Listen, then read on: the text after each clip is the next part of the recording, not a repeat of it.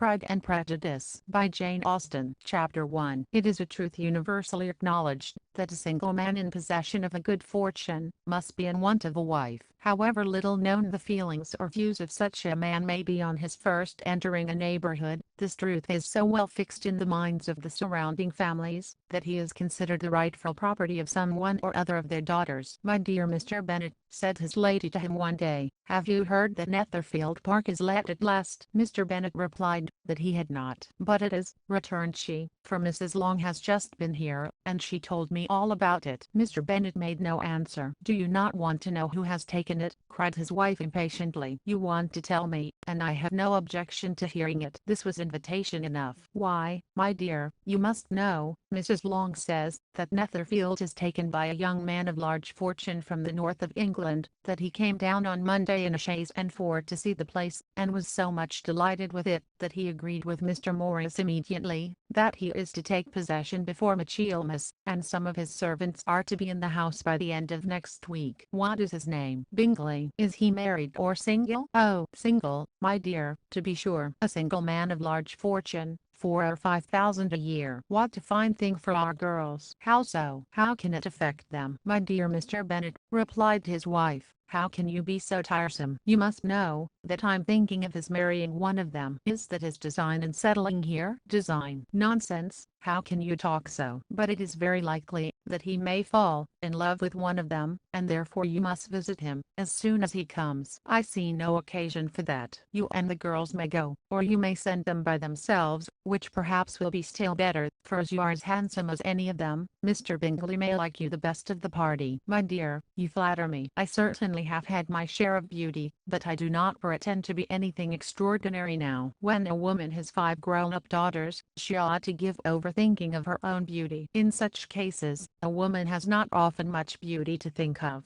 But, my dear, you must indeed go and see Mr. Bingley when he comes into the neighborhood. It is more than I engage for, I assure you." "But consider your daughters. Only think what an establishment it would be for one of them." "Sir William and Lady Lucas are determined to go, merely on that account, for in general, you know, they visit no newcomers." "Indeed you must go, for it will be impossible for us to visit him, if you do not." "You are over-scrupulous, surely." "I dare say Mr. Bingley will be very glad to see you, and I will send a few lines by you to assure him of my hearty consent to his marrying whichever he chooses of the girls, though I must throw in a good word for my little Lizzie." "I desire you will do no such thing. Lizzie is not a bit better than the others, and I'm sure she is not half so handsome as Jane, nor half so good-humored as Lydia. But you are always giving her the preference." "They have none of them much to recommend them," replied he. "They are all silly and ignorant like other girls, but Lizzie has something more of quickness than her sisters." "Mr. Bennet, how can you abuse your own children in such a way? You take delight in vexing me. You have no compassion for my poor nerves." "You mistake me, my dear. I have a high respect for your nerves. They are my old friends. I have heard you mention them with consideration these last 20 years at least. Ah, you do not know what I suffer. But I hope you will get over it, and live to see many young men of 4,000 a year come into the neighborhood. It will be no use to us, if 20 such should come, since you will not visit them. Depend upon it, my dear, that when there are 20, I will visit them all." Mr. Bennet was so odd a mixture of quick parts, sarcastic humor, reserve, and caprice, that the experience of 23 years had been insufficient to make his wife understand his character. Her mind was less difficult to develop. She was a woman of mean understanding, little information, and uncertain temper. When she was discontented, she fancied herself nervous. The business of her life was to get her daughters married. Its solace was visiting and news. Chapter 2. Mr. Bennet was among the earliest of those who waited on Mr. Bingley. He had always intended to visit him, though to the last always assuring his wife that he should not go until the evening after the visit was paid. She had no knowledge of it. It was then disclosed in the following manner. Observing his second daughter employed in trimming a hat, he suddenly addressed her with, "I hope Mr. Bingley will like it, Lizzie." "We are not in a way to know what Mr. Bingley likes," said her mother resentfully, "since we are not to visit." "But you forget, mamma," said Elizabeth, "that we shall meet him at the assemblies, and that Mrs. Long promised to introduce him." "I do not believe Mrs. Long will do any such thing. She has 2 nieces of her own." "She is a selfish, hypocritical woman, and I have no opinion of her." "No more have I," said Mr. Bennet, "and I'm glad to find that you do not depend on her serving you." Mrs. Bennet deigned not to make any reply, but, unable to contain herself, began scolding one of her daughters. "Don't keep coughing so, Kitty, for heaven's sake. Have a little compassion on my nerves. You tear them to pieces." "Kitty has no discretion in her coughs," said her father. "She times them ill." "I do not cough for my own amusement," replied Kitty fretfully. "When is your next ball to be, Lizzie?" "Tomorrow fortnight." "Aye, so it is," cried her mother, "and Mrs. Long does not come back till the day before, so it will be impossible for her to introduce him, for she will not know him herself." "Then, my dear, you may have the advantage of your friend, and introduce Mr. Bingley to her." "Impossible, Mr. Bennet, impossible, when I'm not acquainted with him myself." "How can you be so teasing?" "I honor your circumspection. A fortnight's acquaintance is certainly very little. One cannot know what the man really is by the end of a fortnight. But if we do not venture, somebody else will, and after all, Mrs. Long and her nieces must stand their chance, and, therefore, as she will think it an act of kindness, if you decline the office, I will take it on myself." The girls stared at their father. Mrs. Bennet said, "Only nonsense, nonsense." "What can be the meaning of that emphatic exclamation?" cried he. "Do you consider the forms of introduction, and the stress that is laid on them, as nonsense?" "I cannot quite agree with you there." "What say you, Mary? For you are a young lady of deep reflection, I know, and read great books and make extracts." Mary wished to say something sensible, but knew not how. While Mary is adjusting her ideas, he continued, "Let us return to Mr. Bingley." "I'm sick of Mr. Bingley," cried his wife. "I'm sorry to hear that, but why did not you tell me that before?" "If I had known as much this morning I certainly would not have called on him. It is very unlucky, but as I have actually paid the visit, we cannot escape the acquaintance now." The astonishment of the ladies was just what he wished, that of Mrs. Bennet perhaps surpassing the rest, though, when the first tumult of joy was over, she began to declare that it was what she had expected all the while. "How good it was in you, my dear Mr. Bennet! But I knew I should persuade you at last. I was sure you loved your girls too well to neglect such an acquaintance. Well, how pleased I am, and it is such a good joke too, that you should have gone this morning and never said a word about it till now." "Now, Kitty, you may cough as much as you choose," said Mr. Bennet, and, as he spoke, he left the room, fatigued with the raptures of his wife. "What an excellent father you have, girls," said she, when the door was shut. "I do not know how you will ever make him amends for his kindness, or me either, for that matter. At our time of life it is not so pleasant, I can tell you, to be making new acquaintances every day, but for your sakes, we would do anything." "Lydia, my love, though you are the youngest, I dare say Mr. Bingley will dance with you at the next ball." "Oh," said Lydia stoutly, "I'm not afraid, for though I'm the youngest, I'm the tallest." The rest of the evening was spent in conjecturing how soon he would return Mr. Bennet's visit, and determining when they should ask him to dinner. Chapter 3. Not all that Mrs. Bennet, however, with the assistance of her 5 daughters, could ask on the subject, was sufficient to draw from her husband any satisfactory description of Mr. Bingley. They attacked him in various ways with barefaced questions, ingenious suppositions, and distant surmises, but he eluded the skill of them all, and they were at last obliged to accept the second-hand intelligence of their neighbour, Lady Lucas. Her report was highly favourable. Sir William had been delighted with him. He was quite young, wonderfully handsome, extremely agreeable, and, to crown the whole, he meant to be at the next assembly with a large party. Nothing could be more delightful. To be fond of dancing was a certain step towards falling in love, and very lively hopes of Mr. Bingley's heart were entertained. "If I can but see one of my daughters happily settled at Netherfield," said Mrs. Bennet to her husband, "and all the others equally well married, I shall have nothing to wish for." In the few days Mr. Bingley returned Mr. Bennet's visit, and sat about 10 minutes with him in his library. He had entertained hopes of being admitted to a sight of the young ladies, of whose beauty he had heard much, but he saw only the father. The ladies were somewhat more fortunate, for they had the advantage of ascertaining from an upper window, that he wore a blue coat and rode a black horse. An invitation to dinner was soon afterwards dispatched, and already had Mrs. Bennet planned the courses that were to do credit to her housekeeping, when an answer arrived which deferred it all. Mr. Bingley was obliged to be in town the following day, and, consequently, unable to accept the honor of their invitation, etc. Mrs. Bennet was quite disconcerted. She could not imagine what business he could have in town so soon after his arrival in Hertfordshire, and she began to fear that he might be always flying about from one place to another, and never settled at Netherfield as he ought to be. Lady Lucas quieted her fears a little by starting the idea of his being gone to London, only to get a large party for the ball, and a report soon followed that Mr. Bingley was to bring 12 ladies and 7 gentlemen with him to the assembly. The girls grieved over such a number of ladies, but were comforted the day before the ball by hearing that instead of 12 he brought only 6 with him from London, his 5 sisters and a cousin. And when the party entered the assembly room it consisted of only 5 altogether: Mr.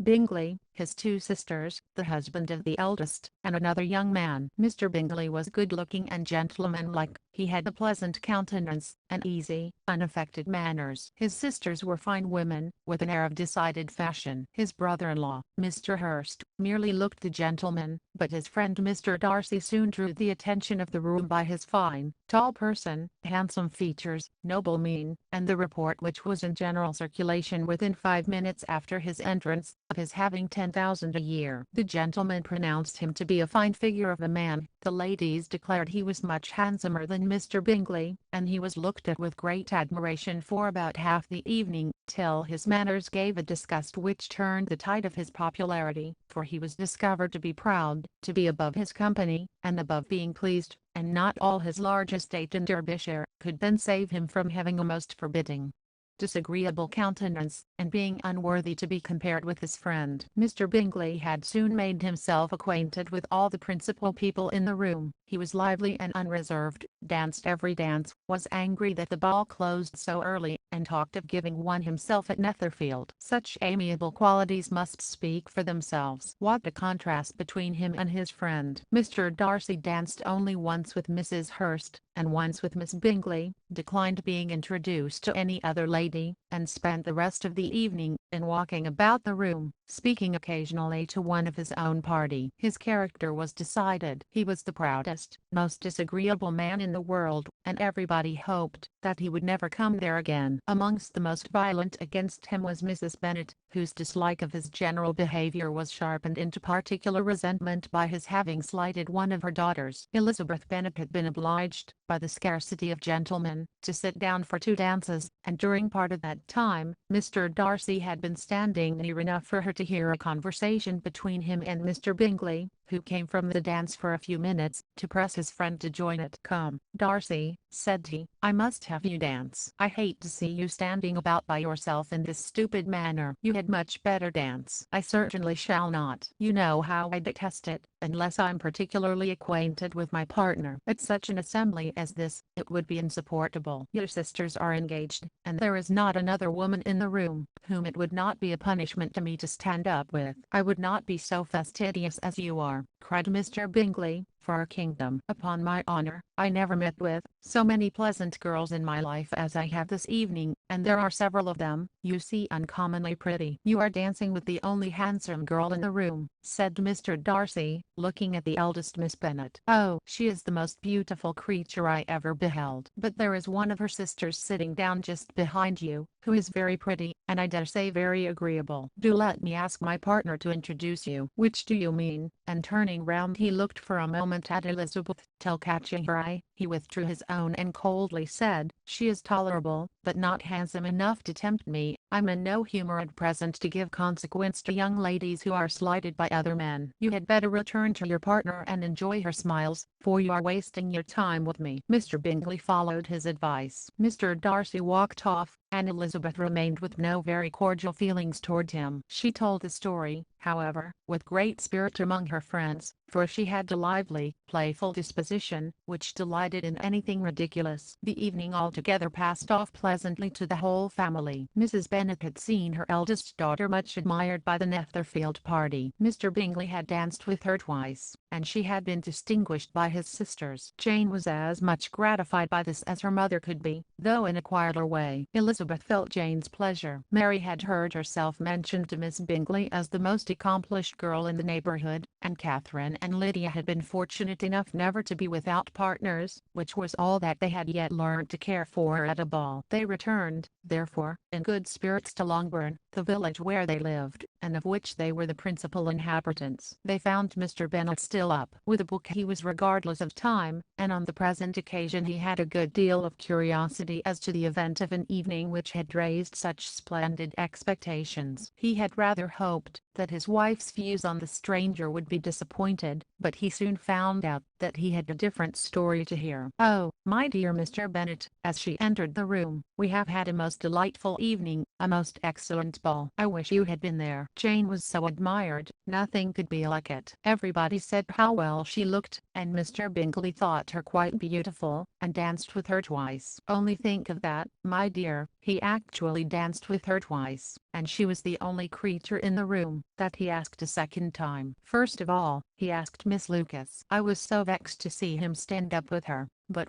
however, he did not admire her at all. Indeed, nobody can, you know, and he seemed quite struck with Jane as she was going down the dance. So he inquired who she was, and got introduced, and asked her for the two next. Then the 2/3 he danced with Miss King, and the 2/4 with Maria Lucas, and the 2/5 with Jane again, and the 2/6 with Lizzie, and the Ballinger. If he had had any compassion for me," cried her husband impatiently, "he would not have danced half so much. For God's sake, say no more of his partners." Oh, that he had sprained his ankle in the first dance. "Oh, my dear, I'm quite delighted with him. He is so excessively handsome, and his sisters are charming women. I never in my life saw anything more elegant than their dresses. I dare say the lace upon Mrs. Hurst's gown—" Here she was interrupted again. Mr. Bennet protested against any description of finery. She was therefore obliged to seek another branch of the subject, and related, with much bitterness of spirit and some exaggeration, the shocking rudeness of Mr. Darcy. "But I can assure you," she added, "that Lizzie does not lose much by not sweeting his fancy, for he is a most disagreeable, horrid man, not at all worth pleasing, so high and so conceited, that there was no enduring him. He walked here, and he walked there, fancying himself so very great, not handsome enough to dance with. I wish you had been there, my dear, to have given him one of your set downs. I quite detest the man." Chapter 4. When Jane and Elizabeth were alone, the former,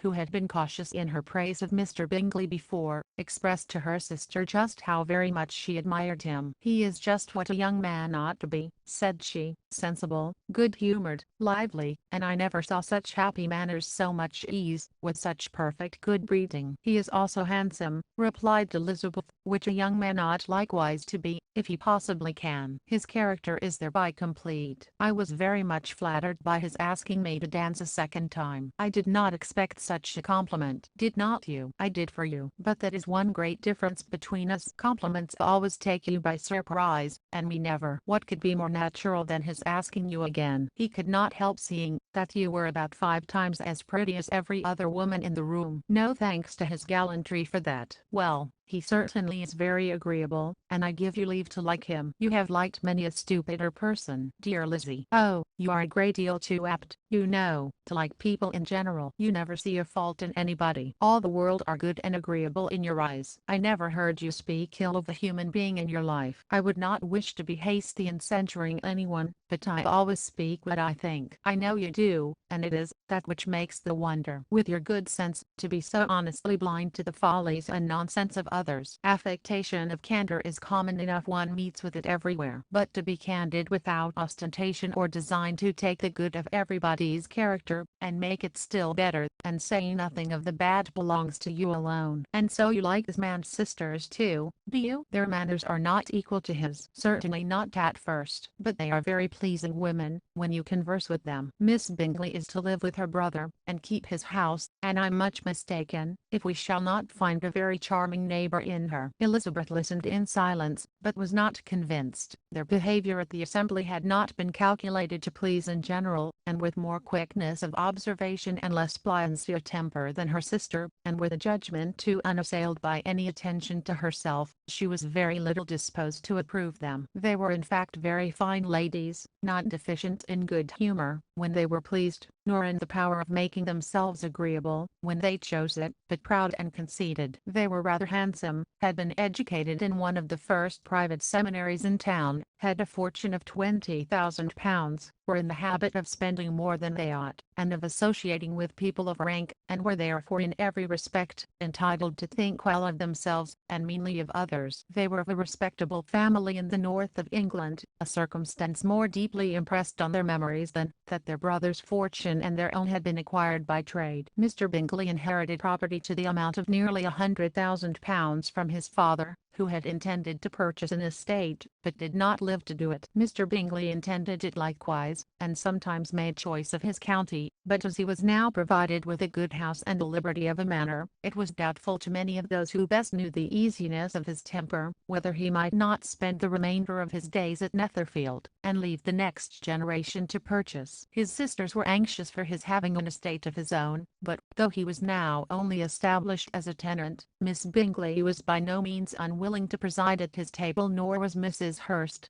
who had married a man of more fashion than fortune, less disposed to consider his house as her home, when it suited her. Mr. Bingley had not been of age 2 years, when he was tempted by an accidental recommendation, to look at Netherfield House. He did look at it, and into it for half an hour, was pleased with the situation and the principal rooms, satisfied with what the owner said in its praise, and took it immediately. Between him and Darcy there was a very steady friendship, in spite of great opposition of character. Bingley was endeared to Darcy by the easiness, openness, and ductility of his temper, though no disposition could offer a greater contrast to his own, and though with his own he never appeared dissatisfied. On the strength of Darcy's regard, Bingley had the firmest reliance, and of his judgment the highest opinion. In understanding, Darcy was the superior. Bingley was by no means deficient, but Darcy was clever. He was at the same time haughty, reserved, and fastidious, and his manners, though well-bred, were not inviting. In that respect his friend had greatly the advantage. Bingley was sure of being liked wherever he appeared. Darcy was continually giving offence. The manner in which they spoke of the Meryton assembly was sufficiently characteristic. Bingley had never met with more pleasant people or prettier girls in his life. Everybody had been most kind and attentive to him. There had been no formality, no stiffness. He had soon felt acquainted with all the room, and, as to Miss Bennet, he could not conceive an angel more beautiful. Darcy, on the contrary, had seen a collection of people in whom there was little beauty and no fashion, for none of whom he had felt the smallest interest, and from none received either attention or pleasure. Miss Bennet he acknowledged to be pretty, but she smiled too much. Mrs. Hurst and her sister allowed it to be so, but still they admired her and liked her, and pronounced her to be a sweet girl, and one whom they would not object to know more of. Miss Bennet was therefore established as a sweet girl, and their brother felt authorized by such commendation, to think of her as he chose. Chapter 5. Within a short walk of Longbourn lived a family with whom the Bennets were particularly intimate. Sir William Lucas had been formerly in trade in Meryton, where he had made a tolerable fortune, and risen to the honour of knighthood by an address to the king during his mayoralty. The distinction had perhaps been felt too strongly. It had given him a disgust to his business, and to his residence in a small market town, and, in quitting them both, he had removed with his family to a house about a mile from Meryton,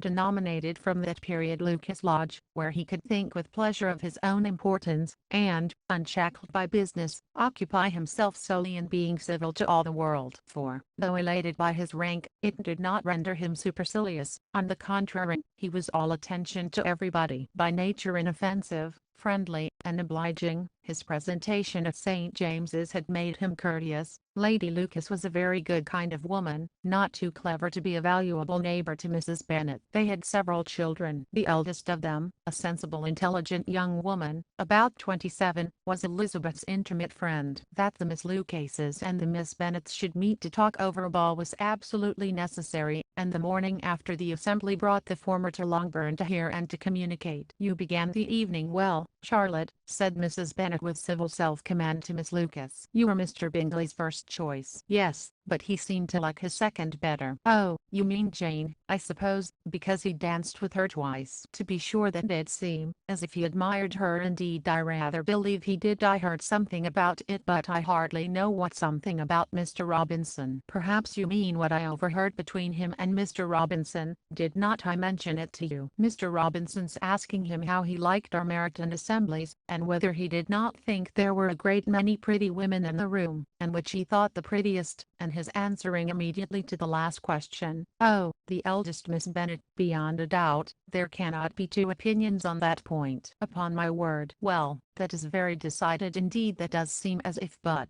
however, it may all come to nothing. You know, my overhearings were more to the purpose than yours, Eliza," said Charlotte. "Mr. Darcy is not so well worth listening to as his friend, is he?" "Poor Eliza, to be only just tolerable." "I beg you would not put it into Lizzie's head to be vexed by his ill treatment, for he is such a disagreeable man, that it would be quite a misfortune to be liked by him. Mrs. Long told me last night that he sat close to her for half an hour without once opening his lips." "Are you quite sure, ma'am? Is not there a little mistake?" said Jane. "I certainly saw Mr. Darcy speaking to her." "Aye, because she asked him at last how he liked Netherfield, and he could not help answering her, but she said he seemed quite angry at being spoke to." "Miss Bingley told me," said Jane, "that he never speaks much, unless among his intimate acquaintances. With them he is remarkably agreeable." "I do not believe a word of it, my dear. If he had been so very agreeable, he would have talked to Mrs. Long. But I can guess how it was. Everybody says that he is eat up with pride, and I dare say he had heard somehow that Mrs. Long does not keep a carriage, and had come to the ball in a hack chaise." "I do not mind his not talking to Mrs. Long," said Miss Lucas, "but I wish he had danced with Eliza." "Another time, Lizzie," said her mother, "I would not dance with him, if I were you." "I believe, ma'am, I may safely promise you never to dance with him." "His pride," said Miss Lucas, "does not offend me so much as pride often does, because there is an excuse for it. One cannot wonder that so very fine a young man,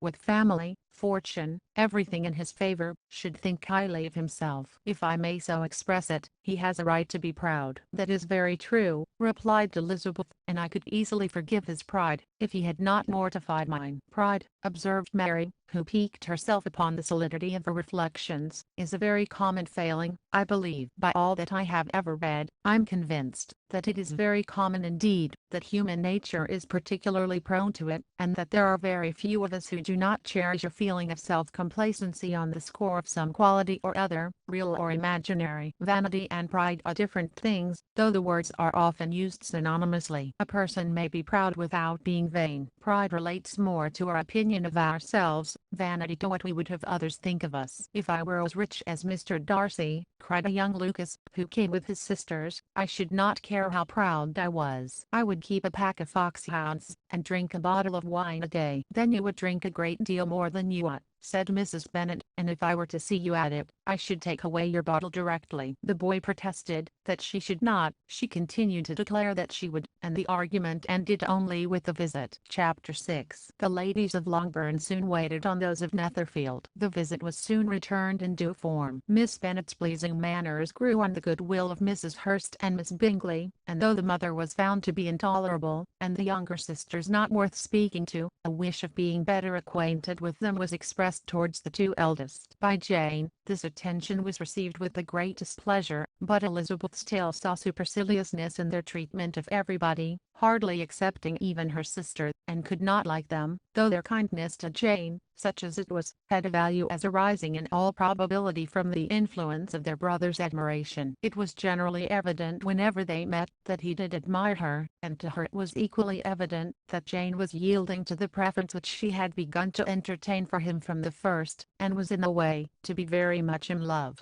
But she considered with pleasure, that it was not likely to be discovered by the world in general, since Jane united, with great strength of feeling, a composure of temper and a uniform cheerfulness of manner, which would guard her from the suspicions of the impertinent. She mentioned this to her friend Miss Lucas. "It may perhaps be pleasant," replied Charlotte, "to be able to impose on the public in such a case, but it is sometimes a disadvantage to be so very guarded. If a woman conceals her affection with the same skill from the object of it, she may lose the opportunity of fixing him, and it will then be but poor consolation to believe the world equally in the dark. There is so much of gratitude or vanity in almost every attachment, that it is not safe to leave any to itself. We can all begin freely, a slight preference is natural enough, but there are very few of us who have heart enough to be really in love without encouragement. In 9 cases out of 10 a woman had better show more affection than she feels. Bingley likes your sister undoubtedly, but he may never do more than like her, if she does not help him on. But she does help him on, as much as her nature will allow. If I can perceive her regard for him, he must be a simpleton, indeed, not to discover it too. Remember, Eliza, that he does not know Jane's disposition as you do. But if a woman is partial to a man, and does not endeavor to conceal it, he must find it out. Perhaps he must, if he sees enough of her.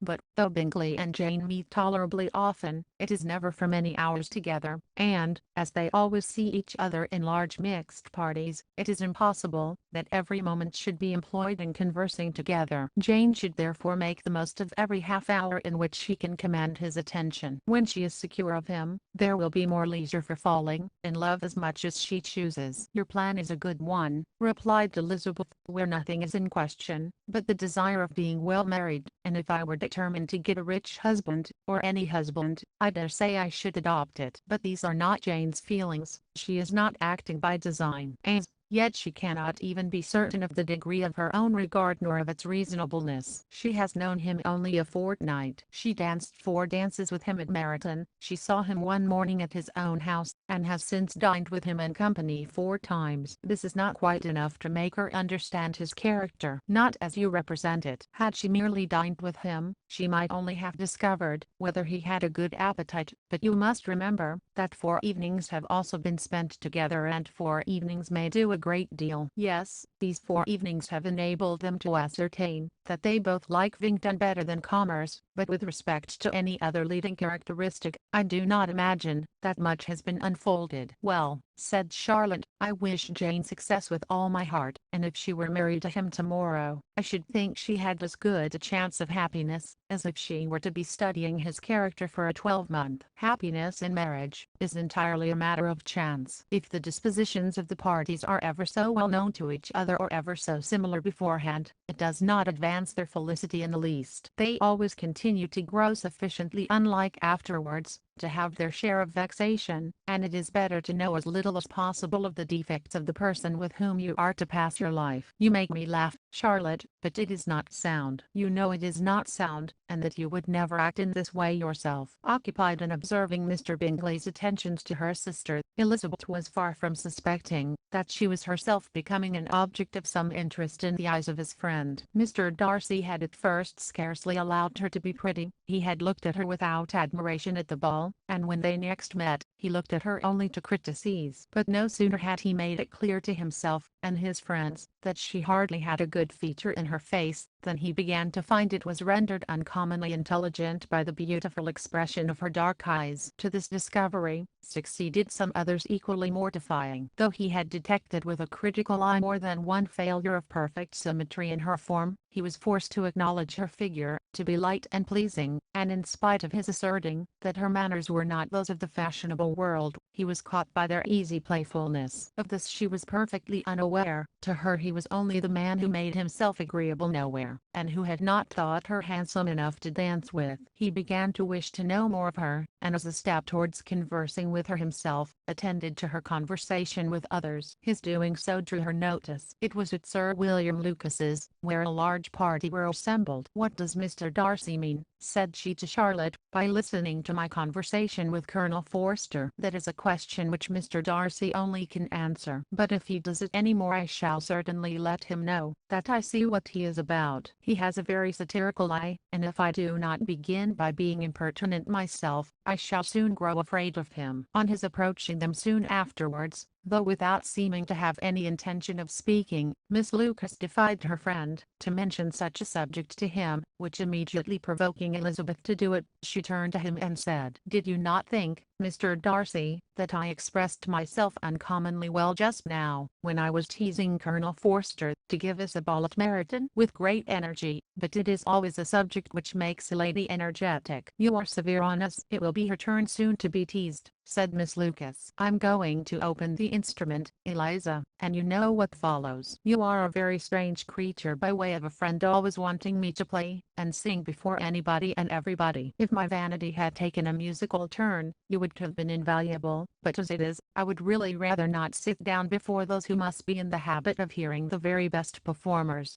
On Miss Lucas's persevering, however, she added, "Very well, if it must be so, it must."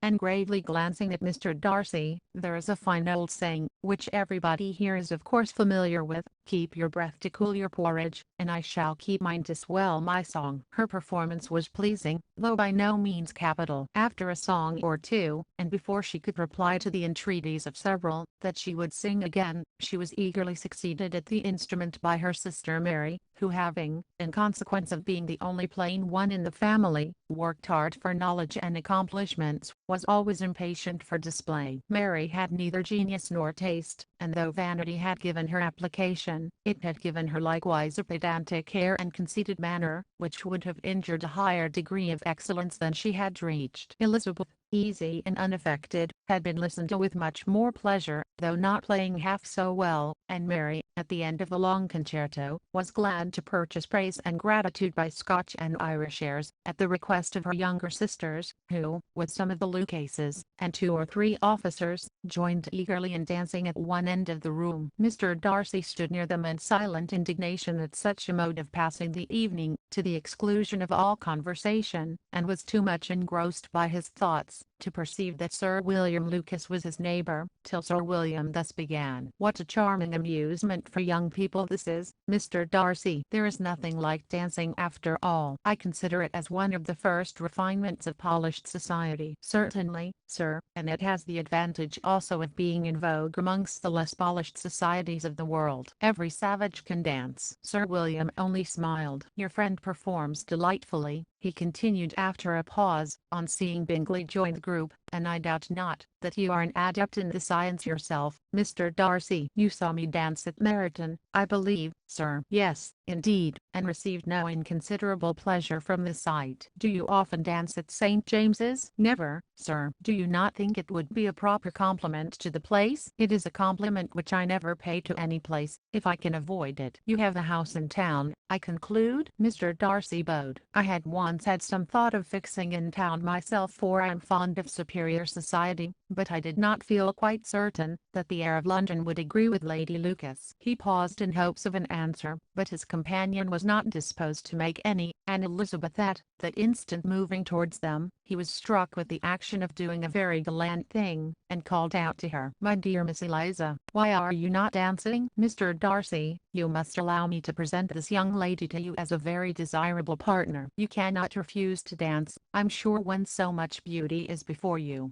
And, taking her hand, he would have given it to Mr. Darcy, who, though extremely surprised, was not unwilling to receive it, when she instantly drew back, and said with some discomposure to Sir William, "Indeed, sir, I have not the least intention of dancing. I entreat you not to suppose that I move this way in order to beg for a partner." Mr. Darcy, with great propriety, requested to be allowed the honour of her hand, but in vain. Elizabeth was determined, nor did Sir William at all shake her purpose by his attempt at persuasion. "You excel so much in the dance, Miss Eliza, that it is cruel to deny me the happiness of seeing you, and though this gentleman dislikes the amusement in general, he can have no objection, I'm sure, to oblige us for 1/2 hour." "Mr. Darcy is all politeness," said Elizabeth, smiling. "He is, indeed, but, considering the inducement, my dear Miss Eliza, we cannot wonder at his complaisance, for who would object to such a partner?" Elizabeth looked archly, and turned away. Her resistance had not injured her with the gentleman, and he was thinking of her with some complacency, when thus accosted by Miss Bingley. "I can guess the subject of your reverie." "I should imagine not. You are considering how insupportable it would be to pass many evenings in this manner in such society, and indeed I'm quite of your opinion. I was never more annoyed. The insipidity, and yet the noise, the nothingness, and yet the self-importance of all those people. What would I give to hear your strictures on them? Your conjecture is totally wrong, I assure you. My mind was more agreeably engaged. I have been meditating on the very great pleasure which a pair of fine eyes in the face of a pretty woman can bestow. Miss Bingley immediately fixed her eyes on his face, and desired he would tell her what lady had the credit of inspiring such reflections. Mr. Darcy replied with great intrepidity, "Miss Elizabeth Bennet." "Miss Elizabeth Bennet," repeated Miss Bingley. "I'm all astonishment. How long has she been such a favourite, and pray, when am I to wish you joy?" "That is exactly the question which I expected you to ask. A lady's imagination is very rapid, it jumps from admiration to love,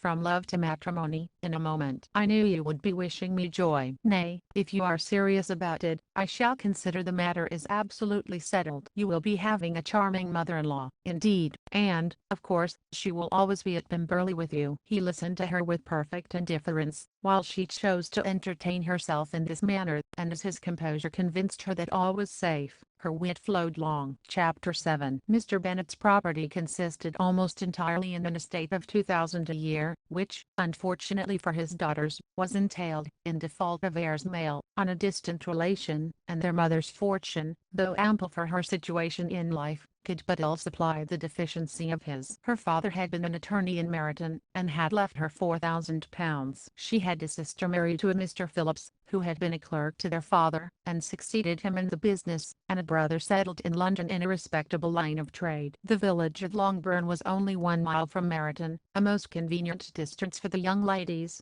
who were usually tempted thither 3 or 4 times a week, to pay their duty to their aunt, and to a milliner's shop just over the way. The 2 youngest of the family, Catherine and Lydia, were particularly frequent in these attentions. Their minds were more vacant than their sisters', and when nothing better offered, a walk to Meryton was necessary to amuse their morning hours, and furnish conversation for the evening, and however bare of news the country in general might be, they always contrived to learn some from their aunt. At present, indeed, they were well supplied both with news and happiness by the recent arrival of a militia regiment in the neighbourhood. It was to remain the whole winter, and Meryton was the headquarters. Their visits to Mrs. Phillips were now productive of the most interesting intelligence. Every day added something to their knowledge of the officers' names and connections. Their lodgings were not long a secret, and at length they began to know the officers themselves. Mr. Phillips visited them all, and this opened to his nieces a store of felicity unknown before. They could talk of nothing but officers, and Mr. Bingley's large fortune, the mention of which gave animation to their mother, was worthless in their eyes when opposed to the regimentals of an ensign. After listening one morning to their effusions on this subject, Mr. Bennet coolly observed, "From all that I can collect by your manner of talking, you must be 2 of the silliest girls in the country. I have suspected it some time, but I'm now convinced." Catherine was disconcerted, and made no answer, but Lydia, with perfect indifference, continued to express her admiration of Captain Carter, and her hope of seeing him in the course of the day, as he was going the next morning to London. "I'm astonished, my dear," said Mrs. Bennet, "that you should be so ready to think your own children silly. If I wished to think slightingly of anybody's children, it should not be of my own. However, if my children are silly, I must hope to be always sensible of it." "Yes, but as it happens, they are all of them very clever. This is the only point, I flatter myself, on which we do not agree. I had hoped that our sentiments coincided in every particular, but I must so far differ from you as to think our 2 youngest daughters uncommonly foolish." "My dear Mr. Bennet, you must not expect such girls to have the sense of their father and mother. When they get to our age, I dare say they will not think about officers any more than we do. I remember the time when I liked a red coat myself very well, and, indeed, so I do still at my heart, and if a smart young colonel, with 5 or 6,000 a year, should want one of my girls I shall not say nay to him, and I thought Colonel Forster looked very becoming the other night to Sir William's in his regimentals." "Mamma," cried Lydia, "my aunt says that Colonel Forster and Captain Carter do not go so often to Miss Watson's as they did." when they first came. She sees them now very often standing in Clark's library. Mrs. Bennet was prevented replying by the entrance of the footman with a note for Miss Bennet. It came from Netherfield, and the servant waited for an answer. Mrs. Bennet's eyes sparkled with pleasure, and she was eagerly calling out, while her daughter read. "Well, Jane,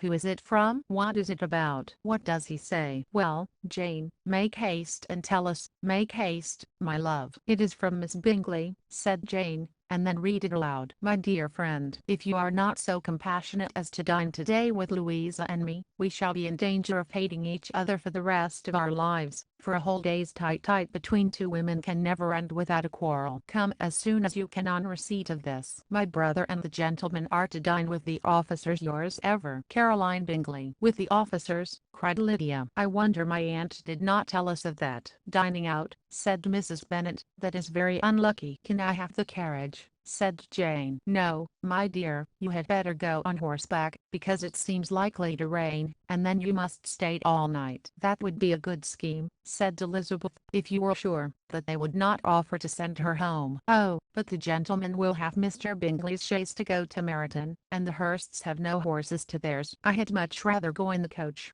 But, my dear, your father cannot spare the horses, I'm sure." "They are wanted in the farm, Mr. Bennet, are they not?" "They are wanted in the farm much oftener than I can get them." "But if you have got them today," said Elizabeth, "my mother's purpose will be answered." She did at last extort from her father an acknowledgment that the horses were engaged. Jane was therefore obliged to go on horseback, and her mother attended her to the door with many cheerful prognostics of a bad day. Her hopes were answered. Jane had not been gone long before it rained hard. Her sisters were uneasy for her, but her mother was delighted. The rain continued the whole evening without intermission. Jane certainly could not come back. "This was a lucky idea of mine, indeed," said Mrs. Bennet more than once, as if the credit of making it rain were all her own. Till the next morning, however, she was not aware of all the felicity of her contrivance. Breakfast was scarcely over when a servant from Netherfield brought the following note for Elizabeth. "My dearest Lizzie, I find myself very unwell this morning, which, I suppose, is to be imputed to my getting wet through yesterday. My kind friends will not hear of my returning till I'm better. They insist also on my seeing Mr. Jones, therefore do not be alarmed if you should hear of his having been to me, and, excepting a sore throat and headache, there is not much the matter with me. Yours, etc." "Well, my dear," said Mr. Bennet, when Elizabeth had read the note aloud, "if your daughter should have a dangerous fit of illness, if she should die, it would be a comfort to know that it was all in pursuit of Mr. Bingley, and under your orders." "Oh, I'm not afraid of her dying. People do not die of little trifling colds. She will be taken good care of. As long as she stays there, it is all very well. I would go and see her, if I could have the carriage." Elizabeth, feeling really anxious, was determined to go to her, though the carriage was not to be had, and as she was no horsewoman, walking was her only alternative. She declared her resolution. "How can you be so silly," cried her mother, "as to think of such a thing in all this dirt? You will not be fit to be seen, when you get there." "I shall be very fit to see Jane, which is all I want." "Is this a hint to me, Lizzie," said her father, "to send for the horses?" "No, indeed, I do not wish to avoid a walk. The distance is nothing when one has a motive, only 3 miles. I shall be back by dinner." "I admire the activity of your benevolence," observed Mary, "but every impulse of feeling should be guided by reason, and, in my opinion, exertion should always be in proportion to what is required." "We will go as far as Meryton with you," said Catherine and Lydia. Elizabeth accepted their company, and the 3 young ladies set off together. "If we make haste," said Lydia, as they walked along, "perhaps we may see something of Captain Carter before he goes." In Meryton they parted. The 2 youngest repaired to the lodgings of one of the officers' wives, and Elizabeth continued her walk alone, crossing field after field at a quick pace, jumping over stiles, and springing over puddles with impatient activity, and finding herself at last within view of the house, with weary ankles, dirty stockings, and a face glowing with the warmth of exercise. She was shown into the breakfast parlor, where all but Jane were assembled, and where her appearance created a great deal of surprise. That she should have walked 3 miles so early in the day, in such dirty weather, and by herself, was almost incredible to to Mrs. Hurst and Miss Bingley, and Elizabeth was convinced that they held her in contempt for it. She was received, however, very politely by them, and in their brother's manners there was something better than politeness. There was good humor and kindness. Mr. Darcy said very little, and Mr. Hurst nothing at all. The former was divided between admiration of the brilliancy which exercise had given to her complexion, and doubt as to the occasions justifying her coming so far alone. The latter was thinking only of his breakfast. Her inquiries after her sister were not very favorably answered. Miss Bennet slept ill, and though up, was very feverish, and not well enough to leave her room. Elizabeth was glad to be taken to her immediately, and Jane, who had only been withheld by the fear of giving alarm or inconvenience from expressing in her note how much she longed for such a visit, was delighted at her entrance. She was not equal, however, to much conversation, and when Miss Bingley left them together, could attempt little besides expressions of gratitude for the extraordinary kindness she was treated with. Elizabeth silently attended her. When breakfast was over they were joined by the sisters, and Elizabeth began to like them herself, when she saw how much affection and solicitude they showed for Jane. The apothecary came, and having examined his patient, said, as might be supposed, that she had caught a violent cold, and that they must endeavor to get the better of it, advised her to return to bed, and promised her some draughts. The advice was followed readily, for the feverish symptoms increased, and her head ached acutely. Elizabeth did not quit her room for a moment, nor were the other ladies often absent, the gentlemen being out. They had, in fact, nothing to do elsewhere. When the clock struck 3, Elizabeth felt that she must go, and very unwillingly said so. Miss Bingley offered her the carriage, and she only wanted a little pressing to accept it, when Jane testified such concern in parting with her, that Miss Bingley was obliged to convert the offer of the chaise to an invitation to remain at Netherfield for the present. Elizabeth most thankfully consented, and a servant was dispatched to Longbourn to acquaint the family with her stay, and bring back a supply of clothes. Chapter 8. At 5 o'clock the two ladies retired to dress, and at 6:30 Elizabeth was summoned to dinner. To the civil inquiries which then poured in, and amongst which she had the pleasure of distinguishing the much superior solicitude of Mr. Bingley's, she could not make a very favourable answer. Jane was by no means better. The sisters, on hearing this, repeated 3 or 4 times how much they were grieved, how shocking it was to have a bad cold, and how excessively they disliked being ill themselves, and then thought no more of the matter, and their indifference towards Jane, when not immediately before them, restored Elizabeth to the enjoyment of all her former dislike. Their brother, indeed, was the only one of the party whom she could regard with any complacency. His anxiety for Jane was evident, and his attentions to herself most pleasing, and they prevented her feeling herself so much an intruder as she believed she was considered by the others. She had very little notice from any but him. Miss Bingley was engrossed by Mr. Darcy, her sister scarcely less so, and as for Mr. Hurst, by whom Elizabeth sat, he was an indolent man, who lived only to eat, drink, and play at cards, who, when he found her to prefer a plain dish to a ragout, had nothing to say to her. When dinner was over, she returned directly to Jane, and Miss Bingley began abusing her, as soon as she was out of the room. Her manners were pronounced to be very bad indeed, the mixture of pride and impertinence. She had no conversation, no style, no beauty. Mrs. Hurst thought the same, and added, "She has nothing, in short, to recommend her, but being an excellent walker. I shall never forget her appearance this morning. She really looked almost wild." "She did, indeed, Louisa. I could hardly keep my countenance. Very nonsensical to come at all. Why must she be scampering about the country, because her sister had a cold? Her hair, so untidy, so blousy." "Yes, and her petticoat. I hope you saw her petticoat, 6 inches deep in mud. I'm absolutely certain, and the gown which had been let down, to hide it not doing its office." "Your picture may be very exact, Louisa," said Bingley, "but this was all lost upon me. I thought Miss Elizabeth Bennet looked remarkably well, when she came into the room this morning. Her dirty petticoat quite escaped my notice." "You observed it, Mr. Darcy, I'm sure," said Miss Bingley, and I'm inclined to think that you would not wish to see your sister make such an exhibition. Certainly not to walk 3 miles, or 4 miles, or 5 miles, or whatever it is, above her ankles in dirt, and alone, quite alone. What could she mean by it? It seems to me to show an abominable sort of conceited independence, a most country town indifference to decorum. It shows an affection for her sister that is very pleasing, said Bingley. I'm afraid, Mr. Darcy, observed Miss Bingley in a half-whisper,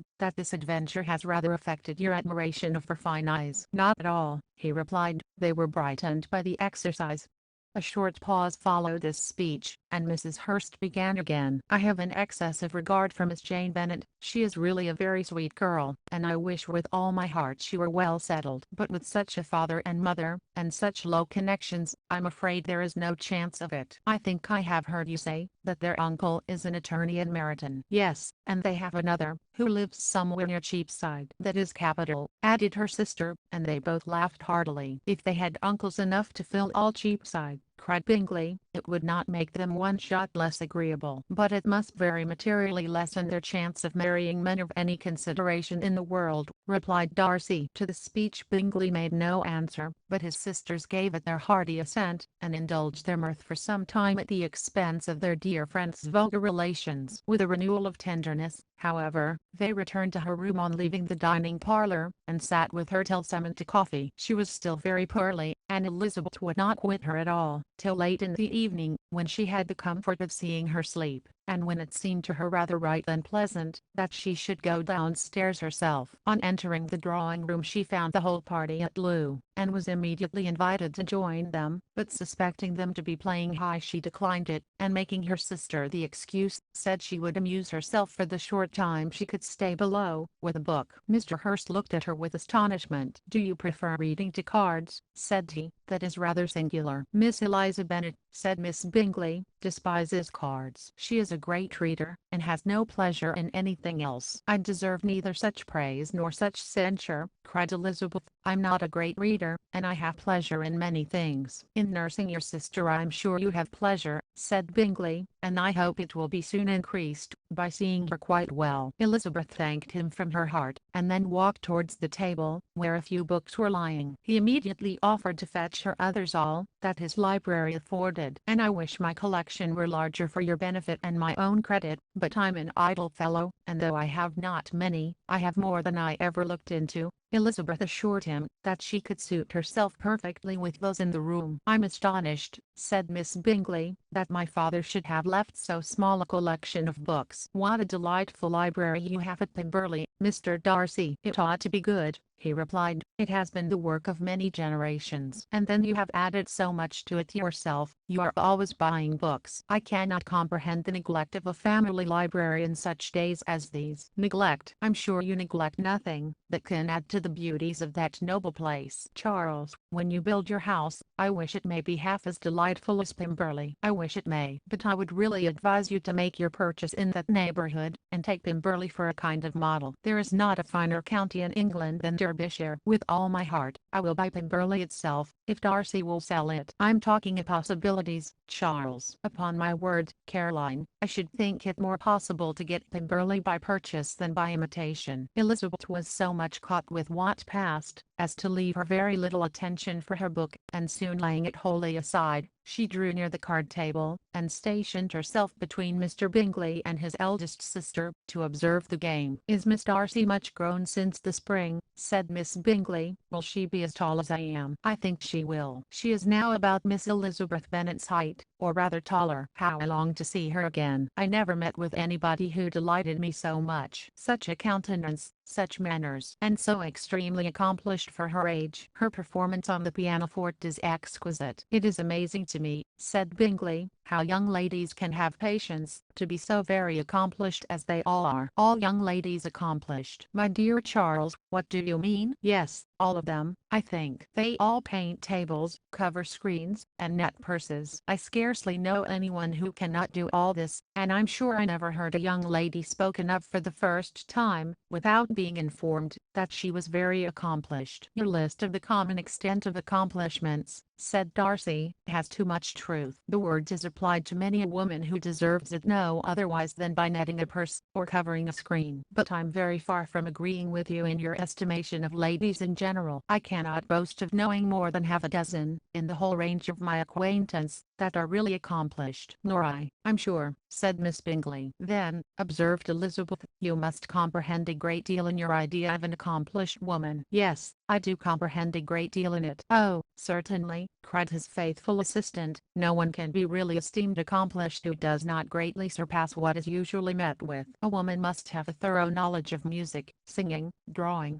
dancing, and the modern languages, to deserve the word, and besides all this, she must possess a certain something in her air and manner of walking, the tone of her voice, her address and expressions, or the word will be but half deserved. All this she must possess, added Darcy, and to all this, she must yet add something more substantial, in the improvement of her mind by extensive reading. I'm no longer surprised at your knowing only 6 accomplished women. I rather wonder now at your knowing any. Are you so severe upon your own sex as to doubt the possibility of all this? I never saw such a woman. I never saw such capacity, and taste, and application, and elegance, as you describe united. Mrs. Hurst and Miss Bingley both cried out against the injustice of her implied doubt, and were both protesting that they knew many women who answered this description, when Mr. Hurst called them to order, with bitter complaints of their inattention to what was going forward. As all conversation was thereby at an end, Elizabeth soon afterwards left the room. Elizabeth Bennet, said Miss Bingley, when the door was closed on her, is one of those young ladies who seek to recommend themselves to the other sex by undervaluing their own, and with many men, I dare say, it succeeds. But, in my opinion, it is a paltry device, a very mean art. Undoubtedly, replied Darcy, to whom this remark was chiefly addressed, there is a meanness in all the arts which ladies sometimes condescend to employ for captivation. Whatever bears affinity to cunning is despicable. Miss Bingley was not so entirely satisfied with this reply as to continue the subject. Elizabeth joined them again only to say that her sister was worse, and that she could not leave her. Bingley urged Mr. Jones being sent for immediately, while his sisters, convinced that no country advice could be of any service, recommended an express to town for one of the most eminent physicians. This she would not hear of,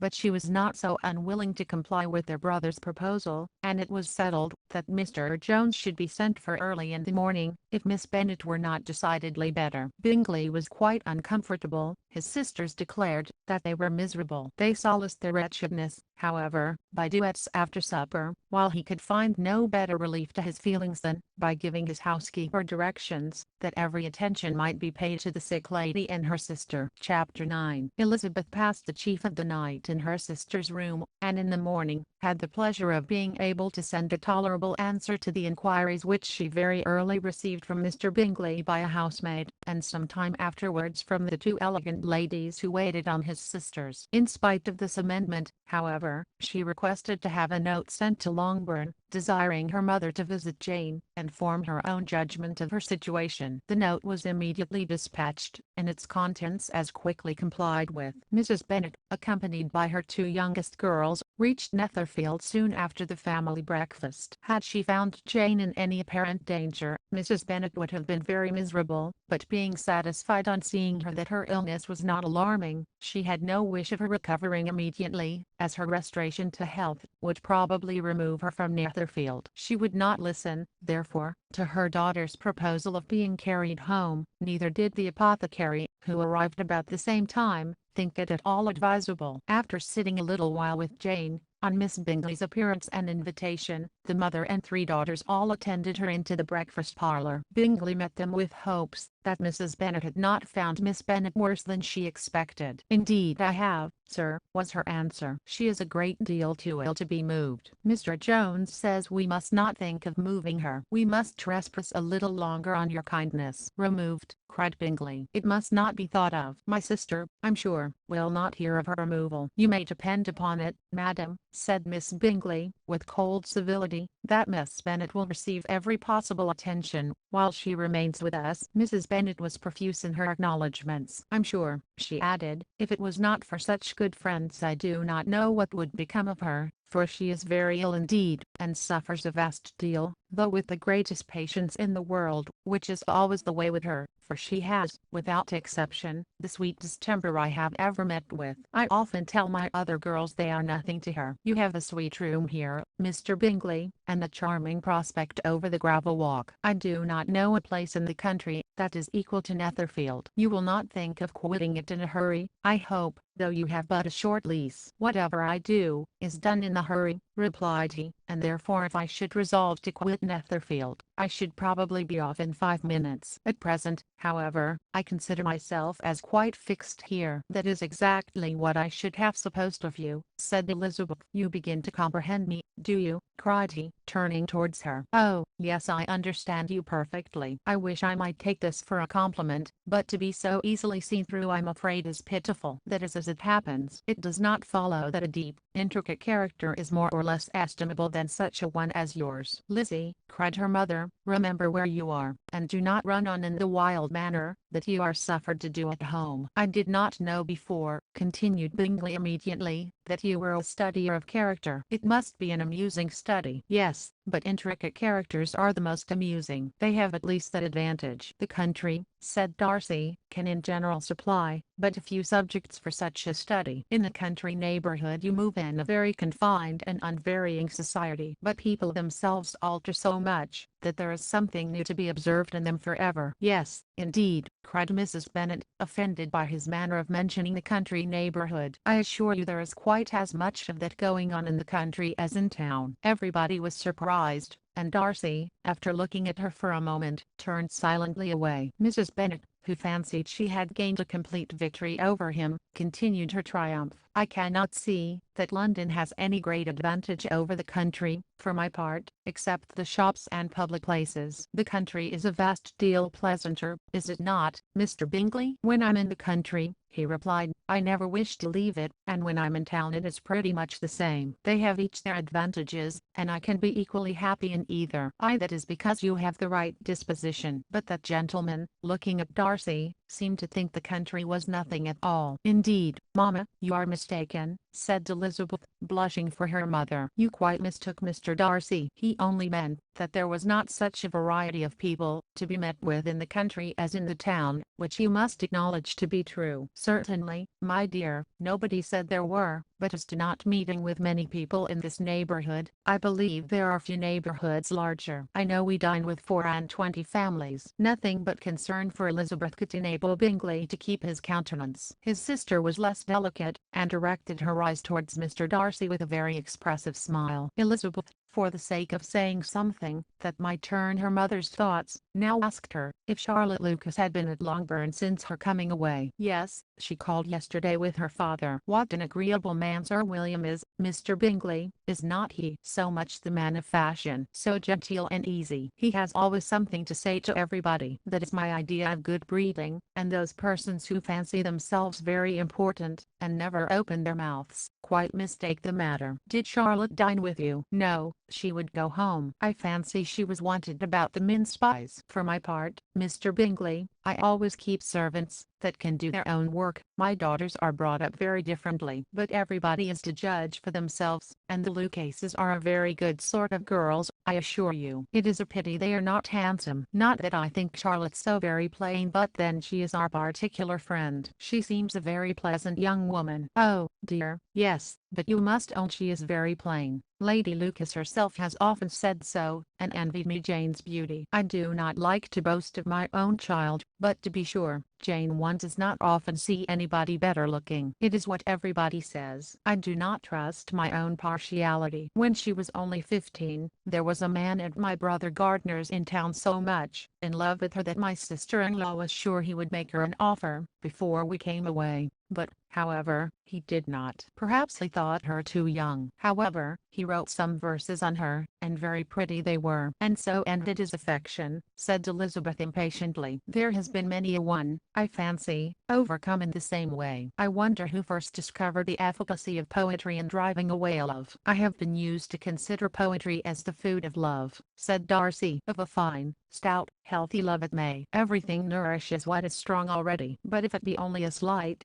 thin sort of inclination. I'm convinced that one good sonnet will starve it entirely away. Darcy only smiled, and the general pause which ensued made Elizabeth tremble, lest her mother should be exposing herself again. She longed to speak, but could think of nothing to say, and after a short silence Mrs. Bennet began repeating her thanks to Mr. Bingley for his kindness to Jane, with an apology for troubling him also with Lizzie. Mr. Bingley was unaffectedly civil in his answer, and forced his younger sister to be civil also, and say what the occasion required. She performed her part indeed without much graciousness, but Mrs. Bennet was satisfied, and soon afterwards ordered her carriage. Upon the signal, the youngest of her daughters put herself forward. The two girls had been whispering to each other during the whole visit, and the result of it was that the youngest should tax Mr. Bingley with having promised on his first coming into the country, to give a ball at Netherfield. Lydia was a stout, well-grown girl of 15, with a fine complexion and good-humoured countenance, a favourite with her mother, whose affection had brought her into public at an early age. She had high animal spirits, and a sort of natural self-consequence, which the attention of the officers, to whom her uncle's good dinners, and her own easy manners recommended her, had increased into assurance. She was very equal, therefore, to address Mr. Bingley on the subject of the ball, and abruptly reminded him of his promise, adding, that it would be the most shameful thing in the world, if he did not keep it. His answer to this sudden attack, was delightful to their mother's ear. "I'm perfectly ready, I assure you, to keep my engagement, and when your sister is recovered, you shall, if you please, name the very day of the ball. But you would not wish to be dancing, when she is ill." Lydia declared herself satisfied. "Oh, yes, it would be much better to wait till Jane was well, and by that time most likely Captain Carter would be at Meryton again. And when you have given your ball," she added, "I shall insist on their giving one also. I shall tell Colonel Forster it will be quite a shame, if he does not." Mrs. Bennet and her daughters then departed, and Elizabeth returned instantly to Jane, leaving her own and her relations' behaviour to the remarks of the two ladies and Mr. Darcy, the latter of whom, however, could not be prevailed on to join in their censure of her, in spite of all Miss Bingley's witticisms on fine eyes. Chapter 10. The day passed much as the day before had done. Mrs. Hurst and Miss Bingley had spent some hours of the morning with the invalid, who continued, though slowly, to mend, and in the evening Elizabeth joined their party in the drawing-room. The loo table, however, did not appear. Mr. Darcy was writing, and Miss Bingley, seated near him, was watching the progress of his letter and repeatedly calling off his attention by messages to his sister. Mr. Hurst and Mr. Bingley were at piquet, and Mrs. Hurst was observing their game. Elizabeth took up some needlework, and was sufficiently amused, in attending to what passed between Darcy and his companion.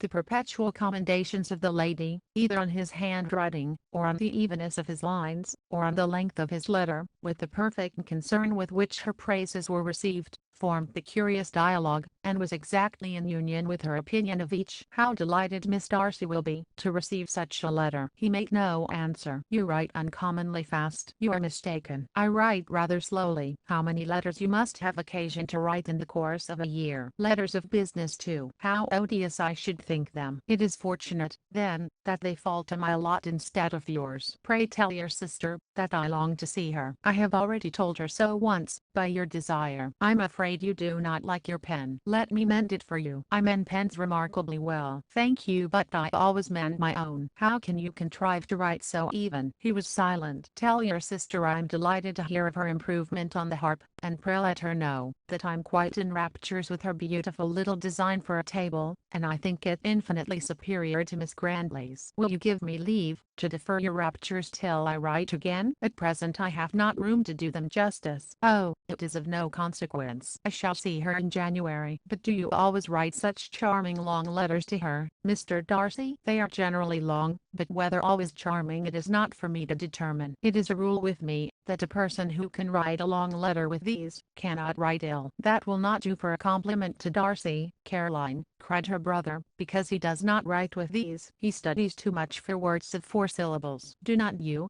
Darcy?" "My style of writing is very different from yours." "Oh," cried Miss Bingley, "Charles writes in the most careless way imaginable. He leaves out half his words, and blots the rest. My ideas flow so rapidly, that I have not time to express them, by which means my letters sometimes convey no ideas at all to my correspondents. Your humility, Mr. Bingley, said Elizabeth, must disarm reproof. Nothing is more deceitful, said Darcy, than the appearance of humility. It is often only carelessness of opinion, and sometimes an indirect boast. And which of the two do you call my little recent piece of modesty? The indirect boast, for you are really proud of your defects in writing, because you consider them as proceeding from a rapidity of thought and carelessness of execution, which, if not estimable, you think at least highly interesting. The power of doing anything with quickness is always prized much by the possessor, and often without any attention to the imperfection of the performance. When you told Mrs. Bennet this morning that, if you ever resolved upon quitting Netherfield you should be gone in 5 minutes, you meant it to be a sort of panegyric, a compliment to yourself, and yet what is there so very laudable in a precipitance, which must leave very necessary business undone, and can be of no real advantage to yourself or anyone else? Nay, cried Bingley, this is too much, to remember at night all the foolish things that were said in the morning. And yet upon my honour, I believe what I said of myself to be true, and I believe it at this moment. At least, therefore, I did not assume the character of needless precipitance, merely to show off before the ladies. I dare say you believed it, but I'm by no means convinced that you would be gone with such celerity. Your conduct would be quite as dependent on chance as that of any man I know, and if, as you were mounting your horse, a friend were to say,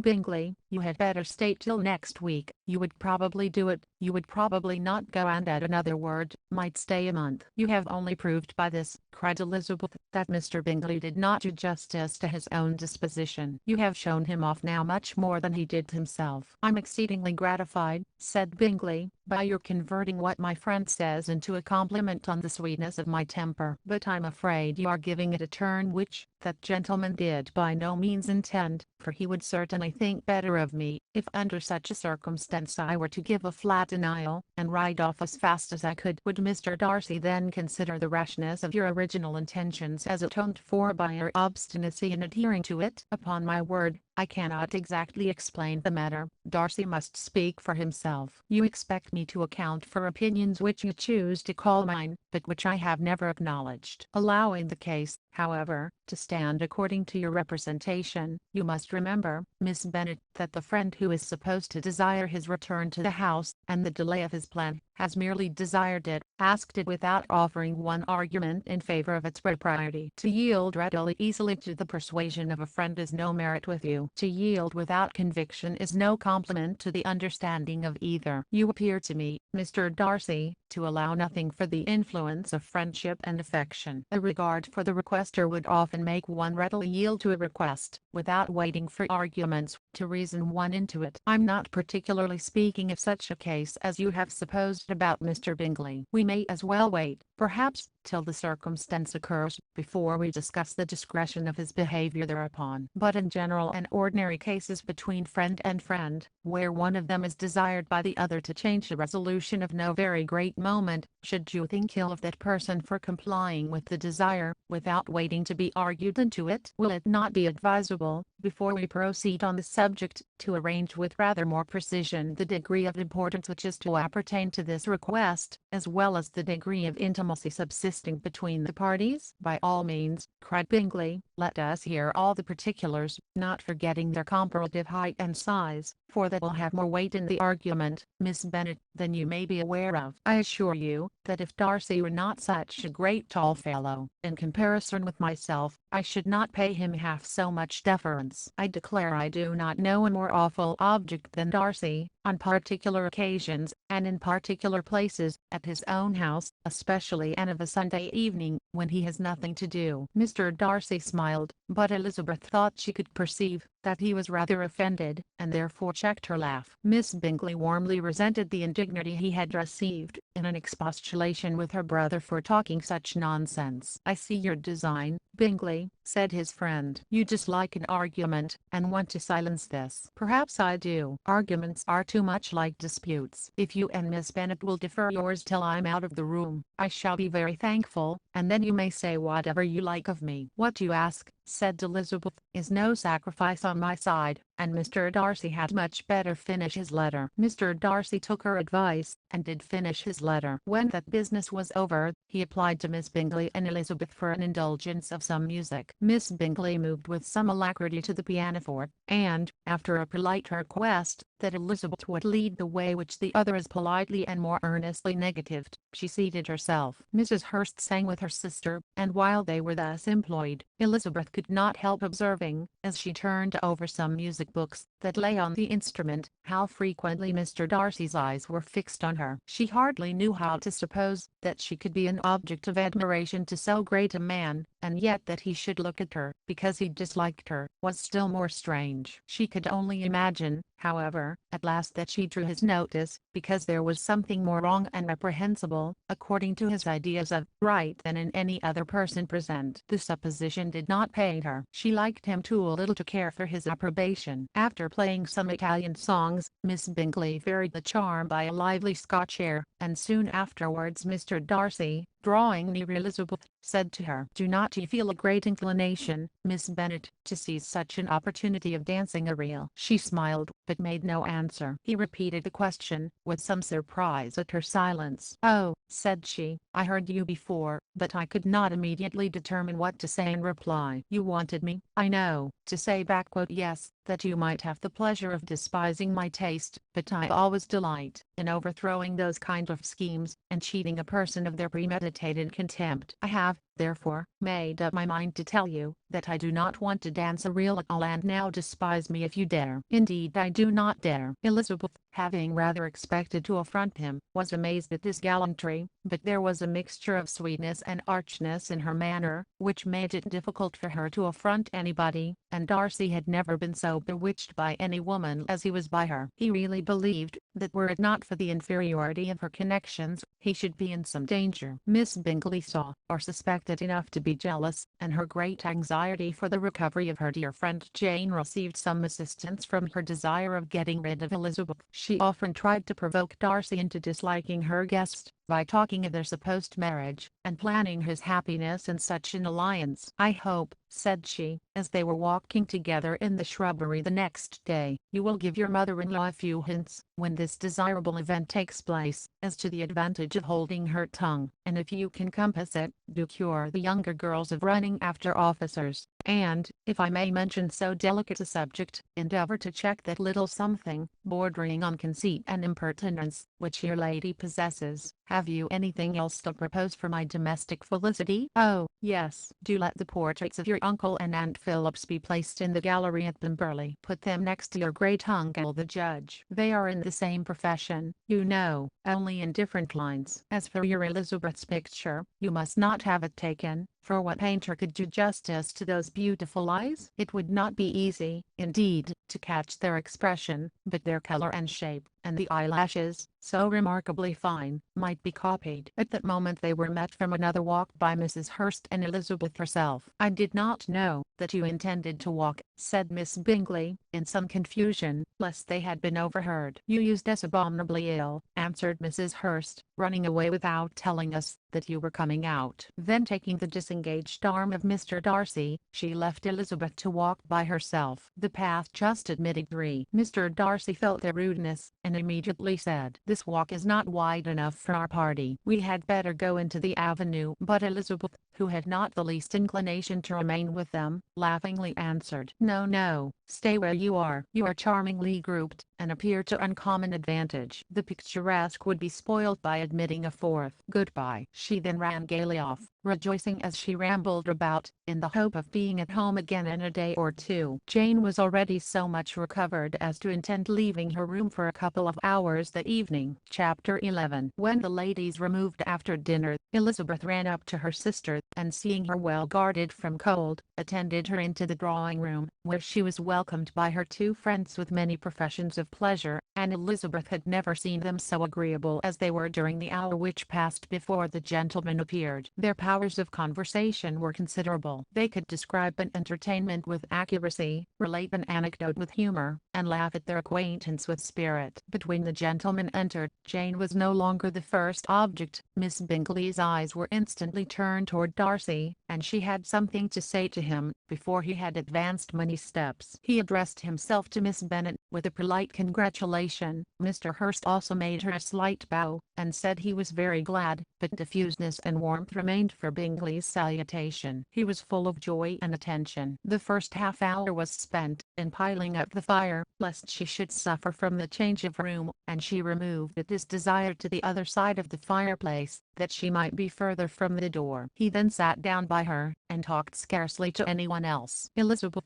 at work in the opposite corner, saw it all with great delight. When tea was over, Mr. Hurst reminded his sister-in-law of the card table, but in vain. She had obtained private intelligence that Mr. Darcy did not wish for cards, and Mr. Hurst soon found even his open petition rejected. She assured him that no one intended to play, and the silence of the whole party on the subject seemed to justify her. Mr. Hurst had therefore nothing to do but to stretch himself on one of the sofas and go to sleep. Darcy took up a book, Miss Bingley did the same, and Mrs. Hurst, principally occupied in playing with her bracelets and rings, joined now and then in her brother's conversation with Miss Bennet. Miss Bingley's attention was quite as much engaged in watching Mr. Darcy's progress through his book as in reading her own, and she was perpetually either making some inquiry or looking at his page. She could not win him, however, to any conversation. He merely answered her question, and read on. At length, quite exhausted by the attempt to be amused with her own book, which she had only chosen because it was the second volume of his, she gave a great yawn and said, "How pleasant it is to spend an evening in this way. I declare after all there is no enjoyment like reading. How much sooner one tires of anything than of a book. When I have a house of my own, I shall be miserable if I have not an excellent library." No one made any reply. She then yawned again, threw aside her book, and cast her eyes round the room in quest for some amusement. When hearing her brother mentioning a ball to Miss Bennet, she turned suddenly towards him and said, "By the by, Charles, are you really serious in meditating a dance at Netherfield? I would advise you, before you determine on it, to consult the wishes of the present party. I'm much mistaken if there are not some among us to whom a ball would be rather a punishment than a pleasure." "If you mean Darcy," cried her brother, "he may go to bed, if he chooses, before it begins. But as for the ball, it is quite a settled thing, and as soon as Nicholls has made white soup enough, I shall send round my cards." "I should like balls infinitely better," she replied, "if they were carried on in a different manner, but there is something insufferably tedious in the usual process of such a meeting. It would surely be much more rational, if conversation instead of dancing were made the order of the day." "Much more rational, my dear Caroline, I dare say, but it would not be near so much like a ball." Miss Bingley made no answer, and soon afterwards she got up and walked about the room. Her figure was elegant, and she walked well, but Darcy, at whom it was all aimed, was still inflexibly studious. In the desperation of her feelings, she resolved on one effort more, and, turning to Elizabeth,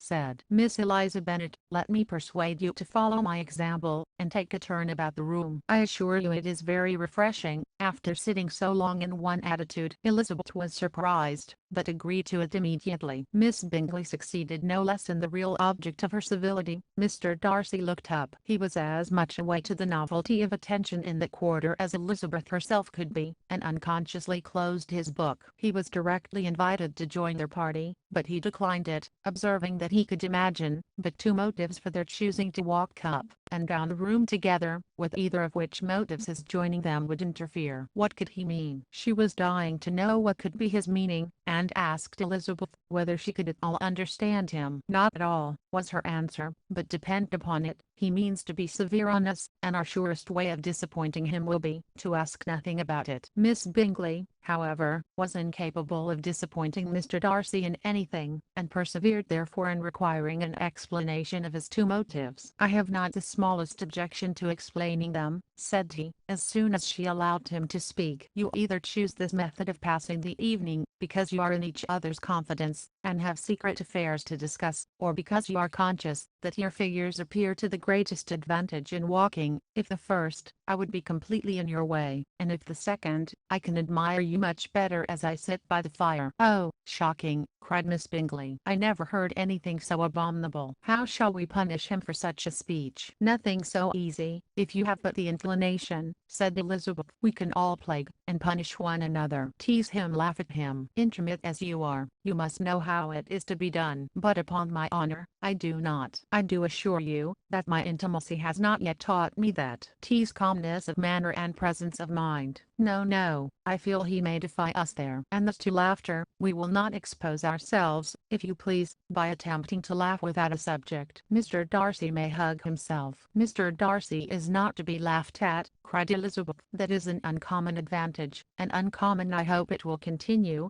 for it would be a great loss to me to have many such acquaintances. I dearly love a laugh." "Miss Bingley," said he, "has given me more credit than can be. The wisest and the best of men, nay, the wisest and best of their actions may be rendered ridiculous by a person whose first object in life is a joke." "Certainly," replied Elizabeth, "there are such people, but I hope I'm not one of them. I hope I never ridicule what is wise and good. Follies and nonsense, whims and inconsistencies, do divert me, I own, and I laugh at them whenever I can. But these, I suppose, are precisely what you are without. Perhaps that is not possible for anyone, but it has been the study of my life, to avoid those weaknesses which often expose a strong understanding to ridicule, such as vanity and pride." "Yes, vanity is a weakness indeed. But pride, where there is a real superiority of mind, pride will be always under good regulation." Elizabeth turned away to hide a smile. "Your examination of Mr. Darcy is over, I presume," said Miss Bingley, "and pray what is the result?" "I'm perfectly convinced by it that Mr. Darcy has no defect. He owns it himself without disguise." "No," said Darcy, "I have made no such pretension. I have faults enough, but they are not, I hope, of understanding. My temper I dare not vouch for. It is, I believe, too little, yielding certainly too little for the convenience of the world. I cannot forget the follies and vices of others so soon as I ought, nor their offences against myself. My feelings are not puffed about with every attempt to move them. My temper would perhaps be called resentful. My good opinion once lost, is lost forever." "That is a failing indeed," cried Elizabeth. "Implacable resentment is a shade in the character. But you have chosen your fault well. I really cannot laugh at it. You are safe from me. There is, I believe, in every disposition a tendency to some particular evil, a natural defect, which not even the best education can overcome. And your defect is to hate everybody." "And yours," he replied with a smile, "is wilfully to misunderstand them." "Do let us have a little music," cried Miss Bingley, tired of a conversation in which she had no share. "Louisa, you will not mind my waking Mr. Hurst?" Her sister had not the smallest objection, and the pianoforte was opened, and Darcy, after a few moments' recollection, was not sorry for it. He began to feel the danger of paying Elizabeth too much attention. Chapter 12. In consequence of an agreement between the sisters, Elizabeth wrote the next morning to their mother, to beg that the carriage might be sent for them in the course of the day. But Mrs. Bennet, who had calculated on her daughter's remaining at Netherfield till the following Tuesday, which would exactly finish Jane's week, could not bring herself to receive them with pleasure before. Her answer, therefore, was not propitious, at least not to Elizabeth's wishes, for she was impatient to get home. Mrs. Bennet sent them word, that they could not possibly have the carriage before Tuesday, and in her postscript it was added, that if Mr. Bingley and his sister pressed them to stay longer, she could spare them very well. Against staying longer, however, Elizabeth was positively resolved, nor did she much expect it would be asked, and fearful, on the contrary, as being considered as intruding themselves needlessly long, she urged Jane to borrow Mr. Bingley's carriage immediately, and at length it was settled, that their original design of leaving Netherfield that morning should be mentioned, and the request made. The communication excited many professions of concern, and enough was said of wishing them to stay at least till the following day to work on Jane, and till the morrow their going was deferred. Miss Bingley was then sorry that she had proposed the delay, for her jealousy and dislike of one sister much exceeded her affection for the other. The master of the house heard with real sorrow that they were to go so soon, and repeatedly tried to persuade Miss Bennet that it would not be safe for her that she she was not enough recovered, but Jane was firm where she felt herself to be right. To Mr. Darcy it was welcome intelligence Elizabeth had been at Netherfield long enough. She attracted him more than he liked, and Miss Bingley was uncivil to her, and more teasing than usual to himself. He wisely resolved to be particularly careful that no sign of admiration should now escape him, nothing that could elevate her with the hope of influencing his felicity, sensible that if such an idea had been suggested, his behavior during the last day must have material weight in confirming or crushing it. Steady to his purpose, he scarcely spoke 10 words to her through the whole of Saturday, and though they were at one time left by themselves for half an hour, he adhered most conscientiously to his book, and would not even look at her. On Sunday, after morning service, the separation, so agreeable to almost all, took place. Miss Bingley's civility to Elizabeth increased at last very rapidly, as well as her affection for Jane, and when they parted, after assuring the latter of the pleasure it would always give her to see her either at Longbourn or Netherfield, and embracing her most tenderly,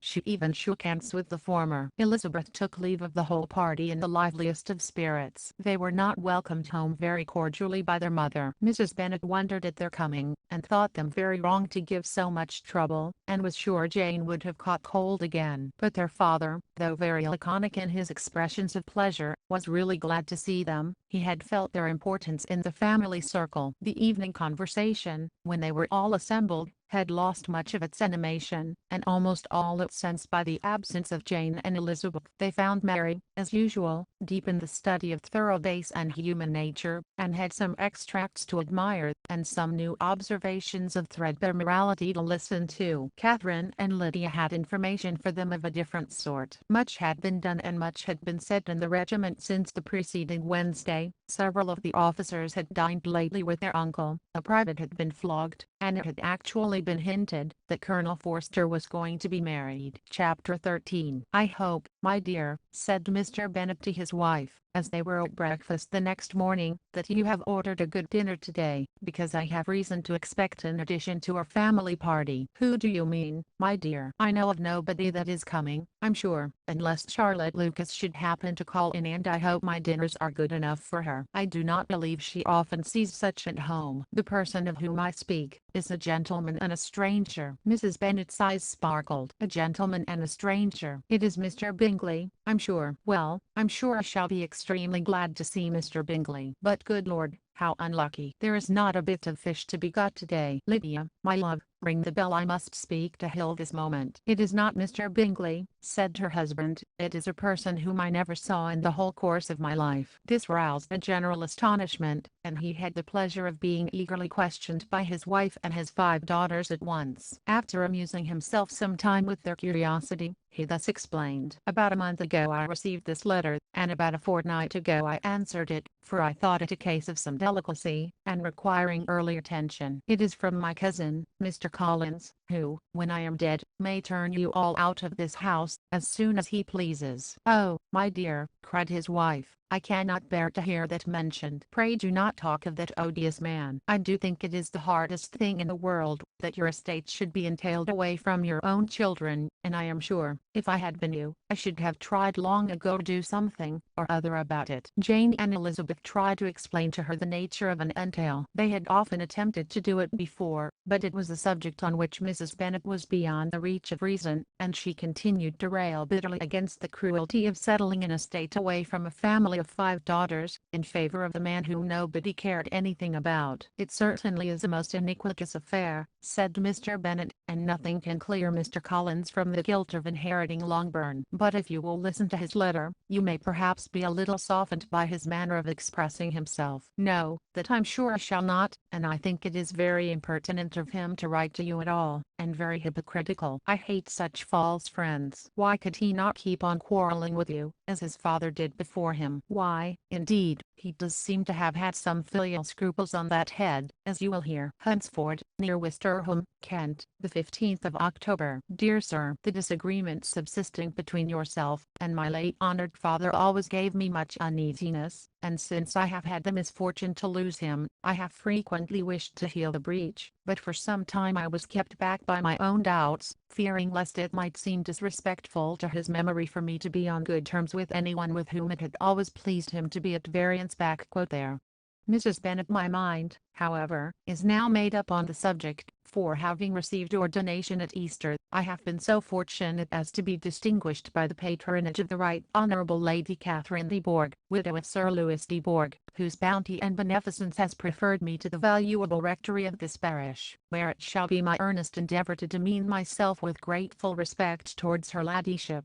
and be ever ready to perform those rites and ceremonies which are instituted by the Church of England. As a clergyman, moreover, I feel it my duty to promote and establish the blessing of peace in all families within reach of my influence, and on these grounds I flatter myself that my present overtures are highly commendable, and that the circumstance of my being next in the entail of Longbourn estate will be kindly overlooked on your side, and not lead you to reject the offered olive branch. I cannot be otherwise than concerned at being the means of injuring your amiable daughters, and beg leave to apologize for it, as well as to assure you of my readiness to make them every possible amends but of this hereafter. If you should have no objection to receive me into your house, I propose myself the satisfaction of waiting on you and your family, Monday, November 18th, by 4 o'clock, and shall probably trespass on your hospitality till the Saturday se'night following, which I can do without any inconvenience, as Lady Catherine is far from objecting to my occasional absence on a Sunday, provided that some other clergyman is engaged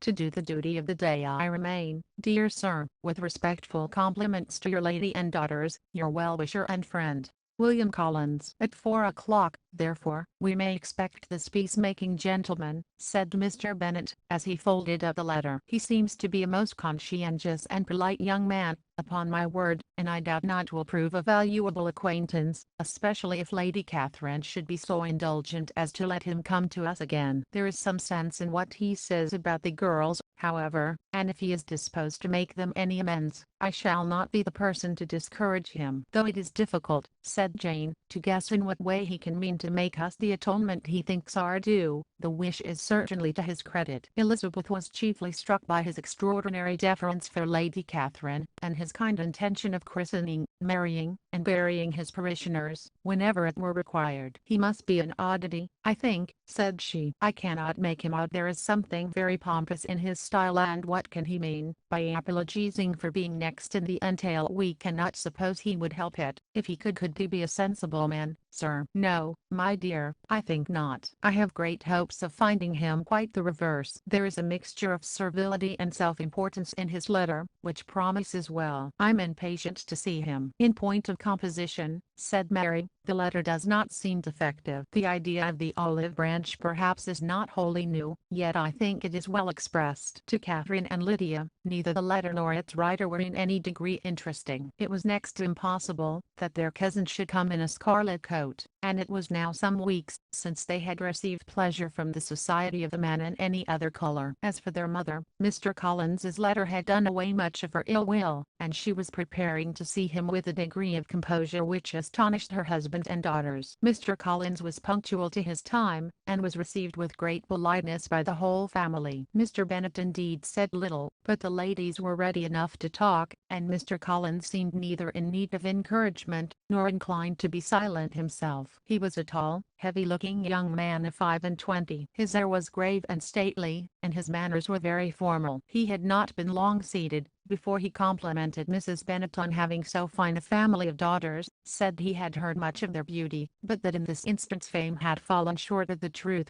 and added that he did not doubt her seeing them all in due time disposed of in marriage. This gallantry was not much to the taste of some of his hearers, but Mrs. Bennet, who quarrelled with no compliments, answered most readily, "You are very kind, I'm sure, and I wish with all my heart it may prove so, for else they will be destitute enough. Things are settled so oddly. You allude, perhaps, to the entail of this estate." "Ah, sir, I do indeed. It is a grievous affair to my poor girls, you must confess. Not that I mean to find fault with you, for such things I know, are all chance in this world. There is no knowing how estates will go when once they come to be entailed. I'm very sensible, madam, of the hardship to my fair cousins, and could say much on the subject, but that I'm cautious of appearing forward and precipitate. But I can assure the young ladies, that I come prepared to admire them. At present I will not say more, but, perhaps, when we are better acquainted." He was interrupted by a summons to dinner, and the girls smiled on each other. They were not the only objects of Mr. Collins's admiration. The hall, the dining room, and all its furniture, were examined and praised, and his commendation of everything would have touched Mrs. Bennet's heart, but for the mortifying supposition of his viewing it all as his own future property. The dinner too in its turn was highly admired, and he begged to know to which of his fair cousins the excellency of its cooking was owing. But he was set right there by Mrs. Bennet, who assured him with some asperity that they were very well able to keep a good cook, and that her daughters had nothing to do in the kitchen. He begged pardon for having displeased her. In a softened tone she declared herself not at all offended, but he continued to apologize for about a quarter of an hour. Chapter 14. During dinner, Mr. Bennet scarcely spoke at all, but when the servants were withdrawn, he thought it time to have some conversation with his guest, and therefore started a subject in which he expected him to shine, by observing that he seemed very fortunate in his patroness. Lady Catherine de Bourgh's attention to his wishes, and consideration for his comfort, appeared very remarkable. Mr. Bennet could not have chosen better. Mr. Collins was eloquent in her praise. The subject elevated him to more than usual solemnity of manner, and with the most important aspect he protested that he had never in his life witnessed such behavior in a person of rank, such affability and condescension as he had himself experienced from Lady Catherine. She had been graciously pleased to approve of both of the discourses which he had already had the honor of preaching before her. She had also asked him twice to dine at Rosings, and had sent for him only the Saturday before, to make up her pool of quadrille in the evening. Lady Catherine was reckoned proud by many people he knew, but he had never seen anything but affability in her. She had always spoken to him as she would to any other gentleman. She made not the smallest objection to his joining in the society of the neighborhood, nor to his leaving the parish occasionally for a week or two, to visit his relations. She had even condescended to advise him to marry, as soon as he could, provided he chose with discretion, and had once paid him a visit in his humble parsonage, where she had perfectly approved all the alterations he had been making, and had even vouchsafed to suggest herself some shelves in the closet upstairs. "That is all very proper and civil, I'm sure," said Mrs. Bennet, "and I dare say she is a very agreeable woman. It is a pity that great ladies in general are not more like her." "Does she live near you, sir?" "The garden in which stands my humble abode is separated only by a lane from Rosings Park, her ladyship's residence." "I think you said she was a widow, sir?" "Has she any family?" "She has only one daughter, the heirs of Rosings, and of very extensive property." "Ah," said Mrs. Bennet, shaking her head, "then she is better off than many girls." "And what sort of young lady is she?" "Is she handsome?" "She is a most charming young lady indeed. Lady Catherine herself says that, in point of true beauty, Miss de Bourgh is far superior to the handsomest of her sex, because there is that in her features which marks the young lady of distinguished birth. She is unfortunately of a sickly constitution, which has prevented her from making that progress in many accomplishments, which she could not have otherwise failed of, as I am informed by the lady who superintended her education, and who still resides with them. But she is perfectly amiable, and often condescends to drive by my humble abode in her little phaeton and ponies." "Has she been presented?" "I do not remember her name among the ladies at court. Her indifferent state of health unhappily prevents her being in town, and by that means, as I told Lady Catherine one day, has deprived the British court of its brightest ornament." "Her ladyship seemed pleased with the idea, and you may imagine that I'm happy on every occasion to offer those little delicate compliments which are always acceptable to ladies. I have more than once observed to Lady Catherine that her charming daughter seemed born to be a duchess, and that the most elevated rank, instead of giving her consequence, would be adorned by her. These are the kind of little things which please her ladyship,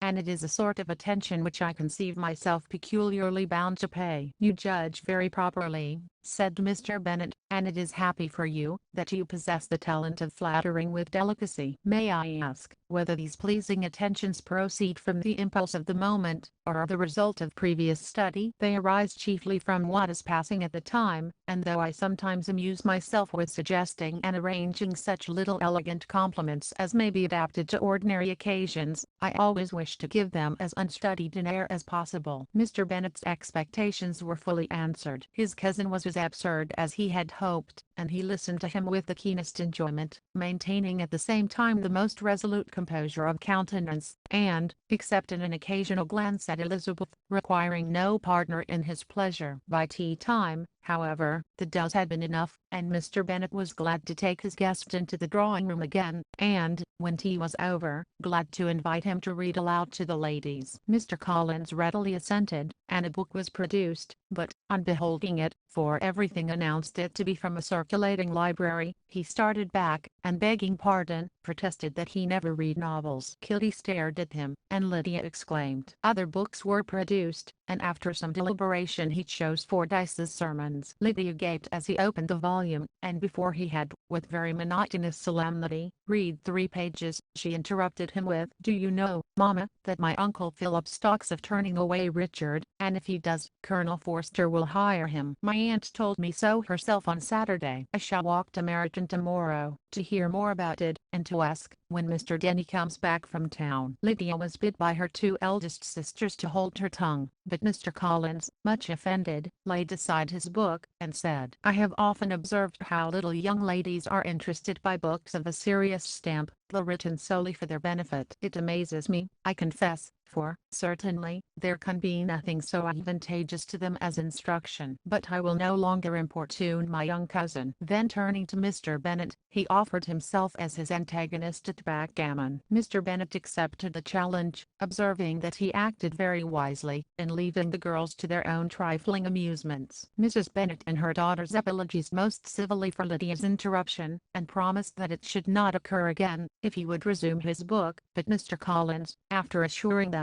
that he bore his young cousin no ill will, and should never resent her behavior as any affront, seated himself at another table with Mr. Bennet, and prepared for backgammon. Chapter 15. Mr. Collins was not a sensible man, and the deficiency of nature had been but little assisted by education or society, the greatest part of his life having been spent under the guidance of an illiterate and miserly father, and though he belonged to one of the universities, he had merely kept the necessary terms, without forming at it any useful acquaintance. The subjection in which his father had brought him up had given him originally great humility of manner, but it was now a good deal counteracted by the self-conceit of a weak head, living in retirement, and the consequential feelings of early and unexpected prosperity. A fortunate chance had recommended him to Lady Catherine de Bourgh when the living of Hunsford was vacant, and the respect which he felt for her high rank, and his veneration for her as his patroness, mingling with a very good opinion of himself, of his authority as a clergyman and his right as a rector, made him altogether a mixture of pride and obsequiousness, self-importance, and humility. Having now a good house and a very sufficient income, he intended to marry, and in seeking a reconciliation with the Longbourn family he had a wife in view, as he meant to choose one of the daughters, if he found them as handsome and amiable as they were represented by common report. This was his plan of amends of atonement for inheriting their father's estate, and he thought it an excellent one, full of eligibility and suitableness, and excessively generous and disinterested on his own part. His plan did not vary on seeing them. Miss Bennet's lovely face confirmed his views, and established all his strictest notions of what was due to seniority, and for the first evening she was a settled choice. The next morning, however, made an alteration, for in a quarter of an hour's tete-a-tete with Mrs. Bennet before breakfast, a conversation beginning with his parsonage house, and leading naturally to the avowal of his hopes that a mistress might be found for it at Longbourn, produced from her, amid very complacent smiles and general encouragement, a caution against the very Jane he had fixed on. As to her younger daughters, she could not take upon her to say she could not positively answer, but she did not know of any prepossession. Her eldest daughter, she must just mention she felt it incumbent on her to hint, was likely to be very soon engaged. Mr. Collins had only to change from Jane to Elizabeth, and it was soon done, while Mrs. Bennet was stirring the fire. Elizabeth, equally next to Jane in birth and beauty, succeeded her of course. Mrs. Bennet treasured up the hint, and trusted that she might soon have 2 daughters married, and the man whom she could not bear to speak of the day before was now high in her good graces. Lydia's intention of walking to Meryton was not forgotten. Every sister except Mary agreed to go with her, and Mr. Collins was to attend them, at the request of Mr. Bennet, who was most anxious to get rid of him, and have his library to himself, for thither Mr. Collins had followed him after breakfast, and there he would continue, nominally engaged with one of the largest folios in the collection, but really talking to Mr. Bennet.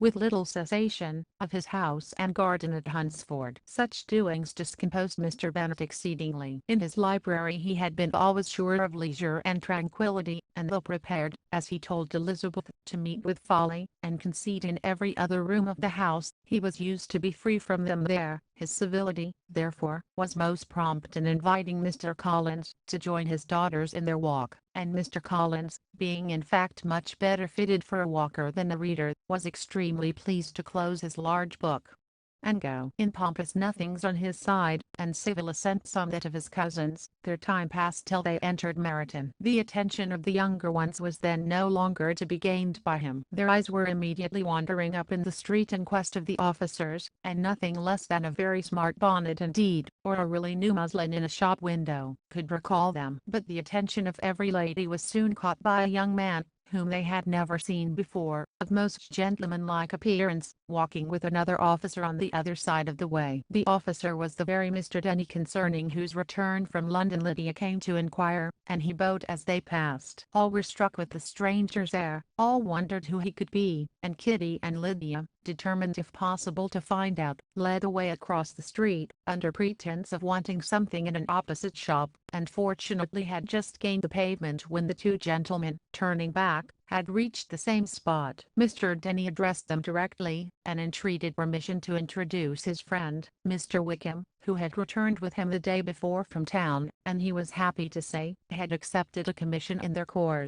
This was exactly as it should be, for the young man wanted only regimentals, to make him completely charming. His appearance was greatly in his favor. He had all the best part of beauty, a fine countenance, a good figure, and very pleasing address. The introduction was followed up on his side by a happy readiness of conversation, a readiness at the same time perfectly correct and unassuming, and the whole party were still standing and talking together very agreeably, when the sound of horses drew their notice, and Darcy and Bingley were seen riding down the street. On distinguishing the ladies of the group, the two gentlemen came directly towards them, and began the usual civilities. Bingley was the principal spokesman and Miss Bennet the principal object. He was then, he said, on his way to Longbourn on purpose to inquire after her. Mr. Darcy corroborated it with a bow, and was beginning to determine not to fix his eyes on Elizabeth, when they were suddenly arrested by the sight of the stranger, and Elizabeth, happening to see the countenance of both as they looked at each other, was all astonishment at the effect of the meeting. Both changed color, one looked white, the other red. Mr. Wickham, after a few moments, touched his hat to salutation which Mr. Darcy just deigned to return. What could be the meaning of it? It was impossible to imagine, it was impossible not to long to know. In another minute, Mr. Bingley, but without seeming to have noticed what passed, took leave and rode on with his friend. Mr. Denny and Mr. Wickham walked with the young ladies to the door of Mr. Phillips's house, and then made their boast, in spite of Miss Lydia's pressing entreaties, that they should come in, and even in spite of Mrs. Phillips's throwing up the parlor window and loudly seconding the invitation. Mrs. Phillips was always glad to see her nieces, and the two eldest, from their recent absence, were particularly welcome, and she was eagerly expressing her surprise at their sudden return home, which, as their own carriage had not fetched them, she should have known nothing about, if she had not happened to see Mr. Jones's shop boy in the street, who had told her that they were not to send any more drafts to Netherfield because the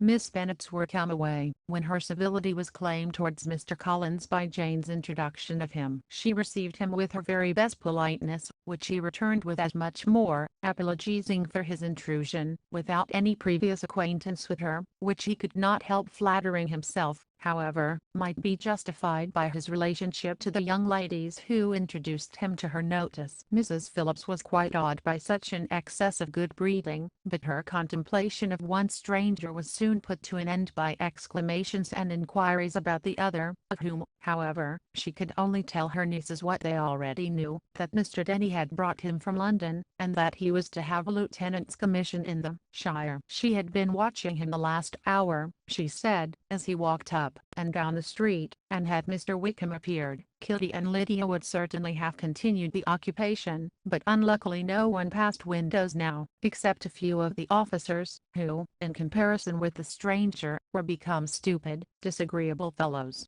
Some of them were to dine with the Phillipses the next day, and their aunt promised to make her husband call on Mr. Wickham, and give him an invitation also, if the family from Longbourn would come in the evening. This was agreed to, and Mrs. Phillips protested that they would have a nice comfortable noisy game of lottery tickets, and a little bit of hot supper afterwards. The prospect of such delights was very cheering, and they parted in mutual good spirits. Mr. Collins repeated his apologies in quitting the room, and was assured with unwearying civility that they were perfectly needless. As they walked home, Elizabeth related to Jane what she had seen pass between the two gentlemen, but though Jane would have defended either or both, had they appeared to be in the wrong, she could no more explain such behavior than her sister. Mr. Collins on his return highly gratified Mrs. Bennet by admiring Mrs. Phillips's manners and politeness. He protested that, except Lady Catherine and her daughter, he had never seen a more elegant woman, for she had not only received him with the utmost civility, but even pointedly included him in her invitation for the next evening, although utterly unknown to her before. Something, he supposed, might be attributed to his connection with them, but yet he had never met with so much attention in the whole course of his life. Chapter 16. As no objection was made to the young people's engagement with their aunt, and all Mr. Collins's scruples of leaving Mr. and Mrs. Bennet for a single evening during his visit were most steadily resisted, the coach conveyed him and his 5 cousins at a suitable hour to Meryton, and the girls had the pleasure of hearing, as they entered the drawing-room, that Mr. Wickham had accepted their uncle's invitation,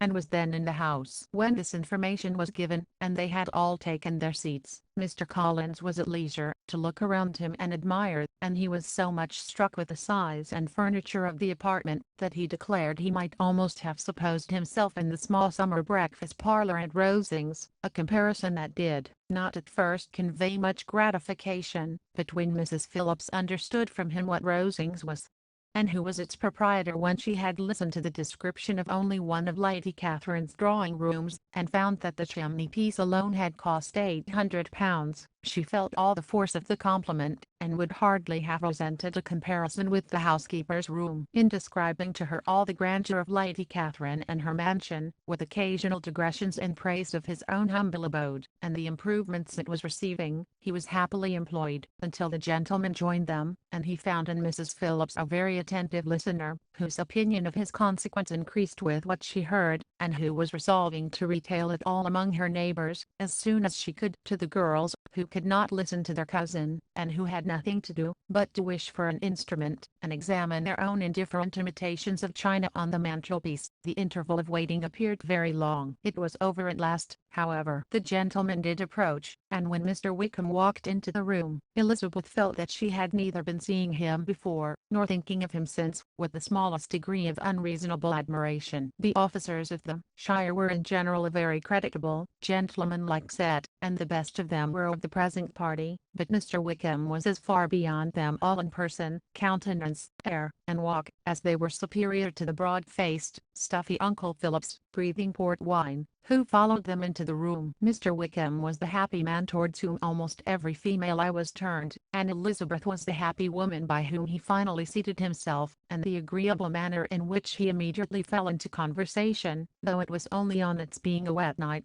made her feel that the commonest, dullest, most threadbare topic might be rendered interesting by the skill of the speaker. With such rivals for the notice of the fair as Mr. Wickham and the officers, Mr. Collins seemed to sink into insignificance. To the young ladies he certainly was nothing, but he had still at intervals a kind listener in Mrs. Phillips, and was by her watchfulness most abundantly supplied with coffee and muffin. When the card tables were placed, he had the opportunity of obliging her in turn, by sitting down to whist. "I know little of the game at present," said he, "but I shall be glad to improve myself, for in my situation in life." Mrs. Phillips was very glad for his compliance, but could not wait for his reason. Mr. Wickham did not play at whist, and with ready delight was he received at the other table between Elizabeth and Lydia. At first there seemed danger of Lydia's engrossing him entirely, for she was a most determined talker, but being likewise extremely fond of lottery tickets, she soon grew too much interested in the game, too eager in making bets, and exclaiming after prizes, to have attention for anyone in particular. Allowing for the common demands of the game, Mr. Wickham was therefore at leisure to talk to Elizabeth, and she was very willing to hear him, though what she chiefly wished to hear she could not hope to be told the history of his acquaintance with Mr. Darcy. She dared not even mention that gentleman. Her curiosity, however, was unexpectedly relieved. Mr. Wickham began the subject himself. He inquired how far Netherfield was from Meryton, and, after receiving her answer, asked in a hesitating manner how long Mr. Darcy had been staying there. "About a month," said Elizabeth,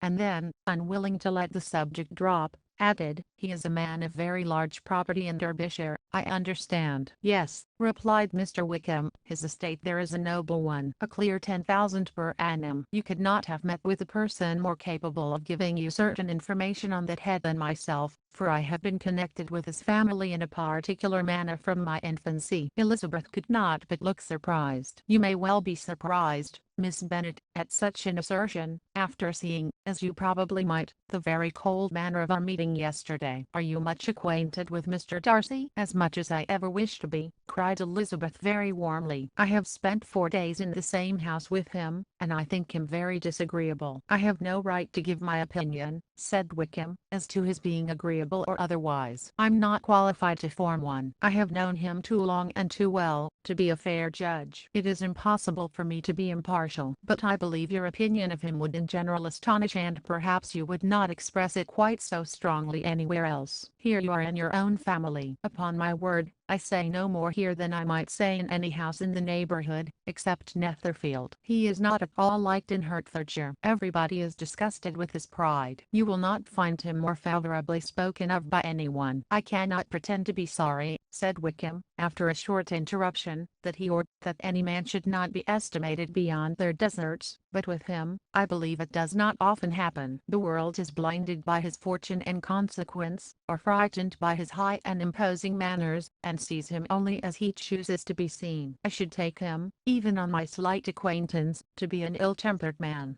Wickham only shook his head. "I wonder," said he, at the next opportunity of speaking, "whether he is likely to be in this country much longer. I do not at all know, but I heard nothing of his going away when I was at Netherfield. I hope your plans in favour of the shire will not be affected by his being in the neighbourhood." "Oh, no, it is not for me to be driven away by Mr. Darcy. If he wishes to avoid seeing me, he must go. We are not on friendly terms, and it always gives me pain to meet him, but I have no reason for avoiding him, but what I might proclaim before all the world, a sense of very great ill-usage, and most painful regrets at his being what he is." His father, Miss Bennet, the late Mr. Darcy, was one of the best men that ever breathed, and the truest friend I ever had, and I can never be in company with this Mr. Darcy without being grieved to the soul by 1,000 tender recollections. His behaviour to myself has been scandalous, but I verily believe I could forgive him anything and everything, rather than his disappointing the hopes, and disgracing the memory of his father. Elizabeth found the interest of the subject increase, and listened with all her heart, but the delicacy of it prevented further inquiry. Mr. Wickham began to speak on more general topics, Meryton, the neighbourhood, the society, appearing highly pleased with all that he had yet seen, and speaking of the latter with gentle, but very intelligible gallantry. "It was the prospect of constant society, and good society," he added, "which was my chief inducement to enter the shire. I knew it to be a most respectable, agreeable course, and my friend Denny tempted me further by his account of their present quarters, and the very great attentions and excellent acquaintances Meryton had procured them. Society, I own, is necessary to me. I have been a disappointed man, and my spirits will not bear solitude. I must have employment and society. A military life is not what I was intended for, but circumstances have now made it eligible. The church ought to have been my profession. I was brought up for the church, and I should at this time have been in possession of a most valuable living, had it pleased the gentleman we were speaking of just now. Indeed, yes, the late Mr. Darcy bequeathed me the next presentation of the best living in his gift. He was my godfather, and excessively attached to me. I cannot do justice to his kindness. He meant to provide for me amply, and thought he had done it, but when the living fell, it was given elsewhere." "Good heavens!" cried Elizabeth,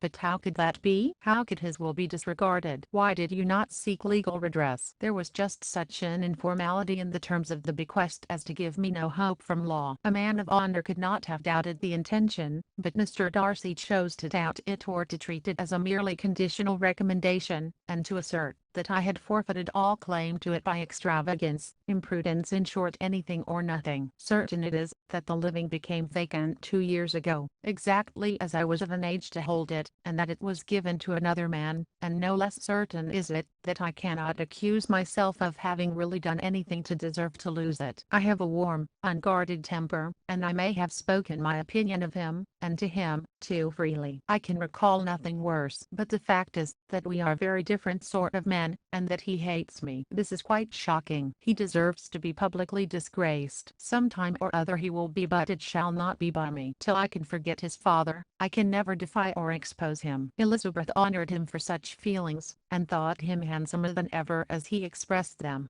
But what, said she, after a pause, can have been his motive? What can have induced him to behave so cruelly? A thorough, determined dislike of me, a dislike which I cannot but attribute in some measure to jealousy. Had the late Mr. Darcy liked me less, his son might have borne with me better, but his father's uncommon attachment to me irritated him, I believe very early in life. He had not a temper to bear the sort of competition in which we stood, the sort of preference which was often given me. I had not thought Mr. Darcy so bad as this, though I have never liked him. I had not thought so very ill of him. I had supposed him to be despising his fellow creatures in general, but did not suspect him of descending to such malicious revenge, such injustice, such inhumanity as this. After a few minutes' reflection, however, she continued, I do remember his boasting one day, at Netherfield, of the implacability of his resentments, of his having an unforgiving temper. His disposition must be dreadful. I will not trust myself on the subject, replied Wickham. I can hardly be just to him. Elizabeth was again deep in thought, and after a time exclaimed, to treat in such a manner the godson, the friend, the favourite of his father.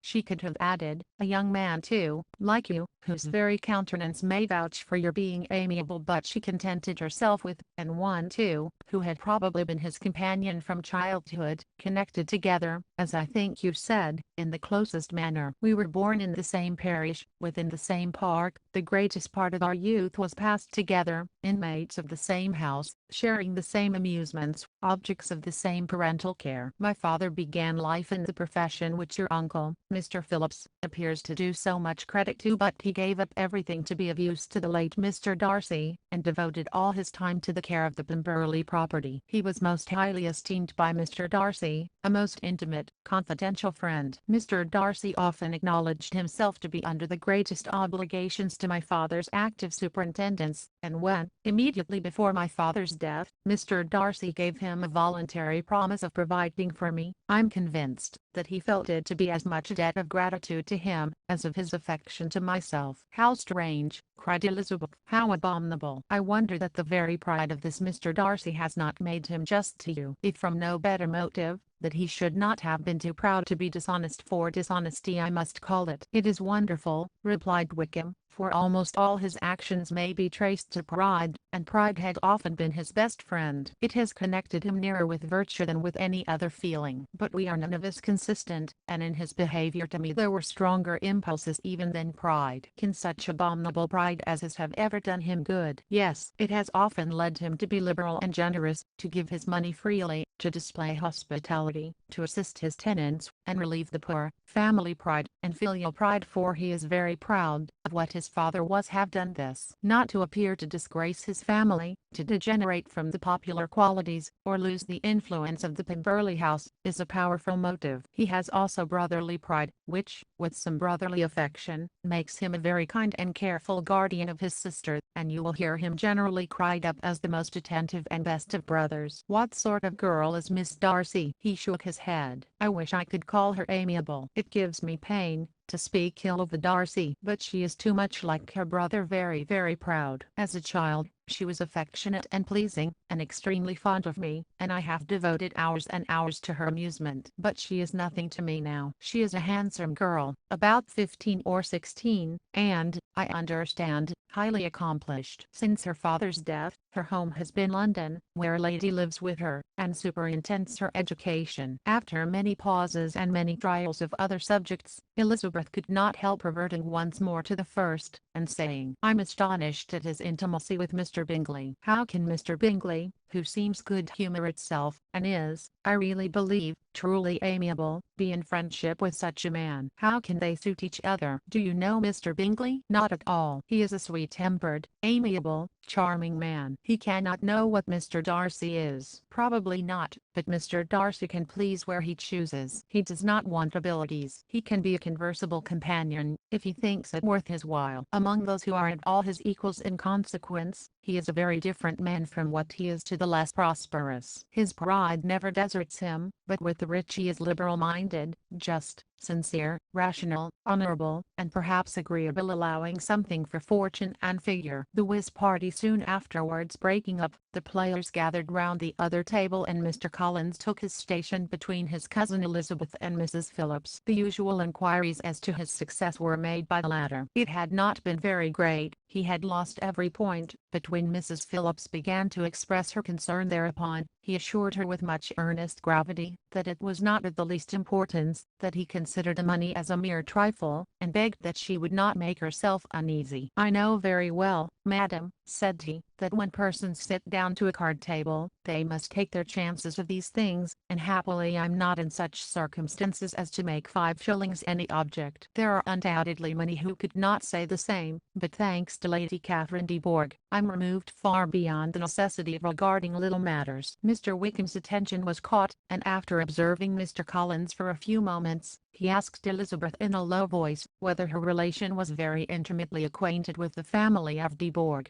"Lady Catherine de Bourgh," she replied, "has very lately given him a living. I hardly know how Mr. Collins was first introduced to her notice, but he certainly has not known her long. You know of course that Lady Catherine de Bourgh and Lady Anne Darcy were sisters, consequently that she is aunt to the present Mr. Darcy." "No, indeed, I did not. I knew nothing at all of Lady Catherine's connections. I never heard of her existence till the day before yesterday. Her daughter, Miss de Bourgh, will have a very large fortune, and it is believed that she and her cousin will unite the two estates." This information made Elizabeth smile, as she thought of poor Miss Bingley. Vain indeed must be all her attentions, vain and useless her affection for his sister and her praise of himself, if he were already self-destined for another. "Mr. Collins," said she, "speaks highly both of Lady Catherine and her daughter, but from some particulars that he has related of her ladyship, I suspect his gratitude misleads him, and that in spite of her being his patroness, she is an arrogant, conceited woman." "I believe her to be both in a great degree," replied Wickham. "I have not seen her for many years, but I very well remember that I never liked her, and that her manners were dictatorial and insolent. She has the reputation of being remarkably sensible and clever, but I rather believe she derives part of her abilities from her rank and fortune, part from her authoritative manner, and the rest from the pride for her nephew, who chooses that everyone connected with him should have an understanding of the first class." Elizabeth allowed that he had given a very rational account of it, and they continued talking together, with mutual satisfaction till supper put an end to cards, and gave the rest of the ladies their share of Mr. Wickham's attentions. There could be no conversation in the noise of Mrs. Phillips's supper party, but his manners recommended him to everybody. Whatever he said, was said well, and whatever he did,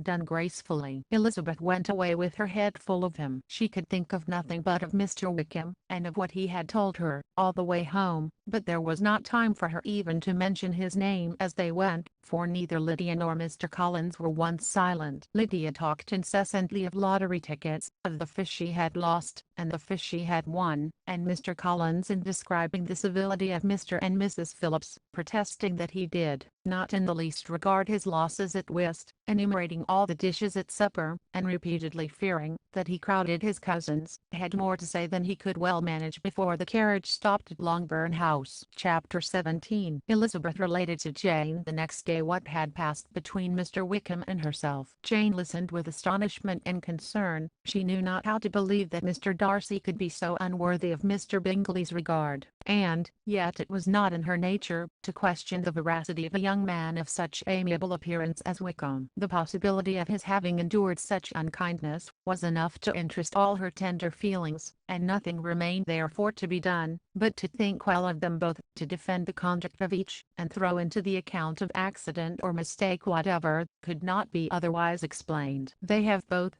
said she, "been deceived, I dare say, in some way or other, of which we can form no idea. Interested people have perhaps misrepresented each to the other. It is, in short, impossible for us to conjecture the causes or circumstances which may have alienated them, without actual blame on either side." "Very true, indeed. And now, my dear Jane, what have you got to say on behalf of the interested people who have probably been concerned in the business? Do clear them too, or we shall be obliged to think ill of somebody." "Laugh as much as you choose, but you will not laugh me out of my opinion." "My dearest Lizzie, do but consider in what a disgraceful light it places Mr. Darcy, to be treating his father's favourite in such a manner, one whom his father had promised to provide for. It is impossible. No man of common humanity, no man who had any value for his character, could be capable of it. Can his most intimate friends be so excessively deceived in him? Oh, no. I can much more easily believe Mr. Bingley's being imposed on, than that Mr. Wickham should invent such a history of himself as he gave me last night. Names, facts, everything mentioned without ceremony. If it be not so, let Mr. Darcy contradict it. Besides, there was truth in his looks. It is difficult indeed, it is distressing. One does not know what to think." "I beg your pardon, one knows exactly what to think." But Jane could think with certainty on only one point, that Mr. Bingley, if he had been imposed on, would have much to suffer. When the affair became public, the two young ladies were summoned from the shrubbery, where this conversation passed, by the arrival of the very persons of whom they had been speaking. Mr. Bingley and his sisters came to give their personal invitation for the long-expected ball at Netherfield, which was fixed for the following Tuesday. The two ladies were delighted to see their dear friend again, called it an age since they had met, and repeatedly asked what she had been doing with herself since their separation. To the rest of the family they paid little attention, avoiding Mrs. Bennet as much as possible, saying not much to Elizabeth, and nothing at all to the others. They were soon gone again, rising from their seats with an activity which took their brother by surprise, and hurrying off, as if eager to escape from Mrs. Bennet's civilities. The prospect of the Netherfield ball was extremely agreeable to every female of the family. Mrs. Bennet chose to consider it as given in compliment to her eldest daughter, and was particularly flattered by receiving the invitation from Mr. Bingley himself, instead of a ceremonious card. Jane pictured to herself a happy evening in the society of her two friends, and the attentions of their brother, and Elizabeth thought with pleasure of dancing a great deal with Mr. Wickham, and of seeing the confirmation of everything in Mr. Darcy's look and behaviour. The happiness anticipated by Catherine and Lydia depended less on any single event, or any particular person, for though they each, like Elizabeth, meant to dance half the evening with Mr. Wickham, he was by no means the only partner who could satisfy them, and a ball was, at any rate, a ball. And even Mary could assure her family that she had no disinclination for it. "While I could have my mornings to myself," said she, "it is enough. I think it is no sacrifice to join occasionally in evening engagements. Society has claims on us all, and I profess myself one of those who consider intervals of recreation and amusement as desirable for everybody." Elizabeth's spirits were so high on this occasion, that though she did not often speak unnecessarily to Mr. Collins, she could not help asking him whether he intended to accept Mr. Bingley's invitation, and if he did, whether he would think it proper to join in the evening's amusement, and she was rather surprised to find that he entertained no scruple whatever on that head, and was very far from dreading rebuke either from the Archbishop or Lady Catherine de Bourgh, by venturing to dance. "I'm by no means of the opinion, I assure you," said he, "that a ball of this kind, given by a young man of character, to respectable people, can have any evil tendency, and I'm so far from objecting to dancing myself, that I shall hope to be honoured with the hands of all my fair cousins in the course of the evening, and I take this opportunity of soliciting yours, Miss Elizabeth, for the two first dances especially.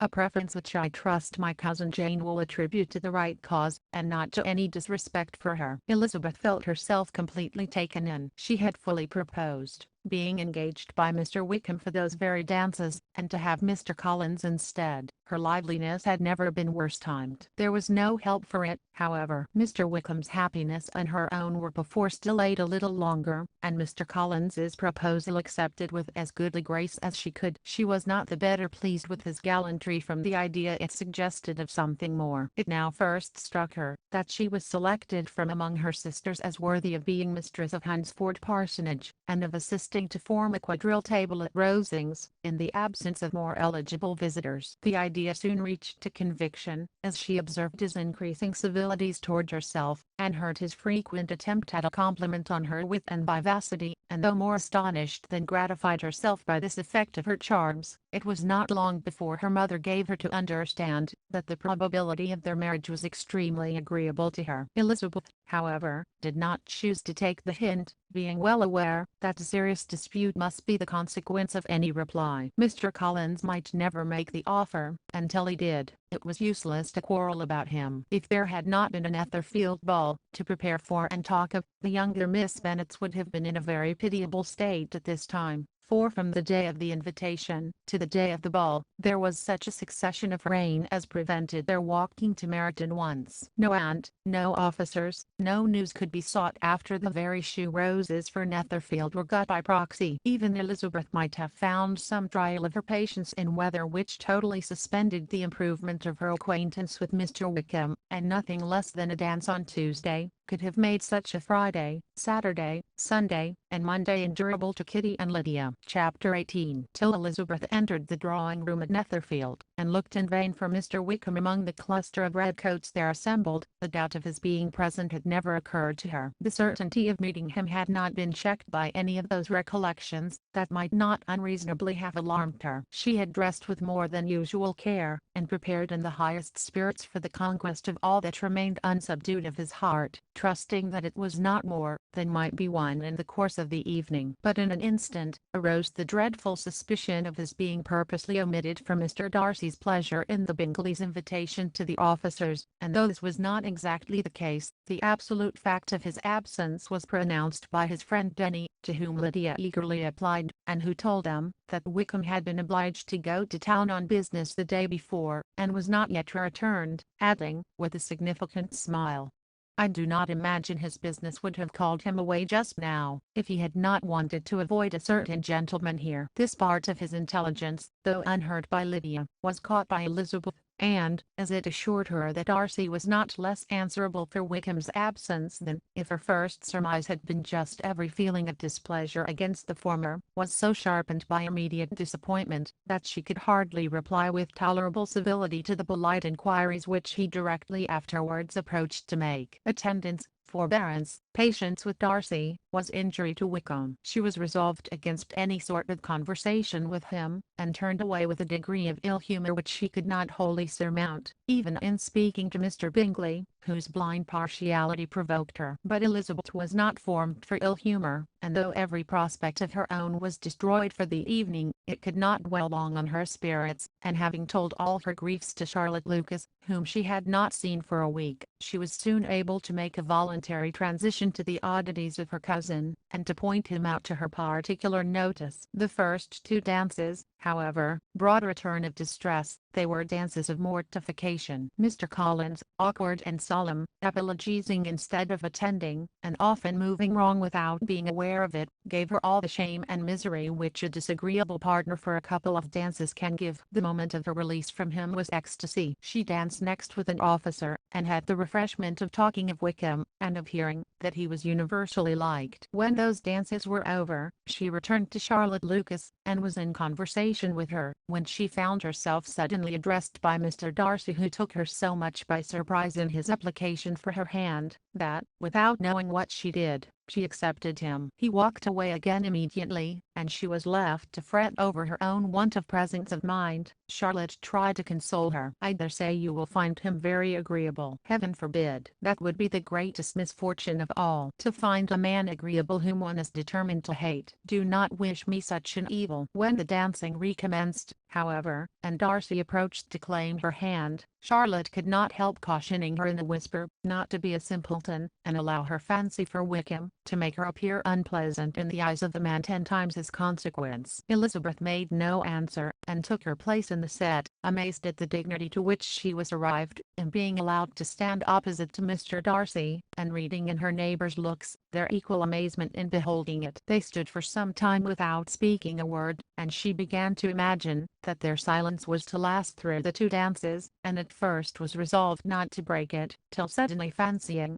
that it would be the greater punishment to her partner to oblige him to talk. She made some slight observation on the dance. He replied, and was again silent. After a pause of some minutes, she addressed him a second time with, "It is your turn to say something now, Mr. Darcy. I talked about the dance, and you ought to make some sort of remark on the size of the room, or the number of couples." He smiled, and assured her that whatever she wished him to say should be said. "Very well, that reply will do for the present. Perhaps by and by I may observe that private balls are much pleasanter than public ones. But now we may be silent." "Do you talk by rule, then, while you are dancing?" "Sometimes. One must speak a little, you know. It would look odd to be entirely silent for half an hour together, and yet for the advantage of some, conversation ought to be so arranged as that they may have the trouble of saying as little as possible." "Are you consulting your own feelings in the present case, or do you imagine that you are gratifying mine?" "Both," replied Elizabeth archly, "for I have always seen a great similarity in the turn of our minds. We are each of an unsocial, taciturn disposition, unwilling to speak, unless we expect to say something that will amaze the whole room, and be handed down to posterity with all the éclat of a proverb." "This is no very striking resemblance of your own character, I'm sure," said he. "How near it may be to mine, I cannot pretend to say." "You think it a faithful portrait undoubtedly." "I must not decide on my own performance." He made no answer, and they were again silent till they had gone down the dance, when he asked her if she and her sisters did not very often walk to Meryton. She answered in the affirmative, and, unable to resist the temptation, added, "When you met us there the other day, we had just been forming a new acquaintance." The effect was immediate. A deeper shade of hauteur overspread his features, but he said not a word, and Elizabeth, though blaming herself for her own weakness, could not go on. At length Darcy spoke, and in a constrained manner said, "Mr. Wickham is blessed with such happy manners as may ensure his making friends. Whether he may be equally capable of retaining them, is less certain." "He has been so unlucky as to lose your friendship," replied Elizabeth with emphasis, "and in a manner which he is likely to suffer from all his life." Darcy made no answer, and seemed desirous of changing the subject. At that moment, Sir William Lucas appeared close to them, meaning to pass through the set to the other side of the room, but on perceiving Mr. Darcy, he stopped with a bow of superior courtesy, to compliment him on his dancing and his partner. "I have been most highly gratified indeed, my dear sir. Such very superior dancing is not often seen. It is evident that you belong to the first circles. Allow me to say, however, that your fair partner does not disgrace you, and that I must hope to have this pleasure often repeated, especially when a certain desirable event, my dear Eliza,"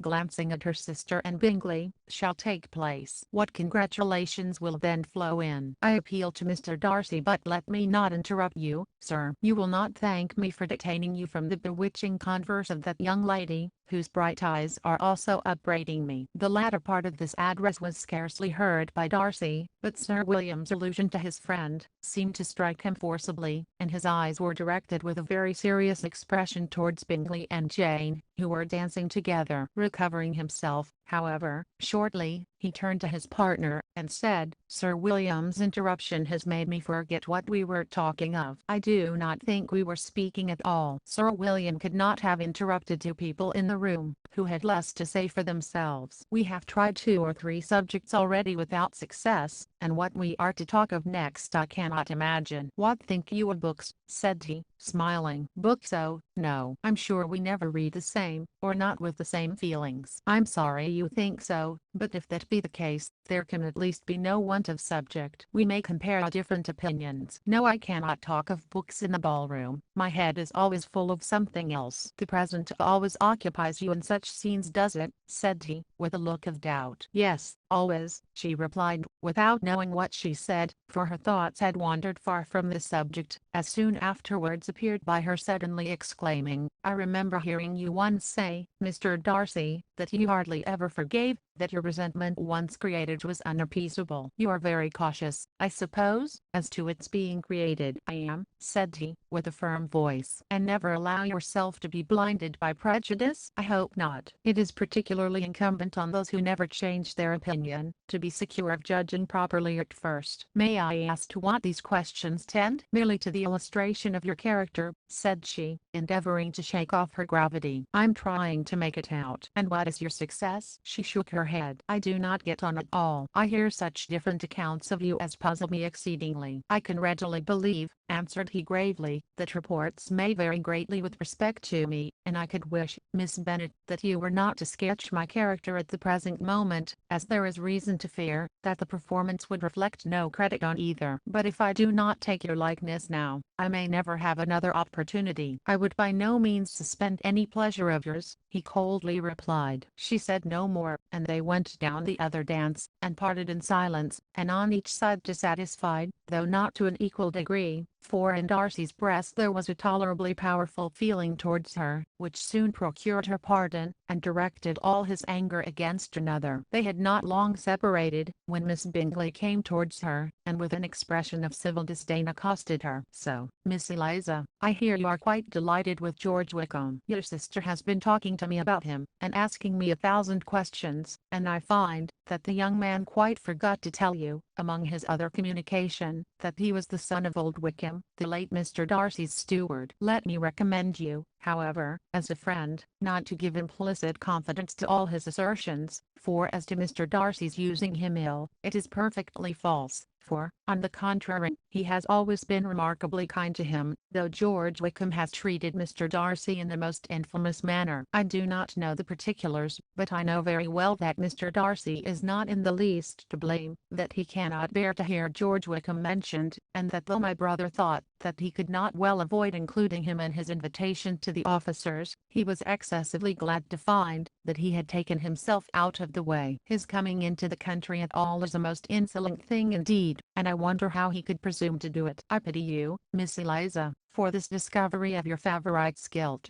but really, considering his descent, one could not expect much better." "His guilt and his descent appear by your account to be the same," said Elizabeth angrily, "for I have heard you accuse him of nothing worse than of being the son of Mr. Darcy's steward, and of that, I can assure you, he informed me himself." "I beg your pardon," replied Miss Bingley, turning away with a sneer. "Excuse my interference, it was kindly meant." "Insolent girl," said Elizabeth to herself. "You are much mistaken, if you expect to influence me by such a paltry attack as this. I see nothing in it, but your own wilful ignorance and the malice of Mr. Darcy." She then sought her eldest sister, who had undertaken to make inquiries on the same subject of Bingley. Jane met her with a smile of such sweet complacency, a glow of such happy expression, as sufficiently marked how well she was satisfied with the occurrences of the evening. Elizabeth instantly read her feelings, and at that moment solicitude for Wickham, resentment against his enemies, and everything else, gave way before the hope of Jane's being in the fairest way for happiness. "I want to know," said she, with a countenance no less smiling than her sister's, "what you have learned about Mr. Wickham. But perhaps you have been too pleasantly engaged to think of any third person, in which case you may be sure of my pardon." "No," replied Jane, "I have not forgotten him, but I have nothing satisfactory to tell you. Mr. Bingley does not know the whole of his history, and is quite ignorant of the circumstances which have principally offended Mr. Darcy, but he will vouch for the good conduct, the probity, and honor of his friend, and is perfectly convinced that Mr. Wickham has deserved much less attention from Mr. Darcy than he has received, and I'm sorry to say by his account as well as his sister's, Mr. Wickham is by no means a respectable young man. I'm afraid he has been very imprudent, and has deserved to lose Mr. Darcy's regard." "Mr. Bingley does not know Mr. Wickham himself?" "No, he never saw him till the other morning at Meryton." "This account then is what he has received from Mr. Darcy. I'm satisfied. But what does he say of the living?" "He does not exactly recollect the circumstances, though he has heard them from Mr. Darcy more than once, but he believes that it was left to him conditionally only." "I have not a doubt of Mr. Bingley's sincerity," said Elizabeth warmly, "but you must excuse my not being convinced by assurances only." Mr. Bingley's defence of his friend was a very able one, I dare say, but since he is unacquainted with several parts of the story, and has learned the rest from that friend himself, I shall venture to still think of both gentlemen as I did before. She then changed the discourse to one more gratifying to each, and on which there could be no difference of sentiment. Elizabeth listened with delight to the happy, though modest hopes which Jane entertained of Mr. Bingley's regard, and said all in her power to heighten her confidence in it. On their being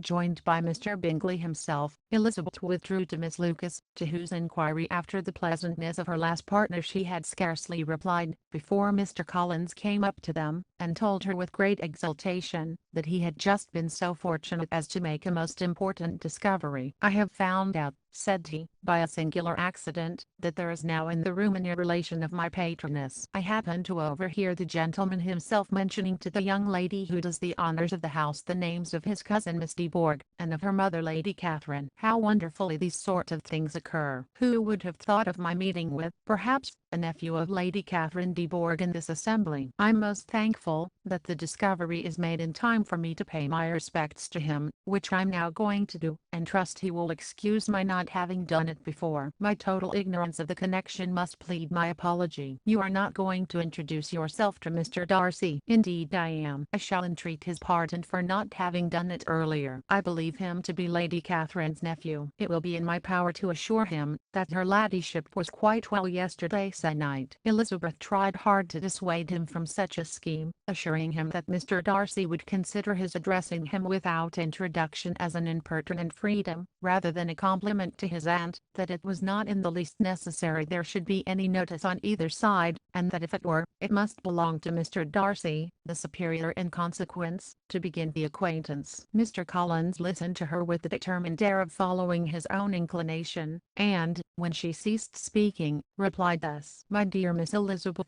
I have the highest opinion in the world in your excellent judgments in all matters within the scope of your understanding, but permit me to say, that there must be a wide difference between the established forms of ceremony amongst the laity, and those which regulate the clergy, for, give me leave to observe, that I consider the clerical office as equal in point of dignity with the highest rank in the kingdom, provided that a proper humility of behavior is at the same time maintained. You must therefore allow me to follow the dictates of my conscience on this occasion, which leads me to perform what I look on as a point of duty. Pardon me for neglecting to profit by your advice, which on every other subject shall be my constant guide, though in the case before us, I consider myself more fitted by education and habitual study, to decide on what is right in a young lady like yourself."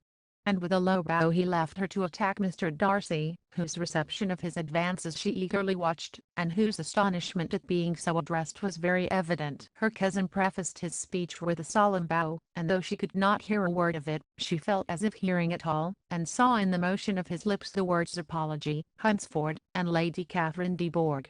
It vexed her to see him expose himself to such a man. Mr. Darcy was eyeing him with unrestrained wonder, and when at last Mr. Collins allowed him time to speak, replied with an air of distant civility. Mr. Collins, however, was not discouraged from speaking again, and Mr. Darcy's contempt seemed abundantly increasing with the length of his second speech, and at the end of it, he only made him a slight bow, and moved another way. Mr. Collins then returned to Elizabeth. "I have no reason, I assure you," said he, "to be dissatisfied with my reception." Mr. Darcy seemed much pleased with the attention. He answered me with the utmost civility, and even paid me the compliment of saying, that he was so well convinced of Lady Catherine's discernment as to be certain she could never bestow a favour unworthily. It was really a very handsome thought. Upon the whole, I'm much pleased with him. As Elizabeth had no longer any interest of her own to pursue, she turned her attention almost entirely on her sister and Mr. Bingley, and the train of agreeable reflections which her observations gave birth to, made her perhaps almost as happy as Jane. She saw her in idea, settled in that very house, in all the felicity which a marriage of true affection could bestow, and she felt capable, under such circumstances, of endeavouring even to like Bingley's two sisters. Her mother's thoughts she plainly saw, were bent the same way, and she determined not to venture near her, lest she might hear too much. When they sat down to supper, therefore, she considered it a most unlucky perverseness which placed them within one of each other, and deeply was she vexed to find, that her mother was talking to that one person, Lady Lucas, freely, openly, and of nothing else but her expectation that Jane would soon be married to Mr. Bingley. It was an animating subject, and Mrs. Bennet seemed incapable of fatigue, while enumerating the advantages of the match. His being such a charming young man and so rich, and living but 3 miles from them, were the first points of self-gratulation, and then it was such a comfort to think how fond the two sisters were of Jane,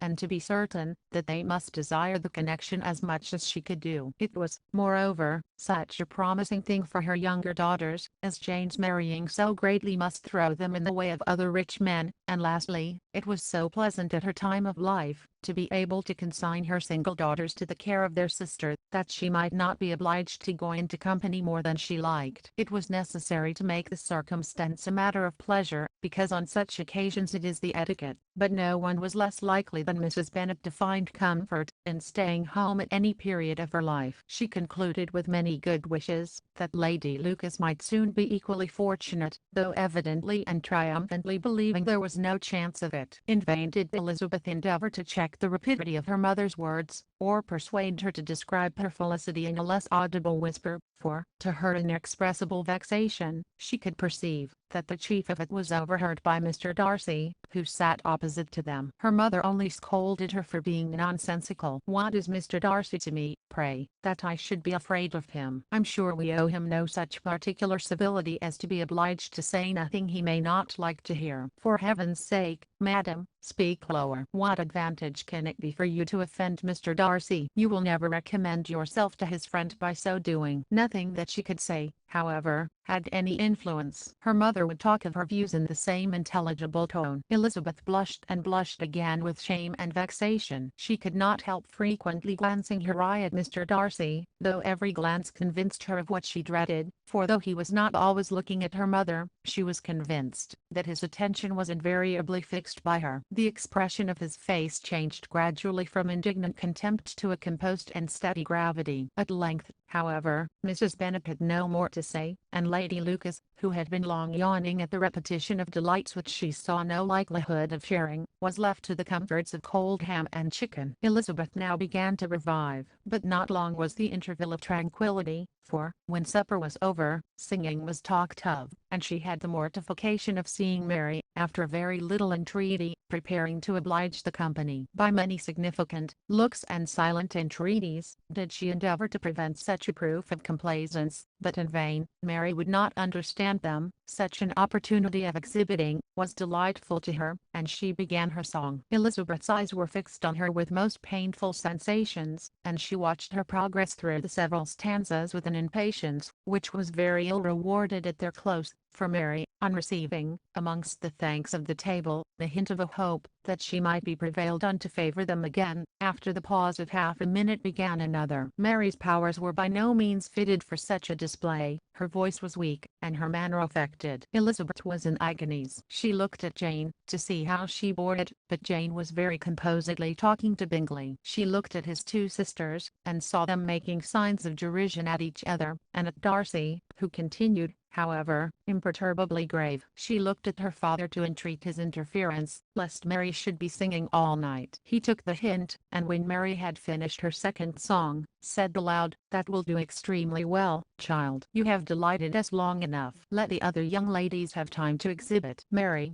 though pretending not to hear, was somewhat disconcerted, and Elizabeth, sorry for her, and sorry for her father's speech, was afraid her anxiety had done no good. Others of the party were now applied to. "If I," said Mr. Collins, "were so fortunate as to be able to sing, I should have great pleasure, I'm sure, in obliging the company with an air, for I consider music as a very innocent diversion, and perfectly compatible with the profession of a clergyman. I do not mean, however, to assert that we can be justified in devoting too much of our time to music, for there are certainly other things to be attended to. The rector of a parish has much to do. In the first place, he must make such an agreement for tithes as may be beneficial to himself, and not offensive to his patron. He must write his own sermons, and the time that remains will not be too much for his parish duties, and the care and improvement of his dwelling, which he cannot be excused from making as comfortable as possible. And I do not think it of light importance that he should have attentive and conciliatory manners towards everybody, especially towards those to whom he owes his preferment. I cannot acquit him of that duty, nor could I think well of the man who should omit an occasion of testifying his respect towards anybody connected with the family.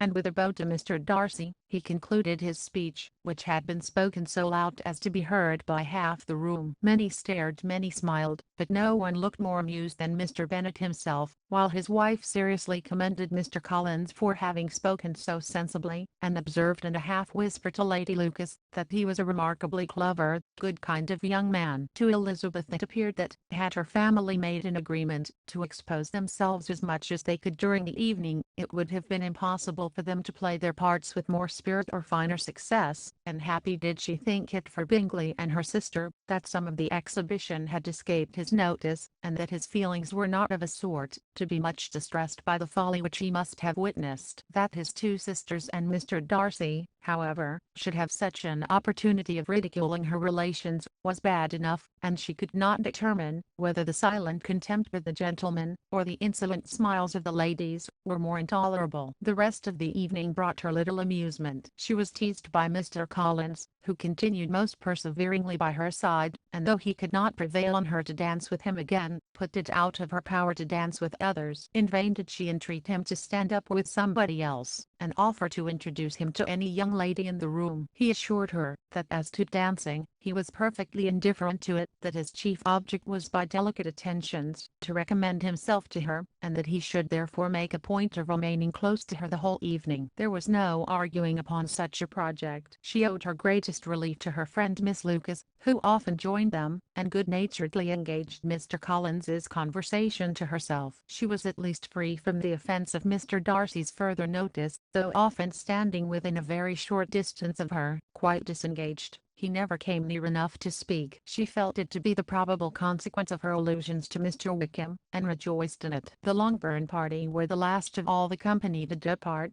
and, by a manoeuvre of Mrs. Bennet, had to wait for their carriage a quarter of an hour after everybody else was gone, which gave them time to see how heartily they were wished away by some of the family. Mrs. Hurst and her sister scarcely opened their mouths, except to complain of fatigue, and were evidently impatient to have the house to themselves. They repulsed every attempt of Mrs. Bennet at conversation, and by so doing, threw a languor over the whole party, which was very little relieved by the long speeches of Mr. Collins, who was complimenting Mr. Bingley and his sisters on the elegance of their entertainment, and the hospitality and politeness which had marked their behaviour to their guests. Darcy said nothing at all. Mr. Bennet, in equal silence, was enjoying the scene. Mr. Bingley and Jane were standing together, a little detached from the rest, and talked only to each other. Elizabeth preserved as steady a silence as either Mrs. Hurst or Miss Bingley, and even Lydia was too much fatigued to utter more than the occasional exclamation of "Lord, how tired I am," accompanied by a violent yawn. When at length they arose to take leave, Mrs. Bennet was most pressingly civil in her hope of seeing the whole family soon at Longbourn, and addressed herself especially to Mr. Bingley, to assure him how happy he would make them, by eating a family dinner with them at any time, without the ceremony of a formal invitation. Bingley was all grateful pleasure, and he readily engaged for taking the earliest opportunity of waiting on her. After his return from London, whither he was obliged to go the next day for a short time, Mrs. Bennet was perfectly satisfied, and quitted the house under the delightful persuasion that, allowing for the necessary preparations of settlements, new carriages, and wedding clothes, she should undoubtedly see her daughter settled at Netherfield in the course of 3 or 4 months. Of having another daughter married to Mr. Collins, she thought with equal certainty, and with considerable, though not equal, pleasure. Elizabeth was the least dear to her of all her children, and though the man and the match were quite good enough for her, the worth of each was eclipsed by Mr. Bingley and Netherfield. Chapter 19. The next day opened a new scene at Longbourn. Mr. Collins made his declaration in form, having resolved to do it without loss of time, as his leave of absence extended only to the following Saturday, and having no feelings of diffidence, to make it distressing to himself even at the moment, he set about it in a very orderly manner, with all the observances which he supposed a regular part of the business. On finding Mrs. Bennet, Elizabeth,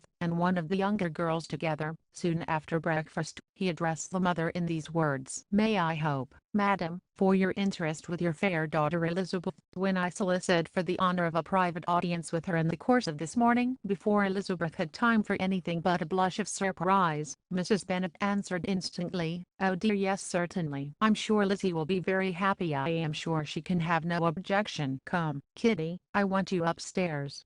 and, gathering her work together, she was hastening away, when Elizabeth called out, "Dear madam, do not go. I beg you will not go. Mr. Collins must excuse me. He can have nothing to say to me that anybody need not hear. I'm going away myself." "No, no, nonsense, Lizzie. I desire you to stay where you are."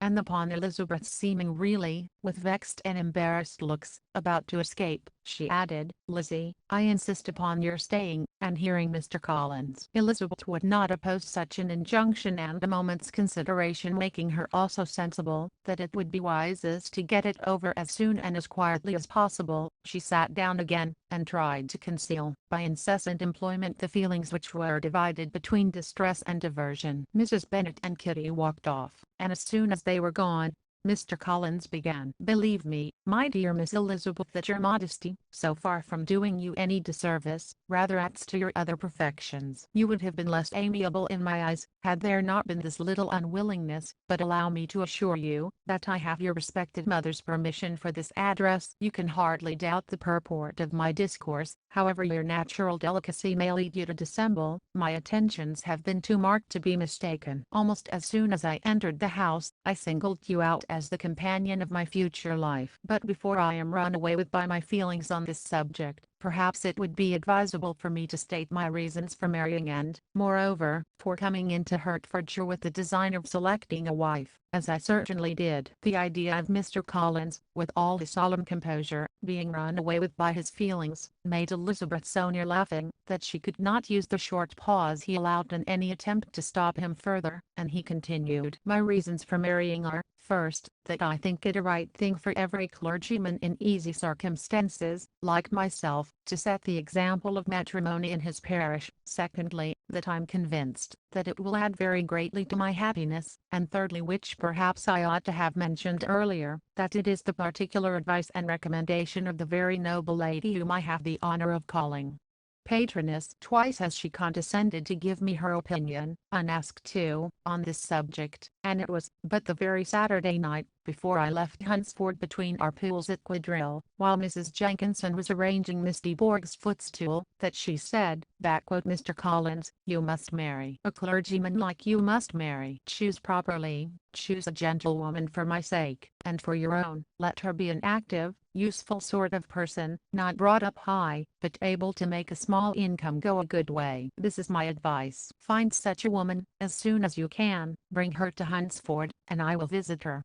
Allow me, by the way, to observe, my fair cousin, that I do not reckon the notice and kindness of Lady Catherine de Bourgh as among the least of the advantages in my power to offer. You will find her manners beyond anything I can describe, and your wit and vivacity, I think, must be acceptable to her, especially when tempered with the silence and respect which her rank will inevitably excite. Thus much for my general intention in favor of matrimony. It remains to be told why my views were directed towards Longbourn instead of my own neighborhood, where I can assure you there are many amiable young women. But the fact is, that being, as I am, to inherit this estate after the death of your honored father, who however, may live many years longer, I could not satisfy myself without resolving to choose a wife from among his daughters, that the loss to them might be as little as possible, when the melancholy event takes place which, however, as I have already said, may not be for several years. This has been my motive, my fair cousin, and I flatter myself it will not sink me in your esteem. And now nothing remains for me, but to assure you in the most animated language of the violence of my affection. To fortune I'm perfectly indifferent, and shall make no demand of that nature on your father, since I'm well aware that it could not be complied with, and that £1,000 and the 4 per cents, which will not be yours till after your mother's decease, is all that you may ever be entitled to. On that head, therefore, I shall be uniformly silent, and you may assure yourself that no ungenerous reproach shall ever pass my lips when we are married." It was absolutely necessary to interrupt him now. "You are too hasty, sir," she cried. "You forget that I have made no answer. Let me do it without further loss of time. Accept my thanks thanks for the compliment you are paying me. I'm very sensible of the honor of your proposals, but it is impossible for me to do otherwise than to decline them." "I'm not now to learn," replied Mr. Collins, with a formal wave of the hand, "that it is usual with young ladies to reject the addresses of the man whom they secretly mean to accept, when he first applies for their favor, and that sometimes the refusal is repeated a second, or even a third time. I'm therefore by no means discouraged by what you have just said, and shall hope to lead you to the altar ere long." "Upon my word, sir," cried Elizabeth, "your hope is a rather extraordinary one after my declaration. I do assure you that I'm not one of those young ladies, if such young ladies there are, who are so daring as to risk their happiness on the chance of being asked a second time. I'm perfectly serious in my refusal. You could not make me happy, and I'm convinced that I'm the last woman in the world who could make you so. Nay, were your friend Lady Catherine to know me, I'm persuaded she would find me in every respect ill qualified for the situation." "Were it certain that Lady Catherine would think so," said Mr. Collins very gravely, "but I cannot imagine that her ladyship would at all disapprove of you. And you may be certain, when I have the honor of seeing her again, I shall speak in the very highest terms of your modesty, economy, and other amiable qualification. Indeed, Mr. Collins, all praise of me will be unnecessary. You must give me leave to judge for myself, and pay me the compliment of believing what I say. I wish you very happy and very rich, and by refusing your hand, do all in my power to prevent your being otherwise. In making me the offer, you must have satisfied the delicacy of your feelings with regard to my family, and may take possession of Longbourn estate whenever it falls, without any self-reproach. This matter may be considered, therefore, as finally settled."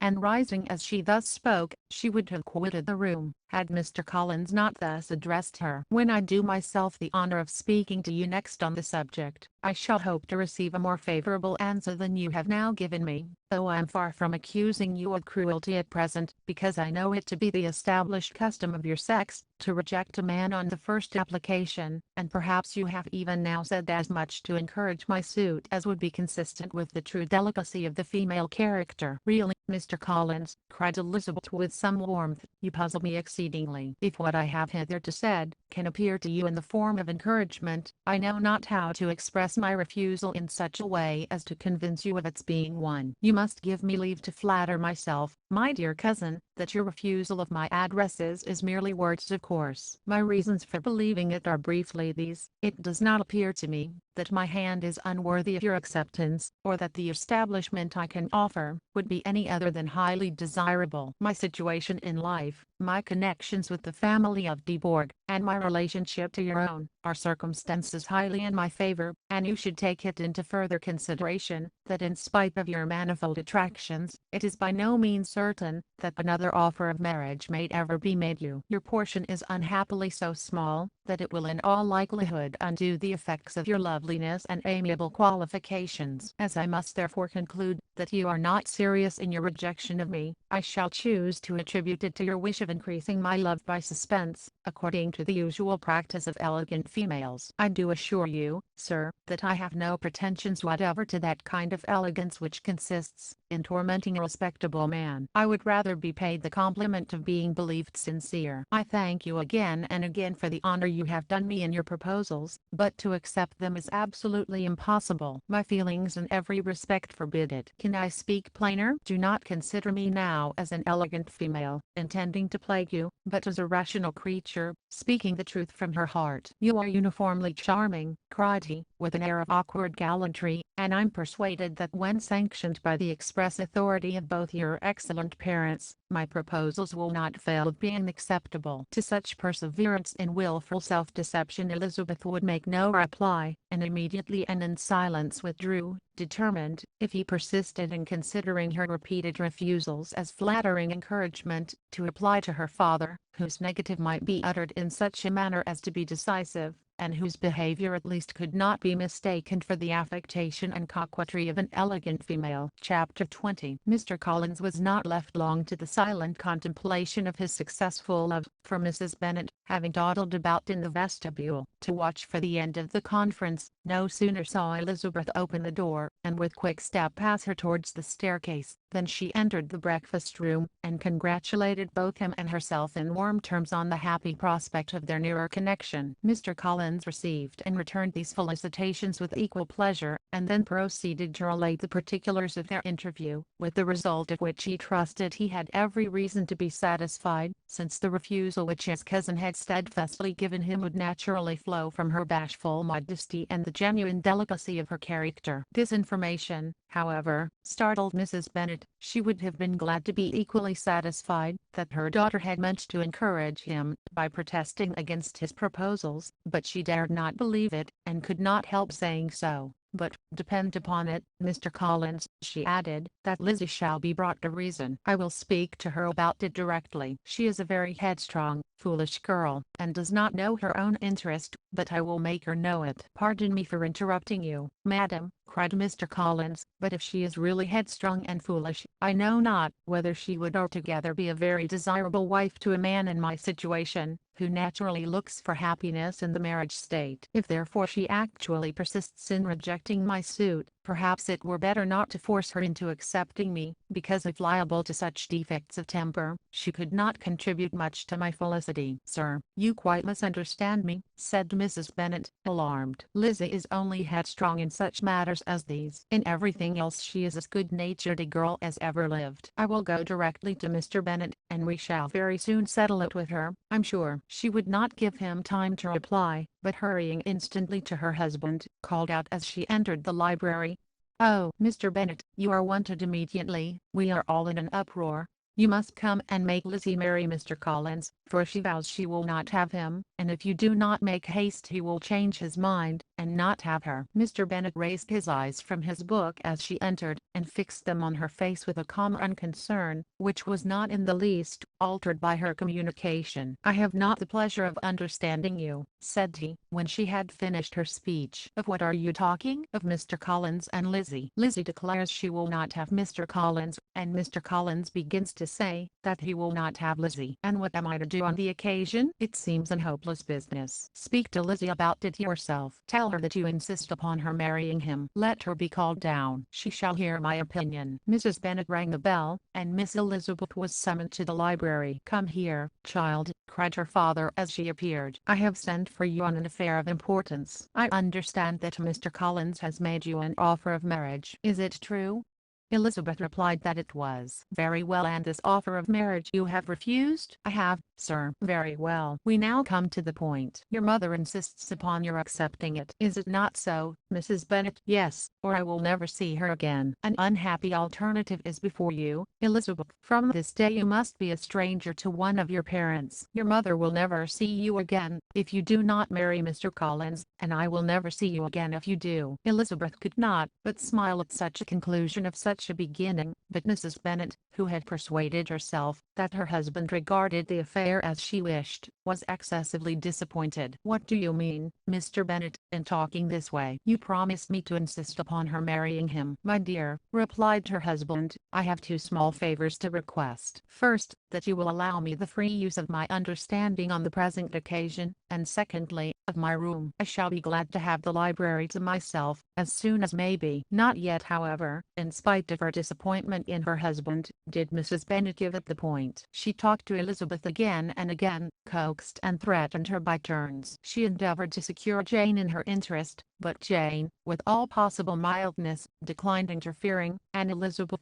sometimes with real earnestness, and sometimes with playful gaiety, replied to her attacks. Though her manner varied, however, her determination never did. Mr. Collins, meanwhile, was meditating in solitude on what had passed. He thought too well of himself to comprehend on what motives his cousin could refuse him, and though his pride was hurt, he suffered in no other way. His regard for her was quite imaginary, and the possibility of her deserving her mother's reproach prevented his feeling any regret. While the family were in this confusion, Charlotte Lucas came to spend the day with them. She was met in the vestibule by Lydia, who, flying to her, cried in a half-whisper, "I'm glad you are come, for there is such fun here." "What do you think has happened this morning?" "Mr. Collins has made an offer to Lizzie, and she will not have him." Charlotte hardly had time to answer, before they were joined by Kitty, who came to tell the same news, and no sooner had they entered the breakfast room, where Mrs. Bennet was alone, than she likewise began on the subject, calling on Miss Lucas for her compassion, and entreating her to persuade her friend Lizzie to comply with the wishes of all her family. "Pray do, my dear Miss Lucas," she added in a melancholy tone, "for nobody is on my side, nobody takes part with me. I'm cruelly used, nobody feels for my poor nerves." Charlotte's reply was spared by the entrance of Jane and Elizabeth. "Aye, there she comes," continued Mrs. Bennet, looking as unconcerned as may be, and caring no more for us than if we were at York, provided she can have her own way. "But I tell you, Miss Lizzie, if you take it into your head to go on refusing every offer of marriage in this way, you will never get a husband at all, and I'm sure I do not know who is to maintain you when your father is dead. I shall not be able to keep you, and so I warn you. I have done with you from this very day. I told you in the library, you know, that I should never speak to you again, and you will find me as good as my word. I have no pleasure in talking to undutiful children. Not that I have much pleasure, indeed, in talking to anybody. People who suffer as I do from nervous complaints can have no great inclination for talking. Nobody can tell what I suffer, but it is always so. Those who do not complain are never pitied." Her daughters listened in silence to this effusion, sensible that any attempt to reason with her or soothe her would only increase the irritation. She talked on, therefore, without interruption from any of them, till they were joined by Mr. Collins, who entered the room with an air more stately than usual, and on perceiving whom, she said to the girls, "Now, I do insist upon it, that you, all of you, hold your tongues, and let me and Mr. Collins have a little conversation together." Elizabeth passed quietly out of the room. Jane and Kitty followed, but Lydia stood her ground, determined to hear all she could, and Charlotte, detained first by the civility of Mr. Collins, whose inquiries after herself and all her family were very minute, and then by a little curiosity, satisfied herself with walking to the window, and pretending not to hear. In a doleful voice Mrs. Bennet began the projected conversation.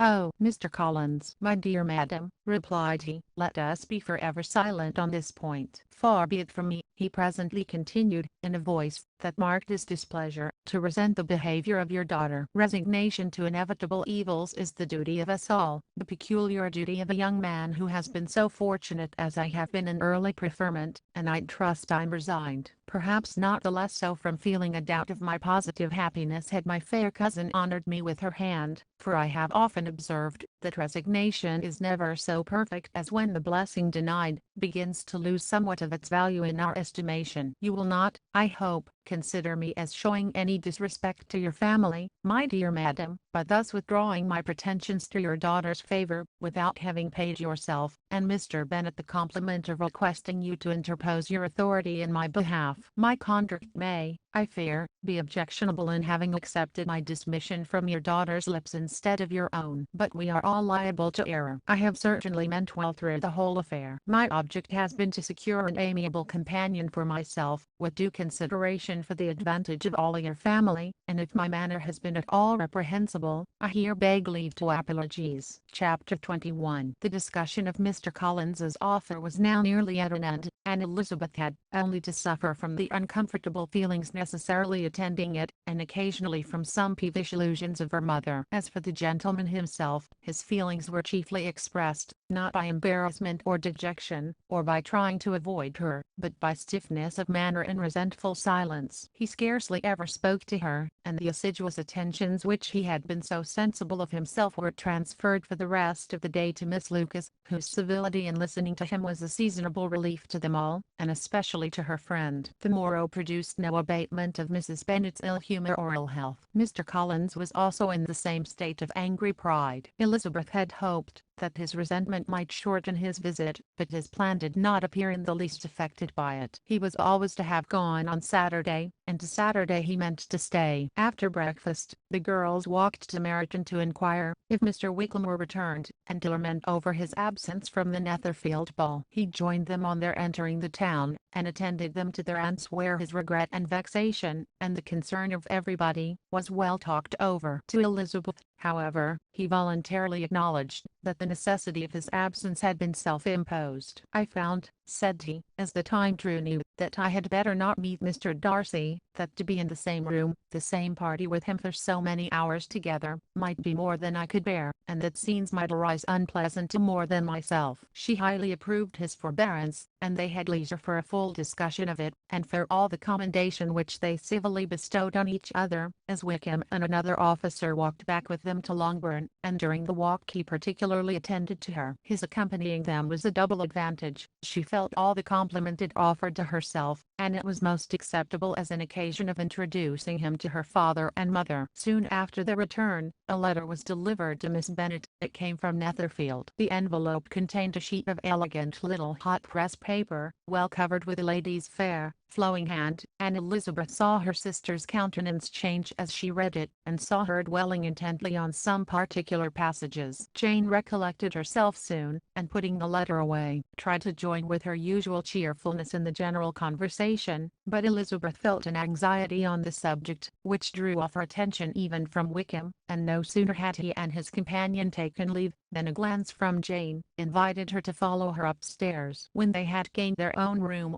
Jane, taking out the letter, said, "This is from Caroline Bingley. What it contains has surprised me a good deal." The whole party have left Netherfield by this time, and are on their way to town, and without any intention of coming back again. You shall hear what she says. She then read the first sentence aloud, which comprised the information of their having just resolved to follow their brother to town directly, and of their meaning to dine in Grosvenor Street, where Mr. Hurst had a house. The next was in these words: "I do not pretend to regret anything I shall leave in Hertfordshire, except your society, my dearest friend, but we will hope, at some future period, to enjoy many returns of that delightful intercourse we have known, and in the meanwhile may lessen the pain of separation by a very frequent and most unreserved correspondence. I depend on you for that."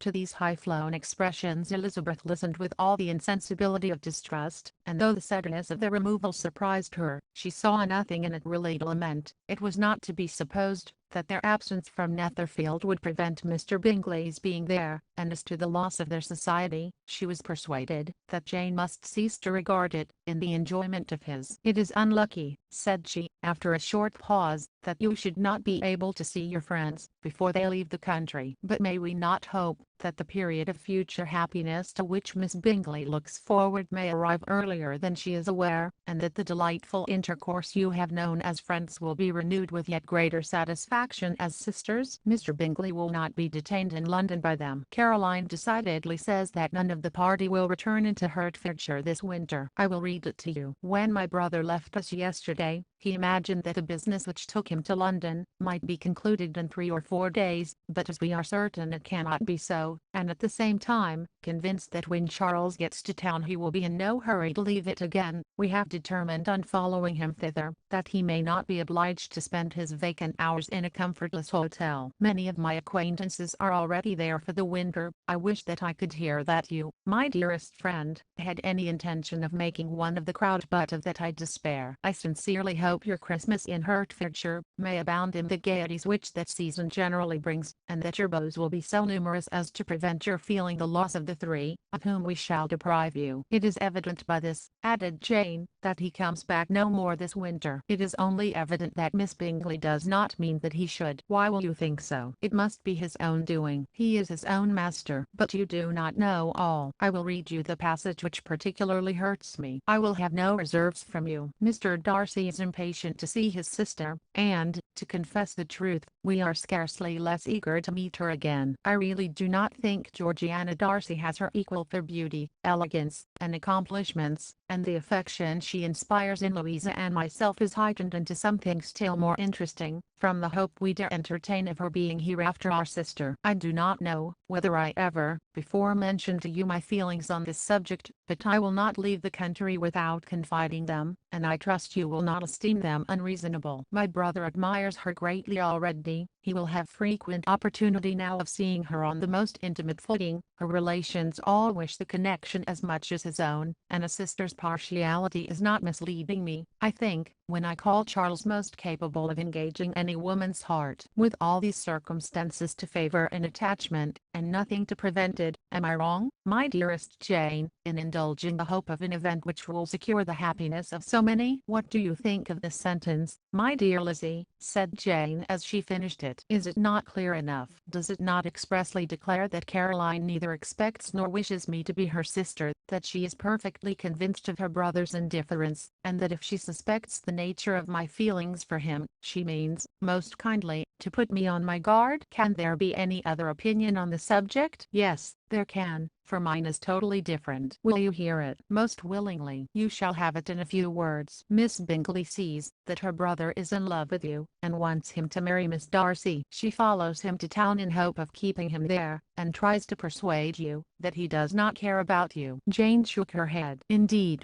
Jane, you ought to believe me. No one who has ever seen you together can doubt his affection. Miss Bingley, I'm sure, cannot. She is not such a simpleton. Could she have seen half as much love in Mr. Darcy for herself, she would have ordered her wedding clothes. But the case is this, we are not rich enough or grand enough for them, and she is the more anxious to get Miss Darcy for her brother, from the notion that when there has been one intermarriage, she may have less trouble in achieving a second, in which there is certainly some ingenuity, and I dare say it would succeed, if Miss de Bourgh were out of the way. But, my dearest Jane, you cannot seriously imagine that, because Miss Bingley tells you her brother greatly admires Miss Darcy, he is in the smallest degree less sensible of your merit than when he took leave of you on Tuesday, or that it will be in her power to persuade him that, instead of being in love with you, he is very much in love with her friend. If we thought alike of Miss Bingley, replied Jane, your representation of all this might make me quite easy. But I know the foundation is unjust. Caroline is incapable of wilfully deceiving anyone, and all that I can hope in this case is that she is deceiving herself. That is right. You could not have started a more happy idea, since you will not take comfort in mine. Believe her to be deceived, by all means. You have now done your duty by her, and must fret no longer.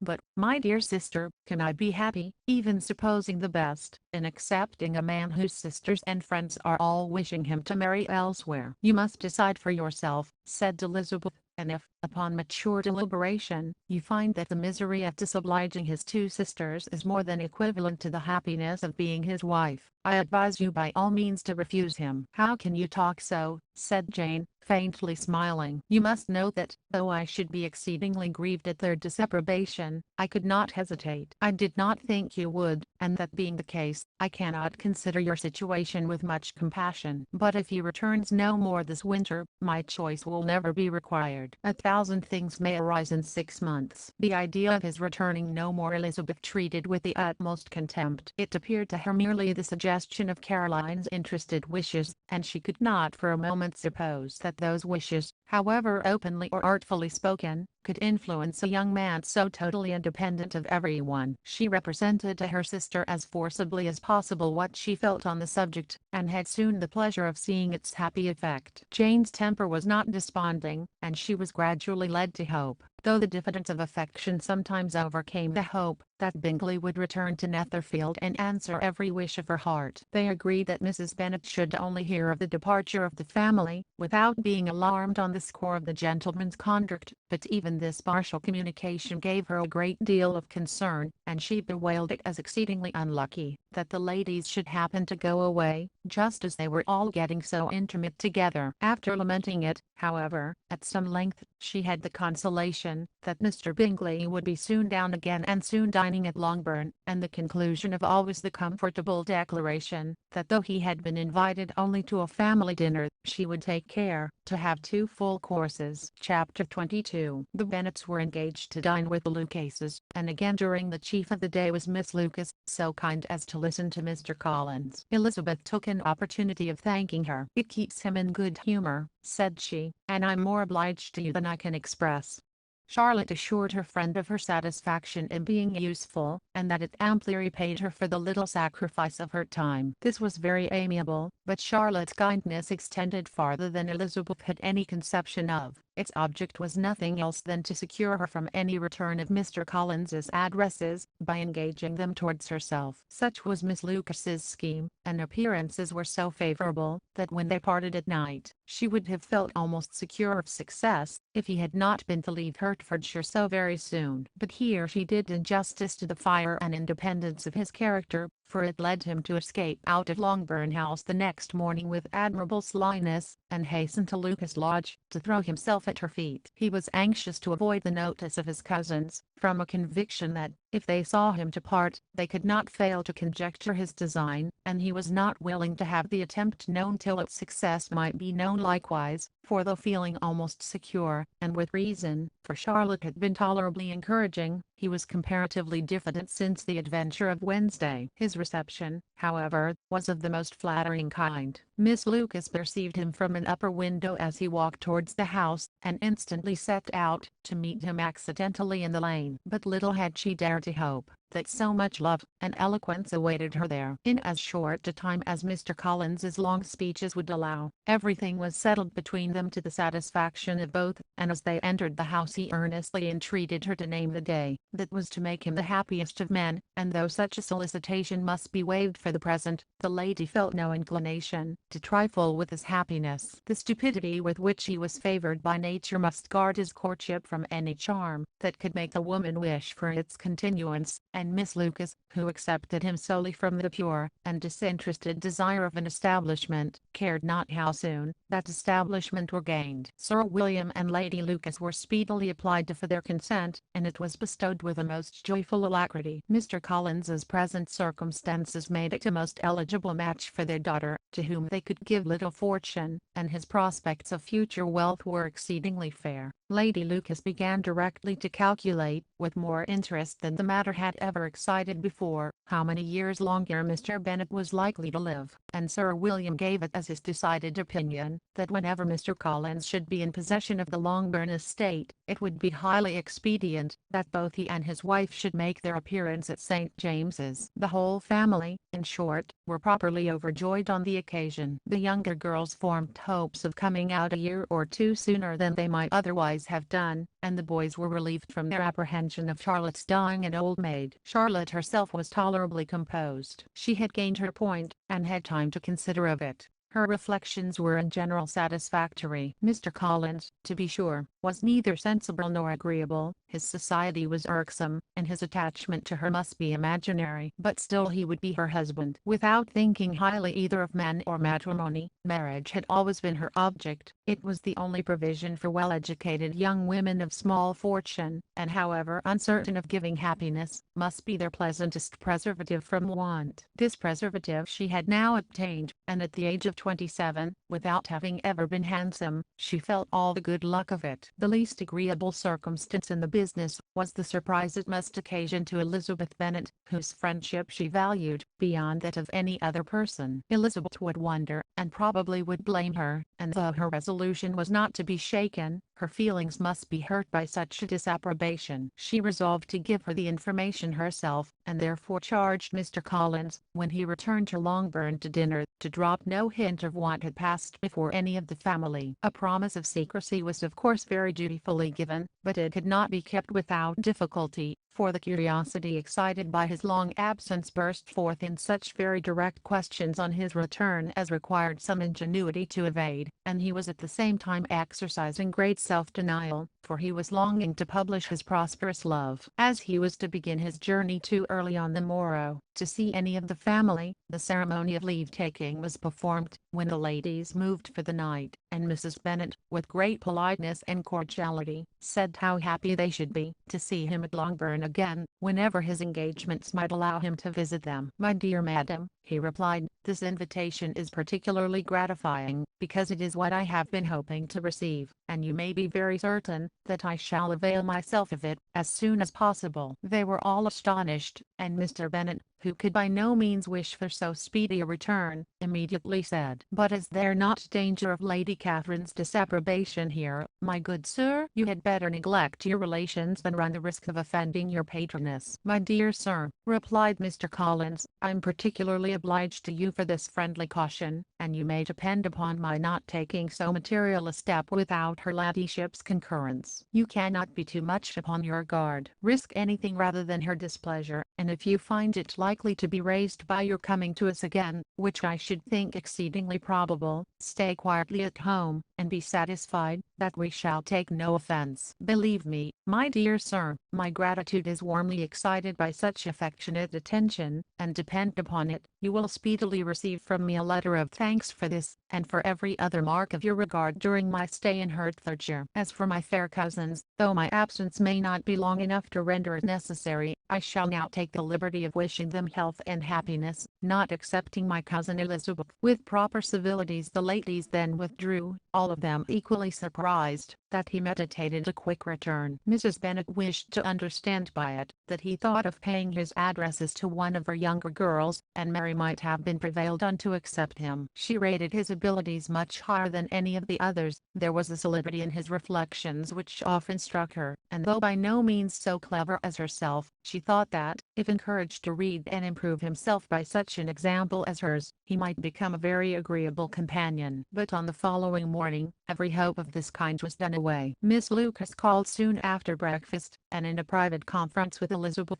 related the event of the day before. The possibility of Mr. Collins's fancying himself in love with her friend had once occurred to Elizabeth within the last day or two, but that Charlotte could encourage him seemed almost as far from possibility as she could encourage him herself, and her astonishment was consequently so great as to overcome at first the bounds of decorum, and she could not help crying out, "Engaged to Mr. Collins, my dear Charlotte, impossible!" The steady countenance which Miss Lucas had commanded in telling her story, gave way to a momentary confusion here on receiving so direct a reproach, though, as it was no more than she expected, she soon regained her composure, and calmly replied, "Why should you be surprised, my dear Eliza? Do you think it incredible that Mr. Collins should be able to procure any woman's good opinion, because he was not so happy as to succeed with you?" But Elizabeth had now recollected herself, and making a strong effort for it, was able to assure with tolerable firmness that the prospect of the relationship was highly grateful to her, and that she wished her all imaginable happiness. "I see what you are feeling," replied Charlotte. "You must be surprised, very much surprised, so lately as Mr. Collins was wishing to marry you. But when you have had time to think it over, I hope you will be satisfied with what I have done. I'm not romantic, you know, I never was. I ask only a comfortable home, and considering Mr. Collins's character, connection, and situation in life, I'm convinced that my chance of happiness with him is as fair as most people can boast on entering the marriage state." Elizabeth quietly answered undoubtedly, and after an awkward pause, there turned to the rest of the family. Charlotte did not stay much longer, and Elizabeth was then left to reflect on what she had heard. It was a long time before she became at all reconciled to the idea of so unsuitable a match. The strangeness of Mr. Collins's making 2 offers of marriage within 3 days was nothing in comparison of his being now accepted. She had always felt that Charlotte's opinion of matrimony was not exactly alike her own, but she had not supposed it to be possible that, when called into action, she would have sacrificed every better feeling to worldly advantage. Charlotte, the wife of Mr. Collins, was a most humiliating picture, and to the pang of a friend disgracing herself and sunk in her esteem, was added the distressing conviction that it was impossible for that friend to be tolerably happy in the lot she had chosen. Chapter 23. Elizabeth was sitting with her mother and sisters, reflecting on what she had heard, and doubting whether she was authorized to mention it, when Sir William Lucas himself appeared, sent by his daughter, to announce her engagement to the family. With many compliments to them, and much self-gratulation on the prospect of a connection between the houses, he unfolded the matter to an audience not merely wondering, but incredulous,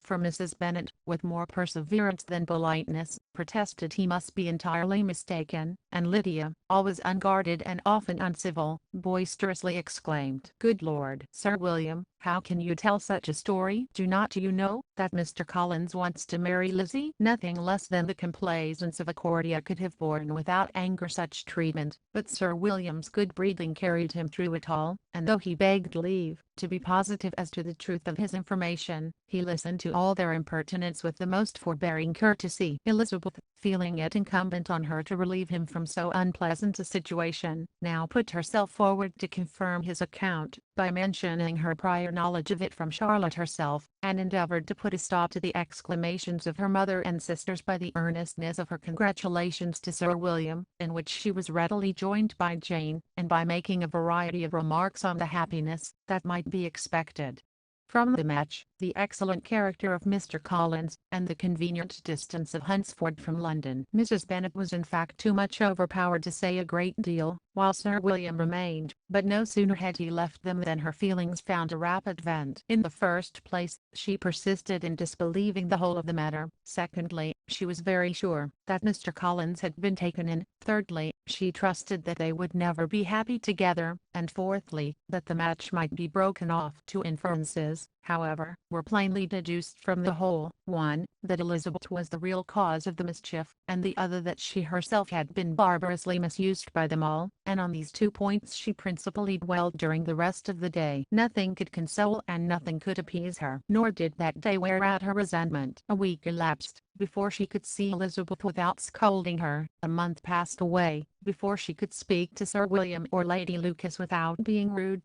and many months were gone before she could at all forgive their daughter. Mr. Bennet's emotions were much more tranquil on the occasion, and such as he did experience he pronounced to be of a most agreeable sort, for it gratified him, he said, to discover that Charlotte Lucas, whom he had been used to think tolerably sensible, was as foolish as his wife, and more foolish than his daughter. Jane confessed herself a little surprised at the match, but she said less of her astonishment than of her earnest desire for their happiness, nor could Elizabeth persuade her to consider it as improbable. Kitty and Lydia were far from envying Miss Lucas, for Mr. Collins was only a clergyman, and it affected them in no other way than as a piece of news to spread at Meryton. Lady Lucas could not be insensible of triumph on being able to retort on Mrs. Bennet the comfort of having a daughter well married, and she called at Longbourn rather oftener than usual to say how happy she was, though Mrs. Bennet's sour looks and ill-natured remarks might have been enough to drive happiness away. Between Elizabeth and Charlotte there was a restraint which kept them mutually silent on the subject, and Elizabeth felt persuaded that no real confidence could ever subsist between them again. Her disappointment in Charlotte made her turn with fonder regard to her sister, of whose rectitude and delicacy she was sure her opinion could never be shaken, and for whose happiness she grew daily more anxious, as Bingley had now been gone a week and nothing more was heard of his return. Jane had sent Caroline an early answer to her letter, and was counting the days till she might reasonably hope to hear again. The promised letter of thanks from Mr. Collins arrived on Tuesday, addressed to their father, and written with all the solemnity of gratitude which a 12 month's abode in the family might have prompted. After discharging his conscience on that head, he proceeded to inform them, with many rapturous expressions, of his happiness in having obtained the affection of their amiable neighbour, Miss Lucas, and then explained that it was merely with the view of enjoying her society that he had been so ready to close with their kind wish of seeing him again at Longbourn, whither he hoped to be able to return on Monday fortnight, for Lady Catherine. He added, so heartily approved his marriage, that she wished it to take place as soon as possible, which he trusted would be an unanswerable argument with his amiable Charlotte, to name an early day for making him the happiest of men. Mr. Collins's return into Hertfordshire was no longer a matter of pleasure to Mrs. Bennet. On the contrary, she was as much disposed to complain of it as her husband. It was very strange that he should come to Longbourn instead of to Lucas Lodge. It was also very inconvenient and exceedingly troublesome. She hated having visitors in the house, while her health was so indifferent, and lovers were of all people the most disagreeable. Such were the gentle murmurs of Mrs. Bennet, and they gave way only to the greater distress of Mr. Bingley's continued absence. Neither Jane nor Elizabeth were comfortable on this subject. Day after day passed away without bringing any other tidings of him than the report which shortly prevailed in Meryton of his coming no more to Netherfield the whole winter, a report which highly incensed Mrs. Bennet, and which she never failed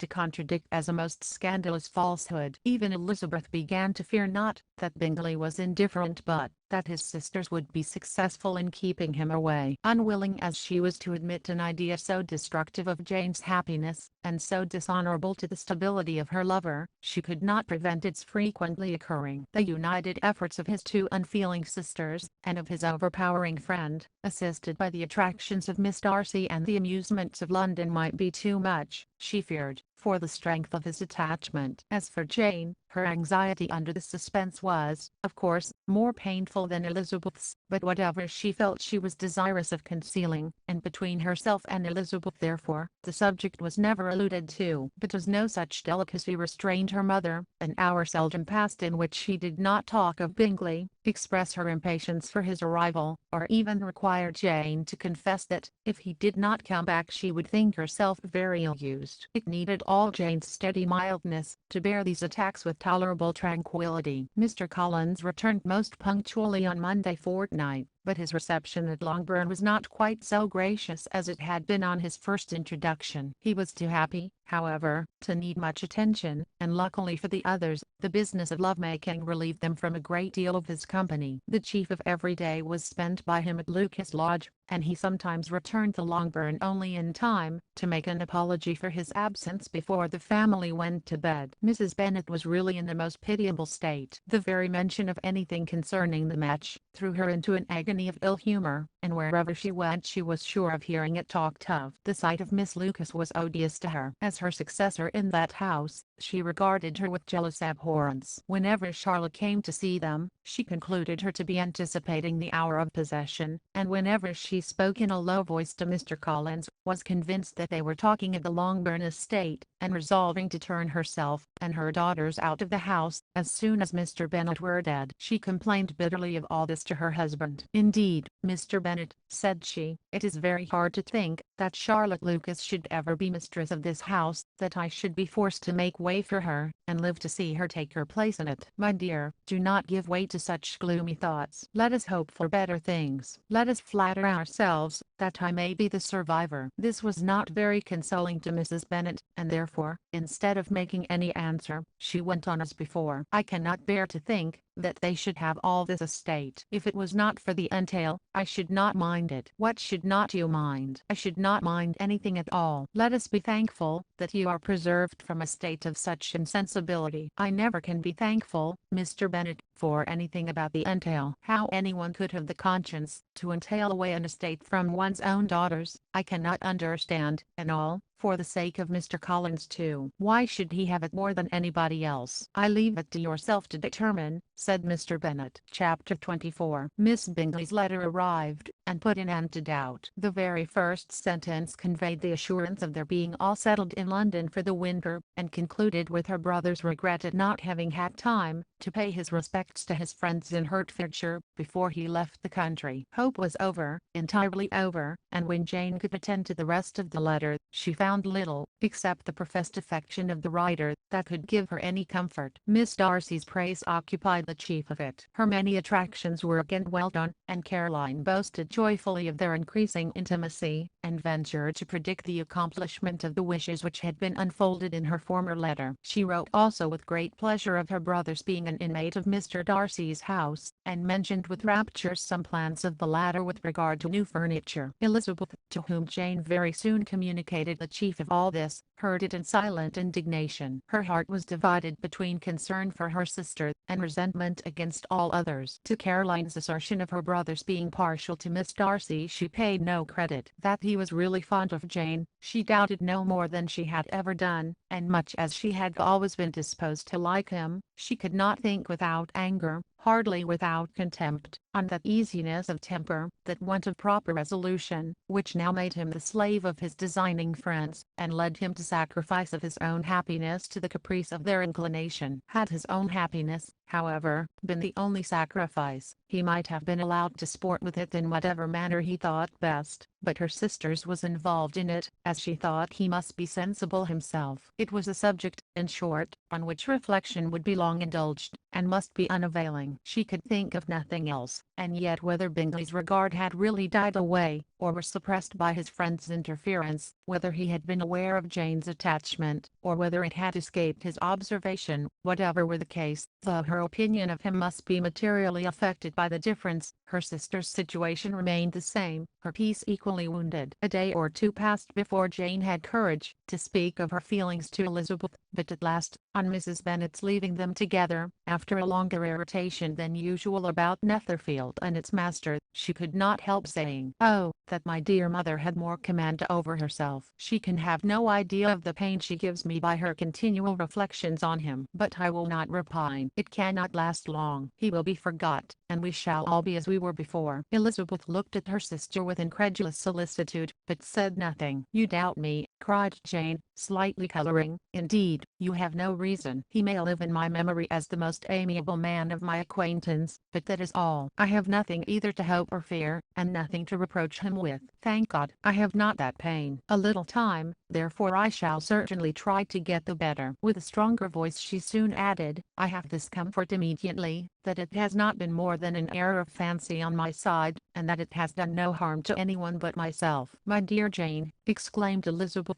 "you are too good. Your sweetness and disinterestedness are really angelic. I do not know what to say to you. I feel as if I had never done you justice, or loved you as you deserve." Miss Bennet eagerly disclaimed all extraordinary merit, and threw back the praise on her sister's warm affection. "Nay," said Elizabeth, "this is not fair. You wish to think all the world respectable, and are hurt if I speak ill of anybody. I only want to think you perfect, and you set yourself against it. Do not be afraid of my running into any excess, of my encroaching on your privilege of universal goodwill. You need not. There are few people whom I really love, and still fewer of whom I think well. The more I see of the world, the more am I dissatisfied with it, and every day confirms my belief of the inconsistency of all human characters, and of the little dependence that can be placed on the appearance of merit or sense. I have met with two instances lately, one I will not mention, the other is Charlotte's marriage. It is unaccountable. In every view it is unaccountable. My dear Lizzie, do not give way to such feelings as these. They will ruin your happiness. You do not make allowance enough for difference of situation and temper. Consider Mr. Collins's respectability, and Charlotte's steady prudent character. Remember that she is one of a large family, that as to fortune, it is a most eligible match, and be ready to believe for everybody's sake, that she may feel something like regard and esteem for our cousin. To oblige you, I would try to believe almost anything, but no one else could be benefited by such a belief as this, for were I persuaded that Charlotte had any regard for him, I should only think worse of her understanding than I now do of her heart. My dear Jane, Mr. Collins is a conceited, pompous, narrow-minded, silly man. You know he is, as well as I do, and you must feel, as well as I do, that the woman who married him cannot have a proper way of thinking. You shall not defend her, though it is Charlotte Lucas. You shall not, for the sake of one individual, change the meaning of principle and integrity, nor endeavor to persuade yourself or me, that selfishness is prudence, and insensibility of danger security for happiness. I must think your language too strong in speaking of both,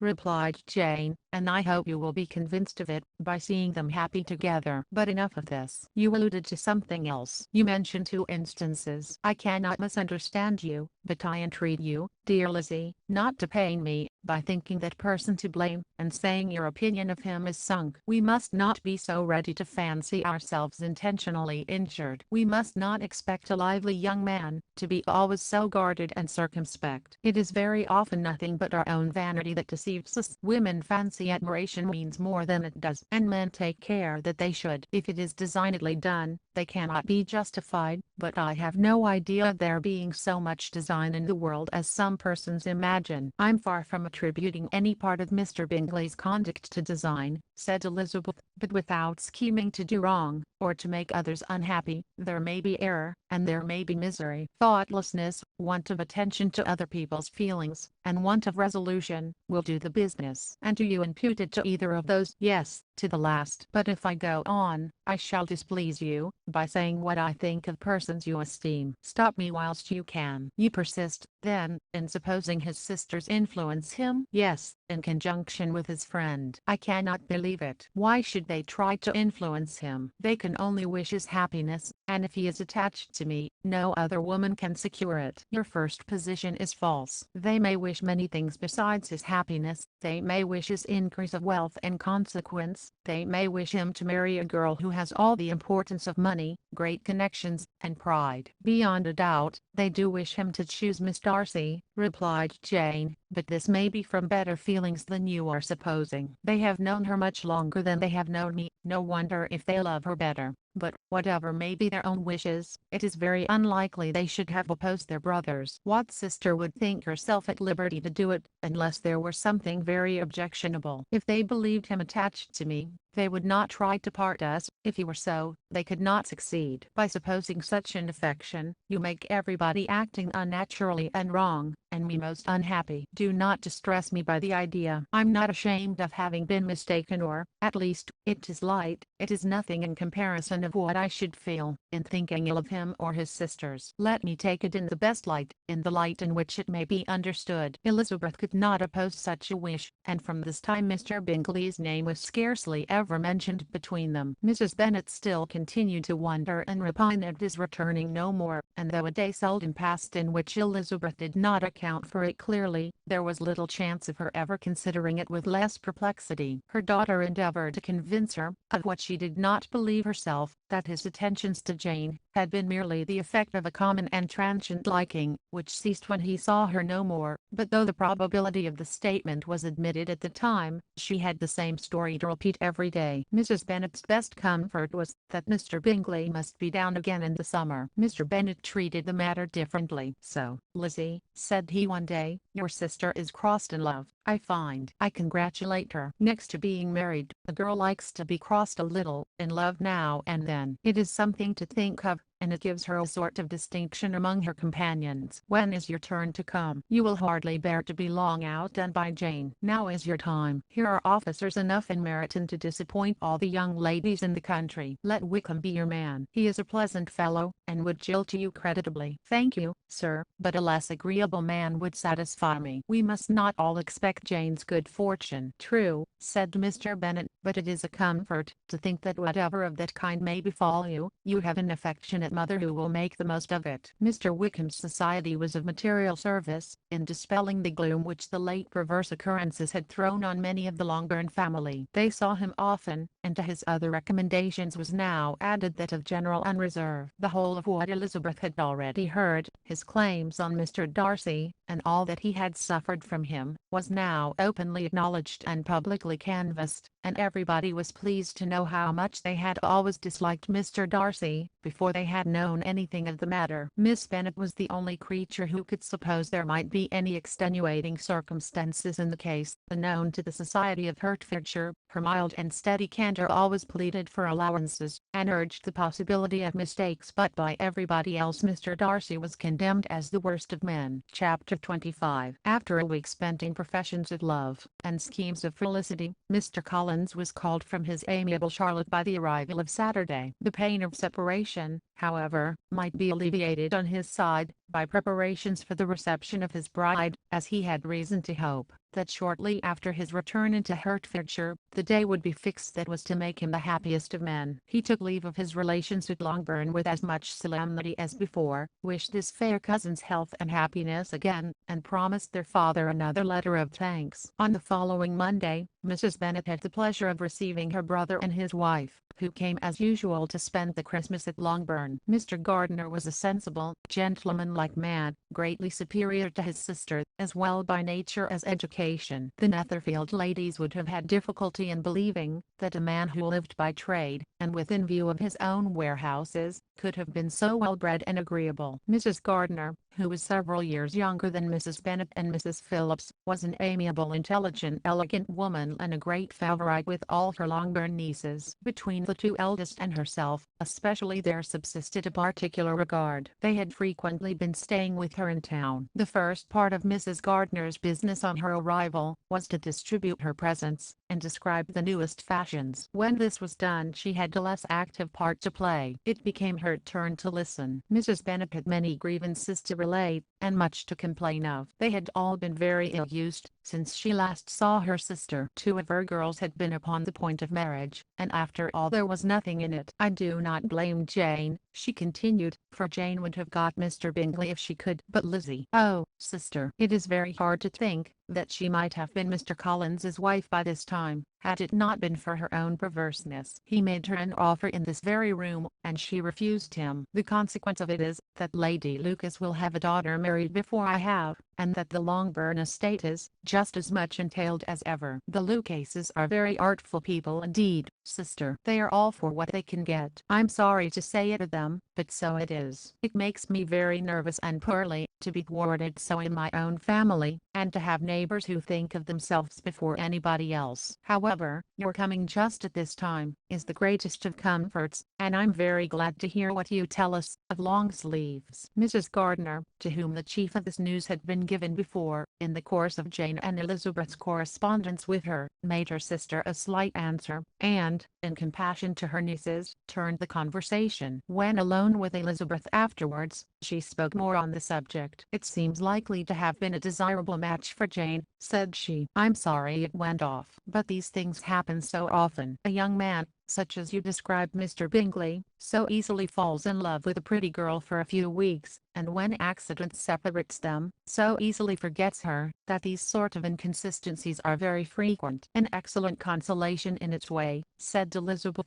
"but it will not do for us. We do not suffer by accident. It does not often happen that the interference of friends will persuade a young man of independent fortune to think no more of the girl whom he was violently in love with only a few days before. But that expression of violently in love is so hackneyed, so doubtful, so indefinite, that it gives me very little idea. It is as often applied to feelings which arise from a half-hour's acquaintance, as to a real, strong attachment. Pray, how violent was Mr. Bingley's love?" "I never saw a more promising inclination. He was growing quite inattentive to other people, and wholly engrossed by her. Every time they met, it was more decided and remarkable. At his own ball he offended 2 or 3 young ladies, by not asking them to dance, and I spoke to him twice myself, without receiving an answer. Could there be finer symptoms? Is not general incivility the very essence of love?" "Oh, yes, of that kind of love which I suppose him to have felt. Poor Jane! I'm sorry for her, because, with her disposition, she may not get over it immediately. It had better have happened to you, Lizzie. You would have laughed yourself out of it sooner." "But do you think she would be prevailed upon to go back with us? Change of scene might be of service, and perhaps a little relief from home may be as useful as anything." Elizabeth was exceedingly pleased with this proposal, and felt persuaded of her sister's ready acquiescence. "I hope," added Mrs. Gardiner, "that no consideration with regard to this young man will influence her. We live in so different a part of town, all our connections are so different, and, as you well know, we go out so little, that it is very improbable that they should meet at all, unless he really comes to see her. And that is quite impossible, for he is now in the custody of his friend, and Mr. Darcy would no more suffer him to call on Jane in such a part of London." "My dear aunt, how could you think of it? Mr. Darcy may perhaps have heard of such a place as Gracechurch Street, but he would hardly think a month's ablution enough to cleanse him from its impurities, were he once to enter it, and depend upon it, Mr. Bingley never stirs without him." "So much the better. I hope they will not meet at all." "But does not Jane correspond with his sister?" "She will not be able to help calling. She will drop the acquaintance entirely." But in spite of the certainty in which Elizabeth affected to place this point, as well as the still more interesting one of Bingley's being withheld from seeing Jane, she felt a solicitude on the subject which convinced her, on examination, that she did not consider it entirely hopeless. It was possible, and sometimes she thought it probable, that his affection might be reanimated, and the influence of his friends successfully combated by the more natural influence of Jane's attractions. Miss Bennet accepted her aunt's invitation with pleasure, and the Bingleys were no otherwise in her thoughts at the same time, than as she hoped by Caroline's not living in the same house with her brother, she might occasionally spend a morning with her, without any danger of seeing him. The Gardiners stayed a week at Longbourn, and what with the Phillipses, the Lucases, and the officers, there was not a day without its engagement. Mrs. Bennet had so carefully provided for the entertainment of her brother and sister, that they did not once sit down to a family dinner. When the engagement was for home, some of the officers always made part of it, of which officers Mr. Wickham was sure to be one, and on these occasions, Mrs. Gardiner, rendered suspicious by Elizabeth's warm commendation, narrowly observed them both, without supposing them, from what she saw, to be very seriously in love. Their preference of each other was plain enough to make her a little uneasy, and she resolved to speak to Elizabeth on the subject, before she left Hertfordshire, and represent to her the imprudence of encouraging such an attachment to Mrs. Gardiner. Wickham had one means of affording pleasure, unconnected with his general powers. About 10 or a dozen years ago, before her marriage, she had spent a considerable time in that very part of Derbyshire to which he belonged. They had, therefore, many acquaintances in common, and though Wickham had been little there since the death of Darcy's father, it was yet in his power to give her fresher intelligence of her former friends than she had been in the way of procuring. Mrs. Gardiner had seen Pemberley, and known the late Mr. Darcy by character perfectly well. Here consequently was an inexhaustible subject of discourse in comparing her recollection of Pemberley with the minute description which Wickham could give, and in bestowing her tribute of praise on the character of its late possessor. She was delighting both him and herself. On being made acquainted with the present Mr. Darcy's treatment of him, she tried to remember some of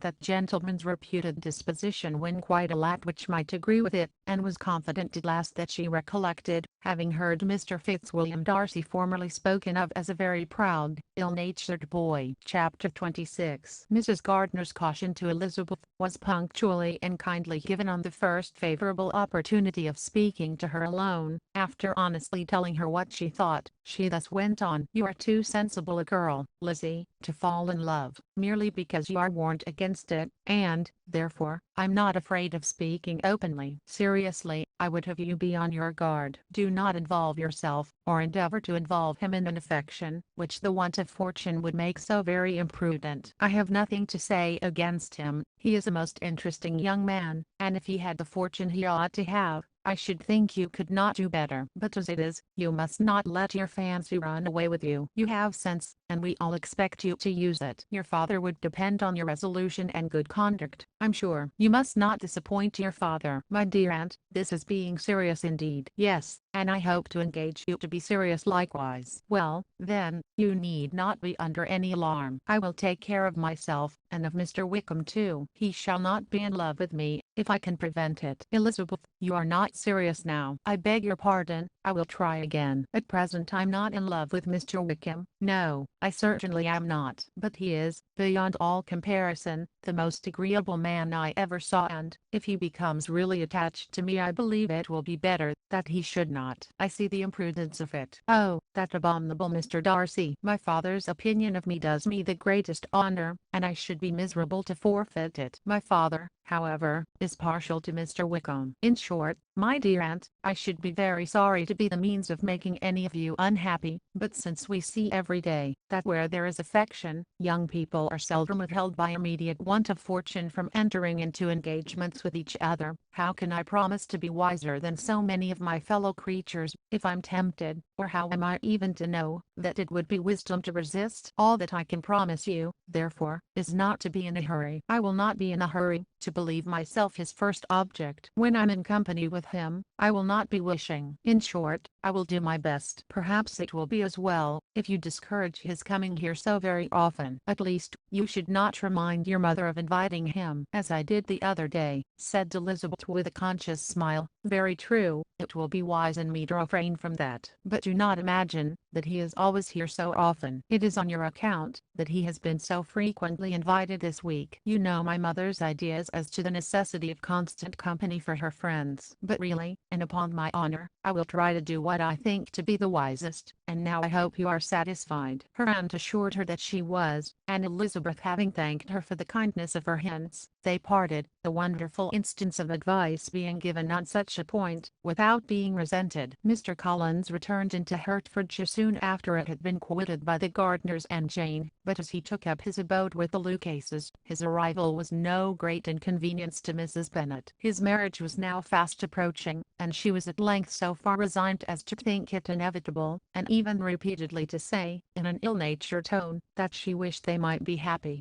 Thursday was to be the wedding day, and on Wednesday Miss Lucas paid her farewell visit, and when she rose to take leave, Elizabeth, ashamed of her mother's ungracious and reluctant good wishes, and sincerely affected herself, accompanied her out of the room. As they went downstairs together, Charlotte said, "I shall depend on hearing from you very often, Eliza." "That you certainly shall. And I have another favor to ask you. Will you come and see me? We shall often meet, I hope, in Hertfordshire. I'm not likely to leave Kent for some time. Promise me, therefore, to come to Hunsford." Elizabeth could not refuse, though she foresaw little pleasure in the visit. "My father and Maria are coming to me in March," added Charlotte, "and I hope you will consent to be of the party." "Indeed, Eliza, you will be as welcome as either of them." The wedding took place. The bride and bridegroom set off for Kent from the church door, and everybody had as much to say, or to hear, on the subject as usual. Elizabeth soon heard from her friend, and their correspondence was as regular and frequent as it had ever been. That it should be equally unreserved was impossible. Elizabeth could never address her without feeling that all the comfort of intimacy was over, and though determined not to slacken as a correspondent, it was for the sake of what had been, rather than what was. Charlotte's first letters were received with a good deal of eagerness. There could not but be curiosity to know how she would speak of her new home, how she would like Lady Catherine, and how happy she would there pronounce herself to be, though, when the letters were read, Elizabeth felt that Charlotte expressed herself on every point exactly as she might have foreseen. She wrote cheerfully, seemed surrounded with comforts, and mentioned nothing which she could not praise. The house, furniture, neighborhood, and roads, were all to her taste, and Lady Catherine's behavior was most friendly and obliging. It was Mr. Collins's picture of Hunsford and Rosings rationally softened, and Elizabeth perceived that she must wait for her own visit there to know the rest. Jane had already written a few lines to her sister, to announce their safe arrival in London, and when she wrote again, Elizabeth hoped it would be in her power to say something of the Bingleys. Her impatience for the second letter was as well rewarded as impatience generally is. Jane had been a week in town without either seeing or hearing from Caroline. She accounted for it, however, by supposing that her last letter to her friend from Longbourn had by some accident been lost. "My aunt," she continued, "is going tomorrow into that part of the town, and I shall take the opportunity of calling in Grosvenor Street." She wrote again, when the visit was paid, and she had seen Miss Bingley. "I did not think Caroline in spirits," were her words, "but she was very glad to see me, and reproached me for giving her no notice of my coming to London. I was right therefore, my last letter had never reached her. I inquired after their brother. Of course he was well, but so much engaged with Mr. Darcy, that they scarcely ever saw him. I found that Miss Darcy was expected to dinner. I wish I could see her." My visit was not long, as Caroline and Mrs. Hurst were going out. "I dare say I shall see them soon here." Elizabeth shook her head over this letter.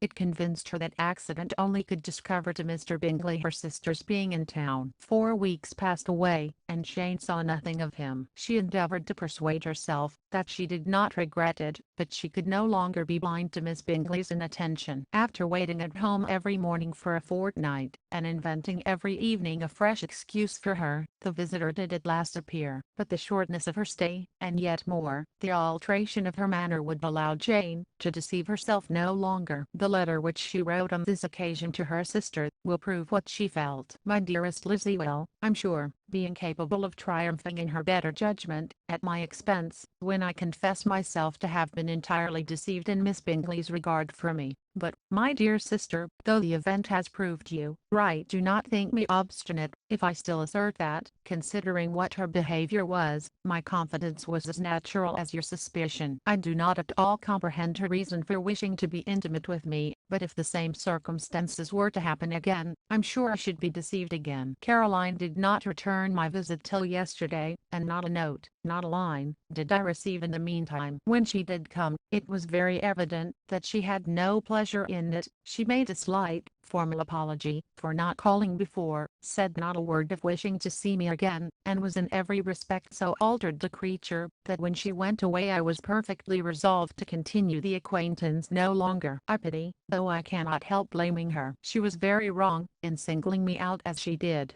I can safely say that every advance to intimacy began on her side. But I pity her, because she must feel that she has been acting wrong, and because I'm very sure that anxiety for her brother is the cause of it. I need not explain myself farther, and though we know this anxiety to be quite needless, yet if she feels it, it will easily account for her behavior to me, and so deservedly dear as he is to his sister, whatever anxiety she must feel on his behalf is natural and amiable. I cannot but wonder, however, at her having any such fears now, because, if he had at all cared about me, we must have met long ago. He knows of my being in town, I'm certain, from something she said herself, and yet it would seem, by her manner of talking, as if she wanted to persuade herself that he is really partial to Miss Darcy. I cannot understand it. If I were not afraid of judging harshly, I should be almost tempted to say that there is a strong appearance of duplicity in all this. But I will endeavor to banish every painful thought, and think only of what will make me happy: your affection, and the invariable kindness of my dear uncle and aunt. Let me hear from you very soon. Miss Bingley said something of his never returning to Netherfield again, of giving up the house, but not with any certainty. We had better not mention it. I'm extremely glad that you have such pleasant accounts from our friends at Hunsford. Pray go to see them, with Sir William and Maria. I'm sure you will be very comfortable there. Yours, etc. This letter gave Elizabeth some pain,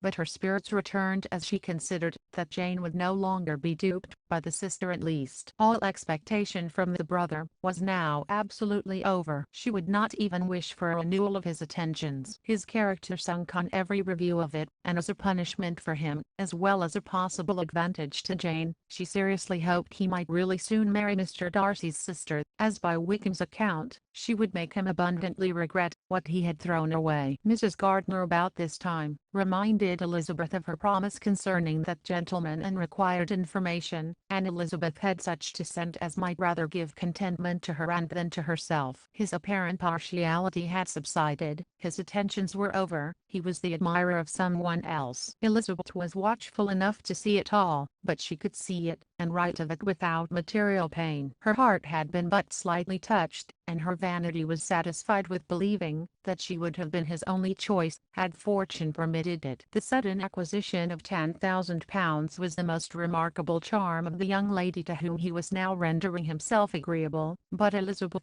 less clear-sighted perhaps in this case than in Charlotte's, did not quarrel with him for his wish of independence. Nothing, on the contrary, could be more natural, and while able to suppose that it cost him a few struggles to relinquish her, she was ready to allow it a wise and desirable measure for both, and could very sincerely wish him happy. All this was acknowledged to Mrs. Gardiner, and after relating the circumstances, she thus went on: I'm now convinced, my dear aunt, that I have never been much in love, for had I really experienced that pure and elevating passion, I should at present detest his very name, and wish him all manner of evil. But my feelings are not only cordial towards him, they are even impartial towards Miss King. I cannot find out that I hate her at all, or that I'm in the least unwilling to think her a very good sort of girl. There can be no love in all this. My watchfulness has been effectual, and though I certainly should be a more interesting object to all my acquaintances were I distractedly in love with him, I cannot say that I regret my comparative insignificance. Importance may sometimes be purchased too dearly. Kitty and Lydia take his defection much more to heart than I do. They are young in the ways of the world, and not yet open to the mortifying conviction that handsome young men must have something to live on as well as the plain. Chapter 27. With no greater events than these in the Longbourn family, and otherwise diversified by little beyond the walks to Meryton, sometimes dirty and sometimes cold, did January and February pass away. March was to take Elizabeth to Hunsford. She had not at first thought very seriously of going thither, but Charlotte, she soon found, was depending on the plan, and she gradually learned to consider it herself with greater pleasure as well as greater certainty. Absence had increased her desire of seeing Charlotte again, and weakened her disgust of Mr. Collins. There was novelty in the scheme, and as, with such a mother and such uncompanionable sisters, home could not be faultless, a little change was not unwelcome for its own sake. The journey would moreover give her a peep at Jane, and, in short, as the time drew near, she would have been very sorry for any delay. Everything, however, went on smoothly, and was finally settled according to Charlotte's first sketch. She was to accompany Sir William and his second daughter. The improvement of spending a night in London was added in time, and the plan became perfect as plan could be. The only pain was in leaving her father, who would certainly miss her, and who, when it came to the point, so little liked her going, that he told her to write to him, and almost promised to answer her letter. The farewell between herself and Mr. Wickham was perfectly friendly, on his side even more. His present pursuit could not make him forget that Elizabeth had been the first to excite and to deserve his attention, the first to listen and to pity, the first to be admired, and in his manner of bidding her adieu, wishing her every enjoyment, reminding her of what she was to expect in Lady Catherine de Bourgh, and trusting their opinion of her their opinion of everybody would always coincide.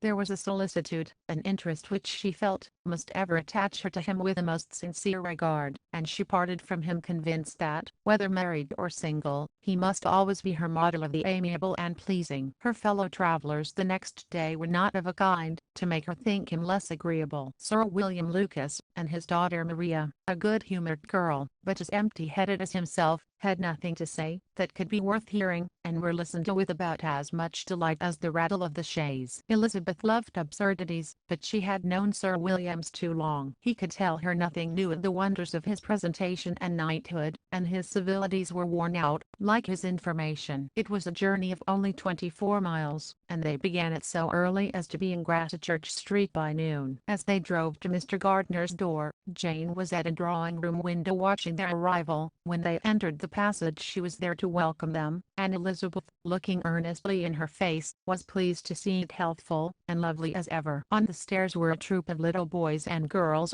whose eagerness for their cousin's appearance would not allow them to wait in the drawing-room, and whose shyness, as they had not seen her for a 12-month, prevented their coming lower. All was joy and kindness. The day passed most pleasantly away, the morning in bustle and shopping, and the evening at one of the theatres. Elizabeth then contrived to sit by her aunt. Their first object was her sister, and she was more grieved than astonished to hear, in reply to her minute inquiries, that though Jane always struggled to support her spirits, there were periods of dejection. It was reasonable, however, to hope that they would not continue long. Mrs. Gardner gave her the particulars also of Miss Bingley's visit in Gracechurch Street, and repeated conversations occurring at different times between Jane and herself, which proved that the former had, from her heart, given up the acquaintance. Mrs. Gardner then rallied her niece on Wickham's desertion, and complimented her on bearing it so well. "But my dear Elizabeth," she added, "what sort of girl is Miss King? I should be sorry to think our friend mercenary." "Pray, my dear aunt, what is the difference in matrimonial affairs, between the mercenary and the prudent motive? Where does discretion end, and avarice begin? Last Christmas you were afraid of his marrying me, because it would be imprudent, and now, because he is trying to get a girl with only £10,000, you want to find out that he is mercenary. If you will only tell me what sort of girl Miss King is, I shall know what to think. She is a very good kind of girl, I believe. I know no harm of her." But he paid her not the smallest attention till her grandfather's death made her mistress of this fortune. "No, why should he? If it were not allowable for him to gain my affections, because I had no money, what occasion could there be for making love to a girl whom he did not care about, and who was equally poor? But there seems an indelicacy in directing his attentions towards her so soon after this event. A man in distressed circumstances has not time for all those elegant decorums which other people may observe. If she does not object to it, why should we? Her not objecting does not justify him. It only shows her being deficient in something herself, sense or feeling." "Well," cried Elizabeth, "have it as you choose. He shall be mercenary, and she shall be foolish." "No, Lizzie, that is what I do not choose. I should be sorry, you know, to think ill of a young man who has lived so long in Derbyshire." "Oh, if that is all, I have a very poor opinion of young men who live in Derbyshire, and their intimate friends who live in Hertfordshire are not much better. I'm sick of them all. Thank heaven, I'm going tomorrow where I shall find a man who has not one agreeable quality,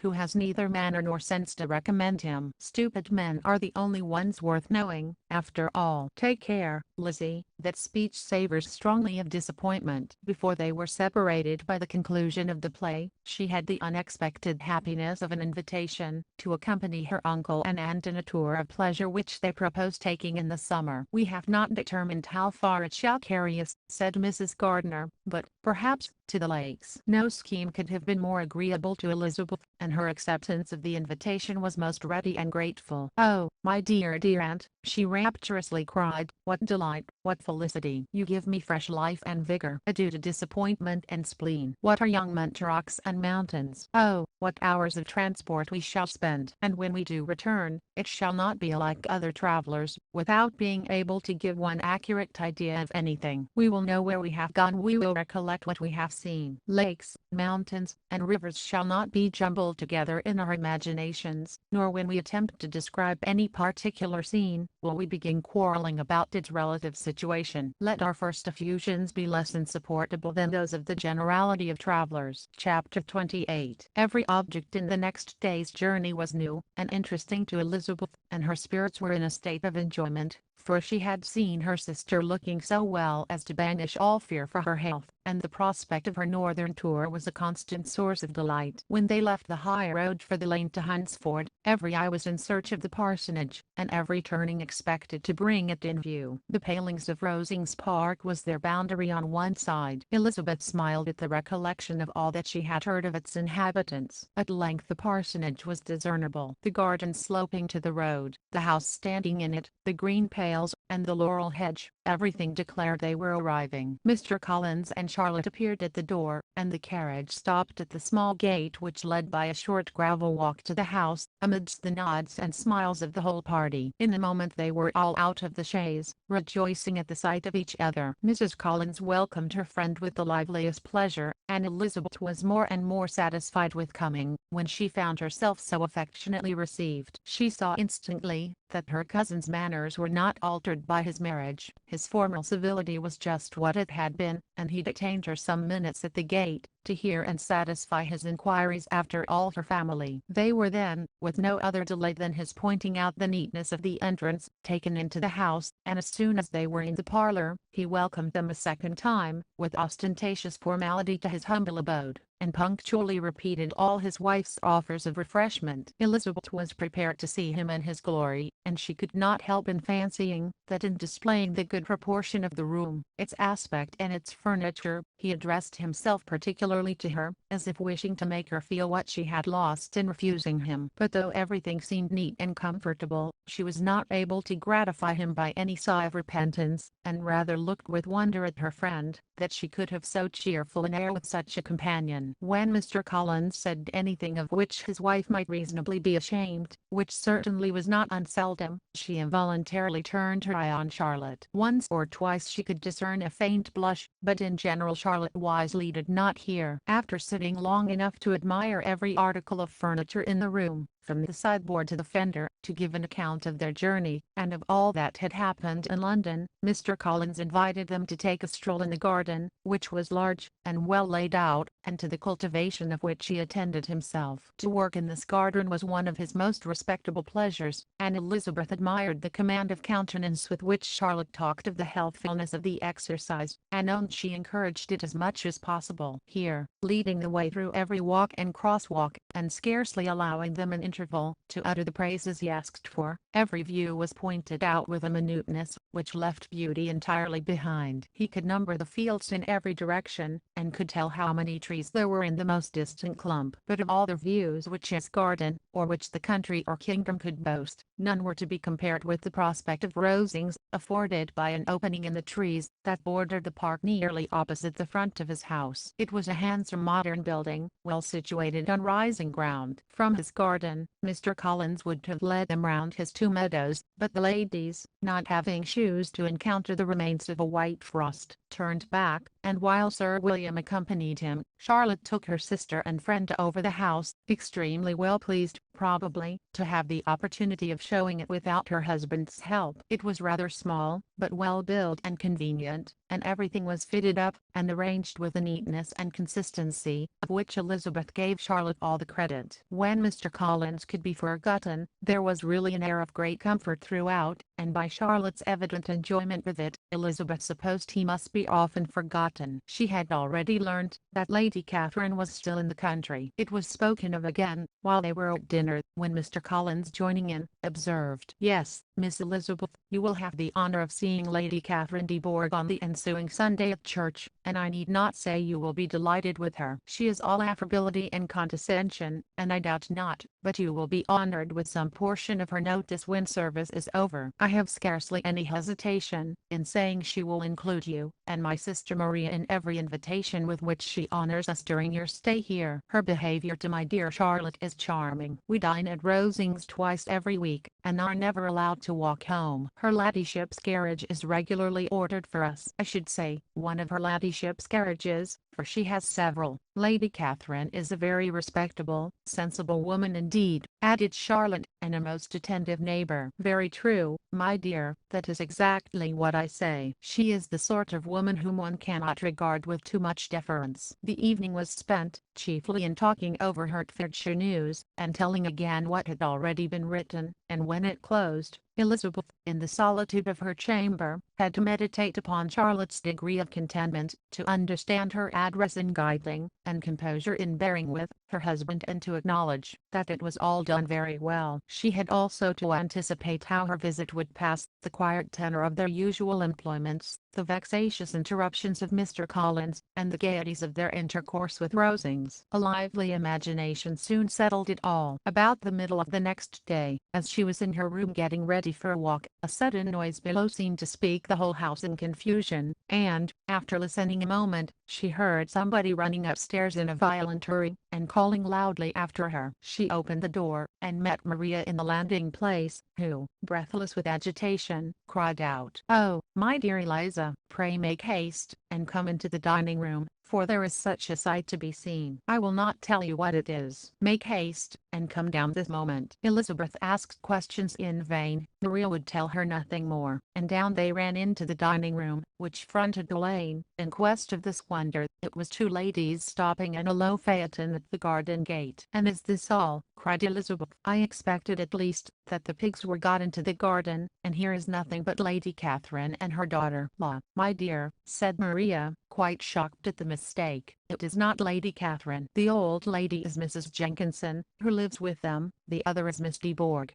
Only look at her. She is quite a little creature. Who would have thought that she could be so thin and small? She is abominably rude to keep Charlotte out of doors in all this wind. Why does she not come in?" "Oh, Charlotte says she hardly ever does. It is the greatest of favours when Miss de Bourgh comes in." "I like her appearance," said Elizabeth, struck with other ideas. "She looks sickly and cross." "Yes, she will do for him very well. She will make him a very proper wife." Mr. Collins and Charlotte were both standing at the gate in conversation with the ladies, and Sir William, to Elizabeth's high diversion, was stationed in the doorway, in earnest contemplation of the greatness before him, and constantly bowing, whenever Miss de Bourgh looked that way. At length there was nothing more to be said, the ladies drove on, and the others returned into the house. Mr. Collins no sooner saw the two girls than he began to congratulate them on their good fortune, which Charlotte explained by letting them know that the whole party was asked to dine at Rosings the next day. Chapter 29. Mr. Collins's triumph, in consequence of this invitation, was complete. The power of displaying the grandeur of his patroness to his wondering visitors, and of letting them see her civility towards himself and his wife, was exactly what he had wished for, and that an opportunity of doing it should be given so soon, was such an instance of Lady Catherine's condescension, as he knew not how to admire enough. "I confess," said he, "that I should not have been at all surprised by her ladyship's asking us on Sunday to drink tea, and spend the evening at Rosings. I rather expected, from my knowledge of her affability, that it would happen. But who could have foreseen such an attention as this? Who could have imagined that we should receive an invitation to dine there, an invitation, moreover, including the whole party, so immediately after your arrival?" "I'm the less surprised at what has happened," replied Sir William, "from that knowledge of what the manners of the great really are, which my situation in life has allowed me to acquire. About the court, such instances of elegant breeding are not uncommon. Scarcely anything was talked of the whole day or next morning, but their visit to Rosings. Mr. Collins was carefully instructing them in what they were to expect, that the sight of such rooms, so many servants, and so splendid a dinner, might not wholly overpower them. When the ladies were separating for the toilet, he said to Elizabeth, "Do not make yourself uneasy, my dear cousin, about your apparel. Lady Catherine is far from requiring that elegance of dress in us which becomes herself and her daughter. I would advise you, merely to put on whatever of your clothes is superior to the rest. There is no occasion for anything more. Lady Catherine will not think the worse of you for being simply dressed. She likes to have the distinction of rank preserved." While they were dressing, he came 2 or 3 times to their different doors, to recommend their being quick, as Lady Catherine very much objected to be kept waiting for her dinner. Such formidable accounts of her ladyship, and her manner of living, quite frightened Maria Lucas, who had been little used to company, and she looked forward to her introduction at Rosings with as much apprehension as her father had done to his presentation at St. James's. As the weather was fine, they had a pleasant walk of about half a mile across the park. Every park has its beauty and its prospects, and Elizabeth saw much to be pleased with,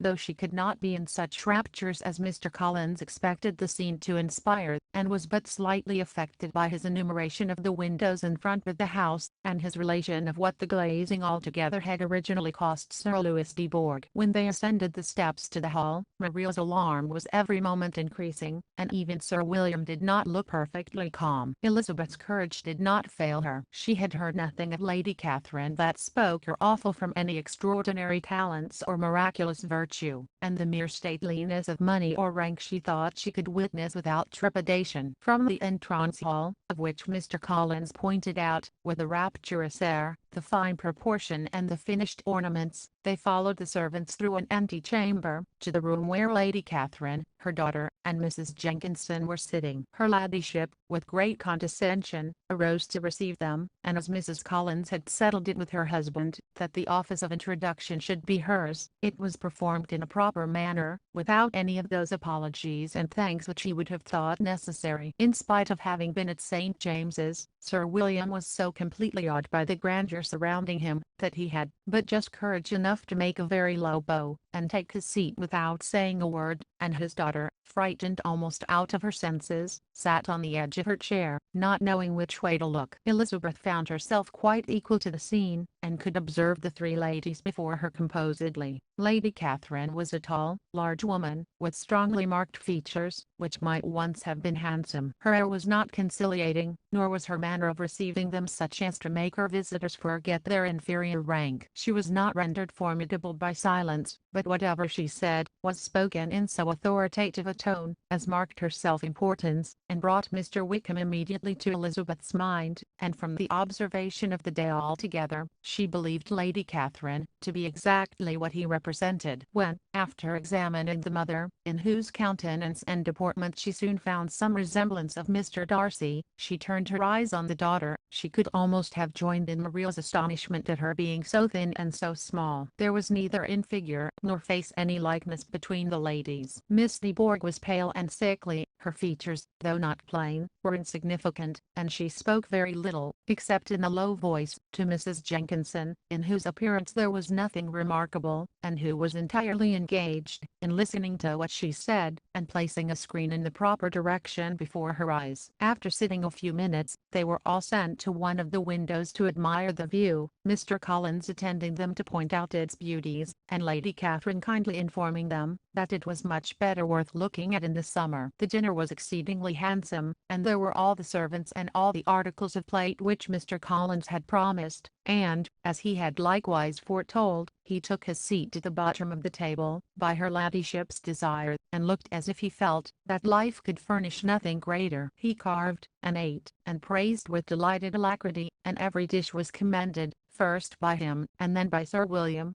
who was now enough recovered to echo whatever his son-in-law said, in a manner which Elizabeth wondered Lady Catherine could bear. But Lady Catherine seemed gratified by their excess of admiration, and gave most gracious smiles, especially when any dish on the table proved a novelty to them. The party did not supply much conversation. Elizabeth was ready to speak whenever there was an opening, but she was seated between Charlotte and Miss de Bourgh, the former of whom was engaged in listening to Lady Catherine, and the latter said not a word to her all dinner time. Mrs. Jenkinson was chiefly employed in watching how little Miss de Bourgh ate, pressing her to try some other dish, and fearing she was indisposed. Maria thought speaking out of the question, and the gentlemen did nothing but eat and admire. When the ladies returned to the drawing-room, there was little to be done, but to hear Lady Catherine talk, which she did without any intermission till coffee came in, delivering her opinion on every subject in so decisive a manner, as proved that she was not used to have her judgment controverted. She inquired into Charlotte's domestic concerns familiarly and minutely, gave her a great deal of advice as to the management of them all, told her how everything ought to be regulated in so small a family as hers, and instructed her as to the care of her cows and her poultry. Elizabeth found that nothing was beneath this great lady's attention, which could furnish her with an occasion of dictating to others. In the intervals of her discourse with Mrs. Collins, she addressed a variety of questions to Maria and Elizabeth,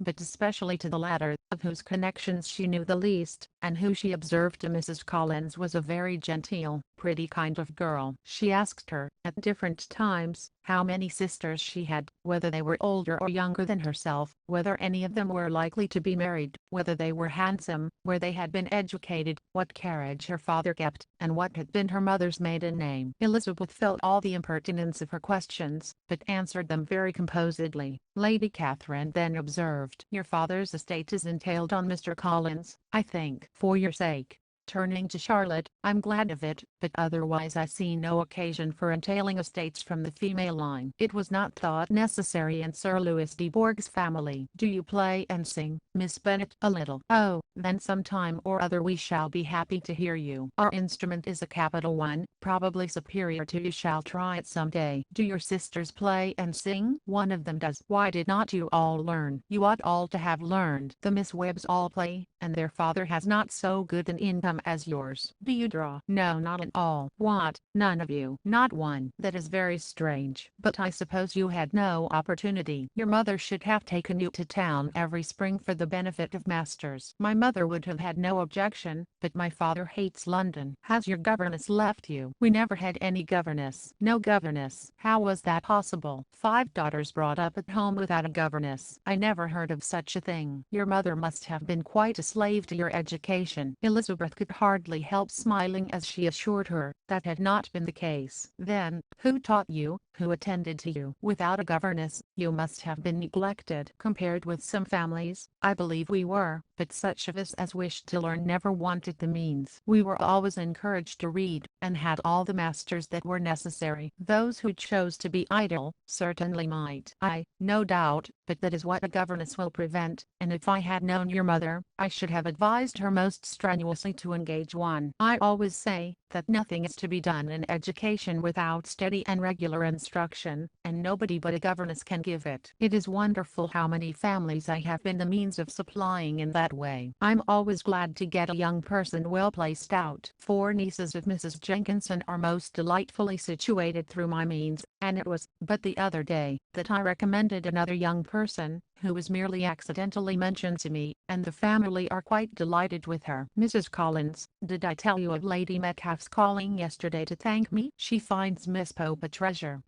Lady Catherine, said she, "you have given me a treasure." "Are any of your younger sisters out, Miss Bennet?" "Yes, ma'am, all."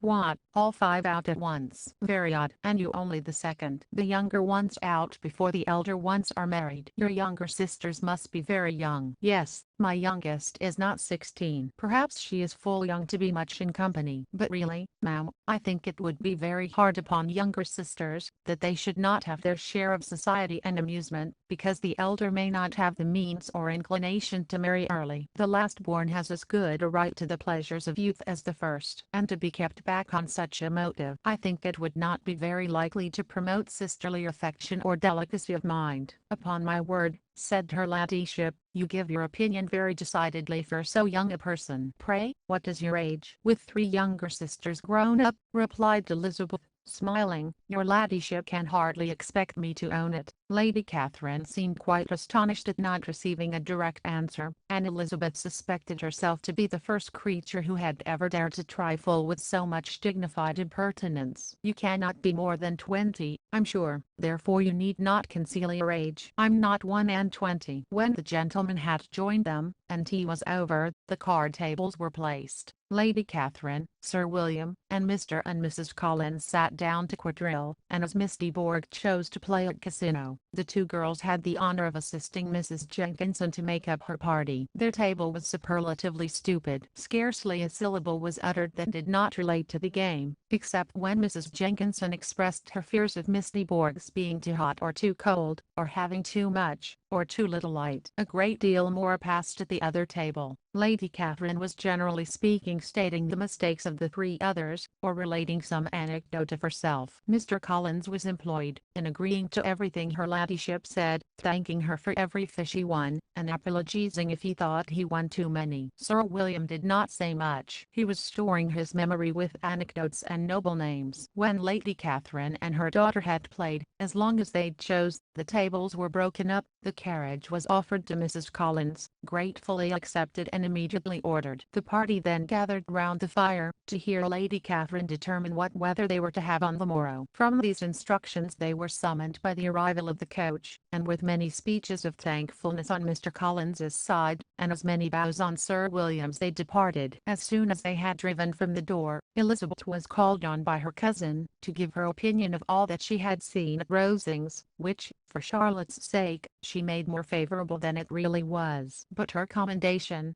though costing her some trouble, could by no means satisfy Mr. Collins, and he was very soon obliged to take her ladyship's praise into his own hands. Chapter 30. Sir William stayed only a week at Hunsford, but his visit was long enough to convince him of his daughter's being most comfortably settled, and of her possessing such a husband and such a neighbour as were not often met with. While Sir William was with them, Mr. Collins devoted his morning to driving him out in his gig, and showing him the country, but when he went away, the whole family returned to their usual employments, and Elizabeth was thankful to find that they did not see more of her cousin by the alteration, for the chief of the time between breakfast and dinner was now passed by him either at work in the garden, or in reading and writing, and looking out of the window in his own book-room, which fronted the road. The room in which the ladies sat was backwards. Elizabeth had at first rather wondered that Charlotte should not prefer the dining parlour for common use. It was a better-sized room, and had the more pleasant aspect, but she soon saw that her friend had an excellent reason for what she did, for Mr. Collins would undoubtedly have been much less in his own apartment, had they sat in one equally lively, and she gave Charlotte credit for the arrangement. From the drawing-room they could distinguish nothing in the lane, and were indebted to Mr. Collins for the knowledge of what carriages went along, and how often especially Miss de Bourgh drove by in her phaeton, which he never failed coming to inform them of,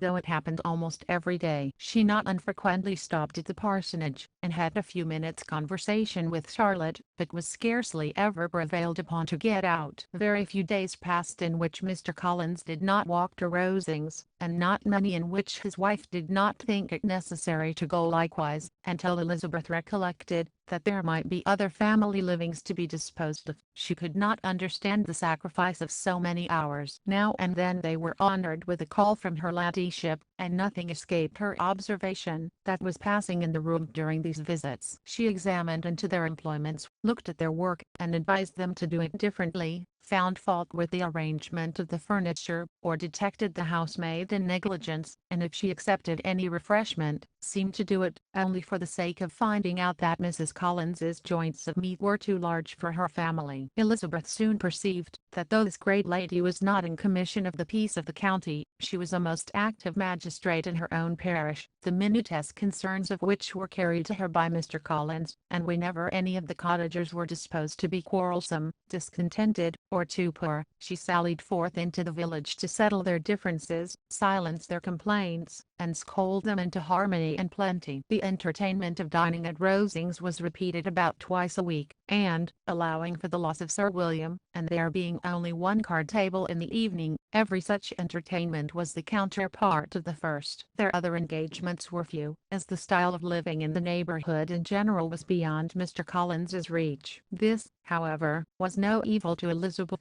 and upon the whole she spent her time comfortably enough. There were half hours of pleasant conversation with Charlotte, and the weather was so fine for the time of year, that she had often great enjoyment out of doors. Her favourite walk, and where she frequently went, while the others were calling on Lady Catherine, was along the open grove which edged that side of the park, where there was a nice sheltered path, which no one seemed to value but herself, and where she felt beyond the reach of Lady Catherine's curiosity. In this quiet way, the first fortnight of her visit soon passed away. Easter was approaching, and the week preceding it was to bring an addition to the family at Rosings, which in so small a circle must be important. Elizabeth had heard soon after her arrival that Mr. Darcy was expected there in the course of a few weeks, and though there were not many of her acquaintances whom she did not prefer, his coming would furnish one comparatively new to look at in the Rosings parties, and she might be amused, in seeing how hopeless Miss Bingley's designs on him were, by his behaviour to his cousin, for whom he was evidently destined by Lady Catherine,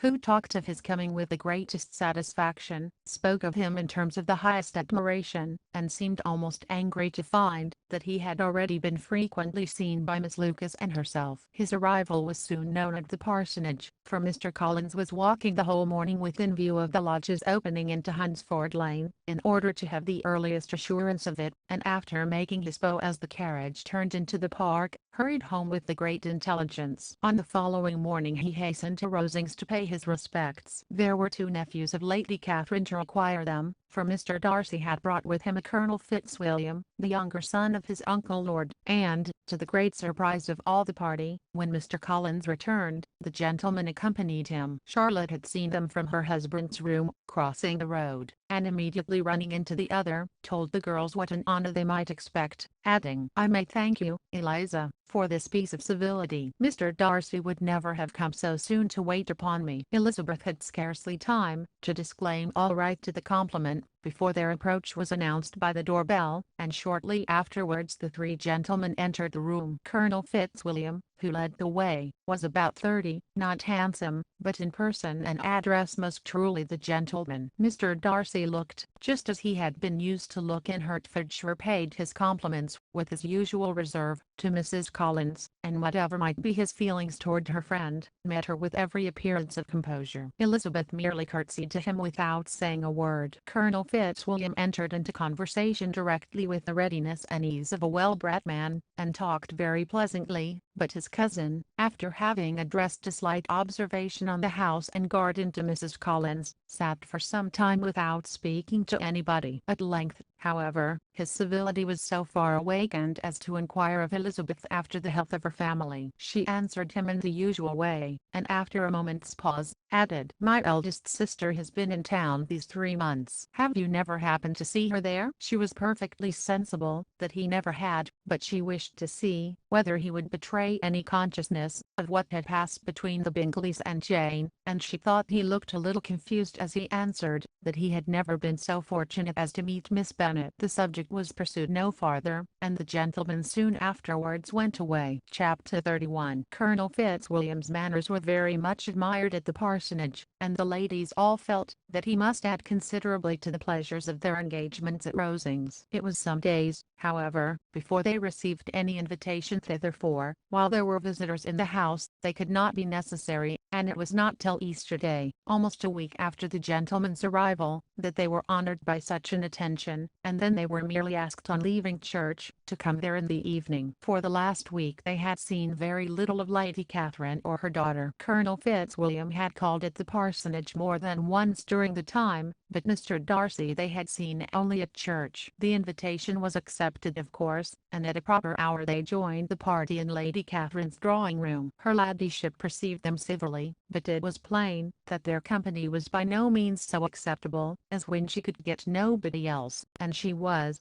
in fact, almost engrossed by her nephews, speaking to them, especially to Darcy, much more than to any other person in the room. Colonel Fitzwilliam seemed really glad to see them. Anything was a welcome relief to him at Rosings, and Mrs. Collins's pretty friend had moreover caught his fancy very much. He now seated himself by her, and talked so agreeably of Kent and Hertfordshire, of travelling and staying at home, of new books and music, that Elizabeth had never been half so well entertained in that room before, and they conversed with so much spirit and flow, as to draw the attention of Lady Catherine herself, as well as of Mr. Darcy. His eyes had been soon and repeatedly turned towards them with a look of curiosity, and that her ladyship, after a while, shared the feeling, was more openly acknowledged, for she did not scruple to call out. "What is that you are saying, Fitzwilliam? What is it you are talking of? What are you telling Miss Bennet? Let me hear what it is." "We are speaking of music, madam," said he, when no longer able to avoid a reply. "Of music? Then pray speak aloud. It is of all subjects my delight. I must have my share in the conversation, if you are speaking of music. There are few people in England, I suppose, who have more true enjoyment with music than myself, or a better natural taste. If I had ever learned, I should have been a great proficient, and so would Anne, if her health had allowed her to apply. I'm confident that she would have performed delightfully. How does Georgiana get on,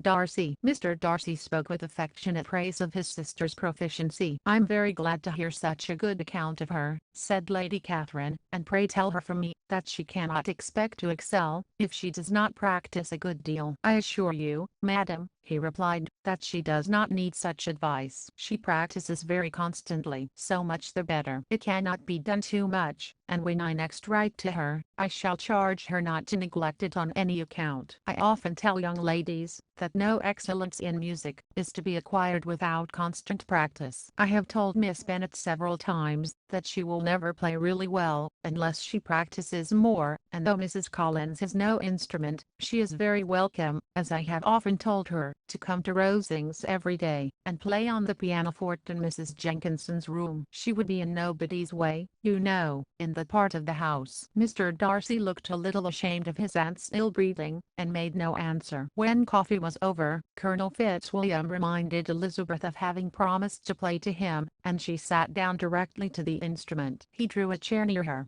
Lady Catherine listened to half a song, and then talked, as before, to her other nephew, till the latter walked away from her, and making with his usual deliberation towards the pianoforte stationed himself, so as to command a full view of the fair performer's countenance. Elizabeth saw what he was doing, and at the first convenient pause, turned to him with an arch smile, and said, "You mean to frighten me, Mr. Darcy, by coming in all this state to hear me? I will not be alarmed, though your sister does play so well. There is a stubbornness about me, that never can bear to be frightened at the will of others. My courage always rises at every attempt to intimidate me." "I shall not say you are mistaken," he replied, "because you could not really believe me to entertain any design of alarming you, and I have had the pleasure of your acquaintance long enough to know, that you find great enjoyment in occasionally professing opinions which in fact, are not your own." Elizabeth laughed heartily at this picture of herself, and said to Colonel Fitzwilliam, "Your cousin will give you a very pretty notion of me, and teach you not to believe a word I say. I'm particularly unlucky, in meeting with a person so able to expose my real character, in a part of the world, where I had hoped to pass myself off with some degree of credit. Indeed, Mr. Darcy, it is very ungenerous in you to mention all that you knew to my disadvantage in Hertfordshire, and, give me leave to say, very impolitic too, for it is provoking me to retaliate, and such things may come out as will shock your relations to hear." "I'm not afraid of you," said he, smilingly. "Pray let me hear what you have to accuse him of," cried Colonel Fitzwilliam. "I should like to know how he behaves among strangers." "You shall hear then, but prepare yourself for something very dreadful. The first time of my ever seeing him in Hertfordshire, you must know, was at a ball, and at this ball, what do you think he did? He danced only 4 dances, though gentlemen were scarce, and, to my certain knowledge, more than one young lady was sitting down, in want of a partner. Mr. Darcy, you cannot deny the fact. I had not at that time the honor of knowing any lady in the assembly, only beyond my own party. True, and nobody can ever be introduced in a ballroom. Well, Colonel Fitzwilliam, what do I play next? My fingers wait your orders. Perhaps, said Darcy, I should have judged better had I sought an introduction, but I'm ill qualified to recommend myself to strangers. Shall we ask your cousin the reason of this? Said Elizabeth,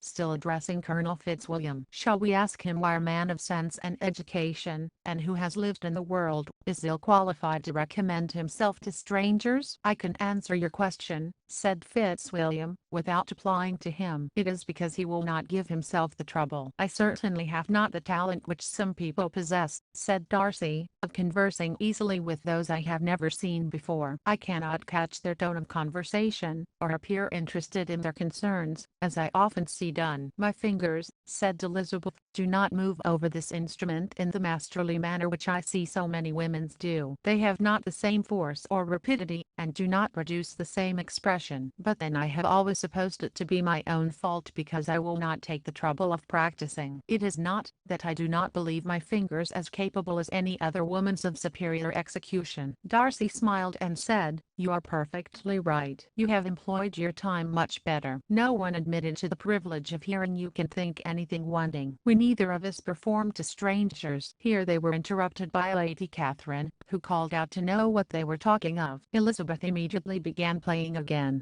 Lady Catherine approached, and, after listening for a few minutes, said to Darcy, Miss Bennet would not play at all amiss, if she practiced more, and could have the advantage of a London master. She has a very good notion of fingering, though her taste is not equal to Anne's. Anne would have been a delightful performer, had her health allowed her to learn. Elizabeth looked at Darcy to see how cordially he assented to his cousin's praise, but neither at that moment nor at any other could she discern any symptom of love, and from the whole of his behaviour to Miss de Bourgh she derived this comfort for Miss Bingley, that he might have been just as likely to marry her, had she been his relation. Lady Catherine continued her remarks on Elizabeth's performance, mixing with them many instructions on execution and taste. Elizabeth received them with all the forbearance of civility, and, at the request of the gentleman, remained at the instrument till her ladyship's carriage was ready to take them all home. Chapter 32. Elizabeth was sitting by herself the next morning, and writing to Jane, while Mrs. Collins and Maria were gone on business into the village, when she was startled by a ring at the door, the certain signal of a visitor. As she had heard no carriage, she thought it not unlikely to be Lady Catherine, and under that apprehension, was putting away her half-finished letter, that she might escape all impertinent questions, when the door opened, and, to her very great surprise, Mr. Darcy, and Mr. Darcy, only entered the room. He seemed astonished too on finding her alone, and apologized for his intrusion by letting her know that he had understood all the ladies were to be within. They then sat down, and when her inquiries after Rosings were made, seemed in danger of sinking into total silence. It was absolutely necessary, therefore, to think of something, and in this emergence recollecting, when she had seen him last in Hertfordshire, and feeling curious to know what he would say on the subject of their hasty departure, she observed, "How very suddenly you all quitted Netherfield last November, Mr. Darcy. It must have been a most agreeable surprise to Mr. Bingley,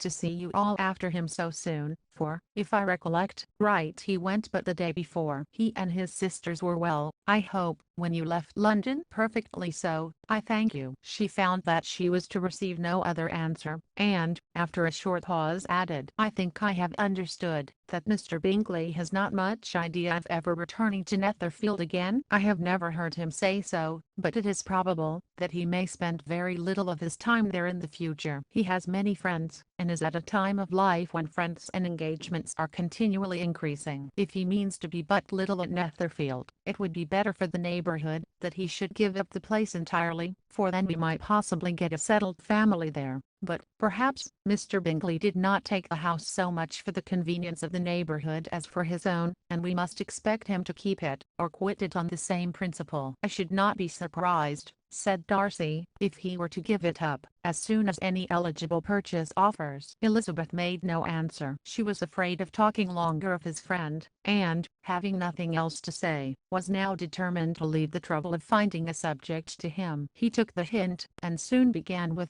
"This seems a very comfortable house. Lady Catherine, I believe, did a great deal to it when Mr. Collins first came to Hunsford. I believe she did, and I am sure she could not have bestowed her kindness on a more grateful object. Mr. Collins appears to be very fortunate in his choice of a wife. Yes, indeed, his friends may well rejoice in his having met with one of the very few sensible women who would have accepted him, or have made him happy if they had. My friend has an excellent understanding, though I'm not certain that I consider her marrying Mr. Collins as the wisest thing she ever did. She seems perfectly happy, however, and in a prudential light it is certainly a very good match for her. It must be very agreeable for her to be settled within so easy a distance of her own family and friends. An easy distance, do you call it? It is nearly 50 miles. And what is 50 miles of good road? Little more than half a day's journey. Yes, I call it a very easy distance. I should never have considered the distance as one of the advantages of the match, cried Elizabeth. I should never have said Mrs. Collins was settled near her family. It is a proof of your own attachment to Hertfordshire. Anything beyond the very neighbourhood of Longbourn, I suppose, would appear far. As he spoke there was a sort of smile which Elizabeth fancied she understood. He must be supposing her to be thinking of Jane and Netherfield, and she blushed as she answered, I do not mean to say that a woman may not be settled too near her family. The far and the near must be relative, and depend on many varying circumstances. Where there is fortune to make the expenses of travelling unimportant, distance becomes no evil. But that is not the case here. Mr. and Mrs. Collins have a comfortable income, but not such a one as will allow of frequent journeys, and I'm persuaded my friend would not call herself near her family under less than half the present distance. Mr. Darcy drew his chair a little towards her, and said, you cannot have a right to such very strong local attachment. You cannot have been always at Longbourn. Elizabeth looked surprised. The gentleman experienced some change of feeling. He drew back his chair, took a newspaper from the table, and glancing over it, said, in a colder voice, are you pleased with Kent? A short dialogue on the subject of the country ensued, on either side calm and concise, and soon put an end to by the entrance of Charlotte and her sister, just returned from her walk. The tight surprised them. Mr. Darcy related the mistake which had occasioned his intruding on Miss Bennet, and after sitting a few minutes longer without saying much to anybody,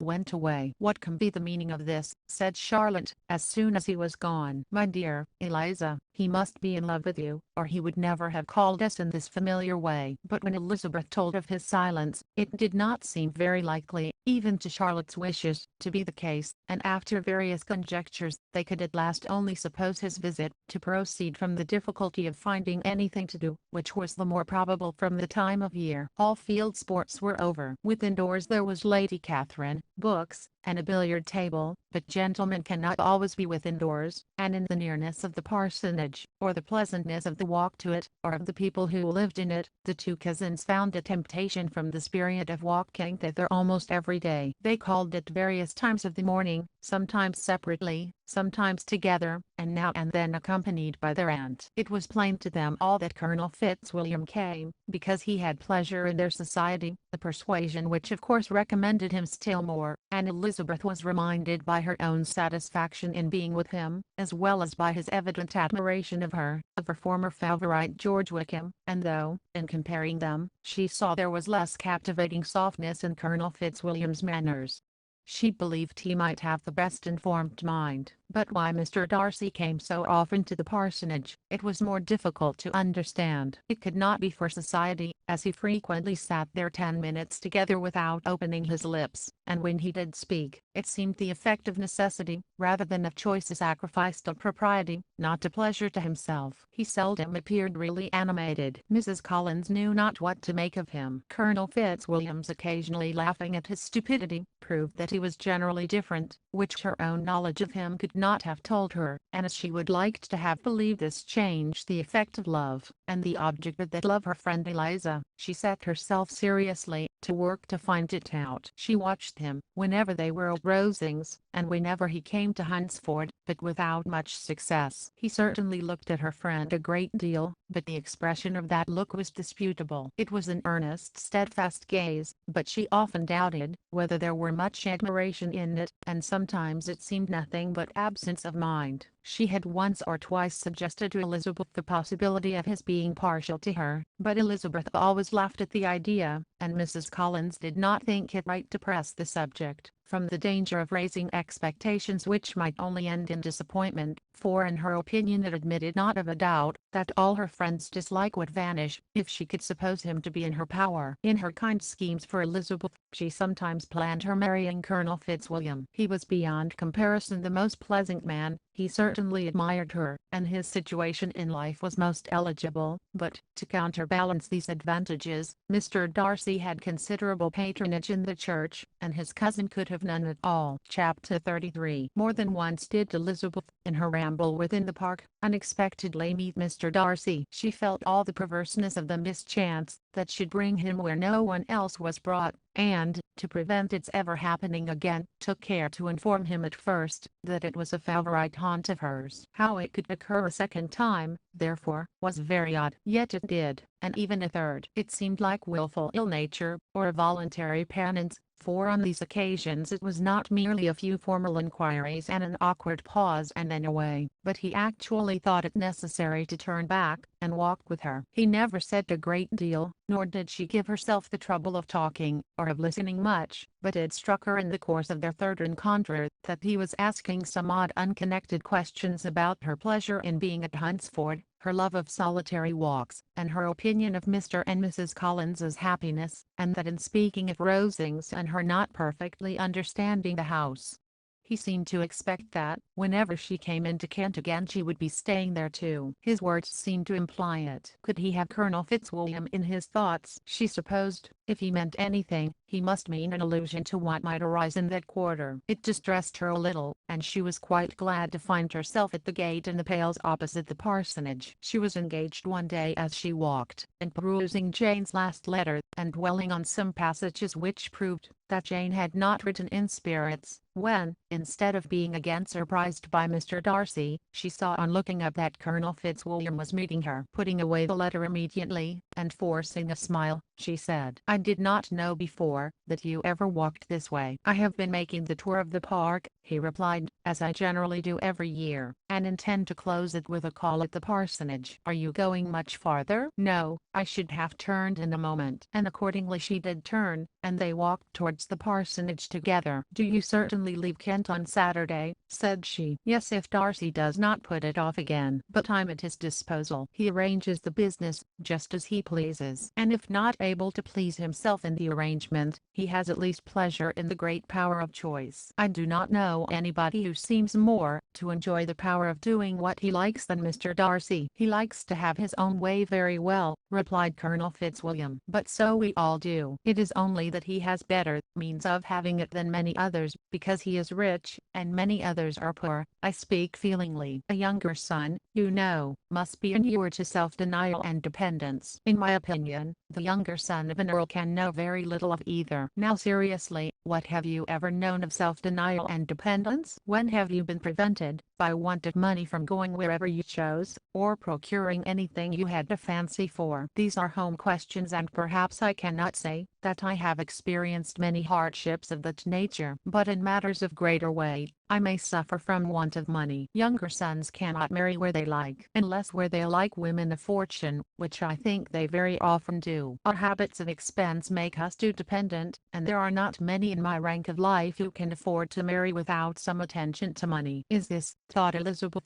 "meant for me?" and she colored at the idea, but, recovering herself, said in a lively tone, "And pray, what is the usual price of an earl's younger son?" "Unless the elder brother is very sickly, I suppose you would not ask above £50,000. He answered her in the same style, and the subject dropped. To interrupt a silence which might make him fancy her affected with what had passed, she soon afterwards said, "I imagine your cousin brought you down with him, chiefly for the sake of having someone at his disposal. I wonder he does not marry, to secure a lasting convenience of that kind. But, perhaps, his sister does as well for the present, and, as she is under his sole care, he may do what he likes with her." "No," said Colonel Fitzwilliam, "that is an advantage which he must divide with me. I'm joined with him in the guardianship of Miss Darcy." "Are you indeed? And pray what sort of guardians do you make? Does your charge give you much trouble?" "Young ladies of her age are sometimes a little difficult to manage, and if she has the true Darcy spirit, she may like to have her own way." As she spoke she observed him looking at her earnestly, and the manner in which he immediately asked her,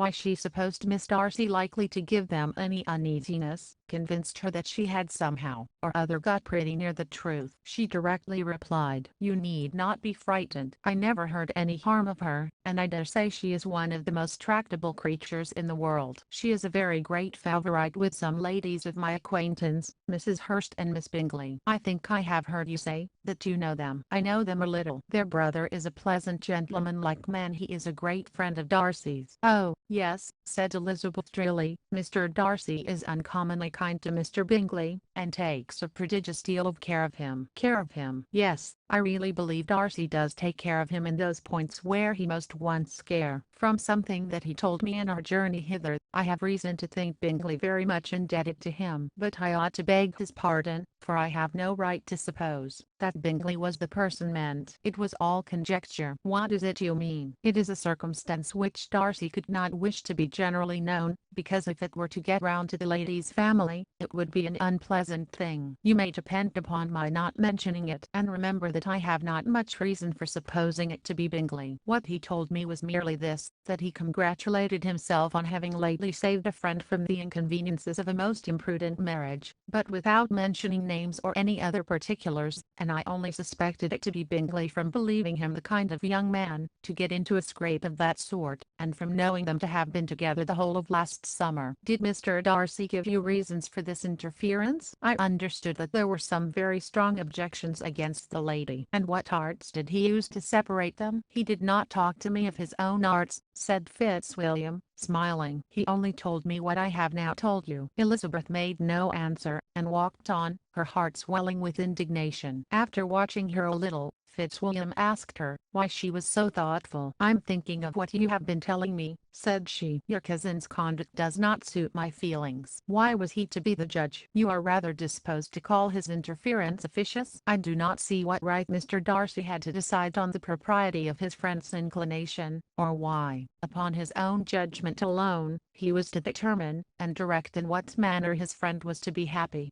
But," she continued, recollecting herself, "as we know none of the particulars, it is not fair to condemn him. It is not to be supposed that there was much affection in the case." "That is not an unnatural surmise," said Fitzwilliam, "but it is a lessening of the honour of my cousin's triumph very sadly." This was spoken jestingly, but it appeared to her so just a picture of Mr. Darcy, that she would not trust herself with an answer, and therefore, abruptly changing the conversation, talked on indifferent matters, until they reached the parsonage. There, shut into her own room, as soon as their visitor left them, she could think without interruption of all that she had heard. It was not to be supposed that any other people could be meant than those with whom she was connected. There could not exist in the world two men over whom Mr. Darcy could have such boundless influence. That he had been concerned in the measures taken to separate Bingley and Jane she had never doubted, but she had always attributed to Miss Bingley the principal design and arrangement of them. If his own vanity, however, did not mislead him, he was the cause, his pride and caprice were the cause, of all that Jane had suffered, and still continued to suffer. He had ruined for a while every hope of happiness for the most affectionate, generous heart in the world, and no one could say how lasting an evil he might have inflicted. There were some very strong objections against the lady, were Colonel Fitzwilliam's words, and those strong objections probably were, her having one uncle who was a country attorney, and another who was in business in London. To Jane herself, she exclaimed,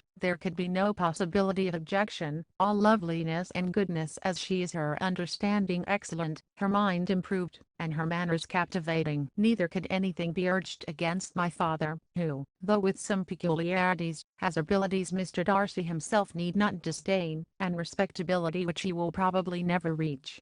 When she thought of her mother, her confidence gave way a little, but she would not allow that any objections there had material weight with Mr. Darcy, whose pride, she was convinced, would receive a deeper wound from the want of importance in his friend's connections than from their want of sense, and she was quite decided, at last, that he had been partly governed by this worst kind of pride, and partly by the wish of retaining Mr. Bingley for his sister. The agitation and tears which the subject occasioned brought on a headache, and it grew so much worse towards the evening that, added to her unwillingness to see Mr. Darcy, it determined her not to attend her cousins to Rosings, where they were engaged to drink tea. Mrs. Collins, seeing that she was really unwell, did not press her to go, and as much as possible prevented her husband from pressing her, but Mr. Collins could not conceal his apprehension of Lady Catherine's being rather displeased by her staying at home. Chapter 34. When they were gone, Elizabeth, as if intending to exasperate herself as much as possible against Mr. Darcy, chose for her employment the examination of all the letters which Jane had written to her since her being in Kent. They contained no actual complaint, nor was there any revival of past occurrences, or any communication of present suffering. But in all, and in almost every line of each, there was a want of that cheerfulness which had been used to characterize her style, and which, proceeding from the serenity of a mind at ease with itself, and kindly disposed towards everyone, had been scarcely ever clouded. Elizabeth noticed every sentence conveying the idea of uneasiness, with an attention which it had hardly received on the first perusal. Mr. Darcy's shameful boast of what misery he had been able to inflict, gave her a keener sense of her sister's sufferings. It was some consolation to think that his visit to Rosings was to end on the day after the next, and, a still greater, that in less than a fortnight she should herself be with Jane again, and enabled to contribute to the recovery of her spirits, by all that affection could do. She could not think of Darcy's leaving Kent without remembering that his cousin was to go with him, but Colonel Fitzwilliam had made it clear that he had no intentions at all, and agreeable as he was, she did not mean to be unhappy about him. While settling this point, she was suddenly roused by the sound of the doorbell, and her spirits were a little fluttered by the idea of its being Colonel Fitzwilliam himself, who had once before called late in the evening, and might now come to inquire particularly after her. But this idea was soon banished, and her spirits were very differently affected, when, to her utter amazement, she saw Mr. Darcy walk into the room. In an hurried manner he immediately began an inquiry after her health,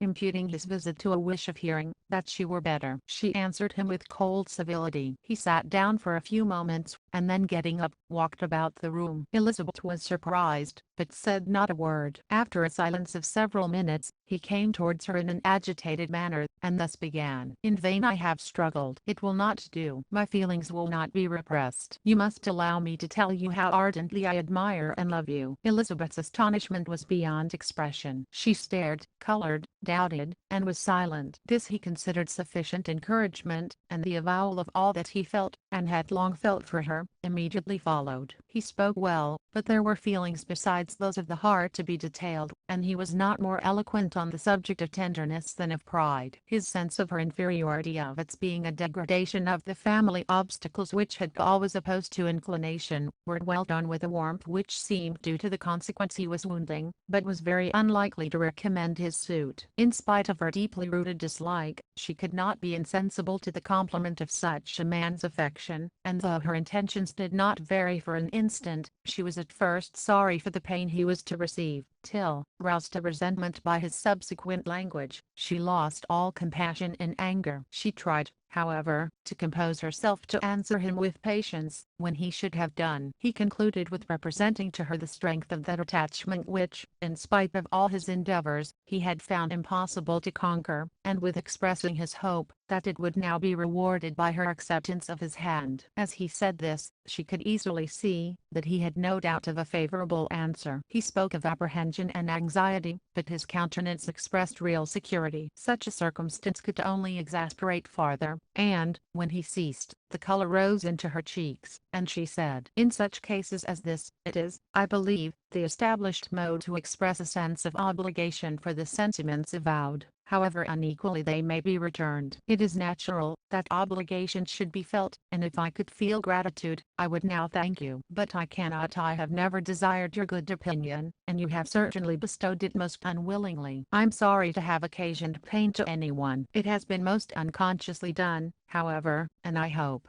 will be of short duration. The feelings which, you tell me, have long prevented the acknowledgment of your regard, can have little difficulty in overcoming it after this explanation." Mr. Darcy, who was leaning against the mantelpiece with his eyes fixed on her face, seemed to catch her words with no less resentment than surprise. His complexion became pale with anger, and the disturbance of his mind was visible in every feature. He was struggling for the appearance of composure, and would not open his lips till he believed himself to have attained it. The pause was to Elizabeth's feelings dreadful. At length, with a voice of forced calmness, he said, "And this is all the reply which I'm to have the honor of expecting. I might, perhaps, wish to be informed why, with so little endeavor at civility, I'm thus rejected. But it is of small importance." "I might as well inquire," replied she, "why with so evident a desire of offending and insulting me, you chose to tell me that you liked me against your will, against your reason, and even against your character? Was not this some excuse for incivility, if I was uncivil? But I have other provocations. You know I have.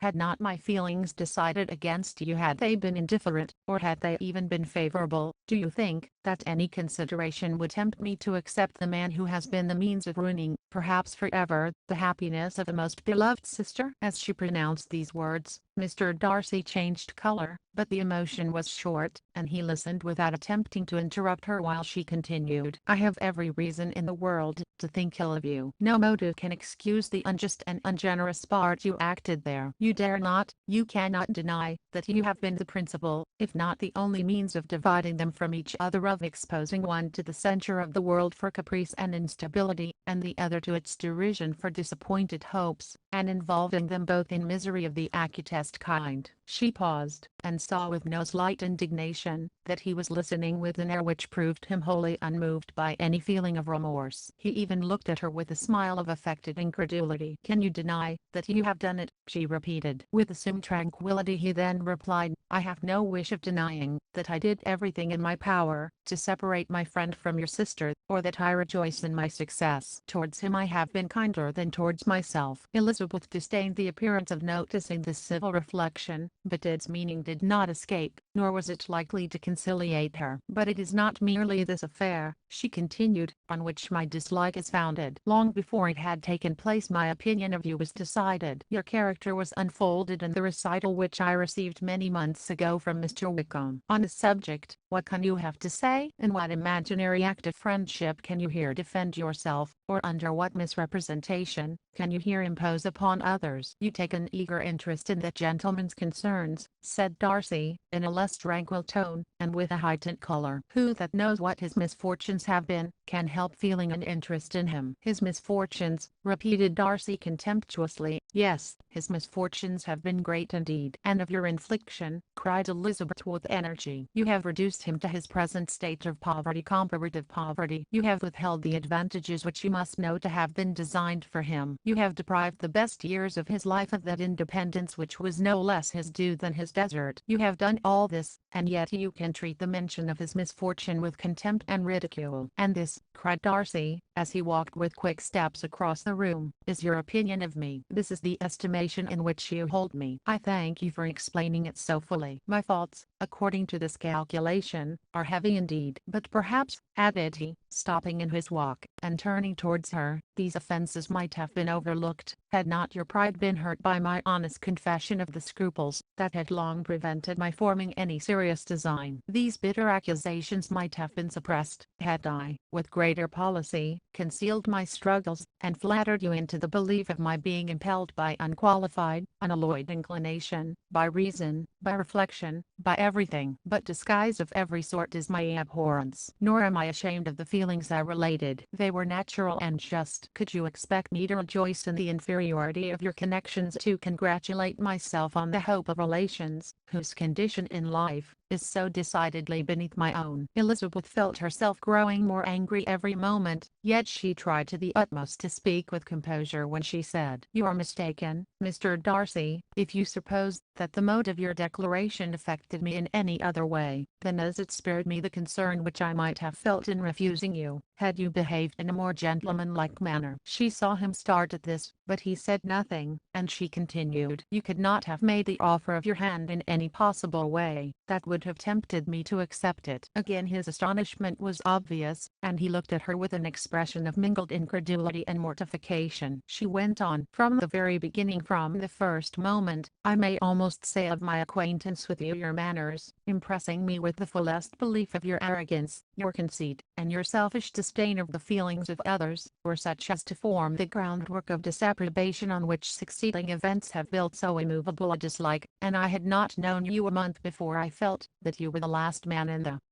world whom I could ever be prevailed on to marry." "You have said quite enough, madam. I perfectly comprehend your feelings, and have now only to be ashamed of what my own have been. Forgive me for having taken up so much of your time, and accept my best wishes for your health and happiness." And with these words he hastily left the room, and Elizabeth heard him the next moment open the front door and quit the house. The tumult of her mind was now painfully great. She knew not how to support herself, and from actual weakness sat down, and cried for half an hour. Her astonishment, as she reflected on what had passed, was increased by every review of it. That she should receive an offer of marriage from Mr. Darcy, that he should have been in love with her for so many months, so much in love as to wish to marry her in spite of all the objections which had made him prevent his friends marrying her sister, and which must appear at least with equal force in his own case, was almost incredible. It was gratifying to have inspired unconsciously so strong an affection, but his pride, his abominable pride, his shameless avowal of what he had done with respect to Jane, his unpardonable assurance in acknowledging, though he could not justify it, and the unfeeling manner in which he had mentioned Mr. Wickham, his cruelty towards whom he had not attempted to deny, soon overcame the pity which the consideration of his attachment had for a moment excited. She continued in very agitated reflections till the sound of Lady Catherine's carriage made her feel how unequal she was to encounter Charlotte's observation, and hurried her away to her room. Chapter 35. Elizabeth awoke the next morning to the same thoughts and meditations which had at length closed her eyes. She could not yet recover from the surprise of what had happened. It was impossible to think of anything else, and,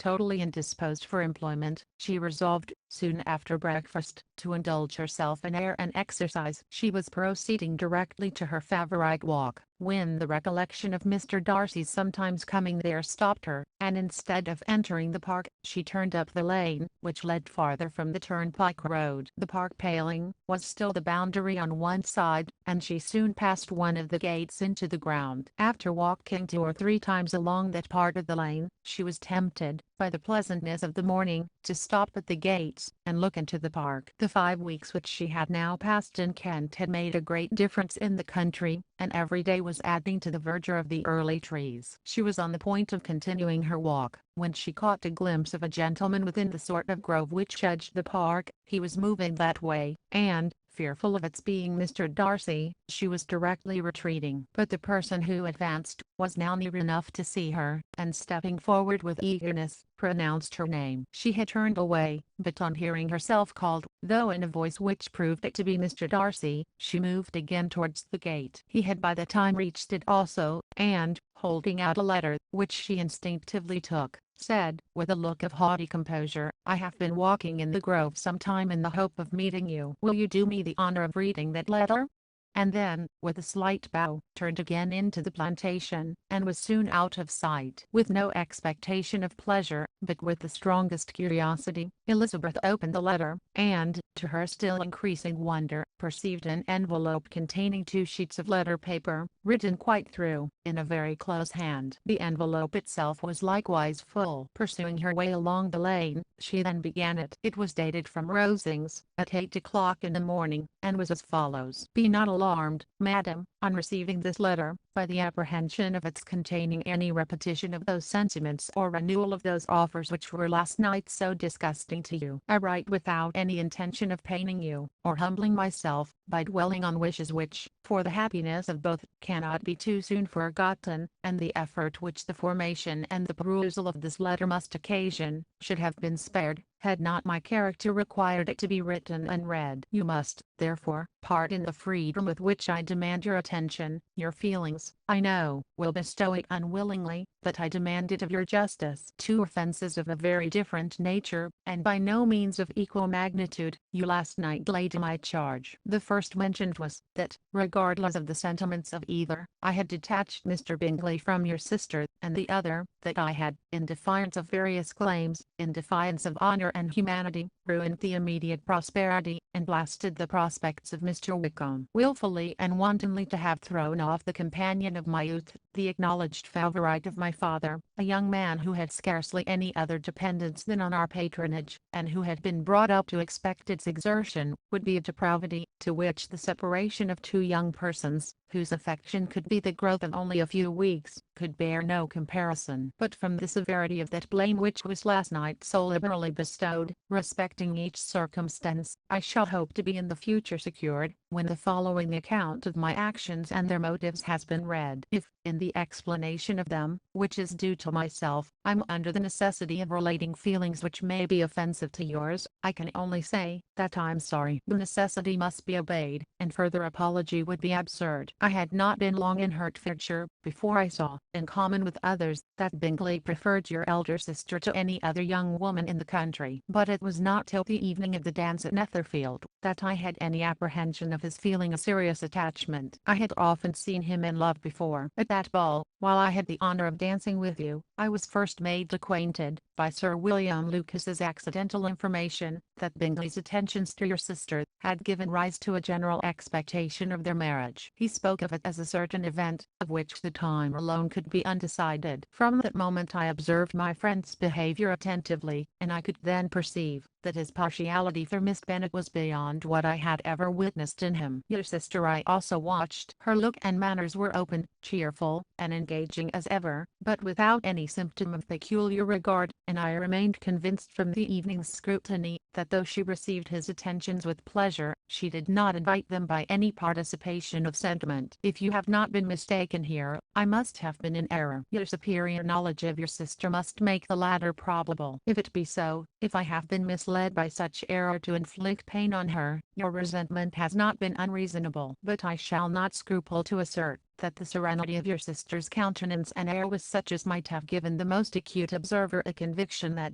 however amiable her temper, her heart was not likely to be easily touched. That I was desirous of believing her indifferent is certain, but I will venture to say, that my investigation and decisions are not usually influenced by my hopes or fears. I did not believe her to be indifferent, because I wished it. I believed it on impartial conviction, as truly as I wished it in reason. My objections to the marriage were not merely those which I last night acknowledged to have the utmost force of passion to put aside. In my own case, the want of connection could not be so great an evil to my friend as to me. But there were other causes of repugnance, causes which, though still existing, and existing to an equal degree in both instances, I had myself endeavoured to forget, because they were not immediately before me. These causes must be stated, though briefly. The situation of your mother's family, though objectionable, was nothing in comparison to that total want of propriety so frequently, so almost uniformly betrayed by herself, by your three younger sisters, and occasionally even by your father. Pardon me, it pains me to offend you, but amidst your concern for the defects of your nearest relations, and your displeasure at this representation of them, let it give you consolation to consider that, to have conducted yourselves, so as to avoid any share of the like censure, is praise no less generally bestowed on you, and your elder sister, than it is honourable to the sense and disposition of both. I will only say farther, that from what passed that evening, my opinion of all parties was confirmed, and every inducement heightened which could have led me before, to preserve my friend from what I esteemed a most unhappy connection. He left Netherfield for London on the day following, as you, I'm certain, remember, with the design of soon returning. The part which I acted, is now to be explained. His sister's uneasiness had been equally excited with my own, our coincidence of feeling was soon discovered, and, like sensible that no time was to be lost in detaching their brother, we shortly resolved on joining him directly in London. We accordingly went, and there I readily engaged in the office of pointing out to my friend the certain evils of such a choice. I described and enforced them earnestly, but, however this remonstrance might have staggered or delayed his determination, I do not suppose that it would ultimately have prevented the marriage, had it not been seconded by the assurance that I hesitated not in giving, of your sister's indifference. He had before believed her to return his affection with sincere, if not with equal regard. But Bingley has great natural modesty, with a stronger dependence on my judgment than on his own. To convince him, therefore, that he had deceived himself, was no very difficult point. To persuade him against returning into Hertfordshire, when that conviction had been given, was scarcely the work of a moment. I cannot blame myself for having done thus much. There is but one part of my conduct in the whole affair on which I do not reflect with satisfaction. It is that I condescended to adopt the measures of art so far as to conceal from him your sister's being in town. I knew it myself, as it was known to Miss Bingley, but her brother is even yet ignorant of it. That they might have met without ill consequences perhaps probable, but his regard did not appear to me enough extinguished for him to see her without some danger. Perhaps this concealment, this disguise was beneath me. It is done, however, and it was done for the best. On the subject I have nothing more to say, no other apology to offer. If I have wounded your sister's feelings, it was unknowingly done, and though the motives which governed me may to you very naturally appear insufficient, I have not yet learned to condemn them. With respect to that other, more weighty accusation, of having injured Mr. Wickham, I can only refute it, by laying before you the whole of his connection with my family. Of what he has particularly accused me I am ignorant, but for the truth of what I shall relate, I can summon more than one witness of undoubted veracity. Mr. Wickham is the son of a very respectable man, who had for many years the management of all the Pemberley estates, and whose good conduct in the discharge of his trust naturally inclined my father to be of service to him, and on George Wickham,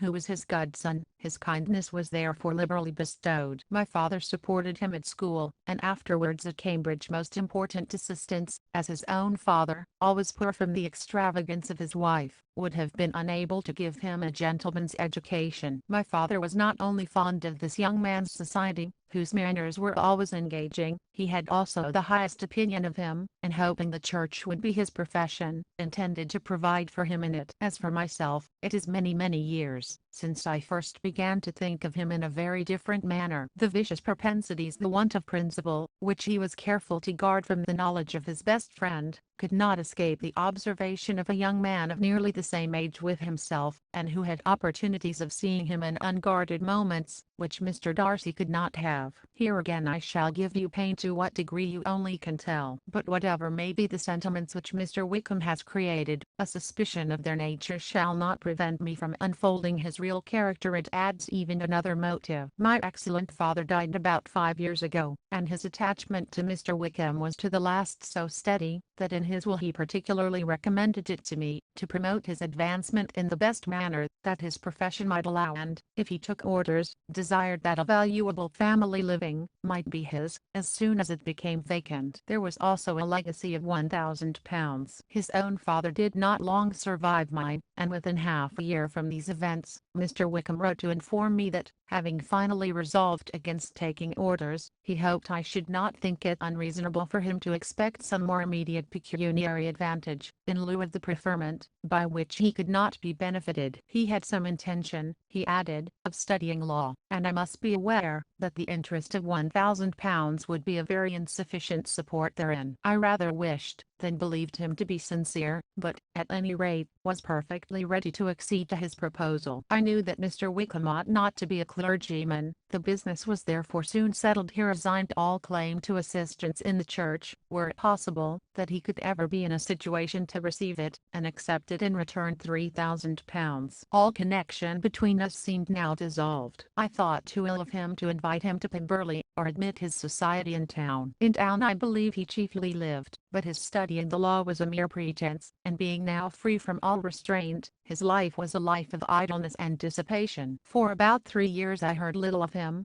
but on the decease of the incumbent of the living which had been designed for him, he applied to me again by a letter for the presentation. His circumstances, he assured me, and I had no difficulty in believing it, were exceedingly bad. He had found the law a most unprofitable study, and was now absolutely resolved on being ordained, if I would present him to the living in question, of which he trusted there could be little doubt, as he was well assured that I had no other person to provide for, and I could not have forgotten my revered father's intentions. You will hardly blame me for refusing to comply with this entreaty, or for resisting every repetition to it. His resentment was in proportion to the distress of his circumstances, and he was doubtless as violent in his abuse of me to others as in his reproaches to myself. After this period every appearance of acquaintance was dropped. How he lived I know not, but last summer he was again most painfully obtruded on my notice. I must now mention a circumstance which I would wish to forget myself, and which no obligation less than the present should induce me to unfold to any human being. Having said thus much, I feel no doubt of your secrecy. My sister,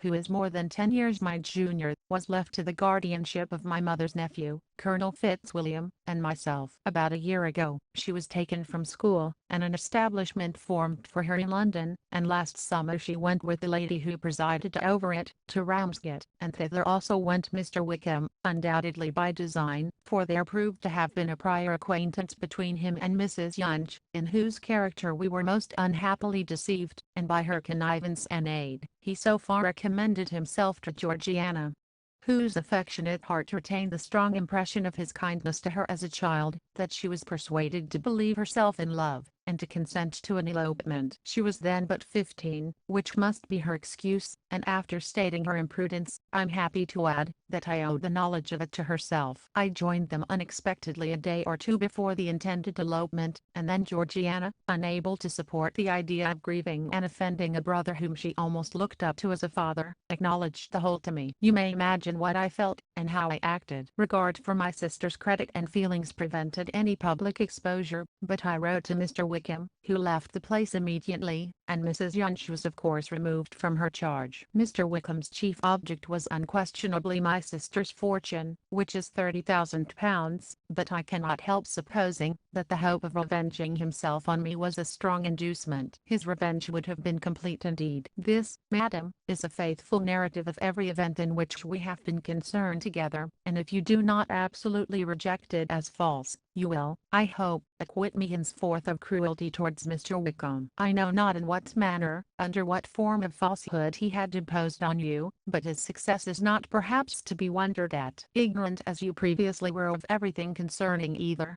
detection could not be in your power, and suspicion certainly not in your inclination. You may possibly wonder why all this was not told you last night, but I was not then master enough of myself to know what could or ought to be revealed. For the truth of everything here related, I can appeal more particularly to the testimony of Colonel Fitzwilliam, who, from our near relationship and constant intimacy, and, still more, as one of the executors of my father's will, has been unavoidably acquainted with every particular of these transactions. If your abhorrence of me should make my assertions valueless, you cannot be prevented by the same cause from confiding in my cousin, and that there may be the possibility of consulting him, I shall endeavor to find some opportunity of putting this letter in your hands in the course of the morning. I will only add, God bless you. Fitzwilliam Darcy. Chapter 36. If Elizabeth, when Mr. Darcy gave her the letter, did not expect it to contain a renewal of his offers, she had formed no expectation at all of its contents. But such as they were, it may well be supposed how eagerly she went through them, and what a contrariety of emotion they excited. Her feelings as she read, were scarcely to be defined. With amazement, did she first understand, that he believed any apology to be in his power, and steadfastly was she persuaded, that he could have no explanation to give, which a just sense of shame would not conceal. With a strong prejudice against everything he might say, she began his account of what had happened at Netherfield. She read with an eagerness which hardly left her power of comprehension, and from impatience of knowing what the next sentence might bring, was incapable of attending to the sense of the one before her eyes. His belief of her sister's insensibility she instantly resolved to be false, and his account of the real, the worst objections to the match, made her too angry to have any wish of doing him justice. He expressed no regret for what he had done, which satisfied her. His style was not penitent, but haughty. It was all pride and insolence. But when the subject was succeeded by his account of Mr. Wickham, when she read with somewhat clearer attention a relation of events which, if true, must overthrow every cherished opinion of his worth, and which bore so alarming an affinity to his own history of himself, her feelings were yet more acutely painful and more difficult of definition. Astonishment, apprehension, and even horror oppressed her. She wished to discredit it entirely, repeatedly exclaiming, "This must be false. This cannot be. This must be the grossest falsehood." And when she had gone through the whole letter, though scarcely knowing anything of the last page or two, put it hastily away, protesting that she would not regard it, that she would never look in it again. In this perturbed state of mind, with thoughts that could rest on nothing, she walked on, but it would not do. In half a minute the letter was unfolded again, and collecting herself as well as she could, she again began the mortifying perusal of all that related to Wickham, and commanded herself so far as to examine the meaning of every sentence. The account of his connection with the Pemberley family was exactly what he had related himself, and the kindness of the late Mr. Darcy, though she had not before known its extent, agreed equally well with his own words. So far each recital confirmed the other, but when she came to the will, the difference was great. What Wickham had said of the living was fresh in her memory, and as she recalled his very words, it was impossible not to feel that there was gross duplicity on one side or the other, and, for a few moments, she flattered herself that her wishes did not err. But when she read, and reread with the closest attention, the particulars immediately following of Wickham's resigning all pretensions to the living, of his receiving in lieu so considerable a sum as £3,000, again was she forced to hesitate. She put down the letter, weighed every circumstance with what she meant to be impartiality, deliberated on the probability of each statement, but with little success. On both sides it was only assertion. Again she read on, but every line proved more clearly that the affair, which she had believed it impossible that any contrivance could so represent as to render Mr. Darcy's conduct in it less than infamous, was capable of a turn which must make him entirely blameless throughout the whole. The extravagance and general profligacy which he scrupled not to lay at Mr. Wickham's charge, exceedingly shocked her, the more so, as she could bring no proof of its injustice. She had never heard of him before his entrance into the shire militia, in which he had engaged at the persuasion of the young man who, on meeting him accidentally in town, had there renewed a slight acquaintance. Of his former way of life nothing had been known in Hertfordshire, but what he told himself. As to his real character, had information been in her power, she had never felt a wish of inquiring. His countenance, voice, and manner had established him at once in the possession of every virtue. She tried to recollect some instance of goodness, some distinguished trait of integrity or benevolence, that might rescue him from the attacks of Mr. Darcy, or at least, by the predominance of virtue, atone for those casual errors under which she would endeavor to class what Mr. Darcy had described as the idleness and vice of many years' continuance. But no such recollection befriended her. She could see him instantly before her, in every charm of air and address, but she could remember no more substantial good than the general approbation of the neighborhood, and the regard which his social powers had gained him in the mess. After pausing on this point a considerable while, she once more continued to read.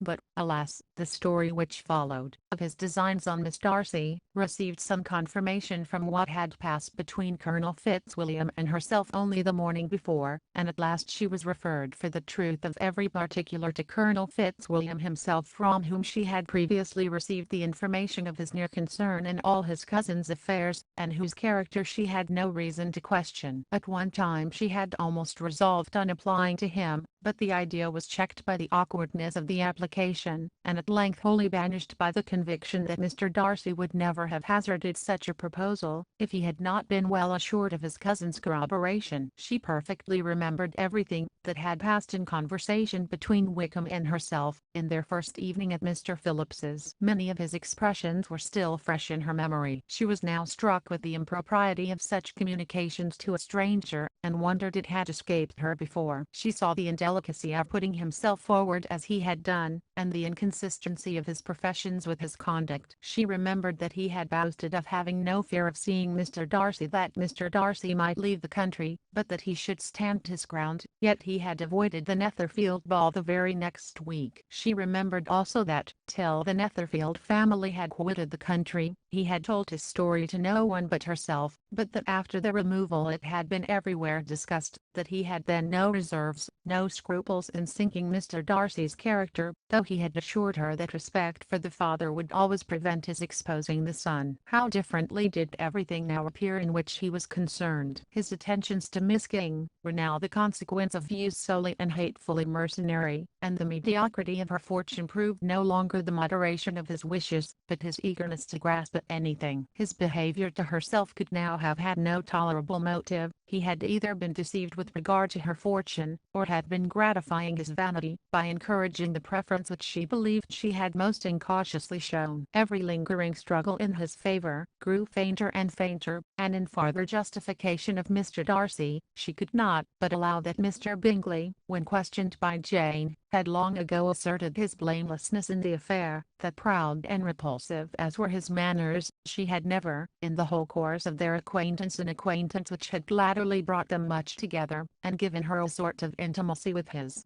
ways, seen anything that betrayed him to be unprincipled or unjust, anything that spoke him of irreligious or immoral habits, that among his own connections he was esteemed and valued, that even Wickham had allowed him merit as a brother, and that she had often heard him speak so affectionately of his sister as to prove him capable of some amiable feeling, that had his actions been what Mr. Wickham represented them, so gross a violation of everything right could hardly have been concealed from the world, and that friendship between a person capable of it, and such an amiable man as Mr. Bingley, was incomprehensible. She grew absolutely ashamed of herself. Of neither Darcy nor Wickham could she think without feeling she had been blind, partial, prejudiced, absurd. How despicably I have acted, she cried. I, who have prided myself on my discernment, I, who have valued myself on my abilities, who have often disdained the generous candor of my sister, and gratified my vanity in useless or blamable mistrust. How humiliating is this discovery! Yet how just a humiliation! Had I been in love, I could not have been more wretchedly blind. But vanity, not love, has been my folly. Pleased with the preference of one, and offended by the neglect of the other, on the very beginning of our acquaintance, I have courted prepossession and ignorance, and driven reason away, where either were concerned. Till this moment I never knew myself. From herself to Jane, from Jane to Bingley, her thoughts were in a line which soon brought to her recollection that Mr. Darcy's explanation there had appeared very insufficient, and she read it again. Widely different was the effect of a second perusal. How could she deny the credit to his assertions in one instance, which she had been obliged to give in the other? He declared himself to be totally unsuspicious of her sister's attachment, and she could not help remembering what Charlotte's opinion had always been. Neither could she deny the justice of his description of Jane. She felt that Jane's feelings, though fervent, were little displayed, and that there was a constant complacency in her air and manner not often united with great sensibility. When she came to that part of the letter in which her family were mentioned in terms of such mortifying, yet merited reproach, her sense of shame was severe. The justice of the charge struck her too forcibly for denial, and the circumstances to which he particularly alluded as having passed at the Netherfield ball, and as confirming all his first disapprobation, could not have made a stronger impression on his mind than on hers. The compliment to herself and her sister was not unfelt. It soothed, but it could not console her for the contempt which had thus been self-attracted by the rest of her family, and as she considered that Jane's disappointment had in fact been the work of her nearest relations, and reflected how materially the credit of both must be hurt by such impropriety of conduct, she felt depressed beyond anything she had ever known before. After wandering along the lane for 2 hours, giving way to every variety of thought, reconsidering events, determining probabilities, and reconciling herself, as well as she could, to a change so sudden and so important, fatigue, and a recollection of her long absence, made her at length return home, and she entered the house with the wish of appearing cheerful as usual, and the resolution of oppressing such reflections as must make her unfit for conversation. She was immediately told that the 2 gentlemen from Rosings had each called during her absence. Mr. Darcy, only for a few minutes, to take leave, but that Colonel Fitzwilliam had been sitting with them at least an hour, hoping for her return, and almost resolving to walk after her till she could be found. Elizabeth could but just affect concern in missing him. She really rejoiced at it. Colonel Fitzwilliam was no longer an object. She could think only of her letter. Chapter 37. The two gentlemen left Rosings the next morning, and Mr. Collins, having been in waiting near the lodges, to make them his parting obeisance, was able to bring home the pleasing intelligence of their appearing in very good health, and in as tolerable spirits as could be expected, after the melancholy scene so lately gone through at Rosings. To Rosings he then hastened, to console Lady Catherine and her daughter, and on his return brought back, with great satisfaction, a message from her ladyship, importing that she felt herself so dull as to make her very desirous of having them all to dine with her. Elizabeth could not see Lady Catherine without recollecting that, had she chosen it, she might by this time have been presented to her as her future niece, nor could she think, without a smile, of what her ladyship's indignation would have been. What would she have said, how would she have behaved, were questions with which she amused herself. Their first subject was the diminution of the Rosings party. "I assure you, I feel it exceedingly," said Lady Catherine. "I believe no one feels the loss of friends so much as I do. But I'm particularly attached to these young men, and know them to be so much attached to me. They were excessively sorry to go, but so they always are." The dear Colonel rallied his spirits tolerably till just at last, but Darcy seemed to feel it most acutely, more, I think, than last year. His attachment to Rosings certainly increases. Mr. Collins had the compliment, and an allusion to throw in here, which were kindly smiled on by the mother and daughter.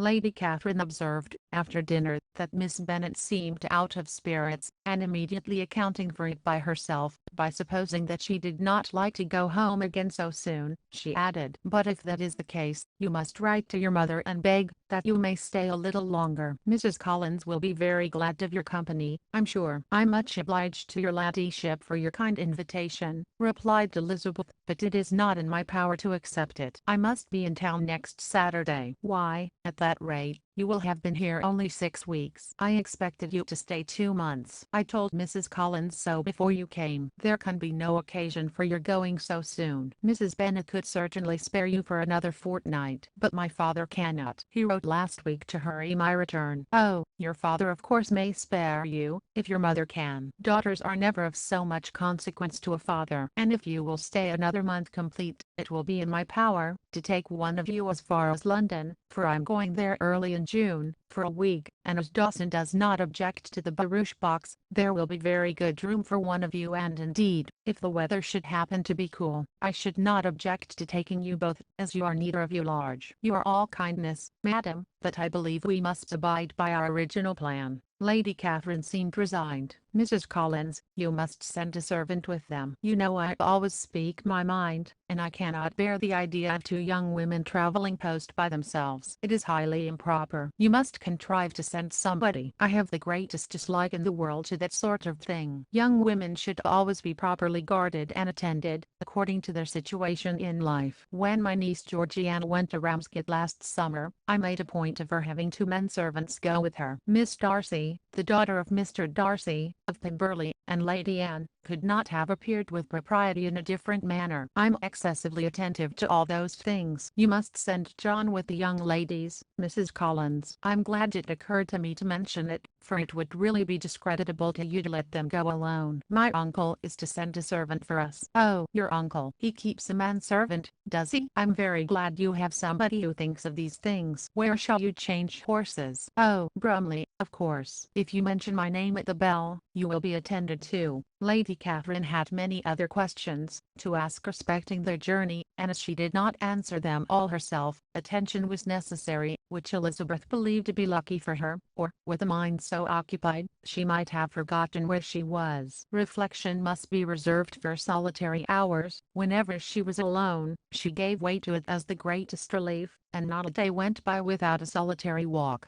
in which she might indulge in all the delight of unpleasant recollections. Mr. Darcy's letter she was in a fair way of soon knowing by heart. She studied every sentence, and her feelings towards its writer were at times widely different. When she remembered the style of his address, she was still full of indignation, but when she considered how unjustly she had condemned and upbraided him, Her anger was turned against herself, and his disappointed feelings became the object of compassion. His attachment excited gratitude, his general character respect, but she could not approve him, nor could she for a moment repent her refusal, or feel the slightest inclination ever to see him again. In her own past behavior, there was a constant source of vexation and regret, and in the unhappy defects of her family, a subject of yet heavier chagrin. They were hopeless of remedy. Her father, contented with laughing at them, would never exert himself to restrain the wild giddiness of his youngest daughters, and her mother, with manners so far from right herself, was entirely insensible of the evil. Elizabeth had frequently united with Jane in an endeavour to check the imprudence of Catherine and Lydia, but while they were supported by their mother's indulgence, what chance could there be of improvement? Catherine, weak-spirited, irritable, and completely under Lydia's guidance, had been always affronted by their advice, and Lydia, self-willed and careless, would scarcely give them a hearing. They were ignorant, idle, and vain. While there was an officer in Meryton, they would flirt with him, and while Meryton was within a walk of Longbourn, they would be going there forever. Anxiety on Jane's behalf was another prevailing concern, and Mr. Darcy's explanation, by restoring Bingley to all her former good opinion, heightened the sense of what Jane had lost. His affection was proved to have been sincere, and his conduct cleared of all blame, unless any could attach to the implicitness of his confidence in his friend. How grievous then was the thought that, of a situation so desirable in every respect, so replete with advantage, so promising for happiness,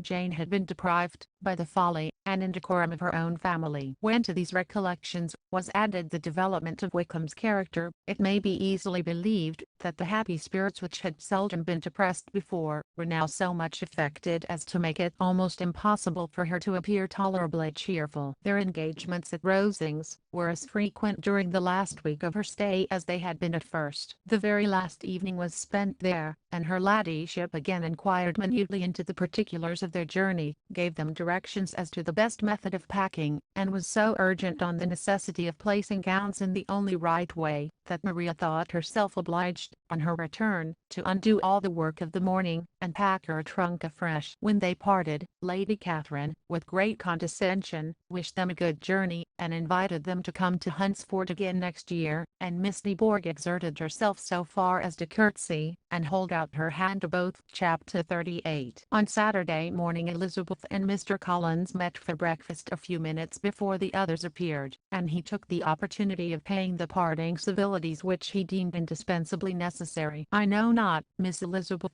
said he, "whether Mrs. Collins has yet expressed her sense of your kindness in coming to us, but I'm very certain you will not leave the house without receiving her thanks for it. The favor of your company has been much felt, I assure you. We know how little there is to tempt anyone to our humble abode. Our plain manner of living, our small rooms and few domestics, and the little we see of the world, must make Hunsford extremely dull to a young lady like yourself, but I hope you will believe us grateful for the condescension, and that we have done everything in our power, to prevent your spending your time unpleasantly." Elizabeth was eager with her thanks and assurances of happiness. She had spent 6 weeks with great enjoyment, and the pleasure of being with Charlotte, and the kind attentions she had received, must make her feel the obliged. Mr. Collins was gratified, and with a more smiling solemnity replied, "It gives me great pleasure to hear that you have passed your time not disagreeably. We have certainly done our best, and most fortunately having it in our power, to introduce you to very superior society, and, from our connection with Rosings, the frequent means of varying the humble home scene, I think we may flatter ourselves that your Hunsford visit cannot have been entirely irksome. Our situation with regard to Lady Catherine's family is indeed the sort of extraordinary advantage and blessing which few can boast. You see on what a footing we are. You see how continually we are engaged there. In truth I must acknowledge that, with all the disadvantages of this humble parsonage, I should not think anyone abiding in it an object of compassion, while they are sharers of our intimacy at Rosings." Words were insufficient for the elevation of his feelings, and he was obliged to walk about the room, while Elizabeth tried to unite civility and truth in a few short sentences. "You may, in fact, carry a very favourable report of us into Hertfordshire, my dear cousin. I flatter myself at least, that you will be able to do so.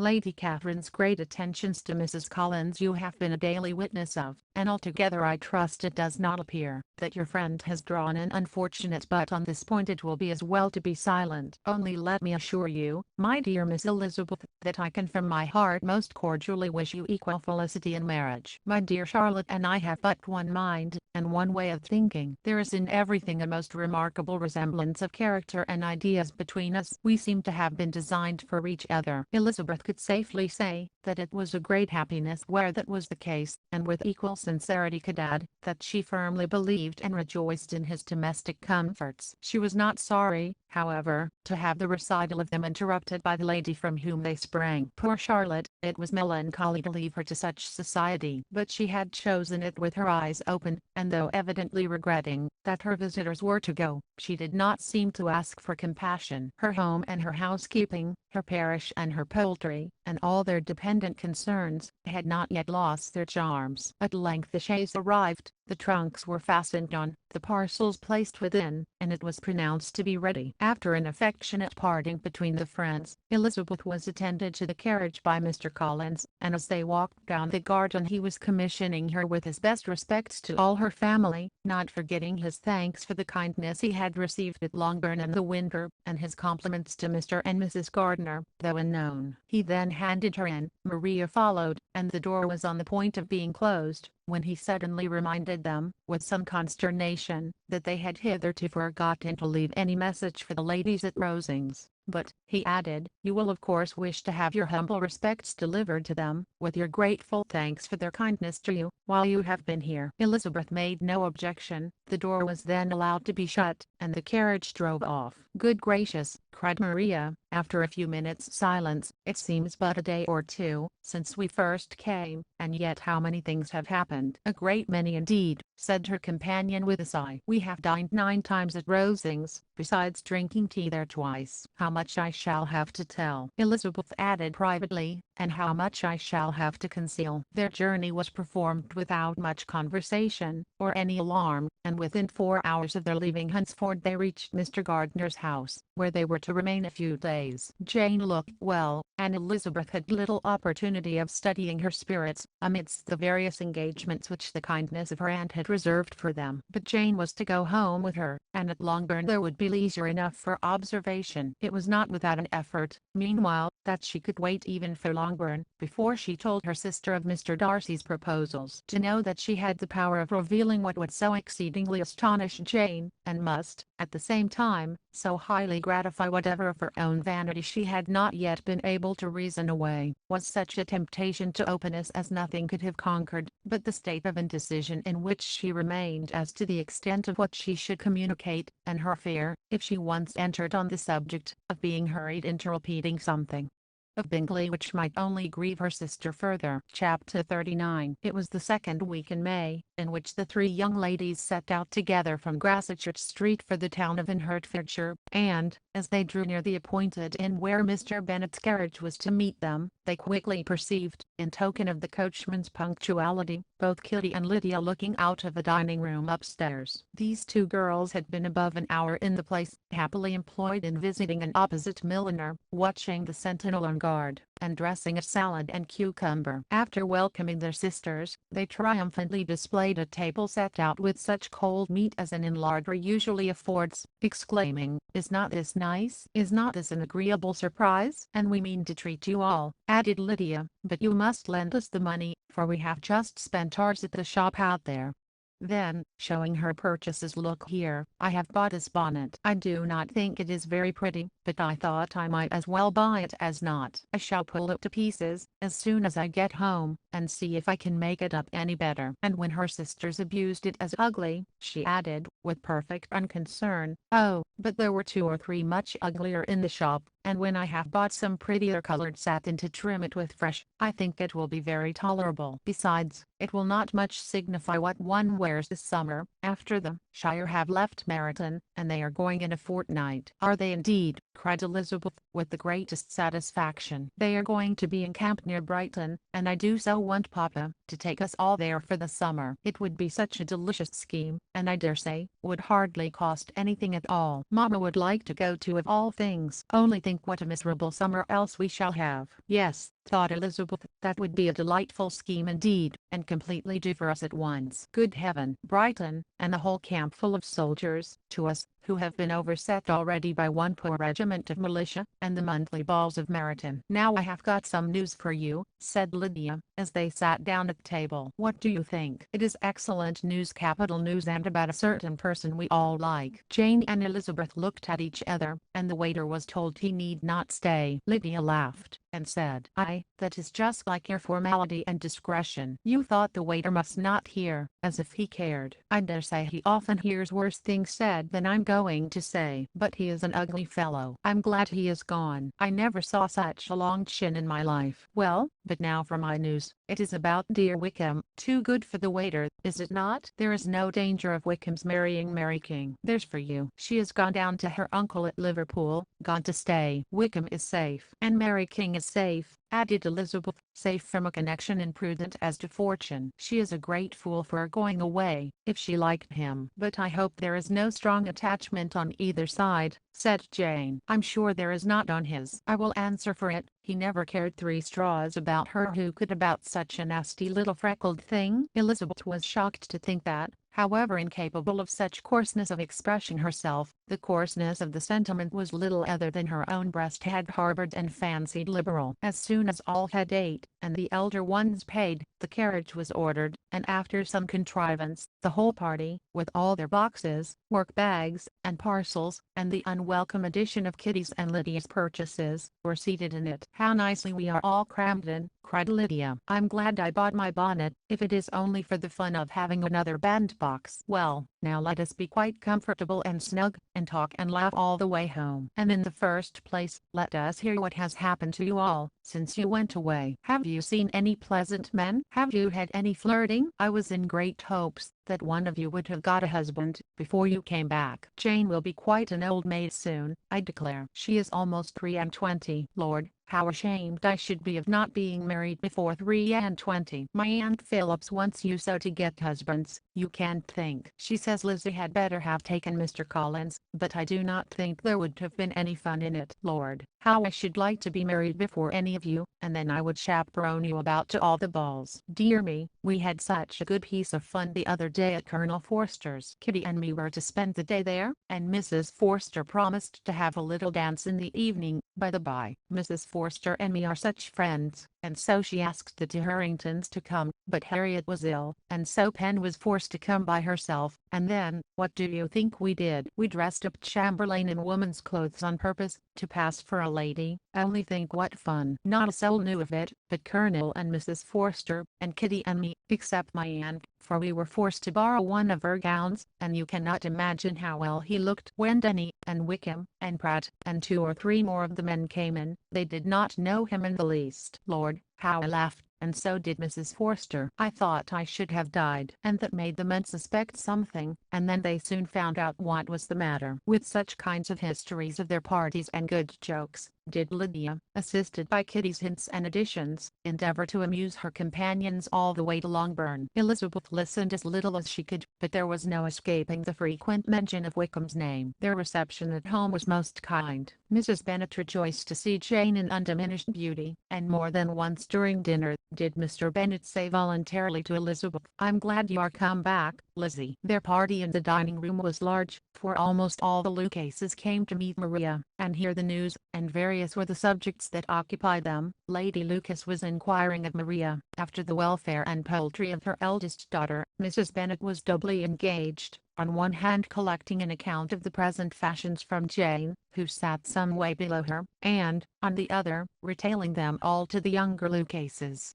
And Lydia, in a voice rather louder than any other person's, was enumerating the various pleasures of the morning to anybody who would hear her. "Oh, Mary," said she, "I wish you had gone with us, for we had such fun. As we went along, Kitty and I drew up the blinds, and pretended there was nobody in the coach, and I should have gone so all the way, if Kitty had not been sick. And when we got to the George, I do think we behaved very handsomely, for we treated the other three with the nicest cold luncheon in the world, and if you would have gone, we would have treated you too. And then when we came away it was such fun. I thought we never should have got into the coach. I was ready to die of laughter. And then we were so merry all the way home, we talked and laughed so loud, that anybody might have heard us 10 miles off. To this Mary very gravely replied, "Far be it from me, my dear sister, to depreciate such pleasures. They would doubtless be congenial with the generality of female minds, but I confess they would have no charms for me. I should infinitely prefer a book." But of this answer Lydia heard not a word. She seldom listened to anybody for more than half a minute, and never attended to Mary at all. In the afternoon Lydia was urgent with the rest of the girls to walk to Meryton, and to see how everybody went on, but Elizabeth steadily opposed the scheme. It should not be said that the Miss Bennets could not be at home half a day before they were in pursuit of the officers. There was another reason too for her opposition. She dreaded seeing Mr. Wickham again, and was resolved to avoid it as long as possible. The comfort to her of the regiment's approaching removal was indeed beyond expression. In the fortnight they were to go, and once gone, she hoped there could be nothing more to plague her on his account. She had not been many hours at home before she found that the Brighton scheme, of which Lydia had given them a hint at the inn, was under frequent discussion between her parents. Elizabeth saw directly that her father had not the smallest intention of yielding, but his answers were at the same time so vague and equivocal, that her mother, though often disheartened, had never yet despaired of succeeding at last. Chapter 40. Elizabeth's impatience to acquaint Jane with what had happened could no longer be overcome, and at length, resolving to suppress every particular in which her sister was concerned, and preparing her to be surprised,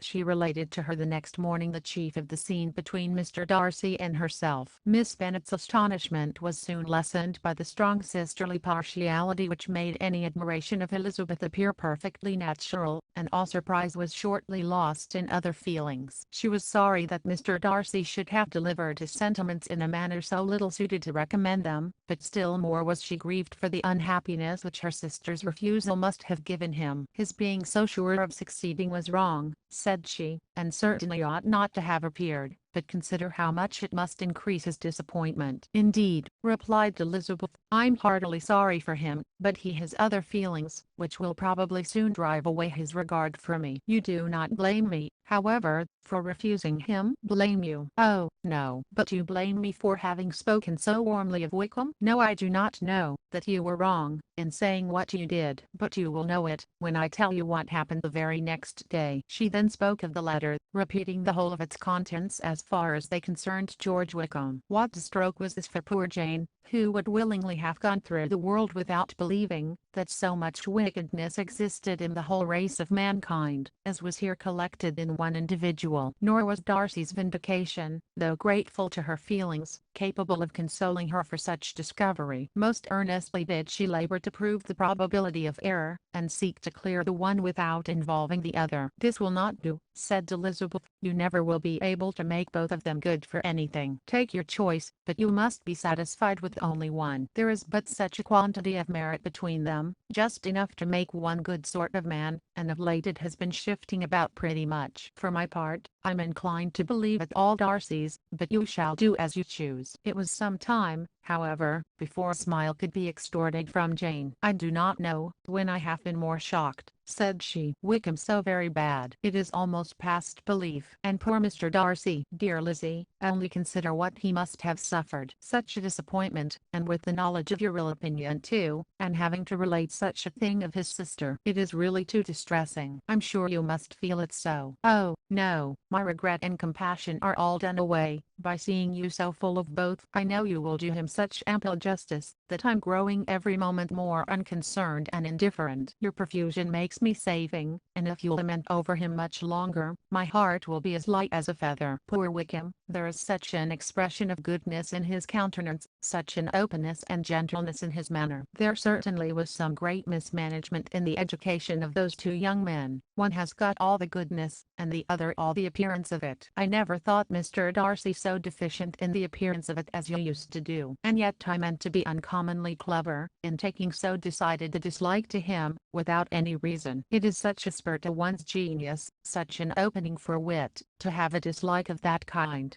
One may be continually abusive without saying anything, but one cannot always be laughing at a man without now and then stumbling on something witty. Lizzie, when you first read that letter, I'm sure you could not treat the matter as you do now. Indeed, I could not. I was uncomfortable enough, I may say unhappy, and with no one to speak to about what I felt, no Jane to comfort me, and say that I had not been so very weak and vain and nonsensical as I knew I had. Oh, how I wanted you! How unfortunate that you should have used such very strong expressions in speaking of Wickham to Mr. Darcy, for now they do appear wholly undeserved. Certainly, but the misfortune of speaking with bitterness is a most natural consequence of the prejudices I had been encouraging. There is one point on which I want your advice. I want to be told whether I ought, or ought not, to make our acquaintances in general understand Wickham's character. Miss Bennet paused a little, and then replied, "Surely there can be no occasion for exposing him so dreadfully." "What is your opinion?" "That it ought not to be attempted. Mr. Darcy has not authorized me to make his communication public. On the contrary, every particular relative to his sister was meant to be kept as much as possible to myself, and if I endeavor to undeceive people as to the rest of his conduct,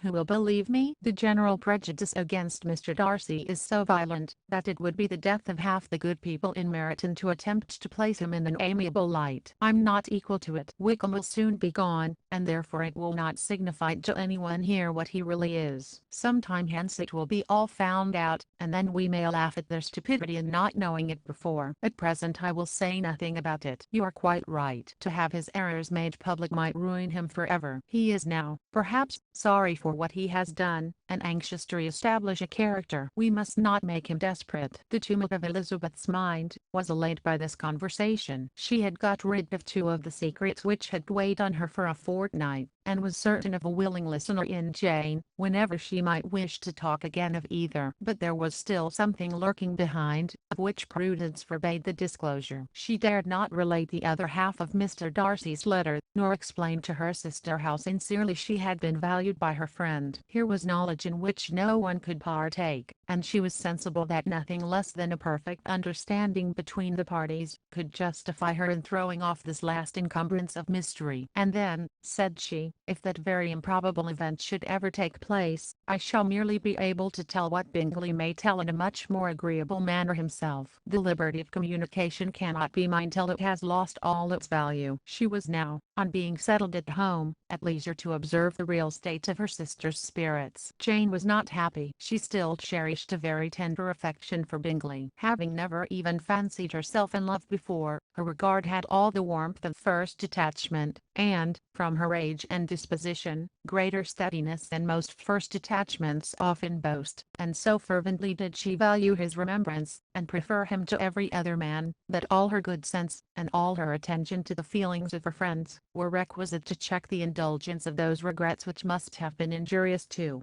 her own health and their tranquillity. "Well, Lizzie," said Mrs. Bennet one day, "what is your opinion now of the sad business of Jane's? For my part, I'm determined never to speak of it again to anybody. I told my sister Phillips so the other day, but I cannot find out that Jane saw anything of him in London. Well, he is a very undeserving young man, and I do not suppose there's the least chance in the world of her ever getting him now. There is no talk of his coming to Netherfield again in the summer, and I have inquired of everybody too, who is likely to know. I do not believe he will ever live at Netherfield any more. Oh well, it is just as he chooses. Nobody wants him to come, though I shall always say he used my daughter extremely ill, and if I was her, I would not have put up with it. Well, my comfort is, I'm sure Jane will die of a broken heart, and then he will be sorry for what he has done." But as Elizabeth could not receive comfort from any such expectation, she made no answer. "Well, Lizzie," continued her mother, soon afterwards, "and so the Collinses live very comfortable, do they?" "Well, well, I only hope it will last. And what sort of table do they keep? Charlotte is an excellent manager, I dare say. If she is half as sharp as her mother, she is saving enough. There is nothing extravagant in their housekeeping, I dare say. No, nothing at all. A great deal of good management, depend upon it. Yes, yes, they will take care not to outrun their income. They will never be distressed for money. Well, much good may it do them. And so, I suppose, they often talk of having Longbourn, when your father is dead. They look upon it as quite their own, I dare say, whenever that happens. It was a subject which they could not mention before me. No, it would have been strange if they had, but I make no doubt they often talk of it between themselves. Well, if they can be easy with an estate that is not lawfully their own, so much the better. I should be ashamed of having one that was only entailed on me. Chapter 41. The first week of their return was soon gone. The second began. It was the last of the regiment's stay in Meryton, and all the young ladies in the neighbourhood were drooping apace. The dejection was almost universal. The elder Miss Bennets alone were still able to eat, drink, and sleep, and pursue the usual course of their employments. Very frequently were they reproached for this insensibility by Kitty and Lydia,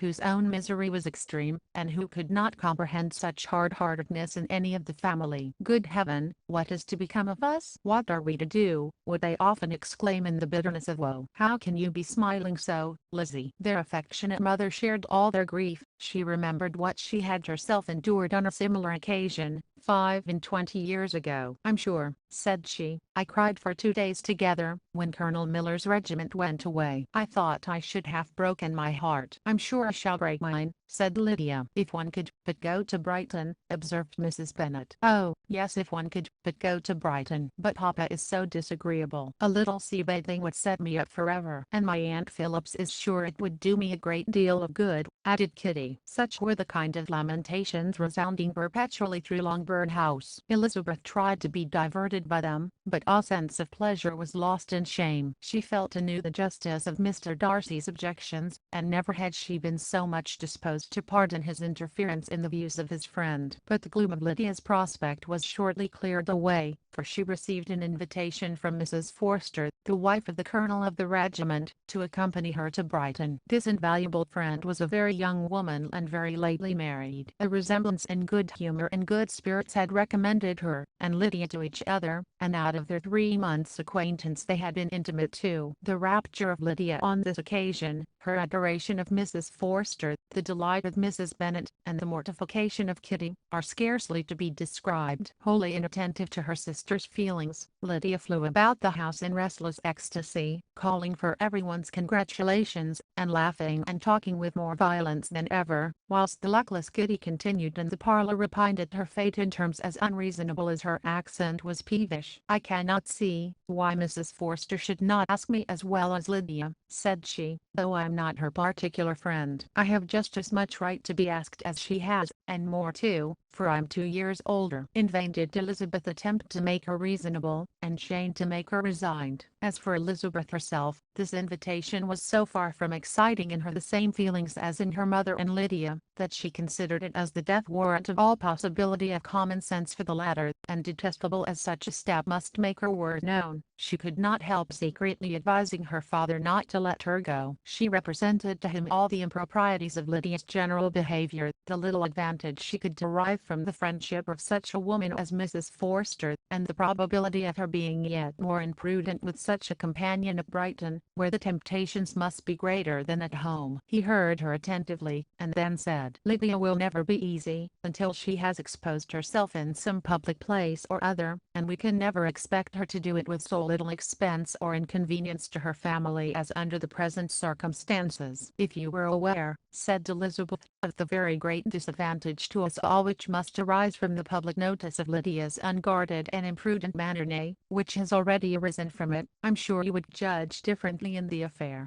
"Already arisen," repeated Mr. Bennet. "What, has she frightened away some of your lovers?" "Poor little Lizzie! But do not be cast down. Such squeamish youths as cannot bear to be connected with a little absurdity are not worth a regret. Come, let me see the list of pitiful fellows who have been kept aloof by Lydia's folly." "Indeed you are mistaken. I have no such injuries to resent. It is not of particular, but of general evils, which I'm now complaining. Our importance, our respectability in the world, must be affected by the wild volatility, the assurance and disdain of all restraint which mark Lydia's character. "Excuse me, for I must speak plainly. If you, my dear father, will not take the trouble of checking her exuberant spirits, and of teaching her that her present pursuits are not to be the business of her life, she will soon be beyond the reach of amendment. Her character will be fixed, and she will, at 16, be the most determined flirt that ever made herself, or her family ridiculous, a flirt too, in the worst and meanest degree of flirtation, without any attraction beyond youth and a tolerable person, and, from the ignorance and emptiness of her mind, wholly unable to ward off any portion of that universal contempt which her rage for admiration will excite. In this danger Kitty also is comprehended. She will follow wherever Lydia leads, vain, ignorant, idle, and absolutely uncontrolled. Oh, my dear father, can you suppose it possible that they will not be censured and despised, wherever they are known, and that their sisters will not be often involved in the disgrace?" Mr. Bennet saw that her whole heart was in the subject, and affectionately taking her hand said in reply, "Do not make yourself uneasy, my love. Wherever you and Jane are known you must be respected and valued, and you will not appear to less advantage for having the couple of, or I may say, 3 very silly sisters. We shall have no peace at Longbourn, if Lydia does not go to Brighton. Let her go, then. Colonel Forster is a sensible man, and will keep her out of any real mischief, and she is luckily too poor to be an object of prey to anybody. At Brighton she will be of less importance even as a common flirt than she has been here. The officers will find women better worth their notice. Let us hope, therefore, that her being there may teach her her own insignificance. At any rate, she cannot grow many degrees worse, without authorizing us to lock her up for the rest of her life." With this answer Elizabeth was forced to be content, but her own opinion continued the same, and she left him disappointed and sorry. It was not in her nature, however, to increase her vexations by dwelling on them. She was confident of having performed her duty, and to fret over unavoidable evils, or augment them by anxiety, was no part of her disposition. Had Lydia and her mother known the substance of her conference with her father, their indignation would hardly have found expression in their united volubility. In Lydia's imagination, a visit to Brighton comprised every possibility of earthly happiness. She saw, with the creative eye of fancy, the streets of that gay bathing place covered with officers. She saw herself the object of attention, to tens and to scores of them at present unknown. She saw all the glories of the camp its tents stretched forth in beauteous uniformity of lines, crowded with the young and the gay, and dazzling with scarlet, and, to complete the view, she saw herself seated beneath a tent, tenderly flirting with at least 6 officers at once. Had she known her sister sought to tear her from such prospects and such realities as these, what would have been her sensations? They could have been understood only by her mother, who might have felt nearly the same. Lydia's going to Brighton was all that consoled her for her melancholy conviction of her husband's never intending to go there himself. But they were entirely ignorant of what had passed, and their raptures continued, with little intermission, to the very day of Lydia's leaving home. Elizabeth was now to see Mr. Wickham for the last time. Having been frequently in company with him since her return, agitation was pretty well over, the agitations of former partiality entirely so. She had even learned to detect, in the very gentleness which had first delighted her, an affectation and a sameness to disgust and weary. In his present behaviour to herself, moreover, she had a fresh source of displeasure, for the inclination he soon testified of renewing those intentions which had marked the early part of their acquaintance could only serve, after what had since passed, to provoke her. She lost all concern for him, in finding herself thus selected as the object of such idle and frivolous gallantry, and while she steadily repressed it, could not but feel the reproof contained in his believing, that however long, and for whatever cause, his attentions had been withdrawn, her vanity would be gratified, and her preference secured at any time by their renewal. On the very last day of the regiment's remaining at Meryton, he dined, with other of the officers, at Longbourn, and so little was Elizabeth disposed to part from him in good humour, that on his making some inquiry as to the manner in which her time had passed at Hunsford, she mentioned Colonel Fitzwilliam's and Mr. Darcy's having both spent 3 weeks at Rosings, and asked him if he was acquainted with the former. He looked surprised, displeased, alarmed, but with a moment's recollection and a returning smile, replied that he had formerly seen him often, and, after observing that he was a very gentlemanlike man, asked her how she had liked him. Her answer was warmly in his favour. With an air of indifference he soon afterwards added, "How long did you say he was at Rosings?" Nearly 3 weeks. And you saw him frequently? Yes, almost every day. His manners are very different from his cousins. Yes, very different. But I think Mr. Darcy improves upon acquaintance. Indeed, cried Mr. Wickham with a look which did not escape her. And pray, may I ask, but checking himself, he added, in a gayer tone, is it an address that he improves? Has he deigned to add aught of civility to his ordinary style? For I dare not hope, he continued in a lower and more serious tone, that he is improved in essentials. Oh, no, said Elizabeth. In essentials, I believe, he is very much what he ever was. While she spoke, Wickham looked as if scarcely knowing whether to rejoice over her words, or to distrust their meaning. There was a something in her countenance, which made him listen with an apprehensive and anxious attention, while she added, when I said that he improved on acquaintance, I did not mean that his mind or his manners were in a state of improvement, but that, from knowing him better, his disposition was better understood. Wickham's alarm now appeared in the heightened complexion and agitated look. For a few minutes he was silent, till, shaking off his embarrassment, he turned to her again, and said in the gentlest of accents, you, who so well know my feeling towards Mr. Darcy, will readily comprehend how sincerely I must rejoice, that he is wise enough to assume even the appearance of what is right. His pride, in that direction, may be of service, if not to himself, to many others, for it must only deter him from such foul misconduct as I have suffered by. I only fear, that the sort of cautiousness to which you, I imagine, have been alluding, is merely adopted on his visits to his aunt, of whose good opinion and judgment he stands much in awe. His fear of her has always operated, I know, when they were together, and a good deal is to be imputed to his wish of forwarding the match with Miss de Bourgh, which I'm certain he has very much at heart. Elizabeth could not repress a smile at this, but she answered only by a slight inclination of the head. She saw that he wanted to engage her on the old subject of his grievances, and she was in no humor to indulge him. The rest of the evening passed with the appearance, on his side, of usual cheerfulness, but with no further attempt to distinguish Elizabeth, and they parted at last with mutual civility, and possibly a mutual desire of never meeting again. When the party broke up, Lydia returned with Mrs. Forster to Meryton, from whence they were to set out early the next morning. The separation between her and her family was rather noisy than pathetic. Kitty was the only one who shed tears, but she did weep from vexation and envy. Mrs. Bennet was diffuse in her good wishes for the felicity of her daughter, and impressive in her injunctions, that she should not miss the opportunity of enjoying herself as much as possible, advice which there was every reason to believe would be well attended to, and in the clamorous happiness of Lydia herself in bidding farewell, the more gentle adieus of her sisters were uttered without being heard. Chapter 42. Had Elizabeth's opinion been all drawn from her own family, she could not have formed a very pleasing opinion of conjugal felicity or domestic comfort. Her father, captivated by youth and beauty, and that appearance of good humor which youth and beauty generally give, had married a woman whose weak understanding and illiberal mind, had very early in their marriage, put an end to all real affection for her. Respect, esteem,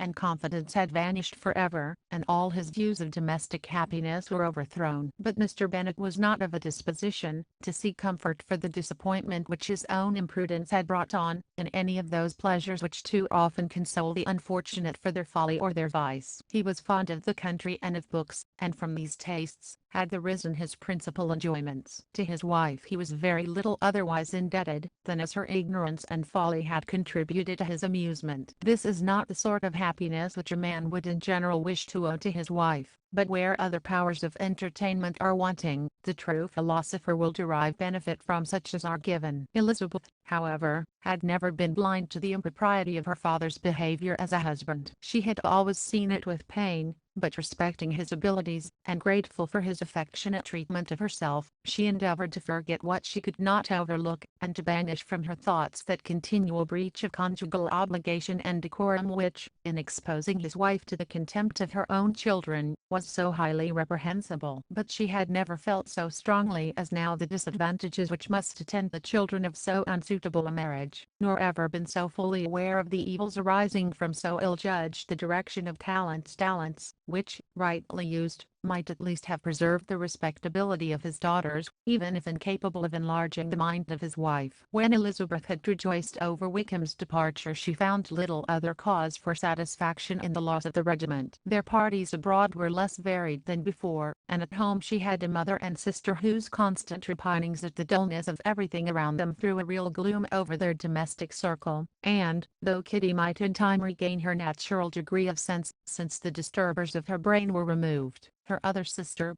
from whose disposition greater evil might be apprehended, was likely to be hardened in all her folly and assurance by a situation of such double danger as a watering place and a camp. Upon the whole, therefore, she found, what has been sometimes found before, that an event to which she had been looking with impatient desire did not, in taking place, bring all the satisfaction she had promised herself. It was consequently necessary to name some other period for the commencement of actual felicity, to have some other point on which her wishes and hopes might be fixed, and by again enjoying the pleasure of anticipation, console herself for the present, and prepare for another disappointment. Her tour to the lakes was now the object of her happiest thoughts. It was her best consolation for all the uncomfortable hours which the discontentedness of her mother and Kitty made inevitable, and could she have included Jane in the scheme, every part of it would have been perfect. But it is fortunate, thought she, that I have something to wish for. Were the whole arrangement complete, my disappointment would be certain. But here, by carrying with me one ceaseless source of regret in my sister's absence, I may reasonably hope to have all my expectations of pleasure realized. A scheme of which every part promises delight can never be successful, and general disappointment is only warded off by the defense of some little peculiar vexation. When Lydia went away she promised to write very often and very minutely to her mother and Kitty, but her letters were always long expected, and always very short. Those to her mother contained little else than that they were just returned from the library, where such and such officers had attended them, and where she had seen such beautiful ornaments as made her quite wild, that she had a new gown, or a new parasol, which she would have described more fully, but was obliged to leave off in a violent hurry, as Mrs. Forster called her, and they were going off to the camp,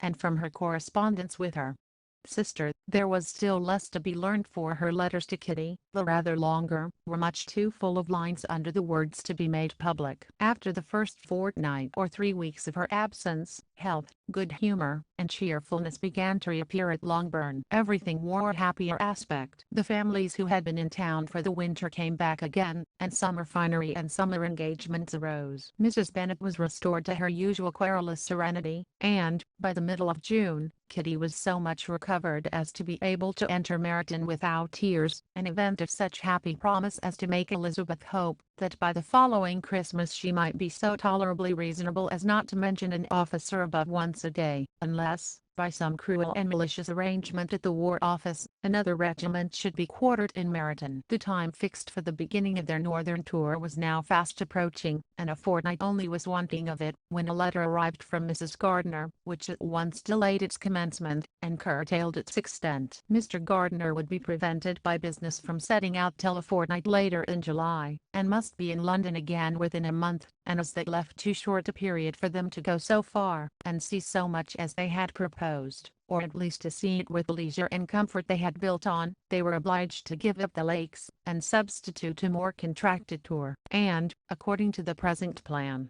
were to go no farther northwards than Derbyshire. In that county there was enough to be seen to occupy the chief of their 3 weeks, and to Mrs. Gardiner it had a peculiarly strong attraction. The town where she had formerly passed some years of her life, and where they were now to spend a few days, was probably as great an object of her curiosity as all the celebrated beauties of Matlock, Chatsworth, Dovedale, or the Peak. Elizabeth was excessively disappointed. She had set her heart on seeing the lakes, and still thought there might have been time enough. But it was her business to be satisfied, and certainly her temper to be happy, and all was soon right again. With the mention of Derbyshire there were many ideas connected. It was impossible for her to see the word without thinking of Pemberley and its owner. But surely, said she, I may enter his county with impunity, and rob it of a few petrified spars without his perceiving me. The period of expectation was now doubled. 4 weeks were to pass away before her uncle and aunt's arrival. But they did pass away, and Mr. and Mrs. Gardiner, with their 4 children, did at length appear at Longbourn. The children, 2 girls of 6 and 8 years old, and 2 younger boys, were to be left under the particular care of their cousin Jane, who was the general favorite, and whose steady sense and sweetness of temper exactly adapted her for attending to them in every way, teaching them, playing with them, and loving them. The Gardiners stayed only one night at Longbourn, and set off the next morning with Elizabeth in pursuit of novelty and amusement. One enjoyment was certain, that of suitableness of companions, a suitableness which comprehended health and temper, to bear inconveniences, cheerfulness to enhance every pleasure, and affection and intelligence, which might supply it among themselves, if there were disappointments abroad. It is not the object of this work to give a description of Derbyshire, nor of any of the remarkable places through which the route thither lay. Oxford, Blenheim, Warwick, Kenilworth, Birmingham, etc. are sufficiently known. A small part of Derbyshire is all the present concern. To the little town of Lambton, the scene of Mrs. Gardiner's former residence, and where she had lately learnt some acquaintance still remained, they bent their steps, after having seen all the principal wonders of the country, and within 5 miles of Lambton, Elizabeth found from her aunt that Pemberley was situated. It was not in their direct road, nor more than a mile or 2 out of it. In talking over their route the evening before, Mrs. Gardiner expressed an inclination to see the place again. Mr. Gardiner declared his willingness, and Elizabeth was applied to for her approbation. "My love,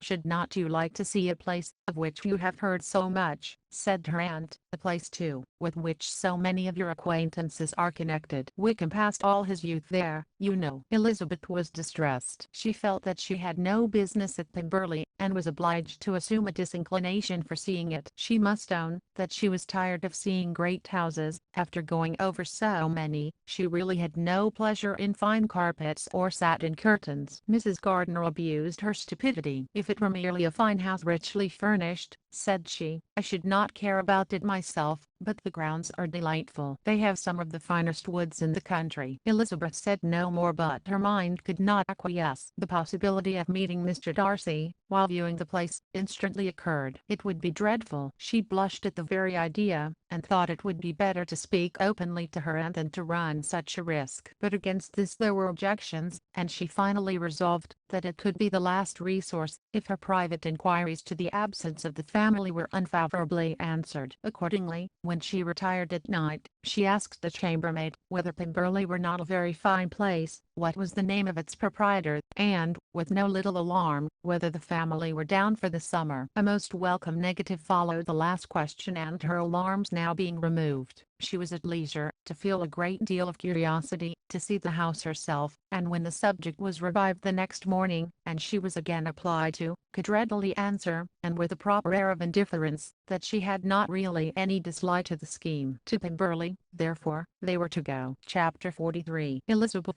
as they drove along, watched for the first appearance of Pemberley Woods with some perturbation, and when at length they turned in at the lodge, her spirits were in a high flutter. The park was very large, and contained great variety of ground. They entered it in one of its lowest points, and drove for some time through a beautiful wood stretching over a wide extent. Elizabeth's mind was too full for conversation, but she saw and admired every remarkable spot and point of view. They gradually ascended for half a mile, and then found themselves at the top of a considerable eminence, where the wood ceased, and the eye was instantly caught by Pemberley House, situated on the opposite side of a valley, into which the road with some abruptness wound. It was a large, handsome stone building, standing well on rising ground, and backed by a ridge of high woody hills, and in front, a stream of some natural importance was swelled into greater, but without any artificial appearance. Its banks were neither formal nor falsely adorned. Elizabeth was delighted. She had never seen a place for which nature had done more, or where natural beauty had been so little counteracted by an awkward taste. They were all of them warm in their admiration, and at that moment she felt that to be mistress of Pemberley might be something. They descended the hill, crossed the bridge, and drove to the door, and, while examining the nearer aspect of the house, all her apprehension of meeting its owner returned. She dreaded lest the chambermaid had been mistaken. On applying to see the place, they were admitted into the hall, and Elizabeth,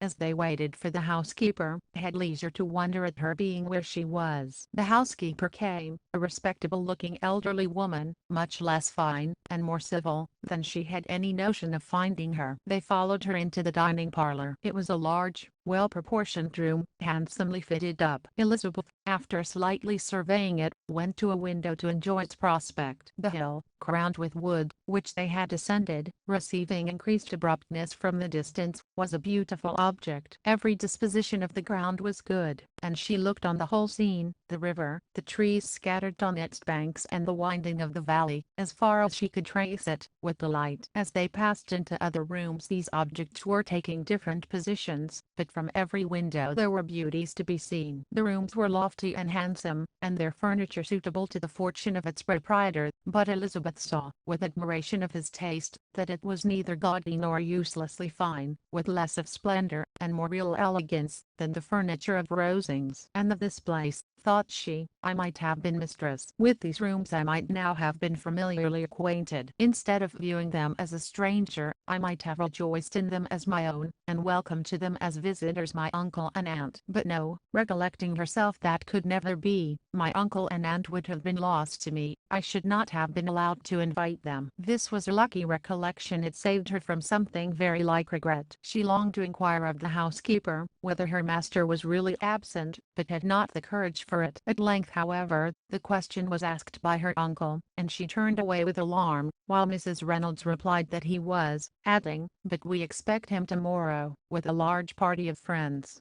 How rejoiced was Elizabeth that their own journey had not by any circumstance been delayed a day. Her aunt now called her to look at a picture. She approached and saw the likeness of Mr. Wickham, suspended, amongst several other miniatures, over the mantelpiece. Her aunt asked her, smilingly, how she liked it. The housekeeper came forward, and told them it was a picture of a young gentleman, the son of her late master's steward, who had been brought up by him at his own expense. He is now gone into the army, she added, but I'm afraid he has turned out very wild. Mrs. Gardiner looked at her niece with a smile, but Elizabeth could not return it. And that, said Mrs. Reynolds, pointing to another of the miniatures, is my master and very like him. It was drawn at the same time as the other about 8 years ago. I have heard much of your master's fine person, said Mrs. Gardiner, looking at the picture. It is a handsome face. But, Lizzie, you can tell us whether it is like or not. Mrs. Reynolds' respect for Elizabeth seemed to increase on this intimation of her knowing her master. Does that young lady know Mr. Darcy? Elizabeth colored, and said, a little. And do not you think him a very handsome gentleman, ma'am? Yes,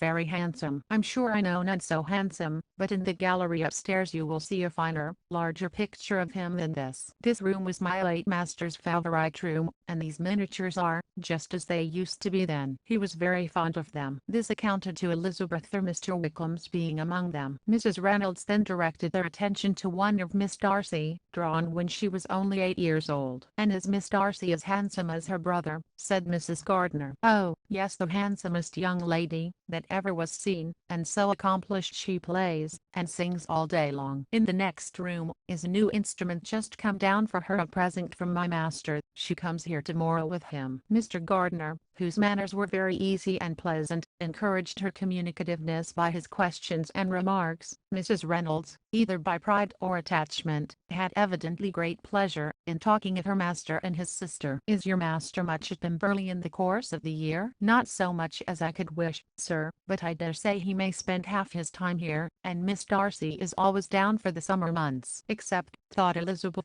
when she goes to Ramsgate. If your master would marry, you might see more of him. Yes, sir, but I do not know when that will be. I do not know who is good enough for him. Mr. and Mrs. Gardiner smiled. Elizabeth could not help saying, it is very much to his credit, I'm sure, that you should think so. I say no more than the truth, and everybody will say that knows him, replied the other. Elizabeth thought this was going pretty far, and she listened with increasing astonishment as the housekeeper added, I have never known a cross word from him in my life, and I have known him ever since he was 4 years old." This was praise, of all others most extraordinary, most opposite to her ideas. That he was not a good-tempered man had been her firmest opinion. Her keenest attention was awakened, she longed to hear more, and was grateful to her uncle for saying, "There are very few people of whom so much can be said. You are lucky in having such a master." "Yes, sir, I know I am. If I were to go through the world, I could not meet with a better. But I have always observed that they who are good-natured when children, are good-natured when they grow up," and he was always the sweetest-tempered, most generous-hearted boy in the world. Elizabeth almost stared at her. "Can this be Mr. Darcy?" thought she. "His father was an excellent man," said Mrs. Gardiner. "Yes, ma'am, that he was indeed, and his son will be just like him, just as affable to the poor." Elizabeth listened, wondered, doubted, and was impatient for more. Mrs. Reynolds could interest her on no other point. She related the subjects of the pictures, the dimensions of the rooms, and the price of the furniture, in vain. Mr. Gardiner, highly amused by the kind of family prejudice to which he attributed her excessive commendation of her master, soon led again to the subject, and she dwelt with energy on his many merits as they proceeded together up the great staircase. "He is the best landlord, and the best master," said she, "that ever lived. Not like the wild young men nowadays, who think of nothing but themselves. There is not one of his tenants or servants but will give him a good name. Some people call him proud, but I'm sure I never saw anything of it. To my fancy, it is only because he does not rattle away like other young men." "In what an amiable light does this place him," thought Elizabeth. "This fine account of him," whispered her aunt as they walked, "is not quite consistent with his behavior to our poor friend. Perhaps we might be deceived." "That is not very likely, our authority was too good." On reaching the spacious lobby above, they were shown into a very pretty sitting room, lightly fitted up with greater elegance and lightness than the apartments below, and were informed that it was but just done to give pleasure to Miss Darcy, who had taken a liking to the room when last at Pemberley. "He is certainly a good brother," said Elizabeth, as she walked towards one of the windows. Mrs. Reynolds anticipated Miss Darcy's delight when she should enter the room. "And this is always the way with him," she added. "Whatever can give his sister any pleasure is sure to be done in a moment. There is nothing he would not do for her." The picture gallery, and 2 or 3 of the principal bedrooms, were all that remained to be shown. In the former, were many good paintings, but Elizabeth knew nothing of the art, and from such as had been already visible below, she had willingly turned to look at some drawings of Miss Darcy's, in crayons, whose subjects were usually more interesting, and also more intelligible. In the gallery there were many family portraits, but they could have little to fix the attention of a stranger. Elizabeth walked in quest of the only face whose features would be known to her. At last it arrested her, and she beheld a striking resemblance to Mr. Darcy, with such a smile over the face as she remembered to have sometimes seen, when he looked at her. She stood several minutes before the picture, in earnest contemplation, and returned to it again, before they quitted the gallery. Mrs. Reynolds informed them, that it had been taken in his father's lifetime. There was certainly at this moment, in Elizabeth's mind, a more gentle sensation towards the original than she had ever felt at the height of their acquaintance. The commendation bestowed on him by Mrs. Reynolds was of no trifling nature. What praise is more valuable than the praise of an intelligent servant? As a brother, a landlord, a master, she considered how many people's happiness were in his guardianship, how much of pleasure or pain was it in his power to bestow, how much of good or evil must be done by him. Every idea that had been brought forward by the housekeeper was favorable to his character, and as she stood before the canvas on which he was represented, and fixed his eyes upon herself, she thought of his regard with a deeper sentiment of gratitude than it had ever raised before. She remembered its warmth, and softened its impropriety of expression. When all of the house that was open to general inspection had been seen, they returned downstairs, and,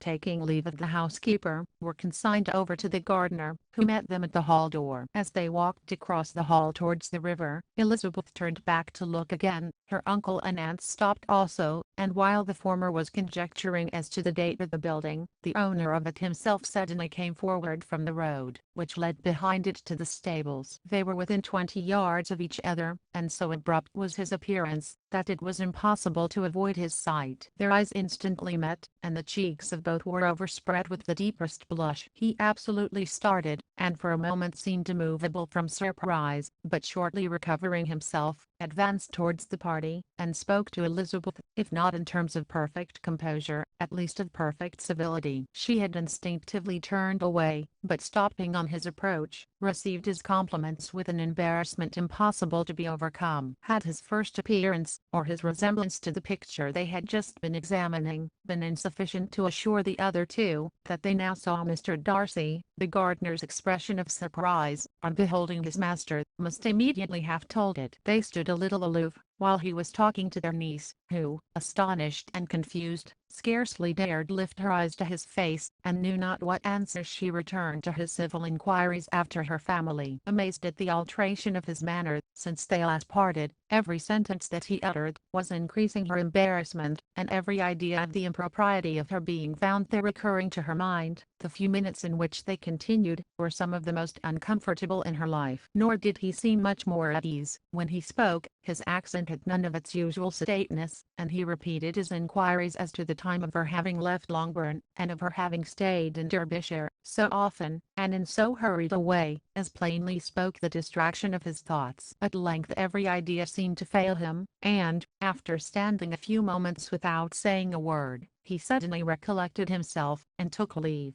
The others then joined her, and expressed admiration of his figure, but Elizabeth heard not a word, and wholly engrossed by her own feelings, followed them in silence. She was overpowered by shame and vexation. Her coming there was the most unfortunate, the most ill-judged thing in the world. How strange it must appear to him! In what a disgraceful light might it not strike so vain a man! It might seem as if she had purposely thrown herself in his way again. Oh, why did she come? Or, why did he thus come a day before he was expected? Had they been only 10 minutes sooner, they should have been beyond the reach of his discrimination, for it was plain that he was that moment arrived, that moment alighted from his horse or his carriage. She blushed again and again over the perverseness of the meeting, and his behavior, so strikingly altered. What could it mean? That he should even speak to her was amazing, but to speak with such civility, to inquire after her family. Never in her life had she seen his manners so little dignified, never had he spoken with such gentleness as on this unexpected meeting. What a contrast did it offer to his last address in Rosings Park, when he put his letter into her hand. She knew not what to think, or how to account for it. They had now entered a beautiful walk by the side of the water, and every step was bringing forward a nobler fall of ground, or a final reach of the woods to which they were approaching. But it was some time before Elizabeth was sensible of any of it,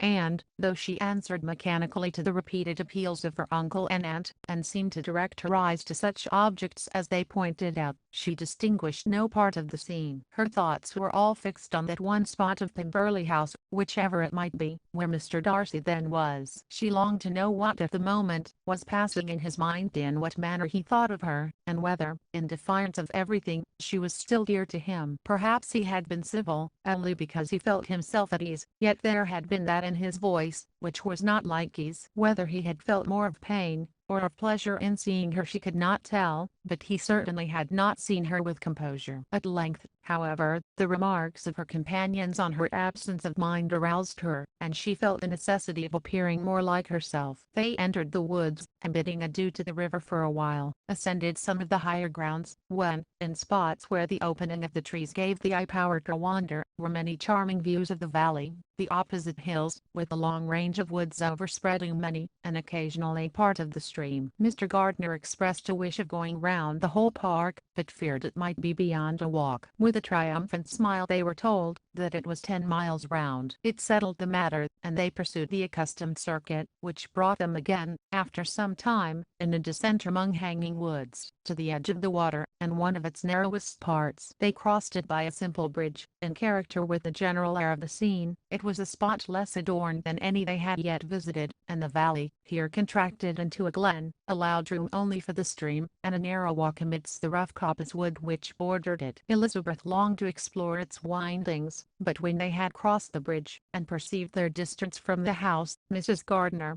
who was not a great walker, could go no farther, and thought only of returning to the carriage as quickly as possible. Her niece was, therefore, obliged to submit, and they took their way towards the house on the opposite side of the river, in the nearest direction, but their progress was slow, for Mr. Gardiner, though seldom able to indulge the taste, was very fond of fishing, and was so much engaged, in watching the occasional appearance of some trout in the water, and talking to the man about them, that he advanced but little. Whilst wondering on in this slow manner, they were again surprised, and Elizabeth's astonishment was quite equal to what it had been at first, by the sight of Mr. Darcy approaching them, and at no great distance. The walk here being less sheltered than on the other side, allowed them to see him before they met. Elizabeth, however astonished, was at least more prepared for an interview than before, and resolved to appear, and to speak with calmness, if he really intended to meet them. For a few moments, indeed, she felt that he would probably strike into some other path. The idea lasted, while a turning in the walk concealed him from their view. The turning past, he was immediately before them. With a glance, she saw that he had lost none of his recent civility, and, to imitate his politeness, she began, as they met, to admire the beauty of the place. But she had not got beyond the words delightful and charming, when some unlucky recollections obtruded, and she fancied that praise of Pemberley from her might be mischievously construed. Her color changed, and she said no more. Mrs. Gardiner was standing a little behind, and on her pausing, he asked her if she would do him the honor of introducing him to her friends. This was a stroke of civility for which she was quite unprepared, and she could hardly suppress a smile at his being now seeking the acquaintance of some of those very people against whom his pride had revolted in his offer to herself. What will be his surprise, thought she, when he knows who they are. He takes them now for people of fashion. The introduction, however, was immediately made, and as she named the relationship to herself, she stole a sly look at him, to see how he bore it, and was not without the expectation of his decamping as fast as he could from such disgraceful companions. That he was surprised by the connection was evident. He sustained it, however, with fortitude, and so far from going away, turned back with them, and entered into conversation with Mr. Gardiner. Elizabeth could not but be pleased, could not but triumph.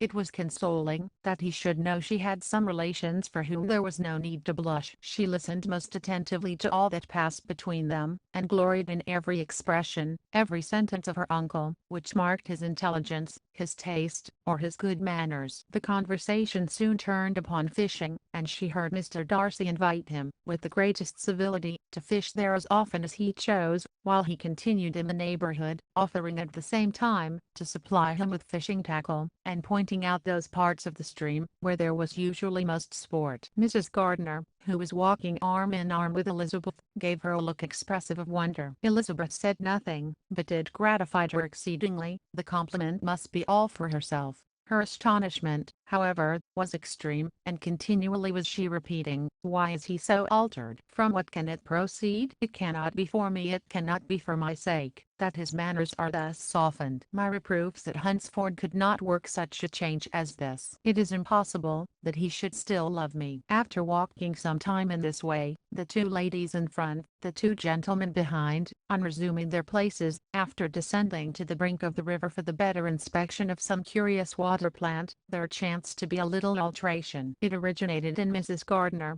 who, fatigued by the exercise of the morning, found Elizabeth's arm inadequate to her support, and consequently preferred her husband's. Mr. Darcy took her place by her niece, and they walked on together. After a short silence, the lady first spoke. She wished him to know that she had been assured of his absence before she came to the place, and accordingly began by observing that his arrival had been very unexpected. For your housekeeper, she added, informed us that you would certainly not be here till tomorrow, and indeed, before we left Bethuel, we understood that you were not immediately expected in the country. He acknowledged the truth of it all, and said that business with his steward had occasioned his coming forward a few hours before the rest of the party with whom he had been traveling. "They will join me early tomorrow," he continued, "and among them are some who will claim an acquaintance with you, Mr.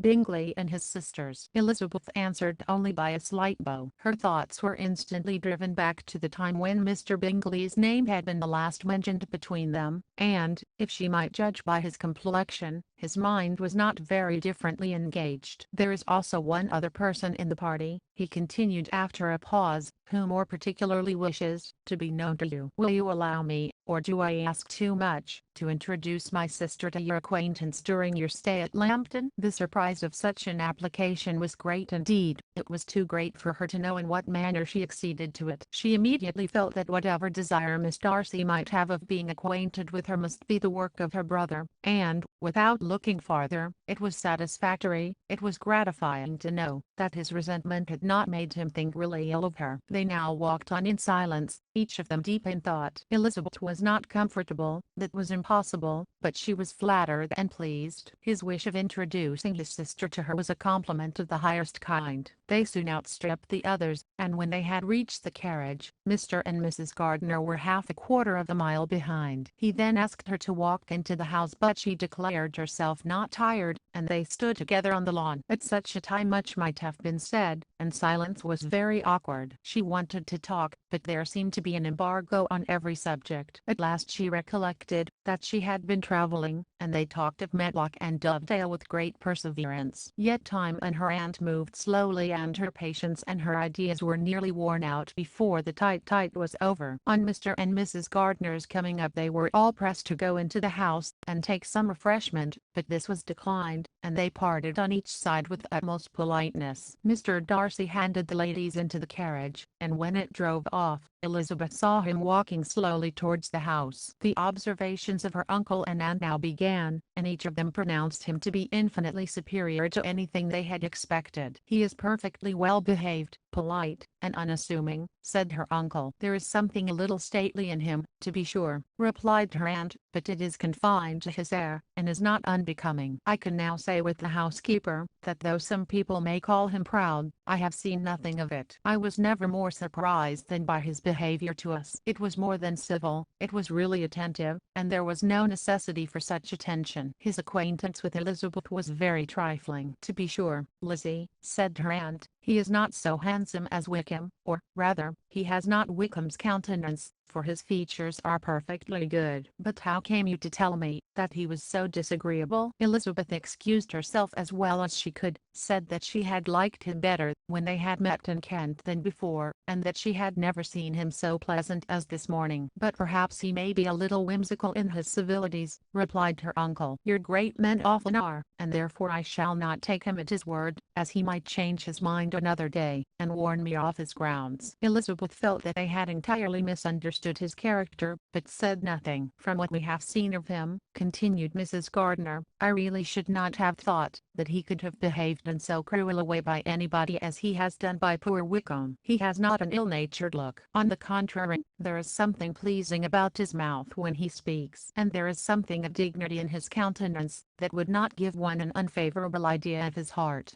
But, to be sure, the good lady who showed us his house did give him a most flaming character. I could hardly help laughing aloud sometimes. But he is a liberal master, I suppose, and that in the eye of the servant comprehends every virtue." Elizabeth here felt herself called on to say something in vindication of his behavior to Wickham, and therefore gave them to understand, in as guarded a manner as she could, that by what she had heard from his relations in Kent, his actions were capable of a very different construction, and that his character was by no means so faulty, nor Wickham so amiable, as they had been considered in Hertfordshire. In confirmation of this, she related the particulars of all the pecuniary transactions in which they had been connected, without actually naming her authority, but stating it to be such as might be relied on. Mrs. Gardiner was surprised and concerned, but as they were now approaching the scene of her former pleasures, every idea gave way to the charm of recollection, and she was too much engaged in pointing out to her husband all the interesting spots in its environs, to think of anything else. Fatigued as she had been by the morning's walk, they had no sooner dined than she set off again in quest of her former acquaintance, and the evening was spent in the satisfactions of an intercourse renewed after many years' discontinuance. The occurrences of the day were too full of interest to leave Elizabeth much attention for any of these new friends, and she could do nothing but think, and think with wonder, of Mr. Darcy's civility, and, above all, of his wishing her to be acquainted with his sister. Chapter 44. Elizabeth had settled it that Mr. Darcy would bring his sister to visit her the very day after her reaching Pemberley, and was consequently resolved not to be out of sight of the inn the whole of that morning. But her conclusion was false, for on the very morning after their arrival at Lambton, these visitors came. They had been walking about the place with some of their new friends, and were just returning to the inn to dress themselves for dining with the same family, when the sound of a carriage drew them to a window, and they saw a gentleman and a lady in a curricle driving up the street. Elizabeth, immediately recognizing the livery, guessed what it meant, and imparted no small degree of her surprise to her relations, by acquainting them with the honor which she expected. Her uncle and aunt were all amazement, and the embarrassment of her manner as she spoke,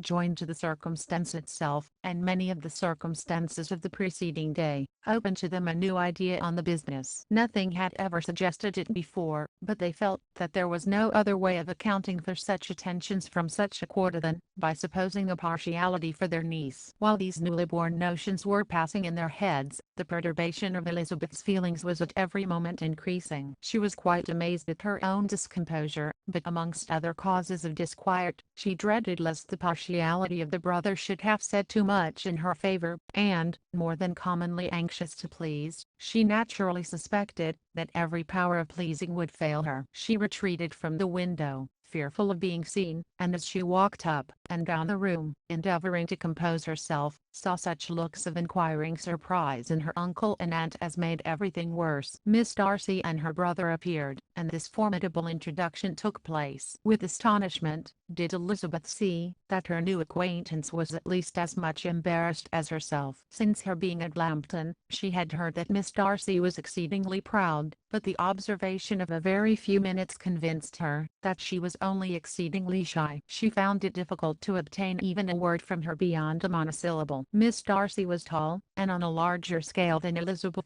and, though little more than 16, her figure was formed, and her appearance womanly and graceful. She was less handsome than her brother, but there was sense and good humor in her face, and her manners were perfectly unassuming and gentle. Elizabeth, who had expected to find in her as acute and unembarrassed an observer as ever Mr. Darcy had been, was much relieved by discerning such different feelings. They had not long been together before Mr. Darcy told her that Bingley was also coming to wait on her, and she had barely time to express her satisfaction and prepare for such a visitor, when Bingley's quick step was heard on the stairs, and in a moment he entered the room. All Elizabeth's anger against him had been long done away, but had she still felt any, it could hardly have stood its ground against the unaffected cordiality with which he expressed himself on seeing her again. He inquired in a friendly, though general way, after her family, and looked and spoke with the same good-humoured ease that he had ever done. To Mr. and Mrs. Gardiner he was scarcely a less interesting personage than to herself. They had long wished to see him. The whole party before them, indeed, excited a lively attention. The suspicions which had just arisen of Mr. Darcy and their niece directed their observation towards each with an earnest though guarded inquiry, and they soon drew from those inquiries the full conviction that one of them at least knew what it was to love. Of the lady's sensations they remained a little in doubt, but that the gentleman was overflowing with admiration was evident enough. Elizabeth, on her side, had much to do. She wanted to ascertain the feelings of each of her visitors, she wanted to compose her own, and to make herself agreeable to all, and in the latter object, where she feared most to fail, she was most sure of success, for those to whom she endeavored to give pleasure were prepossessed in her favor. Bingley was ready, Georgiana was eager, and Darcy determined to be pleased. In seeing Bingley, her thoughts naturally flew to her sister, and, oh, how ardently did she long to know whether any of his were directed in a like manner. Sometimes she could fancy that he talked less than on former occasions, and once or twice pleased herself with the notion that, as he looked at her, he was trying to trace a resemblance.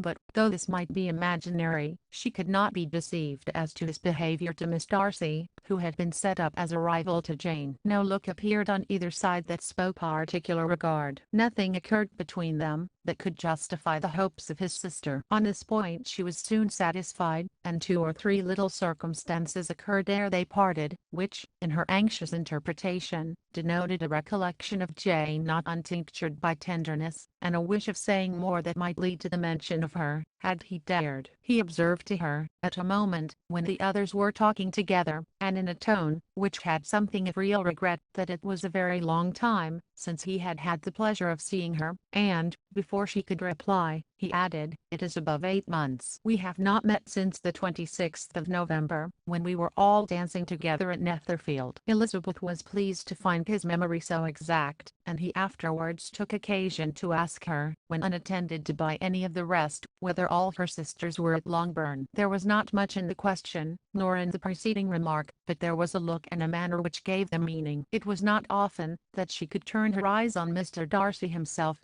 but whenever she did catch a glimpse, she saw an expression of general complaisance, and in all that he said she heard an accent so removed from hauteur or disdain of his companions, as convinced her that the improvement of manners which she had yesterday witnessed, however temporary its existence might prove, had at least outlived one day. When she saw him thus seeking the acquaintance, and courting the good opinion of people with whom any intercourse a few months ago would have been a disgrace, when she saw him thus civil, not only to herself, but to the very relations whom he had openly disdained, and recollected their last lively scene in Hunsford Parsonage, the change was so great, and struck so forcibly on her mind, that she could hardly restrain her astonishment from being visible. Never, even in the company of his dear friends at Netherfield, or his dignified relations at Rosings, had she seen him so desirous to please, so free from self-consequence or unbending reserve, as now, when no importance could result from the success of his endeavours, and when even the acquaintance of those to whom his attentions were addressed, would draw down the ridicule and censure of the ladies both of Netherfield and Rosings. Their visitors stayed with them above half an hour, and when they arose to depart,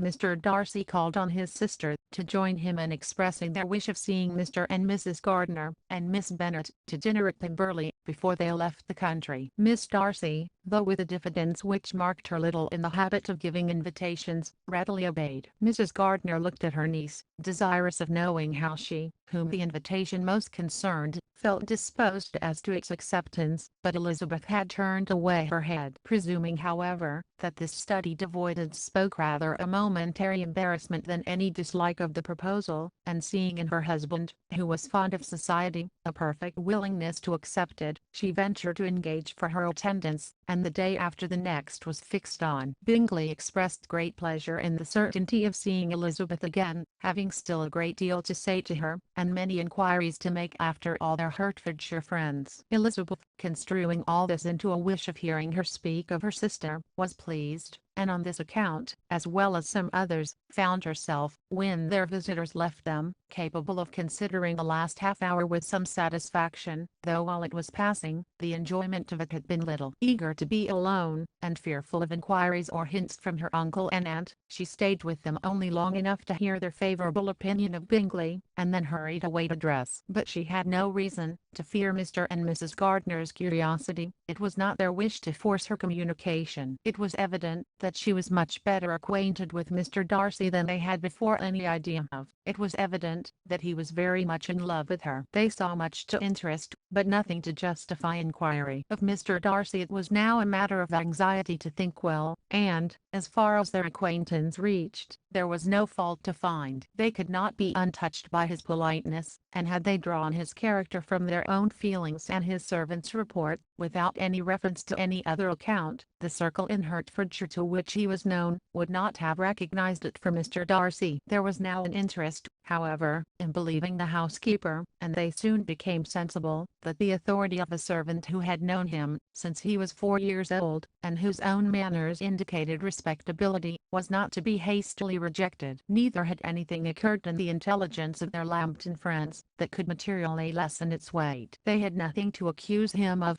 but pride he probably had, and if not, it would certainly be imputed by the inhabitants of a small market town where the family did not visit. It was acknowledged, however, that he was a liberal man, and did much good among the poor. With respect to Wickham, the travellers soon found that he was not held there in much estimation, for though the chief of his concerns with the son of his patron were imperfectly understood, it was yet a well-known fact that, on his quitting Derbyshire, he had left many debts behind him, which Mr. Darcy afterwards discharged. As for Elizabeth, Her thoughts were at Pemberley this evening more than the last, and the evening, though as it passed it seemed long, was not long enough to determine her feelings towards one in that mansion, and she lay awake to whole hours endeavoring to make them out. She certainly did not hate him. No, hatred had vanished long ago, and she had almost as long been ashamed of ever feeling a dislike against him that could be so called. The respect created by the conviction of his valuable qualities, though at first unwillingly admitted, had for some time ceased to be repugnant to her feeling, and it was now heightened into somewhat of a friendlier nature by the testimony so highly in his favor, and bringing forward his disposition in so amiable a light, which yesterday had produced. But above all, above respect and esteem, there was a motive within her of goodwill which could not be overlooked. It was gratitude,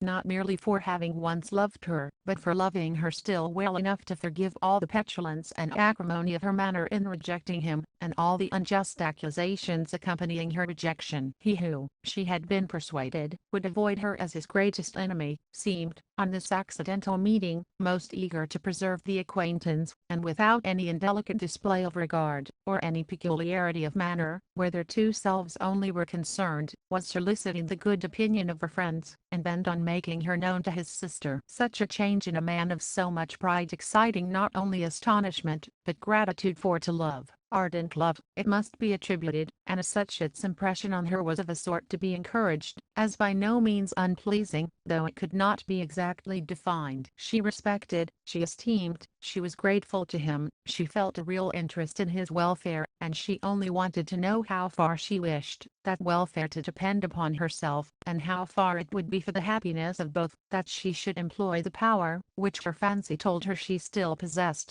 of bringing on her the renewal of his addresses. It had been settled in the evening between the aunt and the niece, that such a striking civility as Miss Darcy's, in coming to see them on the very day of her arrival at Pemberley, for she had reached it only to a late breakfast, ought to be imitated, though it could not be equalled, by some exertion of politeness on their side, and, consequently, that it would be highly expedient to wait on her at Pemberley the following morning. They were, therefore, to go. Elizabeth was pleased, though when she asked herself the reason, she had very little to say in reply. Mr. Gardiner left them soon after breakfast. The fishing scheme had been renewed the day before, and a positive engagement made of his meeting some of the gentlemen at Pemberley before noon. Chapter 45. Convinced as Elizabeth now was that Miss Bingley's dislike of her had originated in jealousy, she could not help feeling how unwelcome her appearance at Pemberley must be to her, and was curious to know with how much civility on that lady's side the acquaintance would now be renewed. On reaching the house, they were shown through the hall into the saloon,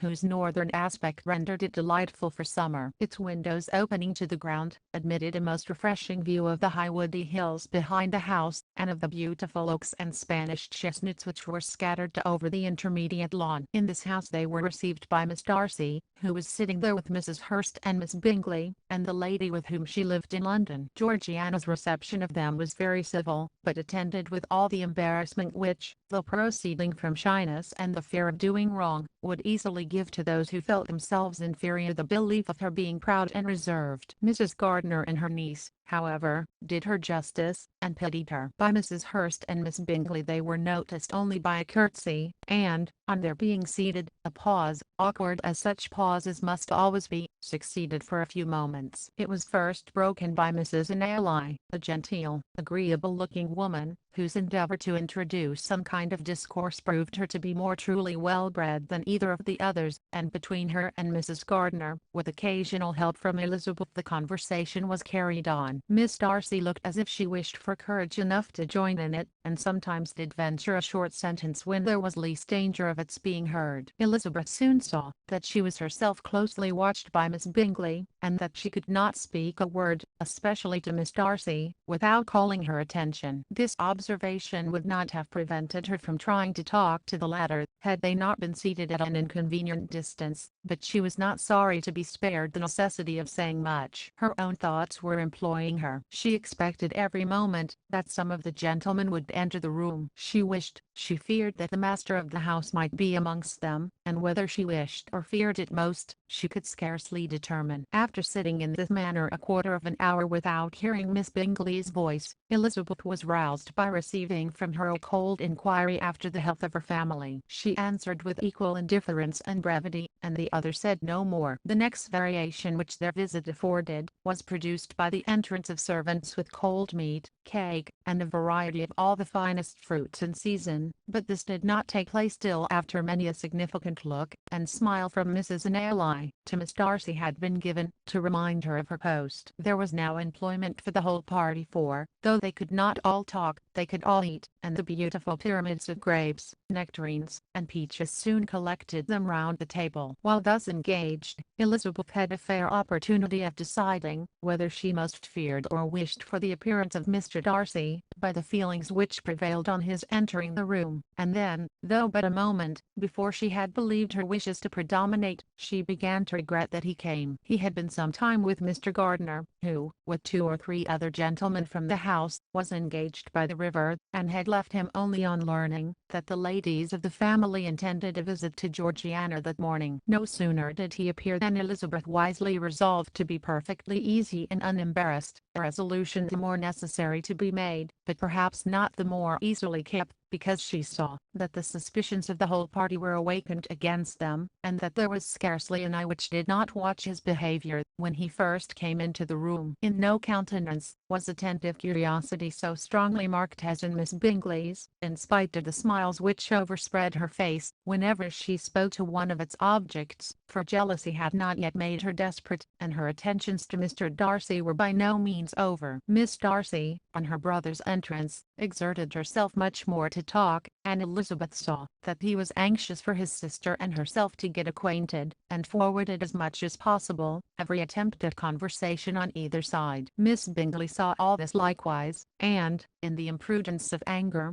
took the first opportunity of saying, with sneering civility, "Pray, Miss Eliza, are not the Shire militia removed from Meryton? They must be a great loss to your family." In Darcy's presence she dared not mention Wickham's name, but Elizabeth instantly comprehended that he was uppermost in her thoughts, and the various recollections connected with him gave her a moment's distress, but exerting herself vigorously to repel the ill-natured attack, she presently answered the question in a tolerably detached tone. While she spoke, an involuntary glance showed her Darcy, with a heightened complexion, earnestly looking at her, and his sister overcome with confusion, and unable to lift up her eyes. Had Miss Bingley known what pain she was then giving her beloved friend, she undoubtedly would have refrained from the hint, but she had merely intended to discompose Elizabeth, by bringing forward the idea of a man to whom she believed her partial, to make her betray a sensibility which might injure her in Darcy's opinion, and, perhaps, to remind the latter of all the follies and absurdities by which some part of her family were connected with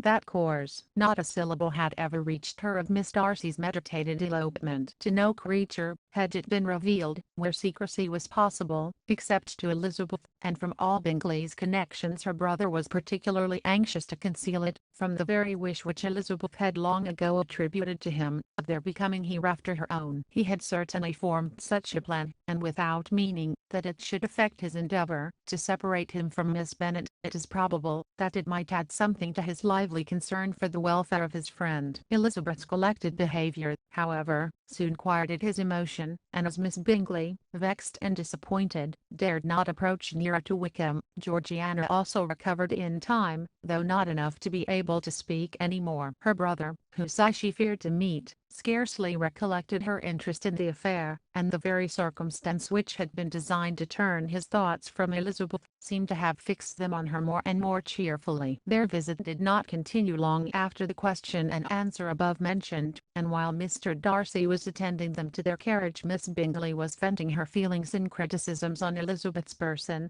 behaviour, and dress. But Georgiana would not join her. Her brother's recommendation was enough to ensure her favour. His judgment could not err, and he had spoken in such terms of Elizabeth as to leave Georgiana without the power of finding her otherwise than lovely and amiable. When Darcy returned to the saloon, Miss Bingley could not help repeating to him some part of what she had been saying to his sister. "How very ill Miss Eliza Bennet looks this morning, Mr. Darcy," she cried. "I never in my life saw anyone so much altered as she is since the winter. She has grown so brown and coarse. Louisa and I were agreeing that we should not have known her again. However little Mr. Darcy might have liked such an address, he contented himself with coolly replying that he perceived no other alteration than her being rather tanned, no miraculous consequence of traveling in the summer. For my own part, she rejoined, I must confess that I never could see any beauty in her. Her face is too thin, her complexion has no brilliancy, and her features are not at all handsome. Her nose wants character, there is nothing marked in its lines. Her teeth are tolerable, but not out of the common way, and as for her eyes, which have sometimes been called so fine, I could never see anything extraordinary in them. They have a sharp, shrewish look, which I do not like at all, and in her air altogether there is a self-sufficiency without fashion, which is intolerable. Persuaded as Miss Bingley was, that Darcy admired Elizabeth, this was not the best method of recommending herself, but angry people are not always wise, and in seeing him at last look somewhat nettled, she had all the success she expected. He was resolutely silent, however, and, from a determination of making him speak, she continued, I remember, when we first knew her in Hertfordshire, how amazed we all were to find that she was a reputed beauty, and I particularly recollect your saying one night, after they had been dining at Netherfield, she a beauty, I should as soon call her mother a wit.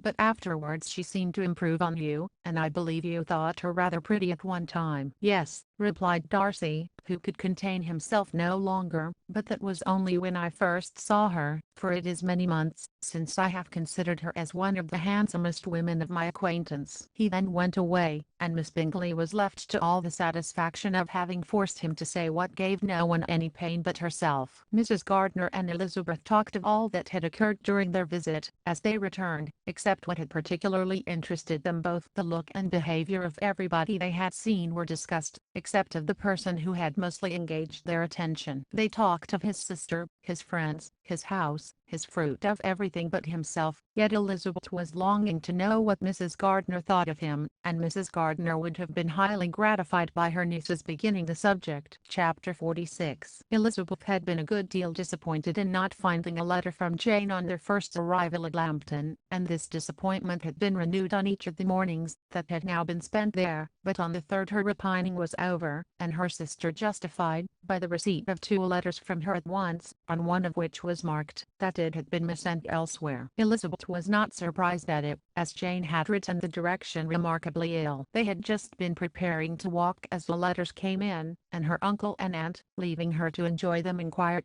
set off by themselves. The one sent must first be attended to. It had been written 5 days ago. The beginning contained an account of all their little parties and engagements, with such news as the country afforded, but the latter half, which was dated a day later, and written in evident agitation, gave more important intelligence. It was to this effect: since writing the above, dearest Lizzie, something has occurred of the most unexpected and serious nature, but I'm afraid of alarming you. Be assured that we are all well. What I have to say relates to poor Lydia. An express came at 12 last night, just as we were all gone to bed, from Colonel Forster, to inform us that she was gone off to Scotland with one of his officers, to own the truth, with Wickham. Imagine our surprise. To Kitty, however, it does not seem so wholly unexpected. I'm very sorry. So imprudent a match on both sides. But I'm willing to hope the best, and that his character has been misunderstood. Thoughtless and indiscreet, I can easily believe him, but this step, and let us rejoice over it, marks nothing bad at heart. His choice is disinterested at least, for he must know my father can give her nothing. Our poor mother is sadly grieved. My father bears it better. How thankful am I, that we never let them know what has been said against him. We must forget it ourselves. They were off Saturday night about 12, as is conjectured, but were not missed till yesterday morning at 8. The express was sent off directly. My dear Lizzie, they must have passed within 10 miles of us. Colonel Forster gives us reason to expect him here soon. Lydia left a few lines for his wife, informing her of their intention. I must conclude for I cannot be long from my poor mother. I'm afraid you will not be able to make it out, but I hardly know what I have written." Without allowing herself time for consideration, and scarcely knowing what she felt, Elizabeth on finishing this letter instantly seized the other, and opening it with the utmost impatience, read as follows. It had been written a day later than the conclusion of the first. "By this time, my dearest sister, you have received my hurried letter. I wish this may be more intelligible, but though not confined for time, my head is so bewildered that I cannot answer for being coherent. Dearest Lizzie, I hardly know what I would write, but I have bad news for you, and it cannot be delayed. Imprudent as the marriage between Mr. Wickham and our poor Lydia would be, we are now anxious to be assured it has taken place, for there is but too much reason to fear they are not gone to Scotland. Colonel Forster came yesterday, having left Brighton the day before, not many hours after the express. Though Lydia's short letter to Mrs. F. gave them to understand that they were going to Gretna Green, something was dropped by Denny expressing his belief that W. never intended to go there, or to marry Lydia at all, which was repeated to Colonel F., who, instantly taking the alarm, set off from B intending to trace their route. He did trace them easily to Clapham, but no further, for on entering that place, they removed into a hackney coach, and dismissed the chaise that brought them from Epsom. All that is known after this is, that they were seen to continue the London road. I know not what to think. After making every possible inquiry on that side London, Colonel F. came on into Hertfordshire, anxiously renewing them at all the turnpikes, and at the inns in Barnet and Hatfield, but without any success. No such people had been seen to pass through. With the kindest concern he came on to Longbourn, and broke his apprehensions to us in a manner most creditable to his heart. I'm sincerely grieved for him and Mrs. F., but no one can throw any blame on them. Our distress, my dear Lizzie, is very great. My father and mother believe the worst, but I cannot think so ill of him. Many circumstances might make it more eligible for them to be married privately in town than to pursue their first plan, and even if he could form such a design against a young woman of Lydia's connections, which is not likely, can I suppose her so lost to everything? Impossible. I grieve to find, however, that Colonel F. is not disposed to depend upon their marriage. He shook his head when I expressed my hopes, and said he feared W. was not a man to be trusted. My poor mother is really ill, and keeps her room. Could she exert herself, it would be better, but this is not to be expected. And as to my father, I never in my life saw him so affected. Poor Kitty has anger for having concealed their attachment, but as it was a matter of confidence, one cannot wonder. I'm truly glad, dearest Lizzie, that you have been spared something of these distressing scenes, but now, as the first shock is over, shall I own that I long for your return? I'm not so selfish, however, as to press for it, if inconvenient. Adieu. I take up my pen again, to do what I have just told you I would not, but circumstances are such, that I cannot help earnestly begging you all to come here, as soon as possible. I know my dear uncle and aunt so well, that I'm not afraid of requesting it, though I have still something more to ask of the former. My father is going to London with Colonel Forster instantly, to try to discover her. What he means to do I am sure I know not, but his excessive distress will not allow him to pursue any measure in the best and safest way, and Colonel Forster is obliged to be at Brighton again tomorrow evening. In such an exigence, my uncle's advice and assistance would be everything in the world. He will immediately comprehend what I must feel, and I rely upon his goodness. Oh, where is my uncle? Cried Elizabeth,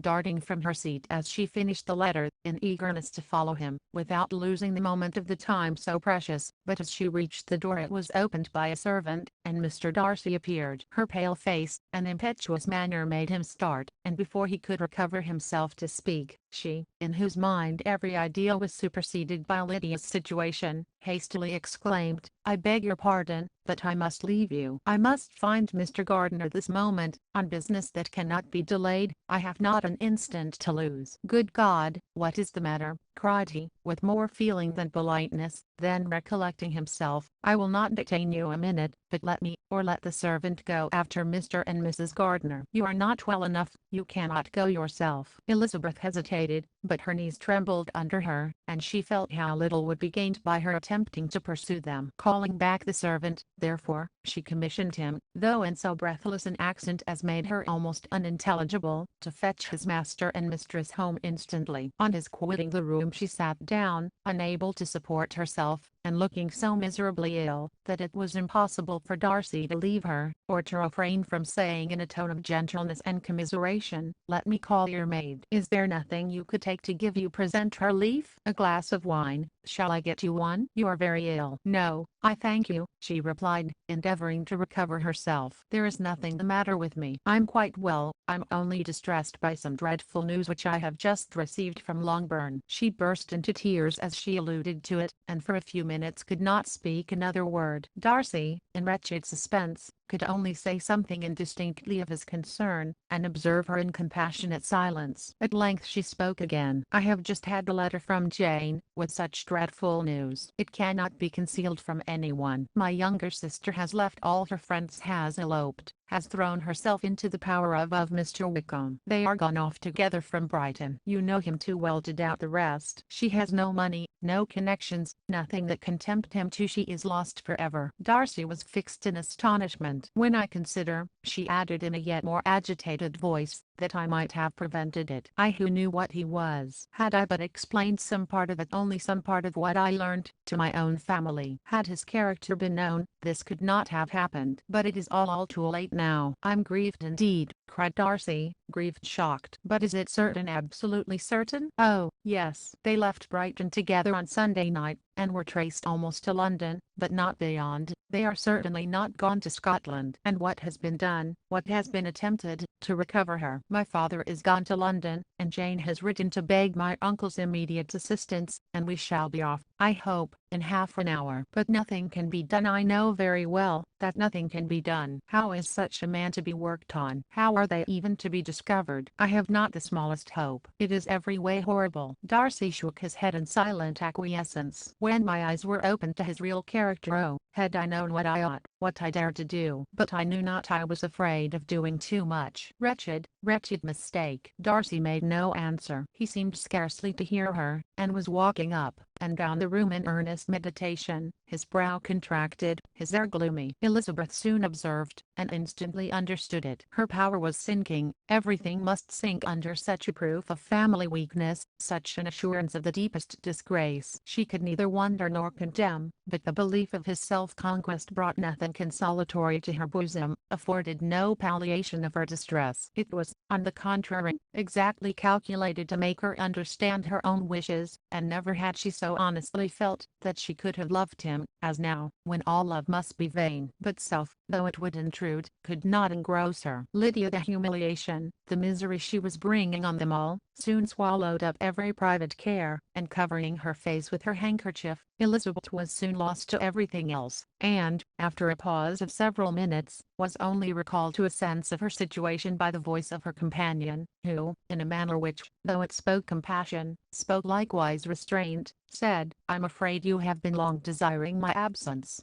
Nor have I anything to plead in excuse of my stay, but real, though unavailing concern. Would to heaven, that anything could be either said, or done on my part, that might offer consolation to such distress. But I will not torment you with vain wishes, which may seem purposely, to ask for your thanks. This unfortunate affair will, I fear, prevent my sister's having the pleasure of seeing you at Pemberley today. Oh, yes, be so kind as to apologize for us to Miss Darcy. Say that urgent business calls us home immediately. Conceal the unhappy truth, as long as it is possible. I know it cannot be long." He readily assured her of his secrecy, again expressed his sorrow for her distress, wished it a happier conclusion than there was at present reason to hope, and leaving his compliments for her relations, with only one serious, parting look, went away. As he quitted the room, Elizabeth felt how improbable it was that they should ever see each other again on such terms of cordiality as had marked their several meetings in Derbyshire, and as she threw a retrospective glance over the whole of their acquaintance, so full of contradictions and varieties, sighed at the perverseness of those feelings which would now have promoted its continuance, and would formerly have rejoiced in its termination. If gratitude and esteem are good foundations of affection, Elizabeth's change of sentiment will be neither improbable nor faulty. But if otherwise, if regard springing from such sources is unreasonable or unnatural, in comparison of what is so often described as arising on the first interview with its object, and even before two words have have been exchanged. Nothing can be said in her defense, except that she had given somewhat of a trial to the latter method in her partiality for Wickham, and that its ill success might, perhaps, authorize her to seek the other less interesting mode of attachment. Be that as it may, she saw him go with regret, and in this early example of what Lydia's infamy must produce, found additional anguish as she reflected on the wretched business. Never, since reading Jane's second letter, had she entertained a hope of Wickham's meaning to marry her. No one but Jane, she thought, could flatter herself with such an expectation. Surprise was the least of her feelings on this development. While the contents of the first letter remained in her mind, she was all surprise, all astonishment, that Wickham should marry a girl whom it was impossible he could marry for money, and how Lydia could ever have attached him had appeared incomprehensible.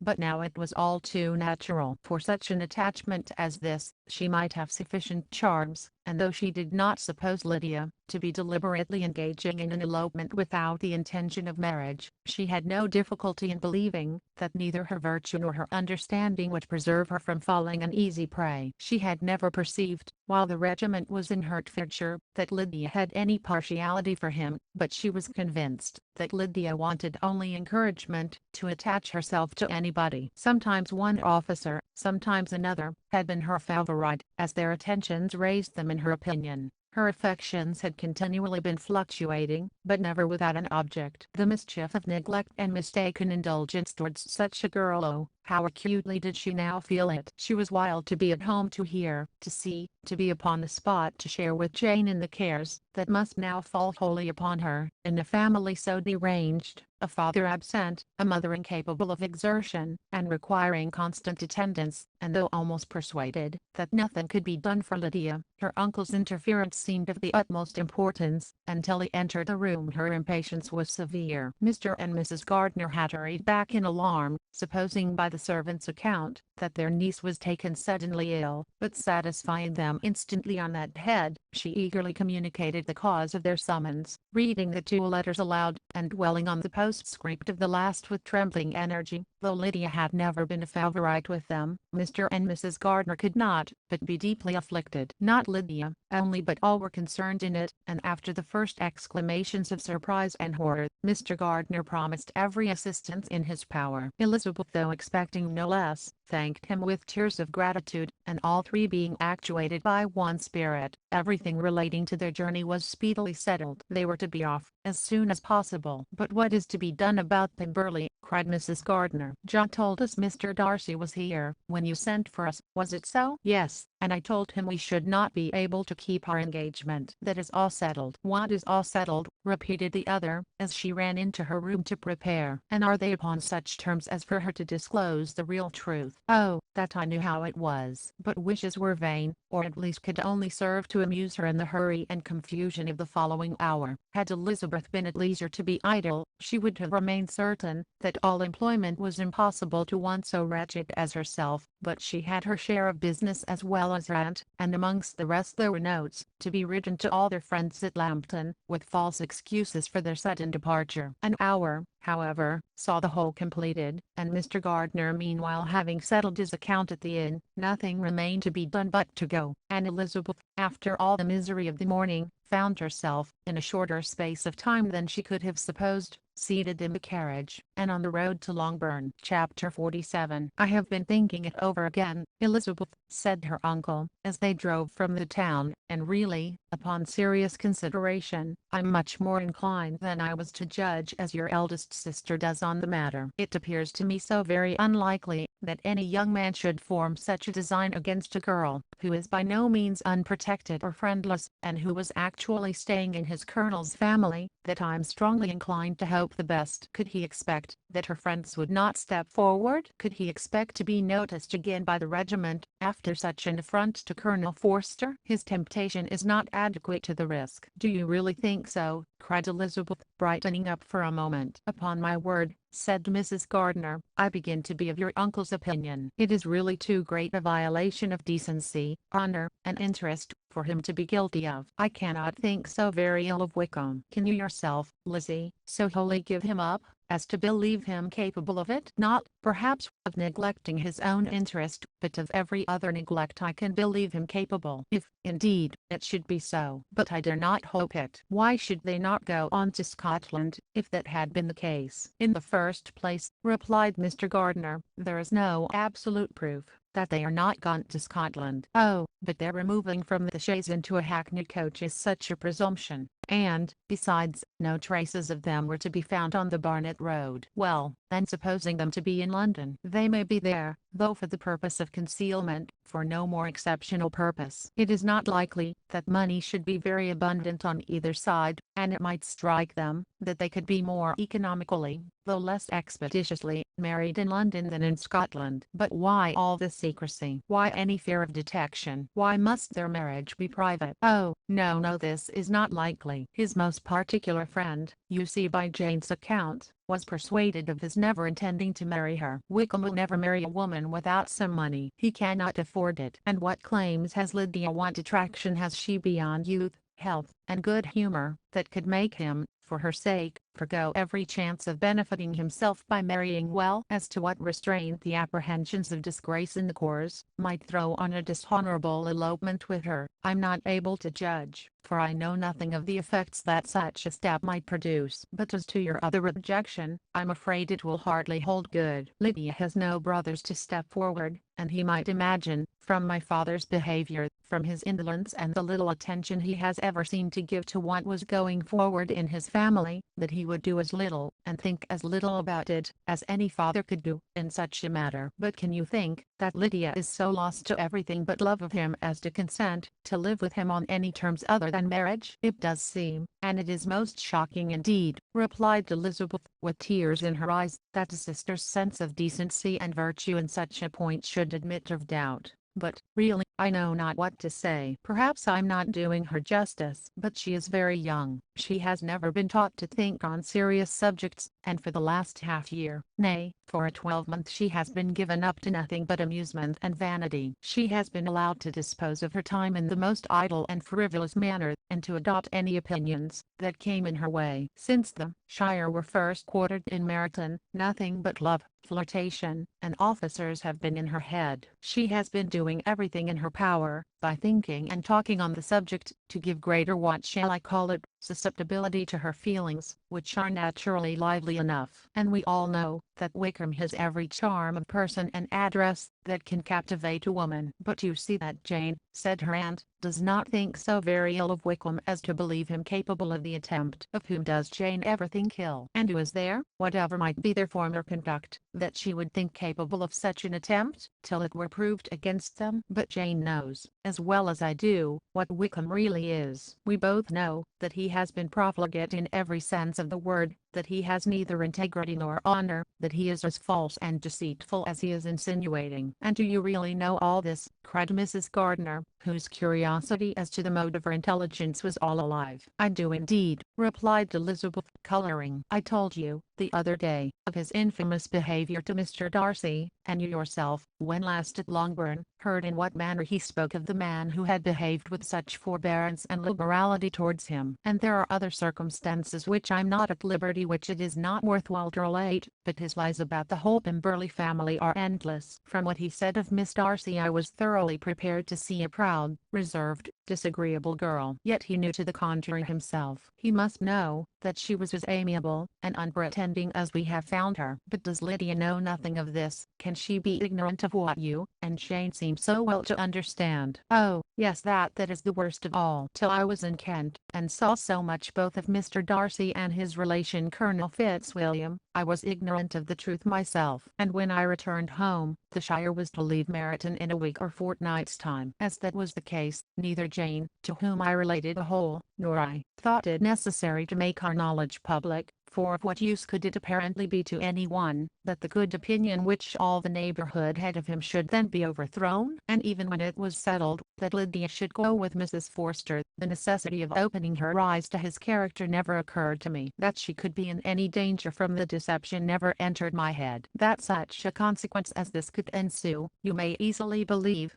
was far enough from my thoughts. When they all removed to Brighton, therefore, you had no reason, I suppose, to believe them fond of each other? Not the slightest. I can remember no symptom of affection on either side, and had anything of the kind been perceptible, you must be aware that ours is not a family on which it could be thrown away. When first he entered the course, she was ready enough to admire him, but so we all were. Every girl in or near Meryton was out of her senses about him for the first 2 months, but he never distinguished her by any particular attention, and, consequently, after a moderate period of extravagant and wild admiration, her fancy for him gave way, and others of the regiment, who treated her with more distinction, again became her favorites. It may be easily believed that however little of novelty could be added to their fears, hopes, and conjectures on this interesting subject by its repeated discussion, no other could detain them from it long, during the whole of the journey. From Elizabeth's thoughts it was never absent. Fixed there by the keenest of all anguish, self-reproach, she could find no interval of ease or forgetfulness. They travelled as expeditiously as possible, and, sleeping one night on the road, reached Longbourn by dinner time the next day. It was a comfort to Elizabeth to consider that Jane could not have been wearied by long expectations. The little gardeners, attracted by the sight of a chaise, were standing on the steps of the house as they entered the paddock, and, when the carriage drove up to the door, the joyful surprise that lighted up their faces, and displayed itself over their whole bodies, in a variety of capers and frisks, was the first pleasing earnest of their welcome. Elizabeth jumped out, and, after giving each of them a hasty kiss, hurried into the vestibule, where Jane,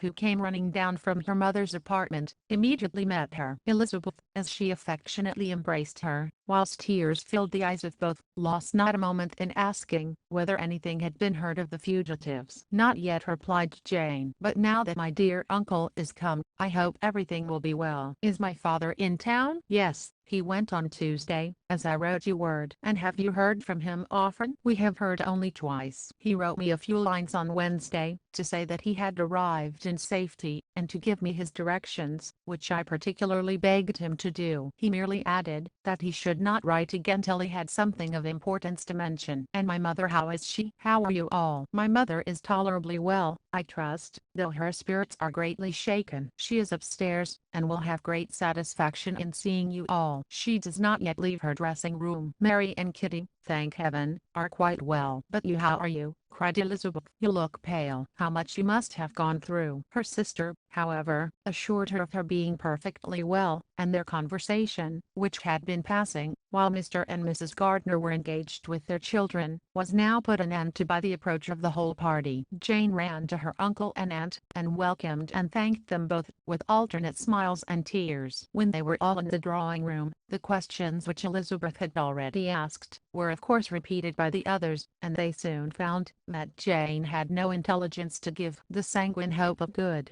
however, which the benevolence of her heart suggested, had not yet deserted her. She still expected that it would all end well, and that every morning would bring some letter, either from Lydia or her father, to explain their proceedings, and, perhaps, announce their marriage. Mrs. Bennet, to whose apartment they all repaired, after a few minutes' conversation together, received them exactly as might be expected, with tears and lamentations of regret, invectives against the villainous conduct of Wickham, and complaints of her own sufferings and ill usage, blaming everybody but the person to whose ill-judging indulgence the errors of her daughter must principally be owing. "If I had been able," said she, "to carry my point in going to Brighton, with all my family, this would not have happened, but poor dear Lydia had nobody to take care of her. Why did the Forsters ever let her go out of their sight? I'm sure there was some great neglect or other on their side, for she is not the kind of girl to do such a thing. If she had been well looked after, I always thought they were very unfit to have the charge of her, but I was overruled, as I always am. Poor dear child. And now here's Mr. Bennet gone away, and I know he will fight Wickham, wherever he meets him, and then he will be killed, and what is to become of us all? The Collinses will turn us out, before he is cold in his grave,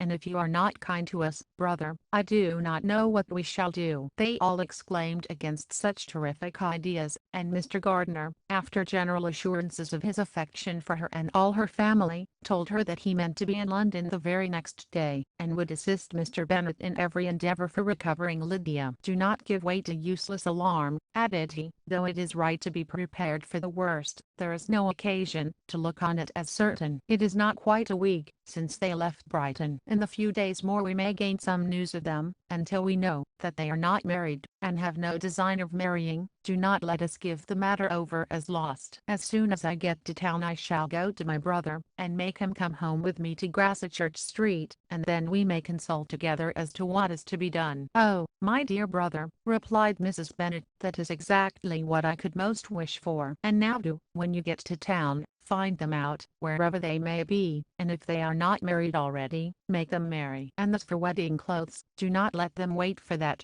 but tell Lydia she shall have as much money as she chooses to buy them, after they are married. And, above all, keep Mr. Bennet from fighting. Tell him what a dreadful state I'm in, that I'm frighted out of my wits and have such tremblings, such flutterings, all over me, such spasms in my side and pains in my head, and such beatings at heart, that I can get no rest by night nor by day. And tell my dear Lydia not to give any directions about her clothes, till she has seen me, for she does not know which are the best warehouses. Oh, brother, how kind you are! I know you will contrive it all. But Mr. Gardiner, though he assured her again of his earnest endeavours in the cause, could not avoid recommending moderation to her, as well in her hopes as her fear, and after talking with her in this manner till dinner was on the table, they all left her to vent all her feelings on the housekeeper, who attended in the absence of her daughters. Though her brother and sister were persuaded that there was no real occasion for such a seclusion from the family, they did not attempt to oppose it, for they knew that she had not prudence enough to hold her tongue before the servants, while they waited at table, and judged it better that one only of the household, and the one whom they could most trust, should comprehend all her fears and solicitude on the subject. In the dining room they were soon joined by Mary and Kitty, who had been too busily engaged in their separate apartments to make their appearance before. One came from her books, and the other from her toilette. The faces of both, however, were tolerably calm, and no change was visible in either, except that the loss of her favorite sister, or the anger which she had herself incurred in this business, had given more of fretfulness than usual to the accents of Kitty. As for Mary, she was mistress enough of herself to whisper to Elizabeth,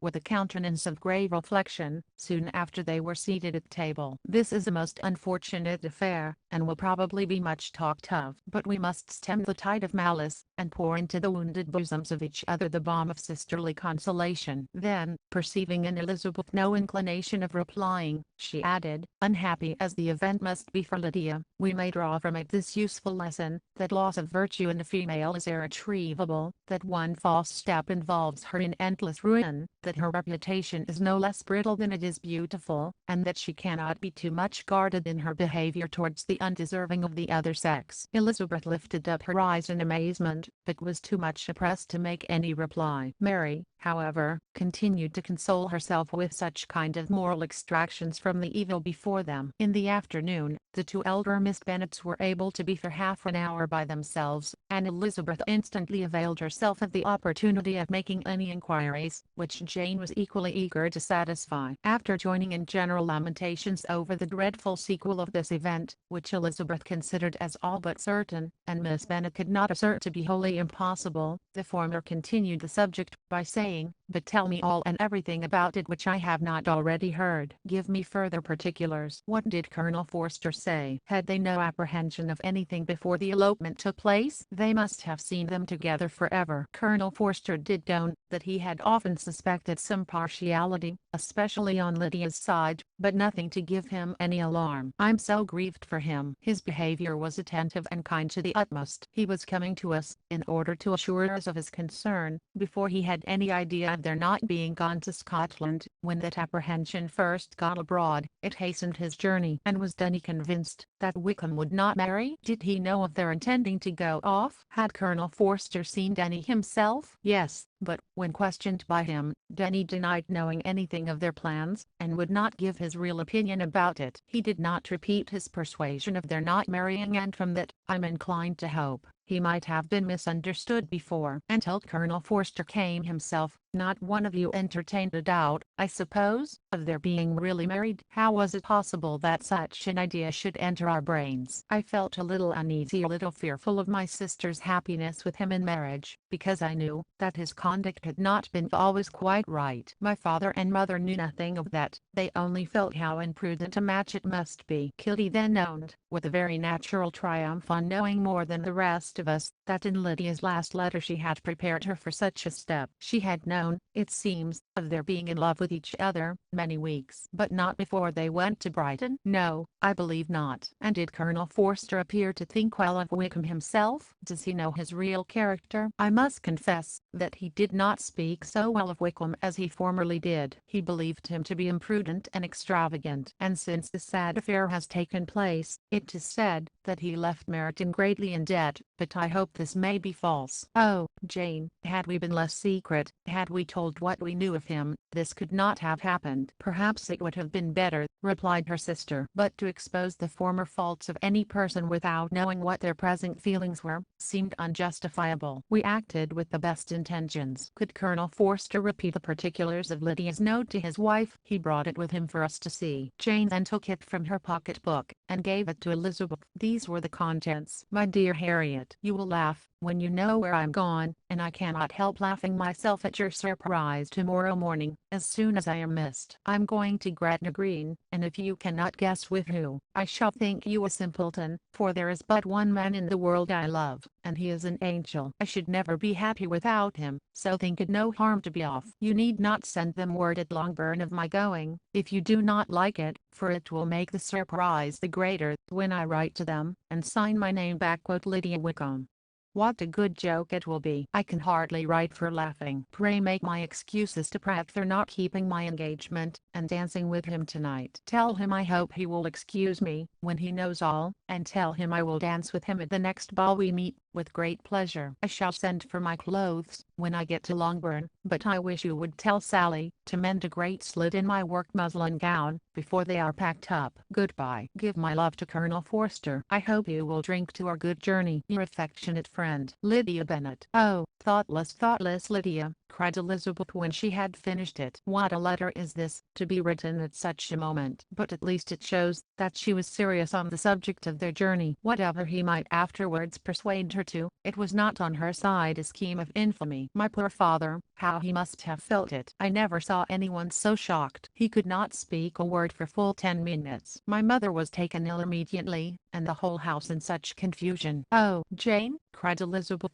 was there a servant belonging to it who did not know the whole story before the end of the day? I do not know. I hope there was. But to be guarded at such a time is very difficult. My mother was in hysterics, and though I endeavored to give her every assistance in my power, I'm afraid I did not do so much as I might have done. But the horror of what might possibly happen almost took from me my faculties. Your attendance upon her has been too much for you. You do not look well. Oh, that I had been with you! You have had every care and anxiety upon yourself alone. Mary and Kitty have been very kind, and would have shared in every fatigue, I'm sure, but I did not think it right for either of them. Kitty is slight and delicate, and Mary studies so much, that her hours of repose should not be broken in on. My Aunt Phillips came to Longbourn on Tuesday, after my father went away, and was so good as to stay till Thursday with me. She was of great use and comfort to us all. And Lady Lucas has been very kind. She walked here on Wednesday morning to condole with us, and offered her services, or any of her daughters, if they should be of use to us. She had better have stayed at home, cried Elizabeth. Perhaps she meant well, but, under such a misfortune as this, one cannot see too little of one's neighbors. Assistance is impossible, condolence insufferable. Let them triumph over us at a distance, and be satisfied. She then proceeded to inquire into the measures which her father had intended to pursue, while in town, for the recovery of his daughter. He meant, I believe, replied Jane, to go to Epsom, the place where they last changed horses, see the postilions, and try if anything could be made out from them. His principal object must be to discover the number of the hackney coach which took them from Clapham. It had come with a fare from London, and as he thought that the circumstance of a gentleman and ladies removing from one carriage into another might be remarked, he meant to make inquiries at Clapham. If he could anyhow discover at what house the coachman had before set down his fare, he determined to make inquiries there, and hoped it might not be impossible to find out the stand and number of the coach. I do not know of any other designs that he had formed,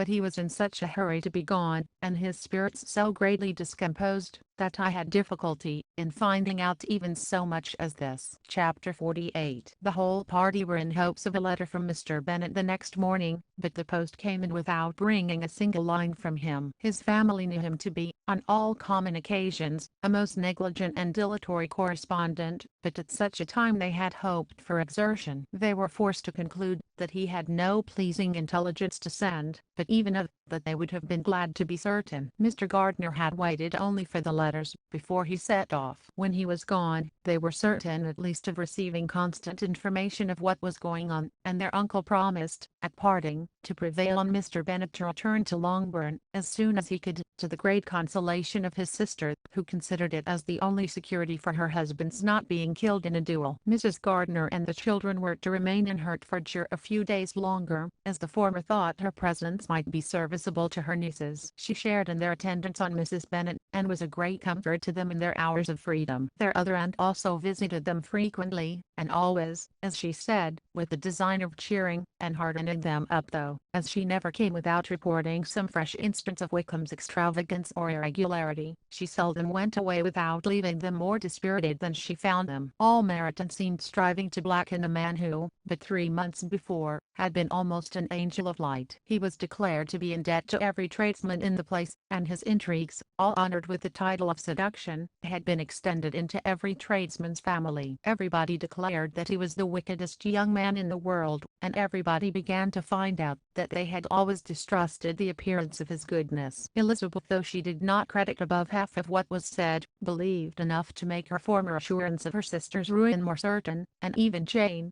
who believed still less of it, became almost hopeless, more especially as the time was now come when, if they had gone to Scotland, which she had never before entirely despaired of, they must in all probability have gained some news of them. Mr. Gardiner left Longbourn on Sunday. On Tuesday his wife received a letter from him. It told them that, on his arrival, he had immediately found out his brother, and persuaded him to come to Gracechurch Street, that Mr. Bennet had been to Epsom and Clapham, before his arrival, but without gaining any satisfactory information, and that he was now determined to inquire at all the principal hotels in town, as Mr. Bennet thought it possible they might have gone to one of them, on their first coming to London, before they procured lodgings. Mr. Gardiner himself did not expect any success from this measure, but as his brother was eager in it, he meant to assist him in pursuing it. He added that Mr. Bennet seemed wholly disinclined at present to leave London, and promised to write again very soon. There was also a postscript to this effect. I have written to Colonel Forster, to desire him to find out, if possible, from some of the young man's intimates in the regiment, whether Wickham has any relations or connections who would be likely to know in what part of town he has now concealed himself. If there were anyone that one could apply to with the probability of gaining such a clue as that, it might be of essential consequence. At present we have nothing to guide us. Colonel Forster will, I dare say, do everything in his power to satisfy us on this head.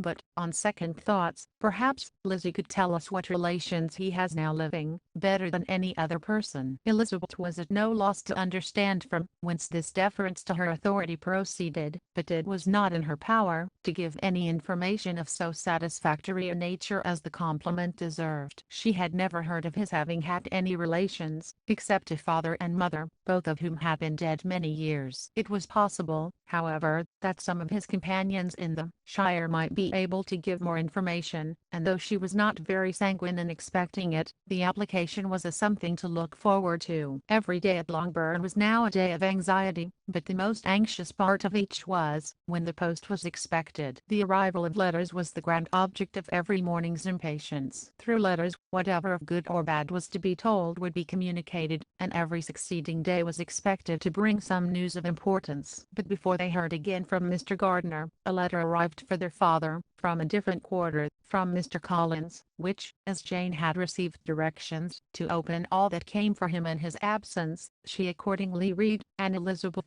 who knew what curiosities his letters always were, looked over her, and read it likewise. It was as follows: My dear sir, I feel myself called upon, by our relationship, and my situation in life, to condole with you on the grievous affliction you are now suffering under, of which we were yesterday informed by a letter from Hertfordshire. Be assured, my dear sir, that Mrs. Collins and myself sincerely sympathize with you and all your respectable family, in your present distress, which must be of the bitterest kind, because proceeding from a cause which no time can remove. No arguments shall be wanting on my part that can alleviate so severe a misfortune, or that may comfort you, under a circumstance that must be of all others the most afflicting to a parent's mind. The death of your daughter would have been a blessing in comparison of this, and it is the more to be lamented, because there is reason to suppose, as my dear Charlotte informs me, that this licentiousness of behavior in your daughter has proceeded from a faulty degree of indulgence, though, at the same time, for the consolation of yourself and Mrs. Bennet, I am inclined to think that her own disposition must be naturally bad, or she could not be guilty of such an enormity, at so early an age. Howsoever that may be, you are grievously to be pitied, in which opinion I am not only joined by Mrs. Collins, but likewise by Lady Catherine and her daughter, to whom I have related the affair. They agree with me in apprehending that this false step in one daughter will be injurious to the fortunes of all the others, for who, as Lady Catherine herself condescendingly says, will connect themselves with such a family? And this consideration leads me moreover to reflect, with augmented satisfaction, on a certain event of last November,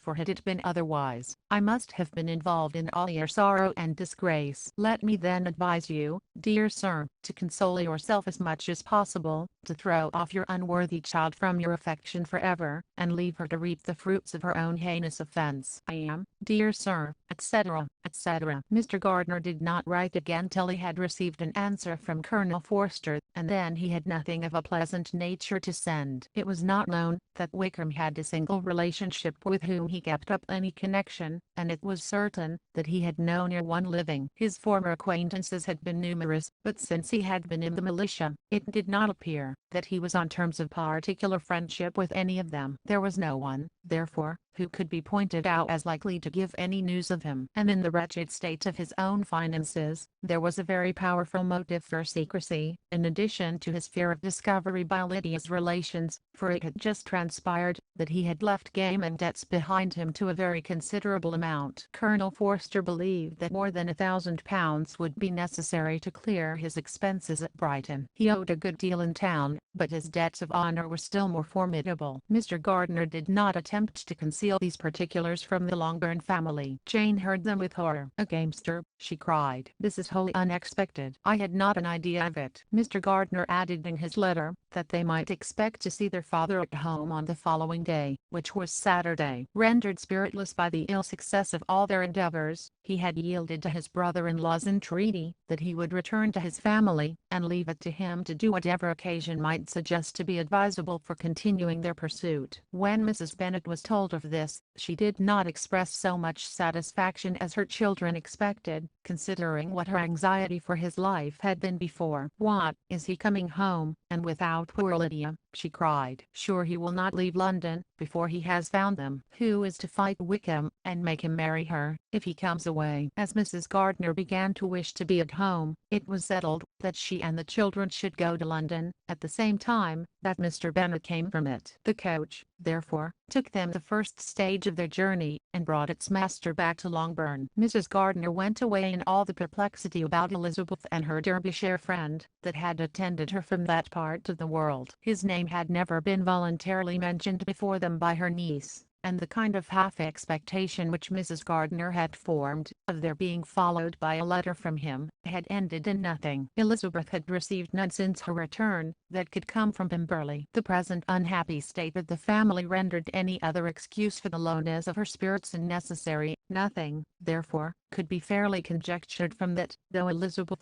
who was by this time tolerably well acquainted with her own feelings, was perfectly aware that, had she known nothing of Darcy, she could have borne the dread of Lydia's infamy somewhat better. It would have spared her, she thought, one sleepless night out of two. When Mr. Bennet arrived, he had all the appearance of his usual philosophic composure. He said as little as he had ever been in the habit of saying, made no mention of the business that had taken him away, and it was some time before his daughters had courage to speak of it. It was not till the afternoon, when he had joined them at tea, that Elizabeth ventured to introduce the subject, and then, on her briefly expressing her sorrow for what he must have endured, he replied, "Say nothing of that. Who should suffer but myself? It has been my own doing, and I ought to feel it." "You must not be too severe upon yourself," replied Elizabeth. "You may well warn me against such an evil. Human nature is so prone to fall into it. No, Lizzie, let me once in my life feel how much I have been to blame. I'm not afraid of being overpowered by the impression. It will pass away soon enough." "Do you suppose them to be in London?" "Yes, where else can they be so well concealed?" "And Lydia used to want to go to London," added Kitty. "She is happy then," said her father drily, "and her residence there will probably be of some duration." Then after a short silence he continued, "Lizzie, I bear you no ill will for being justified in your advice to me last May, which, considering the event, shows some greatness of mind." They were interrupted by Miss Bennet, who came to fetch her mother's tea. "This is a parade," he cried, "which does one good, it gives such an elegance to misfortune. Another day I will do the same. I will sit in my library, in my nightcap and powdering gown, and give as much trouble as I can, or, perhaps, I may defer it till Kitty runs away." "I'm not going to run away, Papa," said Kitty fretfully. "If I should ever go to Brighton, I would behave better than Lydia." "You go to Brighton? I would not trust you so near it as Eastbourne for £50. No, Kitty, I have at last learned to be cautious, and you will feel the effects of it. No officer is ever to enter into my house again, nor even to pass through the village. Balls will be absolutely prohibited, unless you stand up with one of your sisters. And you are never to stir out of doors till you can prove that you have spent 10 minutes of every day in a rational manner." Kitty, who took all these threats in a serious light, began to cry. "Well, well," said he, "do not make yourself unhappy. If you are a good girl for the next 10 years, I will take you to a review at the end of them." Chapter 49. 2 days after Mr. Bennet's return, as Jane and Elizabeth were walking together in the shrubbery behind the house, they saw the housekeeper coming towards them, and, concluding that she came to call them to their mother, went forward to meet her. But, instead of the expected summons, when they approached her, she said to Miss Bennet, "I beg your pardon, madam, for interrupting you, but I was in hopes you might have got some good news from town.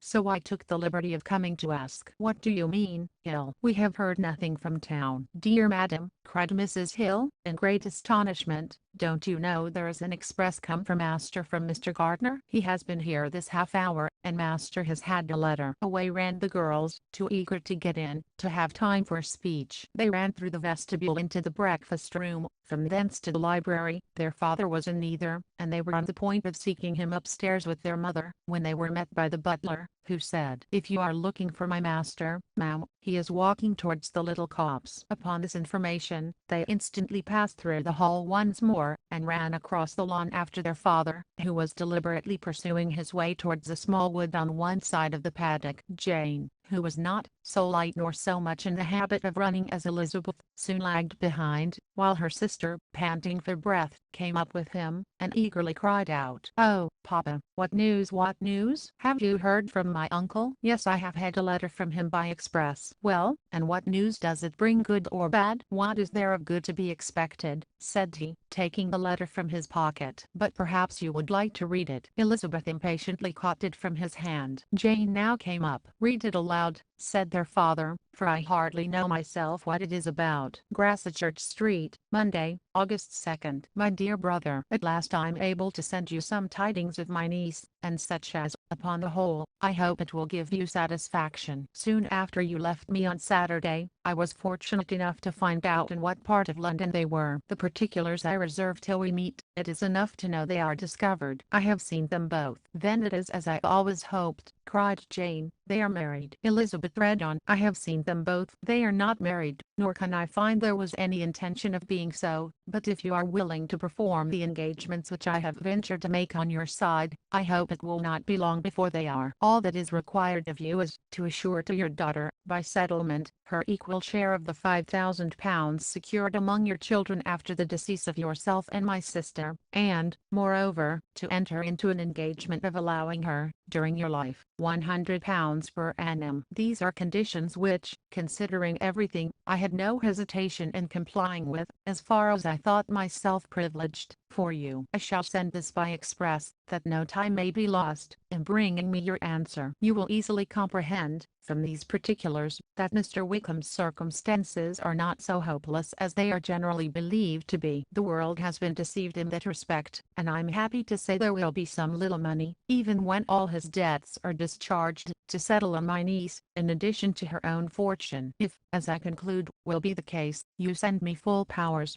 to act in your name throughout the whole of this business, I will immediately give directions to Haggerston for preparing the proper settlement. There will not be the smallest occasion for your coming to town again, therefore stay quiet at Longbourn, and depend on my diligence and care. Send back your answer as fast as you can, and be careful to write explicitly. We have judged it best that my niece should be married from this house, of which I hope you will approve. She comes to us today. I shall write again, as soon as anything more is determined on. Yours, etc. E.D.W. Gardner. Is it possible, cried Elizabeth, when she had finished, can it be possible, that he will marry her? Wickham is not so undeserving, then, as we thought him, said her sister. My dear father, I congratulate you. And have you answered the letter? Cried Elizabeth. No, but it must be done soon. Most earnestly did she then entreat him to lose no more time before he wrote. Oh, my dear father, she cried, come back and write immediately. Consider how important every moment is in such a case. Let me write for you, said Jane, if you dislike the trouble yourself. I dislike it very much, he replied, but it must be done. And so saying, he turned back with them, and walked towards the house. And may I ask, said Elizabeth, but the terms, I suppose, must be complied with. Complied with? I'm only ashamed of his asking so little. And they must marry. Yet he is such a man. Yes, yes, they must marry. There is nothing else to be done. But there are two things that I want very much to know. One is, how much money your uncle has laid down to bring it about, and the other, how am I ever to pay him? Money? My uncle, cried Jane, what do you mean, sir? I mean, that no man in his senses would marry Lydia on so slight a temptation as 100 a year during my life, and 50 after I'm gone. That is very true, said Elizabeth,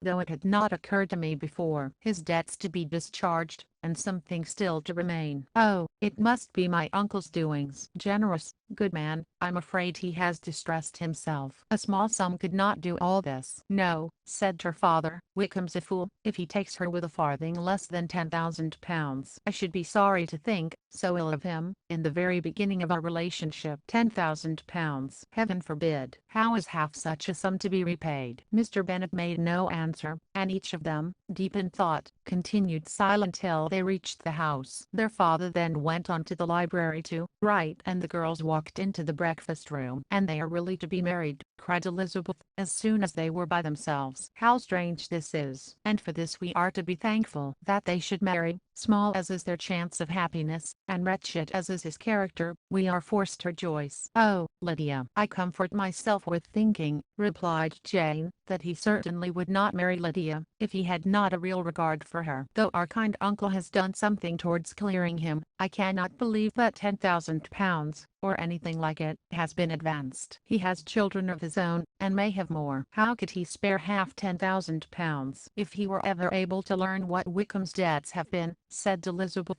and how much is settled on his side on our sister, we shall exactly know what Mr. Gardner has done for them, because Wickham has not sixpence of his own. The kindness of my uncle and aunt can never be requited. Their taking her home, and affording her their personal protection and countenance, is such a sacrifice to her advantage as years of gratitude cannot enough acknowledge. By this time she is actually with them. If such goodness does not make her miserable now, she will never deserve to be happy. What a meeting for her, when she first sees my aunt. We must endeavor to forget all that has passed on either side, said Jane. I hope and trust they will yet be happy. His consenting to marry her is a proof, I will believe, that he has come to a right way of thinking. Their mutual affection will steady them, and I flatter myself they will settle so quietly, and live in so rational a manner, as may in time make their past imprudence forgotten. Their conduct has been such, replied Elizabeth, as neither you, nor I, nor anybody can ever forget. It is useless to talk of it. It now occurred to the girls that their mother was in all likelihood perfectly ignorant of what had happened. They went to the library, therefore, and asked their father whether he would not wish them to make it known to her. He was writing, and, without raising his head, coolly replied, "Just as you please. May we take my uncle's letter to read to her?" "Take whatever you like, and get away." Elizabeth took the letter from his writing table, and they went upstairs together. Mary and Kitty were both with Mrs. Bennet. One communication would, therefore, do for all. After a slight preparation for good news, the letter was read aloud. Mrs. Bennet could hardly contain herself. As soon as Jane had read Mr. Gardner's hope of Lydia's being soon married, her joy burst forth,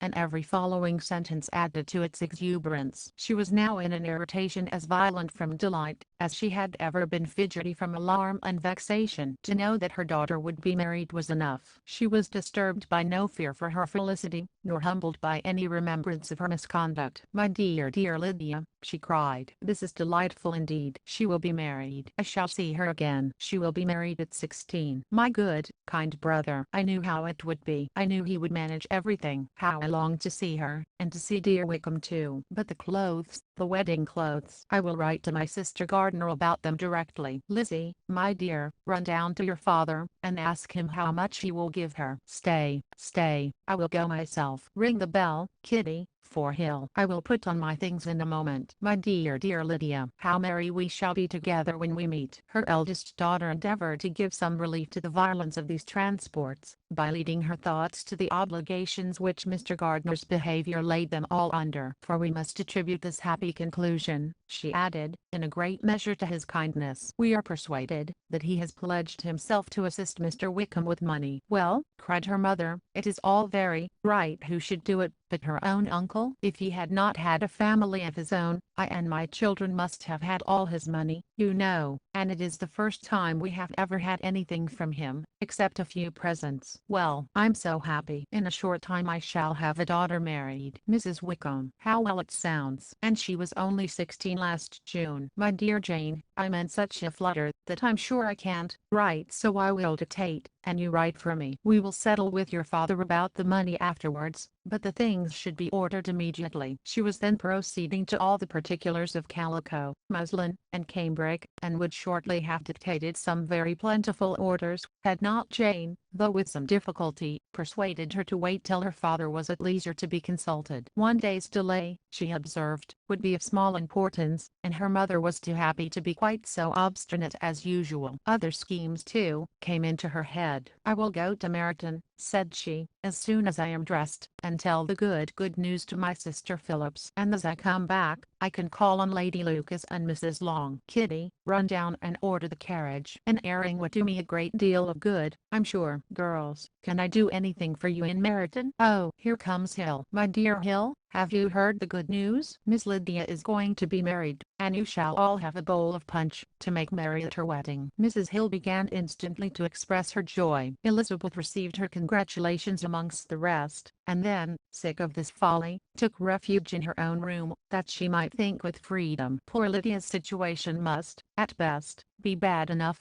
but that it was no worse, she had need to be thankful. She felt it so, and though, in looking forward, neither rational happiness nor worldly prosperity could be justly expected for her sister, in looking back to what they had feared only 2 hours ago, she felt all the advantages of what they had gained. Chapter 50. Mr. Bennet had very often wished before this period of his life that, instead of spending his whole income, he had laid by an annual sum for the better provision of his children, and of his wife, if she survived him. He now wished it more than ever. Had he done his duty in that respect, Lydia need not have been indebted to her uncle for whatever of honor or credit could now be purchased for her. The satisfaction of prevailing on one of the most worthless young men in Great Britain, to be her husband, might then have rested in its proper place. He was seriously concerned that a cause of so little advantage to anyone should be forwarded at the sole expense of his brother-in-law, and he was determined, if possible, to find out the extent of his assistance, and to discharge the obligation, as soon as he could. When first Mr. Bennet had get married. Economy was held to be perfectly useless, for, of course, they were to have a son. The son was to join in cutting off the entail as soon as he should be of age, and the widow and younger children would by that means be provided for. 5 daughters successively entered the world, but yet the son was to come, and Mrs. Bennet, for many years after Lydia's birth, had been certain that he would. This event had at last been despaired of, but it was then too late to be saving. Mrs. Bennet had no turn for economy, and her husband's love of independence had alone prevented their exceeding their income. £5,000 was settled by marriage articles on Mrs. Bennet and the children, but in what proportions it should be divided amongst the latter depended on the will of the parents. This was one point, with regard to Lydia, at least, which was now to be settled, and Mr. Bennet could have no hesitation in acceding to the proposal before him. In terms of grateful acknowledgment for the kindness of his brother, though expressed most concisely, he then delivered on paper his perfect approbation of all that was done, and his willingness to fulfill the engagements that had been made for him. He had never before supposed that, could Wickham be prevailed on to marry his daughter, it would be done with so little inconvenience to himself as by the present arrangement. He would scarcely be £10 a year the loser by the hundred that was to be paid them, for, what with her board and pocket allowance, and the continual presents in money which passed to her through her mother's hands, Lydia's expenses had been very little within that sum. That it would be done with such trifling exertion on his side too, was another very welcome surprise, for his wish at present was to have as little trouble in the business as possible. When the first transports of rage which had produced his activity in seeking her were over, he naturally returned to all his former indolence. His letter was soon dispatched, for, though dilatory in undertaking business, he was quick in its execution. He begged to know further particulars of what he was indebted to his brother, but was too angry with Lydia to send any message to her. The good news spread quickly through the house, and with proportionate speed through the neighborhood. It was borne in the latter with decent philosophy. To be sure, it would have been more for the advantage of conversation had Miss Lydia Bennet come upon the town, or, as the happiest alternative, been secluded from the world, in some distant farmhouse. But there was much to be talked of in marrying her, and the good-natured wishes for her well-doing which had proceeded before from all the spiteful old ladies in Meryton lost but a little of their spirit in this change of circumstances, because with such an husband her misery was considered certain. It was a fortnight since Mrs. Bennet had been downstairs, but on this happy day she again took her seat at the head of her table, and in spirits oppressively high. No sentiment of shame gave a damp to her triumph. The marriage of a daughter, which had been the first object of her wishes since Jane was 16, was now on the point of accomplishment, and her thoughts and her words ran wholly on those attendants of elegant nuptials, fine muslins, new carriages, and servants. She was busily searching through the neighborhood for a proper situation for her daughter, and, without knowing or considering what their income might be, rejected many as deficient in size and importance. Hay Park might do, said she, if the Gouldings could quit it, or the great house at Stoke, if the drawing-room were larger, but Ashworth is too far off. I could not bear to have her 10 miles from me, and as for Pulvis Lodge, the attics are dreadful. Her husband allowed her to talk on without interruption, while the servants remained. But when they had withdrawn, he said to her, Mrs. Bennet, before you take any or all of these houses for your son and daughter, let us come to a right understanding. Into one house in this neighborhood they shall never have admittance. I will not encourage the impudence of either, by receiving them at Longbourn. A long dispute followed this declaration, but Mr. Bennet was firm. It soon led to another, and Mrs. Bennet found, with amazement and horror, that her husband would not advance a guinea to buy clothes for his daughter. He protested that she should receive from him no mark of affection whatever on the occasion. Mrs. Bennet could hardly comprehend it. That his anger could be carried to such a point of inconceivable resentment as to refuse his daughter a privilege without which her marriage would scarcely seem valid, exceeded all she could believe possible. She was more alive to the disgrace which her want of new clothes must reflect on her daughter's nuptials, than to any sense of shame at her eloping and living with Wickham a fortnight before they took place. Elizabeth was now most heartily sorry that she had, from the distress of the moment, been led to make Mr. Darcy acquainted contented with their fears for her sister, for since her marriage would so shortly give the proper termination to the elopement, they might hope to conceal its unfavorable beginning from all those who were not immediately on the spot. She had no fear of its spreading farther through his means. There were few people on whose secrecy she would have more confidently depended, but, at the same time, there was no one whose knowledge of a sister's frailty would have mortified her so much, not, however, from any fear of disadvantage from it individually to herself, for, at any rate, there seemed a gulf impassable between them. Had Lydia's marriage been concluded on the most honorable terms, it was not to be supposed that Mr. Darcy would connect himself with a family where, to every other objection, would now be added an alliance and relationship of the nearest kind with the man whom he so justly scorned. From such a connection she could not wonder that he would shrink. The wish of procuring her regard, which she had assured herself of his feeling in Derbyshire, could not in rational expectation survive such a blow as this. She was humbled, she was grieved, she repented, though she hardly knew of what. She became jealous of his esteem, when she could no longer hope to be benefited by it. She wanted to hear of him, when there seemed the least chance of gaining intelligence. She was convinced that she could have been happy with him, when it was no longer likely they should meet. What a triumph for him, as she often thought, could he know that the proposals which she had proudly spurned only 4 months ago, would now have been most gladly and gratefully received. He was as generous, she doubted not, as the most generous of his sex, but while he was mortal, there must be a triumph.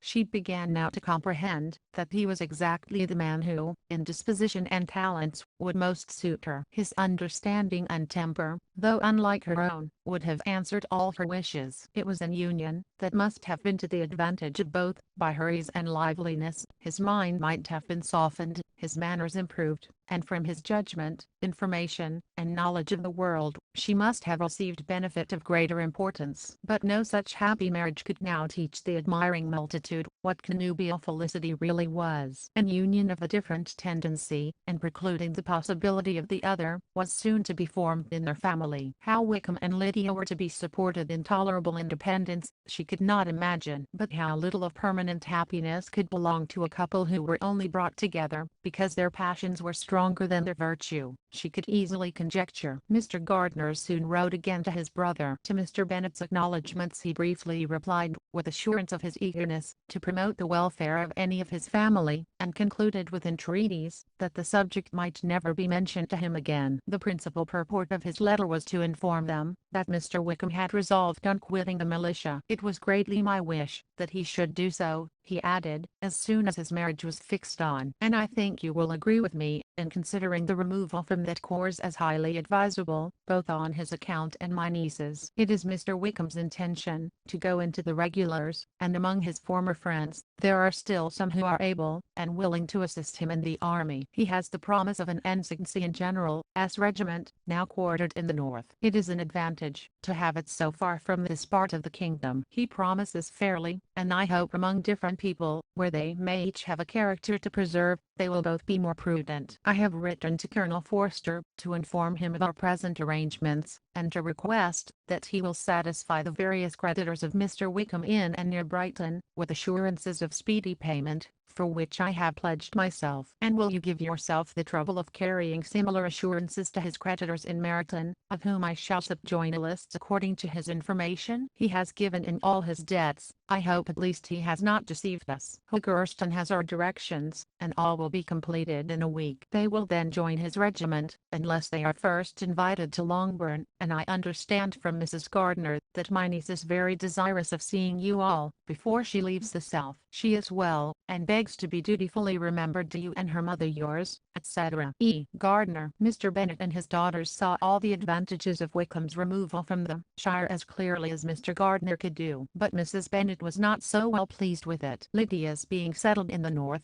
just when she had expected most pleasure and pride in her company, for she had by no means given up her plan of their residing in Hertfordshire, was a severe disappointment, and, besides, it was such a pity that Lydia should be taken from a regiment where she was acquainted with everybody, and had so many favourites. She is so fond of Mrs. Forster, said she, it will be quite shocking to send her away. And there are several of the young men too, that she likes very much. The officers may not be so pleasant in General S. regiment. His daughter's request for such it might be considered, of being admitted into her family again, before she set off for the north, received at first an absolute negative. But Jane and Elizabeth, who agreed in wishing, for the sake of their sister's feelings and consequence, that she should be noticed on her marriage by her parents, urged him so earnestly yet so rationally and so mildly, to receive her and her husband at Longbourn, as soon as they were married, that he was prevailed on to think as they thought, and act as they wished. And their mother had the satisfaction of knowing that she would be able to show her married daughter in the neighborhood, before she was banished to the north. When Mr. Bennet wrote again to his brother therefore, he sent his permission for them to come, and it was settled, that as soon as the ceremony was over, they should proceed to Longbourn. Elizabeth was surprised, however, that Wickham should consent to such a scheme, and had she consulted only her own inclination, any meeting with him would have been the last object of her wishes. Chapter 51. Their sister's wedding day arrived, and Jane and Elizabeth felt for her probably more than she felt for herself. The carriage was sent to meet them at, and they were to return in it by dinner time. Their arrival was dreaded by the elder Miss Bennets, and Jane more especially, who gave Lydia the feelings which would have attended herself, had she been the culprit, and was wretched in the thought of what her sister must endure. They came. The family were assembled in the breakfast room to receive them. Smiles decked the face of Mrs. Bennet as the carriage drove up to the door. Her husband looked impenetrably grave,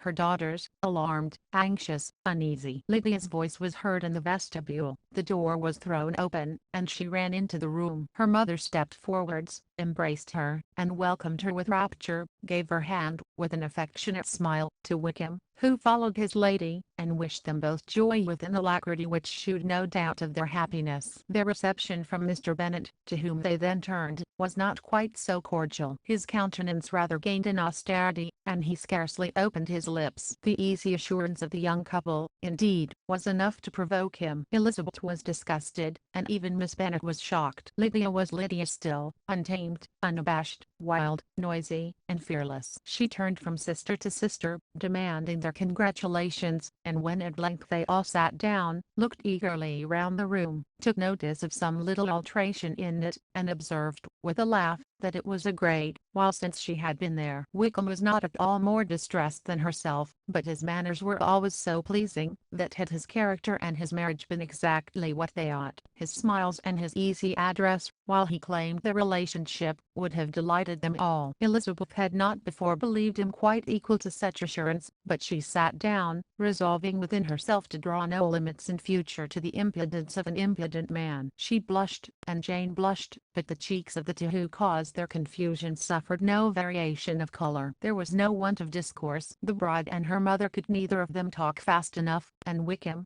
who happened to sit near Elizabeth, began inquiring after his acquaintance in that neighborhood, with a good-humored ease which she felt very unable to equal in her replies. They seemed each of them to have the happiest memories in the world. Nothing of the past was recollected with pain, and Lydia led voluntarily to subjects which her sisters would not have alluded to for the world. "Only think of its being 3 months," she cried, "since I went away. It seems but a fortnight, I declare, and yet there have been things enough happened in the time. Good gracious, when I went away, I'm sure I had no more idea of being married till I came back again, though I thought it would be very good fun if I was." Her father lifted up his eyes. Jane was distressed. Elizabeth looked expressively at Lydia, but she, who never heard nor saw anything of which she chose to be insensible, gaily continued, "Oh, mamma, do the people hereabouts know I'm married today? I was afraid they might not, and we overtook William Goulding in his curricle, so I was determined he should know it, and so I let down the side glass next to him, and took off my glove, and let my hand just rest upon the window frame, so that he might see the ring, and then I bowed and smiled like anything." Elizabeth could bear it no longer. She got up, and ran out of the room, and returned no more, till she heard them passing through the hall to the dining parlor. She then joined them soon enough to see Lydia, with anxious parade, walk up to her mother's right hand, and hear her say to her eldest sister, "Ah, Jane, I take your place now, and you must go lower, because I'm a married woman." It was not to be supposed that time would give Lydia that embarrassment from which she had been so wholly free at first. Her ease and good spirits increased. She longed to see Mrs. Phillips, the Lucases, and all their other neighbors, and to hear herself called Mrs. Wickham by each of them, and in the meantime, she went after dinner to show her ring, and boast of being married to Mrs. Hill and the two housemaids. "Well, Mamma," said she, when they were all returned to the breakfast room, "and what do you think of my husband? Is not he a charming man? I'm sure my sisters must all envy me. I only hope they may have half my good luck. They must all go to Brighton. That is the place to get husbands." "What a pity it is, Mamma, we did not all go." "Very true, and if I had my will, we should. But my dear Lydia, I don't at all like your going such a way off." "Must it be so?" "Oh, Lord, yes, there is nothing in that. I shall like it of all things. You and Papa, and my sisters, must come down and see us. We shall be at Newcastle all the winter, and I dare say there will be some balls, and I will take care to get good partners for them all." "I should like it beyond anything," said her mother. "And then when you go away, you may leave one or two of my sisters behind you, and I dare say I shall get husbands for them before the winter is over." "I thank you for my share of the favor," said Elizabeth, "but I do not particularly like your way of getting husbands." Their visitors were not to remain above 10 days with them. Mr. Wickham had received his commission before he left London, and he was to join his regiment at the end of a fortnight. No one but Mrs. Bennet regretted that their stay would be so short, and she made the most of the time by visiting about with her daughter, and having very frequent parties at home. These parties were acceptable to all. To avoid a family circle was even more desirable to such as did think than such as did not. Wickham's affection for Lydia was just what Elizabeth had expected to find it, not equal to Lydia's for him. She had scarcely needed her present observation to be satisfied, from the reason of things, that their elopement had been brought on by the strength of her love, rather than by his, and she would have wondered why, without violently caring for her, he chose to elope with her at all, had she not felt certain that his flight was rendered necessary by distress of circumstances, and if that were the case, he was not the young man to resist an opportunity of having the companion. Lydia was exceedingly fond of him. He was her dear Wickham on every occasion. No one was to be put in competition with him. He did everything best in the world, and she was sure he would kill more birds on the 1st of September than anybody else in the country. One morning, soon after their arrival, as she was sitting with her two elder sisters, she said to Elizabeth, "Lizzie, I never gave you an account of my wedding. I believe you were not by when I told Mamma and the others all about it. Are not you curious to hear how it was managed?" "No, really," replied Elizabeth. "I think there cannot be too little said on the subject." "La, you are so strange. But I must tell you how it went off. We were married, you know, at St. Clement's, because Wickham's lodgings were in that parish, and it was settled that we should all be there by 11 o'clock. My uncle and aunt and I were to go together, and the others were to meet us at the church. Well, Monday morning came, and I was in such a fuss. I was so afraid, you know, that something would happen to put it off, and then I should have gone quite distracted. And there was my aunt, all the time I was dressing, preaching, and talking away, just as if she was reading a sermon. However, I did not hear above one word in 10, for I was thinking, you may suppose, of my dear Wickham. I longed to know whether he would be married in his blue coat. Well, and so we breakfasted at 10 as usual. I thought it would never be over, for, by the by, you are to understand that my uncle and aunt were horrid unpleasant all the time I was with them. If you'll believe me, I did not once put my foot out of doors, though I was there a fortnight. Not one party, or scheme, or anything. To be sure, London was rather thin, but,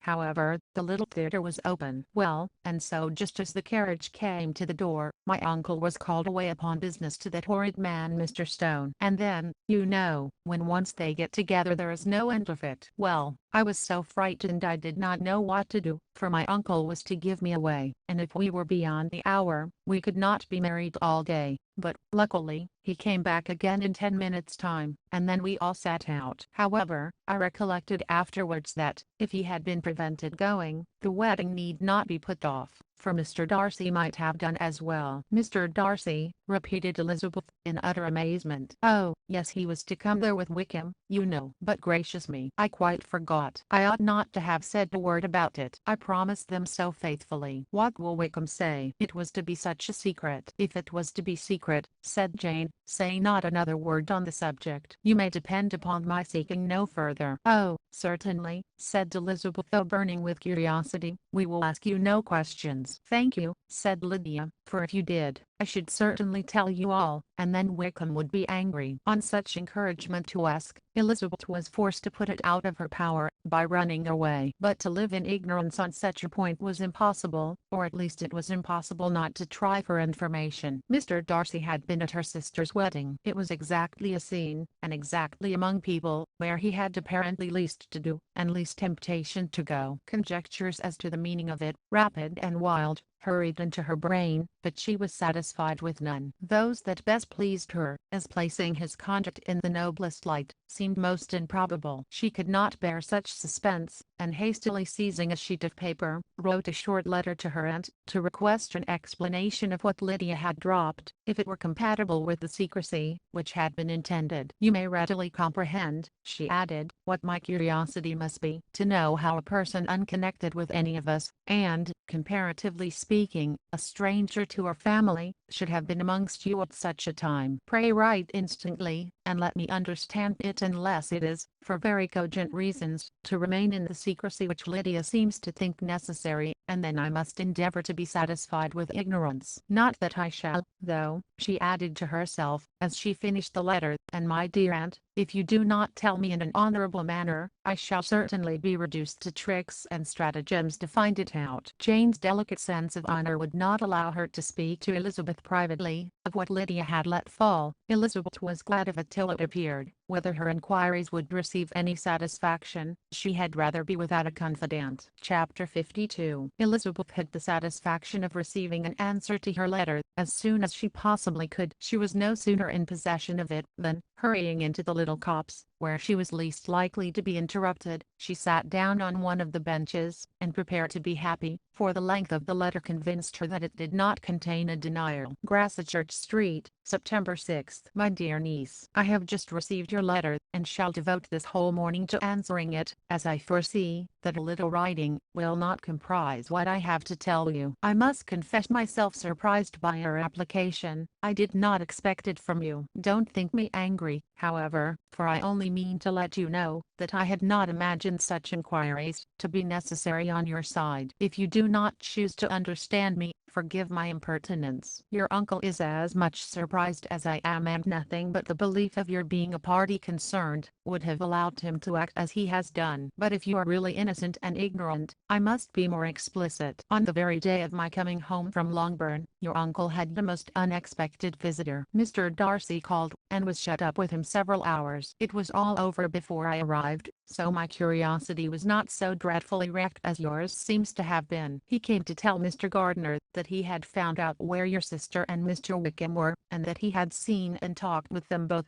Wickham repeatedly, Lydia once. From what I can collect, he left Derbyshire only one day after ourselves, and came to town with the resolution of hunting for them. The motive professed was his conviction of its being owing to himself, that Wickham's worthlessness had not been so well known as to make it impossible for any young woman of character to love or confide in him. He generously imputed the whole to his mistaken pride, and confessed that he had before thought it beneath him to lay his private actions open to the world. His character was to speak for itself. He called it, therefore, his duty to step forward, and endeavor to remedy an evil which had been brought on by himself. If he had another motive, I'm sure it would never disgrace him. He had been some days in town, before he was able to discover them, but he had something to direct his search, which was more than we had, and the consciousness of this was another reason for his resolving to follow us. There is a lady, it seems, a Mrs. Yunge, who was some time ago governess to Miss Darcy, and was dismissed from her charge on some cause of disapprobation, though he did not say what. She then took a large house in Edward Street, and has since maintained herself by letting lodgings. This Mrs. Yunge was, he knew, intimately acquainted with Wickham, and he went to her for intelligence of him as soon as he got to town. But it was 2 or 3 days before he could get from her what he wanted. She would not betray her trust, I suppose, without bribery and corruption, for she really did know where her friend was to be found. Wickham indeed had gone to her on their first arrival in London, and had she been able to receive them into her house, they would have taken up their abode with her. At length, however, our kind friend procured the wished-for direction. They were in Street. He saw Wickham, and afterwards insisted on seeing Lydia. His first object with her, he acknowledged, had been to persuade her to quit her present disgraceful situation, and return to her friends, as soon as they could be prevailed on to receive her, offering his assistance, as far as it would go. But he found Lydia absolutely resolved on remaining where she was. She cared for none of her friends, she wanted no help of his, she would not hear of leaving Wickham. She was sure they should be married some time or other, and it did not much signify when. Since such were her feelings, it only remained, he thought, to secure and expedite the marriage, which, in his very first conversation with Wickham, he easily learned, had never been his design. He confessed himself obliged to leave the regiment, on account of some debts of honor, which were very pressing, and scrupled not to lay all the ill consequences of Lydia's flight on her own folly alone. He meant to resign his commission immediately, and as to his future situation, he could conjecture very little about it. He must go somewhere, but he did not know where, and he knew he should have nothing to live on. Mr. Darcy asked him why he had not married your sister at once. Though Mr. Bennet was not imagined to be very rich, he would have been able to do something for him, and his situation must have been benefited by marriage. But he found, in reply to this question, that Wickham still cherished the hope of more effectually making his fortune by marriage in some other country. Under such circumstances, however, he was not likely to be proof against the temptation of immediate relief. They met several times, for there was much to be discussed. Wickham of course wanted more than he could get, but at length was reduced to be reasonable. Everything being settled between them, Mr. Darcy's next step was to make your uncle acquainted with it, and he first called in Grassetchett Street the evening before I came home. But Mr. Gardiner could not be seen, and Mr. Darcy found, on further inquiry, that your father was still with him, but would quit town the next morning. He did not judge your father to be a person whom he could so properly consult as your uncle, and therefore readily postponed seeing him till after the departure of the former. He did not leave his name, until the next day it was only known that a gentleman had called on business. On Saturday he came again. Your father was gone, your uncle at home, and, as I said before, they had a great deal of talk together. They met again on Sunday, and then I saw him too. It was not all settled before Monday. As soon as it was, the express was sent off to Longbourn. But our visitor was very obstinate. I fancy, Lizzie, that obstinacy is the real defect of his character. After all, he has been accused of many faults at different times, but this is the true one. Nothing was to be done that he did not do himself, though I am sure, and I do not speak it to be thanked, therefore say nothing about it, your uncle would most readily have settled the whole. They battled it together for a long time, which was more than either the gentleman or lady concerned in it deserved. But at last your uncle was forced to yield, and instead of being allowed to be of use to his niece, was forced to put up with only having the probable credit of it, which went sorely against the grain, and I really believe your letter this morning gave him great pleasure, because it required an explanation that would rob him of his borrowed feathers, and give the praise where it was due.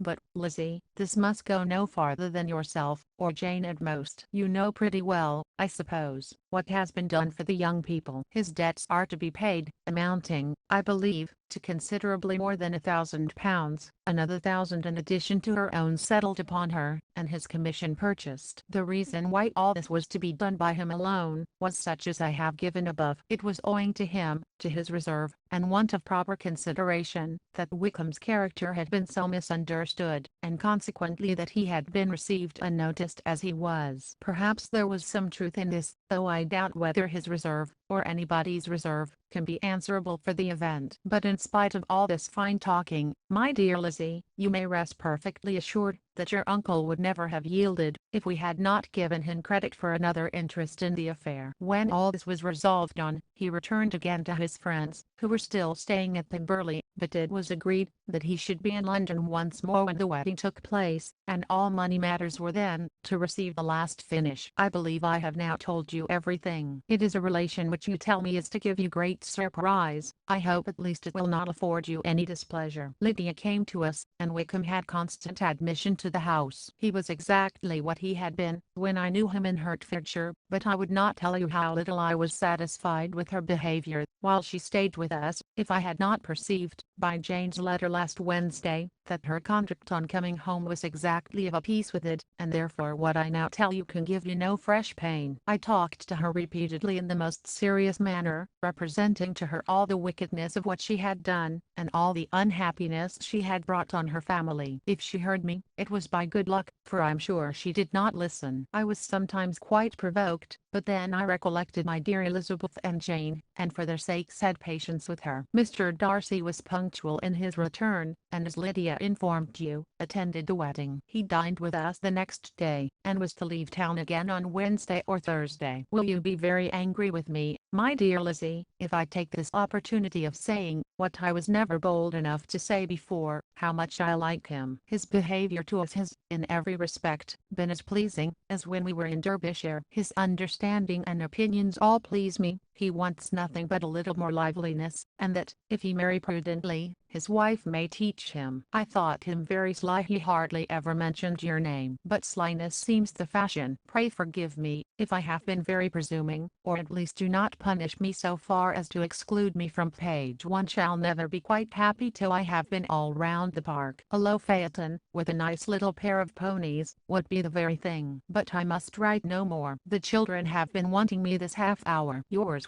very sincerely, M. Gardiner. The contents of this letter threw Elizabeth into a flutter of spirits, in which it was difficult to determine whether pleasure or pain bore the greatest share. The vague and unsettled suspicions which uncertainty had produced, of what Mr. Darcy might have been doing to forward her sister's match, which she had feared to encourage as an exertion of goodness too great to be probable, and at the same time dreaded to be just from the pain of obligation, were proved beyond their greatest extent to be true. He had followed them purposely to town. He had taken on himself all the trouble and mortification attendant on such a research, in which supplication had been necessary to a woman whom he must abominate and despise, and where he was reduced to frequently meet, reason with, persuade, and finally bribe, the man whom he always most wished to avoid, and whose very name it was punishment to him to pronounce. He had done all this for a girl whom he could neither regard nor esteem. Her heart did whisper that he had done it for her, but it was a hope shortly checked by other considerations, and she soon felt that even her vanity was insufficient, when required to depend on his affection for her, for a woman who had already refused him as able to overcome a sentiment so natural as abhorrence against relationship with Wickham, brother-in-law of Wickham. Every kind of pride must revolt from the connection. He had, to be sure, done much. She was ashamed to think how much. But he had given a reason for his interference, which asked no extraordinary stretch of belief. It was reasonable that he should feel he had been wrong. He had liberality, and he had the means of exercising it, and though she would not place herself as his principal inducement, she could, perhaps, believe that remaining partiality for her might assist his endeavors in a cause where her peace of mind must be materially concerned. It was painful, exceedingly painful, to know that they were under obligations to a person who could never receive a return. They owed the restoration of Lydia, her character, everything, to him. Oh, how heartily did she grieve over every ungracious sensation she had ever encouraged, every saucy speech she had ever directed towards him. For herself she was humbled, but she was proud of him, proud that in a cause of compassion and honor, he had been able to get the better of himself. She read over her aunt's commendation of him again and again. It was hardly enough, but it pleased her. She was even sensible of some pleasure though mixed with regret, on finding how steadfastly both she and her uncle had been persuaded that affection and confidence subsisted between Mr. Darcy and herself. She was roused from her seat and her reflections by someone's approach, and before she could strike into another path, she was overtaken by Wickham. "I'm afraid I interrupt your solitary ramble, my dear sister," said he, as he joined her. "You certainly do," she replied with a smile, "but it does not follow that the interruption must be unwelcome. I should be sorry indeed, if it were. We were always good friends, and now we are better." "True. Are the others coming out?" "I do not know. Mrs. Bennet and Lydia are going in the carriage to Meryton." "And so, my dear sister, I find, from our uncle and aunt, that you have actually seen Pemberley." She replied in the affirmative. "I almost envy you the pleasure, and yet I believe it would be too much for me, or else I could take it in my way to Newcastle." "And you saw the old housekeeper, I suppose?" "Poor Reynolds, she was always very fond of me. But of course she did not mention my name to you." "Yes, she did." "And what did she say?" "That you were gone into the army, and she was afraid had not turned out well. At such a distance as that, you know,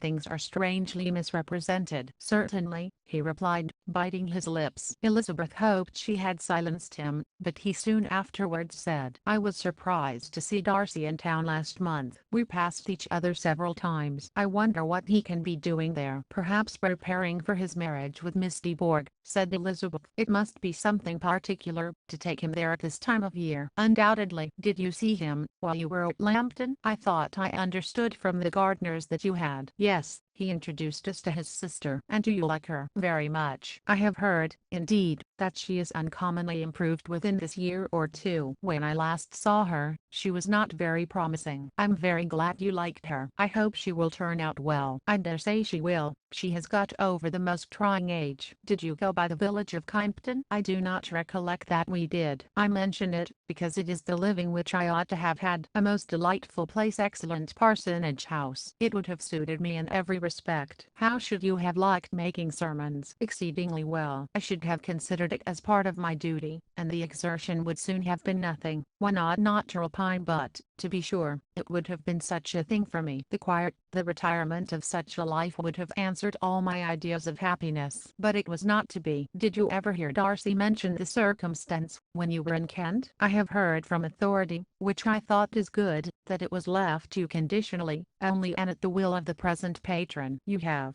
"Yes, there was something in that. I told you so from the first, you may remember." "I did hear too, that there was a time, when sermon making was not so palatable to you as it seems to be at present, that you actually declared your resolution of never taking orders, and that the business had been compromised accordingly." "You did, and it was not wholly without foundation. You may remember what I told you on that point, when first we talked of it." They were now almost at the door of the house, for she had walked fast to get rid of him, and unwilling, for her sister's sake, to provoke him, she only said in reply, with a good-humoured smile, "Come, Mr. Wickham, we are brother and sister, you know. Do not let us quarrel about the past. In future, I hope we shall be always of one mind." She held out her hand, he kissed it with affectionate gallantry, though he hardly knew how to look, and they entered the house. Chapter 53. Mr. Wickham was so perfectly satisfied with this conversation, that he never again distressed himself, or provoked his dear sister Elizabeth, by introducing the subject of it, and she was pleased to find that she had said enough to keep him quiet. The day of his and Lydia's departure soon came, and Mrs. Bennet was forced to submit to a separation, which, as her husband by no means entered into her scheme of their all going to Newcastle, was likely to continue at least a 12-month. "Oh, my dear Lydia," she cried, "when shall we meet again?" "Oh, Lord, I don't know. Not these 2 or 3 years, perhaps." "Write to me very often, my dear." "As often as I can. But you know married women have never much time for writing." "My sisters may write to me. They will have nothing else to do." Mr. Wickham's adieus were much more affectionate than his wife's. He smiled, looked handsome, and said many pretty things. "He is as fine a fellow," said Mr. Bennet, as soon as they were out of the house, "as ever I saw. He simpers, and smirks, and makes love to us all. I'm prodigiously proud of him. I defy even Sir William Lucas himself to produce a more valuable son-in-law." The loss of her daughter made Mrs. Bennet very dull for several days. "I often think," said she, "that there is nothing so bad as parting with one's friends.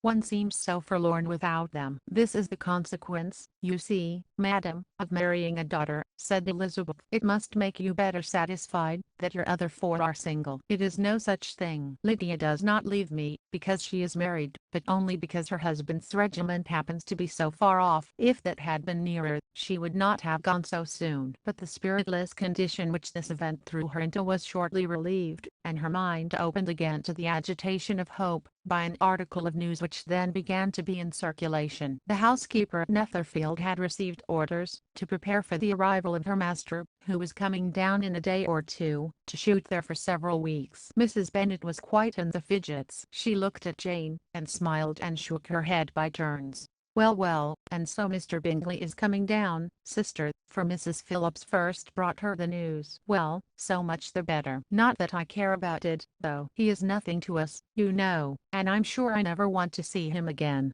But, however, he is very welcome to come to Netherfield, if he likes it. And who knows what may happen? But that is nothing to us. You know, sister, we agreed long ago never to mention a word about it. And so, is it quite certain he is coming?" "You may depend on it," replied the other, "for Mrs. Nicholls was in Meryton last night. I saw her passing by, and went out myself on purpose to know the truth of it, and she told me that it was certain true. He comes down on Thursday at the latest, very likely on Wednesday. She was going to the butcher's, she told me, on purpose to order in some meat on Wednesday, and she has got 3 couple of ducks just fit to be killed." Miss Bennet had not been able to hear of his coming without changing color. It was many months since she had mentioned his name to Elizabeth, but now, as soon as they were alone together, she said, "I saw you look at me today, Lizzie, when my aunt told us of the present report, and I know I appeared distressed. But don't imagine it was from any silly cause. I was only confused for the moment, because I felt that I should be looked at. I do assure you that the news does not affect me either with pleasure or pain. I'm glad of one thing, that he comes alone, because we shall see the less of him. Not that I'm afraid of myself, but I dread other people's remarks." Elizabeth did not know what to make of it. Had she not seen him in Derbyshire, she might have supposed him capable of coming there with no other view than what was acknowledged, but she still thought him partial to Jane, and she wavered as to the greater probability of his coming there with his friend's permission, or being bold enough to come without it. Yet it is hard, she sometimes thought, that this poor man cannot come to a house which he has legally hired, without raising all this speculation. "I will leave him to himself." In spite of what her sister declared, and really believed to be her feelings in the expectation of his arrival, Elizabeth could easily perceive that her spirits were affected by it. They were more disturbed, more unequal, than she had often seen them. The subject which had been so warmly canvassed between their parents, about a 12-month ago, was now brought forward again. "As soon as ever Mr. Bingley comes, my dear," said Mrs. Bennet, "you will wait on him of course." "No, no. You forced me into visiting him last year, and promised, if I went to see him, he should marry one of my daughters. But it ended in nothing, and I will not be sent on a fool's errand again." His wife represented to him how absolutely necessary such an attention would be from all the neighbouring gentlemen, on his returning to Netherfield. "'Tis an etiquette I despise," said he. "If he wants our society, let him seek it. He knows where we live. I will not spend my hours in running after my neighbours every time they go away, and come back again. Well, all I know is, that it will be abominably rude, if you do not wait on him. But, however, that shan't prevent my asking him to dine here. I'm determined. We must have Mrs. Long and the Gouldings soon. That will make 13 with ourselves, so there will be just room at table for him." Consoled by this resolution, she was the better able to bear her husband's incivility, though it was very mortifying to know that her neighbours might all see Mr. Bingley, in consequence of it, before they did. As the day of his arrival drew near, "I begin to be sorry that he comes at all," said Jane to her sister. "It would be nothing, I could see him with perfect indifference, but I can hardly bear to hear it thus perpetually talked of. My mother means well, but she does not know, no one can know, how much I suffer from what she says. Happy shall I be, when his stay at Netherfield is over." "I wish I could say anything to comfort you," replied Elizabeth, but it is wholly out of my power. You must feel it, and the usual satisfaction of preaching patience to a sufferer is denied me, because you have always so much." Mr. Bingley arrived. Mrs. Bennet, through the assistance of servants, contrived to have the earliest tidings of it, that the period of anxiety and fretfulness on her side might be as long as it could. She counted the days that must intervene before their invitation could be sent, hopeless of seeing him before. But on the third morning after his arrival in Hertfordshire, she saw him, from her dressing-room window, enter the paddock, and ride towards the house. Her daughters were eagerly called to partake of her joy. Jane resolutely kept her place at the table, but Elizabeth, to satisfy her mother, went to the window. She saw Mr. Darcy with him, and sat down again by her sister. "There is a gentleman with him, mamma," said Kitty. "Who can it be?" "Some acquaintance or other, my dear, I suppose." "I'm sure I do not know." "La," replied Kitty, "it looks just like that man that used to be with him before." "Mr. What's his name?" "That tall, proud man." "Good gracious, Mr. Darcy, and so it does, I vow." "Well, any friend of Mr. Bingley's will always be welcome here, to be sure, but else I must say that I hate the very sight of him." Jane looked at Elizabeth with surprise and concern. She knew but little of their meeting in Derbyshire, and therefore felt for the awkwardness which must attend her sister in seeing him almost for the first time after receiving his explanatory letter. Both sisters were uncomfortable enough. Each felt for the other, and of course for themselves, and their mother talked on, of her dislike of Mr. Darcy, and her resolution to be civil to him only as Mr. Bingley's friend, without being hurt by either of them. But Elizabeth had sources of uneasiness which could not be suspected by Jane, to whom she had never yet had courage to shew Mrs. Gardiner's letter, or to relate her own change of sentiment towards him. To Jane, he could be only a man whose proposals she had refused, and whose merits she had undervalued, but to her own more extensive information, he was the person to whom the whole family were indebted for the first of benefits, and whom she regarded herself with an interest, if not quite so tender, at least as reasonable, and just as what Jane felt for Bingley. Her astonishment at his coming to Netherfield, to Longbourn, and voluntarily seeking her again, was almost equal to what she had known on first witnessing his altered behaviour in Derbyshire. The colour which had been driven from her face, returned for half a minute with an additional glow, and a smile of delight added lustre to her eyes, as she thought for that space of time, that his affection and wishes must still be unshaken. But she would not be secure. "Let me first see how he behaves," said she. "It will then be early enough for expectation." She sat intently at work, striving to be composed, and without daring to lift up her eyes, till anxious curiosity carried them to the face of her sister as the servant was approaching the door. Jane looked a little paler than usual, but more sedate than Elizabeth had expected. On the gentleman's appearing, her colour increased, yet she received them with tolerable ease, and with a propriety of behaviour equally free from any symptom of resentment or any unnecessary complaisance. Elizabeth said as little to either as civility would allow, and sat down again to her work, with an eagerness which it did not often command. She had ventured only one glance at Darcy. He looked serious, as usual, and, she thought, more as he had been used to look in Hertfordshire, than as she had seen him at Pemberley.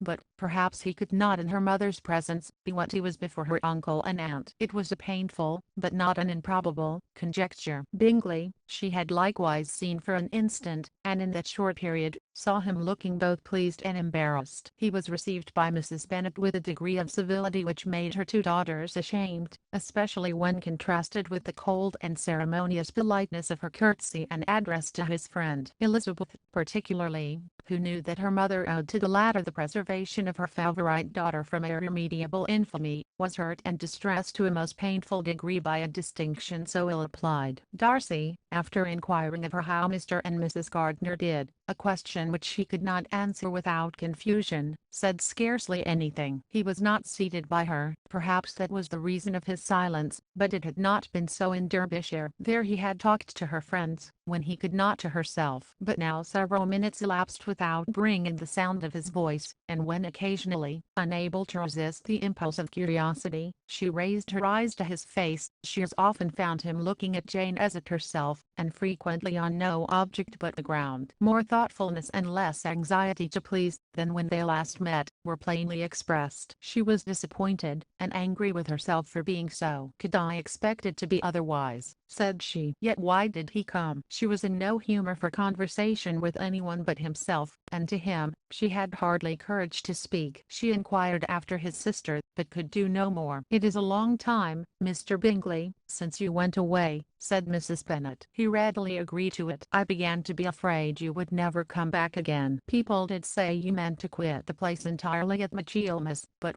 however, I hope it is not true. A great many changes have happened in the neighborhood since you went away. Miss Lucas is married and settled, and one of my own daughters. I suppose you have heard of it. Indeed, you must have seen it in the papers. It was in the Times and the Courier, I know, though it was not put in as it ought to be. It was only said, lately, George Wickham, Esquire, to Miss Lydia Bennet, without there being a syllable said of her father, or the place where she lived, or anything. It was my brother Gardner's drawing up too, and I wonder how he came to make such an awkward business of it." "Did you see it?" Bingley replied that he did, and made his congratulations. Elizabeth dared not lift up her eyes. How Mr. Darcy looked, therefore, she could not tell. "It is a delightful thing, to be sure, to have a daughter well married," continued her mother, "but at the same time, Mr. Bingley, it is very hard to have her taken such away from me. They are gone down to Newcastle, a place quite northward, it seems, and there they are to stay I do not know how long. His regiment is there, for I suppose you have heard of his leaving the Shire, and of his being gone into the regulars. Thank heaven, he has some friends, though perhaps not so many as he deserves." Elizabeth,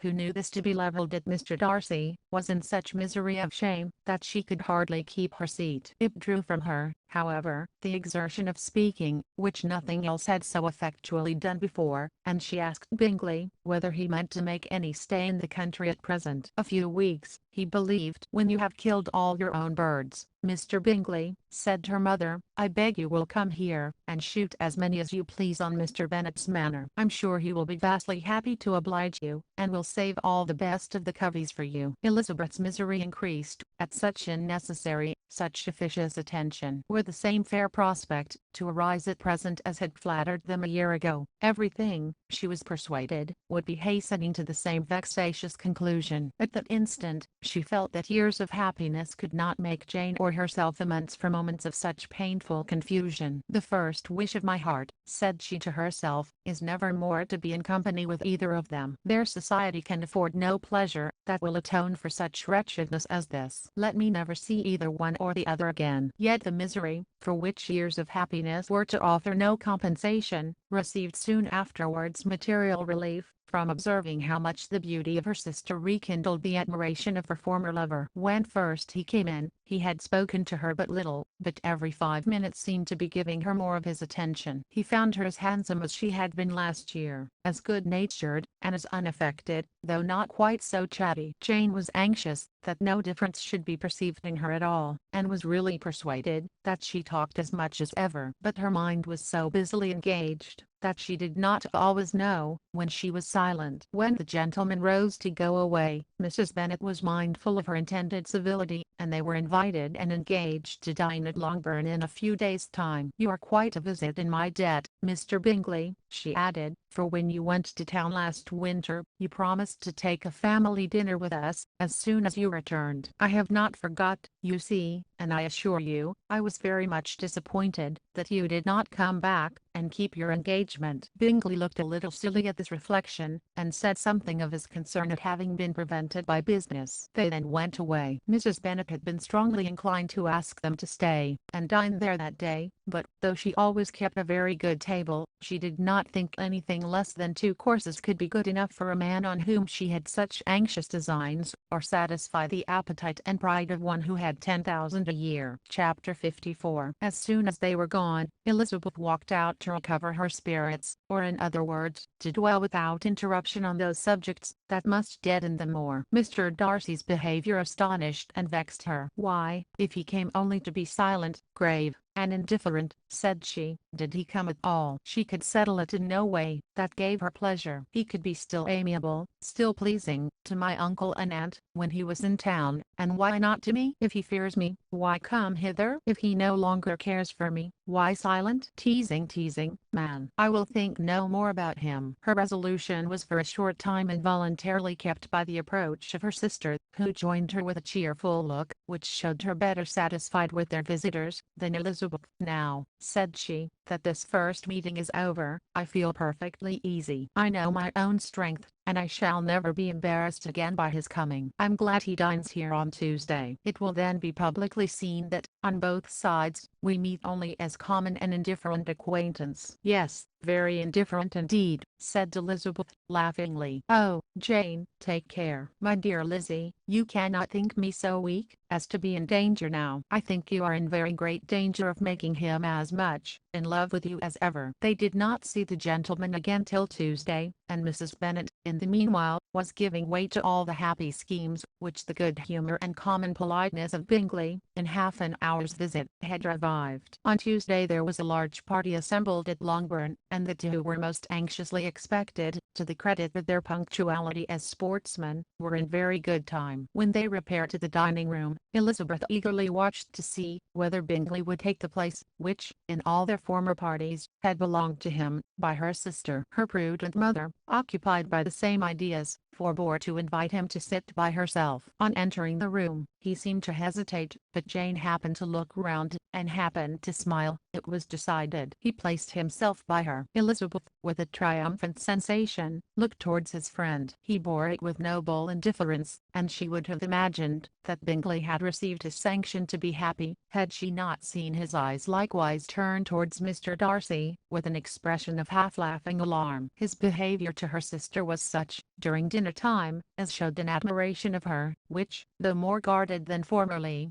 persuaded Elizabeth that, if left wholly to himself, Jane's happiness, and his own, would be speedily secured. Though she dared not depend upon the consequence, she yet received pleasure from observing his behaviour. It gave her all the animation that her spirits could boast, for she was in no cheerful humour. Mr. Darcy was almost as far from her as the table could divide them. He was on one side of her mother. She knew how little such a situation would give pleasure to either, or make either appear to advantage. She was not near enough to hear any of their discourse, but she could see how seldom they spoke to each other, and how formal and cold was their manner whenever they did. Her mother's ungraciousness made the sense of what they owed him more painful to Elizabeth's mind, and she would, at times, have given anything to be privileged to tell him that his kindness was neither unknown nor unfelt by the whole of the family. She was in hopes that the evening would afford some opportunity of bringing them together, that the whole of the visit would not pass away without enabling them to enter into something more of conversation than the mere ceremonious salutation attending his entrance. Anxious and uneasy, the period which passed in the drawing-room, before the gentlemen came, was wearisome and dull to a degree that almost made her uncivil. She looked forward to their entrance as the point on which all her chance of pleasure for the evening must depend. "If he does not come to me, then," said she, "I shall give him up forever." The gentleman came, and she thought he looked as if he would have answered her hopes, but, alas, the ladies had crowded round the table, where Miss Bennet was making tea, and Elizabeth pouring out the coffee, in so close a confederacy, that there was not a single vacancy near her which would admit of a chair. And on the gentleman's approaching, one of the girls moved closer to her than ever, and said, in a whisper, "The men shan't come and part us, I'm determined. We want none of them, do we?" Darcy had walked away to another part of the room. She followed him with her eyes, envied everyone to whom he spoke, had scarcely patience enough to help anybody to coffee, and then was enraged against herself for being so silly. A man who has once been refused. How could I ever be foolish enough to expect a renewal of his love? Is there one among the sex who would not protest against such a weakness as a second proposal to the same woman? There is no indignity so abhorrent to their feelings. She was a little revived, however, by his bringing back his coffee cup himself, and she seized the opportunity of saying, "Is your sister at Pemberley still?" "Yes, she will remain there till Christmas." "And quite alone?" "Have all her friends left her? Mrs. Annerly is with her. The others have been gone on to Scarborough these 3 weeks." She could think of nothing more to say, but if he wished to converse with her, he might have better success. He stood by her, however, for some minutes, in silence, and, at last, on the young lady's whispering to Elizabeth again, he walked away. When the tea things were removed,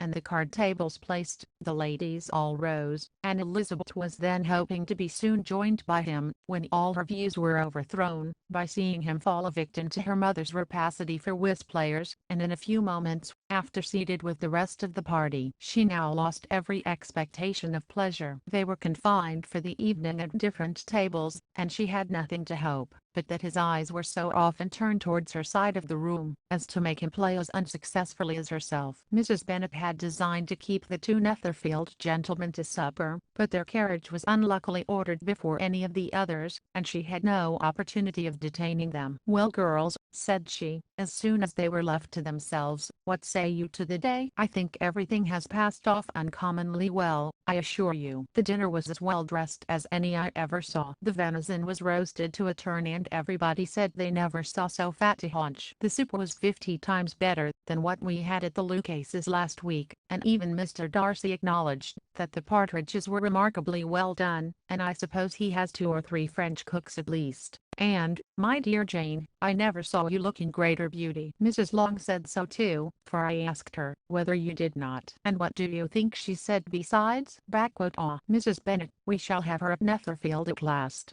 She did indeed. "I do think Mrs. Long is as good a creature as ever lived, and her nieces are very pretty behaved girls, and not at all handsome. I like them prodigiously." Mrs. Bennet, in short, was in very great spirits. She had seen enough of Bingley's behaviour to Jane to be convinced that she would get him at last, and her expectations of advantage to her family, when in a happy humour, were so far beyond reason, that she was quite disappointed at not seeing him there again the next day, to make his proposals. "It has been a very agreeable day," said Miss Bennet to Elizabeth. "The party seemed so well selected, so suitable one with the other. I hope we may often meet again." Elizabeth smiled. "Lizzie, you must not do so. You must not suspect me. It mortifies me. I assure you that I have now learned to enjoy his conversation as an agreeable and sensible young man, without having a wish beyond it. I'm perfectly satisfied, from what his manners now are, that he never had any design of engaging my affection. It is only that he is blessed with greater sweetness of address, and a stronger desire of generally pleasing, than any other man." "You are very cruel," said her sister. "You will not let me smile, and are provoking me to it every moment. How hard it is in some cases to be believed, and how impossible in others. But why should you wish to persuade me that I feel more than I acknowledge? That is a question which I hardly know how to answer. We all love to instruct, though we can teach only what is not worth knowing. Forgive me, and if you persist in indifference, do not make me your confidant." Chapter 55. A few days after this visit, Mr. Bingley called again, and alone. His friend had left him that morning for London, but was to return home in 10 days' time. He sat with them above an hour, and was in remarkably good spirits. Mrs. Bennet invited him to dine with them, but, with many expressions of concern, he confessed himself engaged elsewhere. "Next time you call," said she, "I hope we shall be more lucky." He should be particularly happy at any time, etc., etc., and if she would give him leave, would take an early opportunity of waiting on them. "Can you come tomorrow?" Yes, he had no engagement at all for tomorrow, and her invitation was accepted with alacrity. He came, and in such very good time, that the ladies were none of them dressed. In ran Mrs. Bennet to her daughter's room, in her dressing gown, and with her hair half finished, crying out, "My dear Jane, make haste and hurry down. He is come, Mr.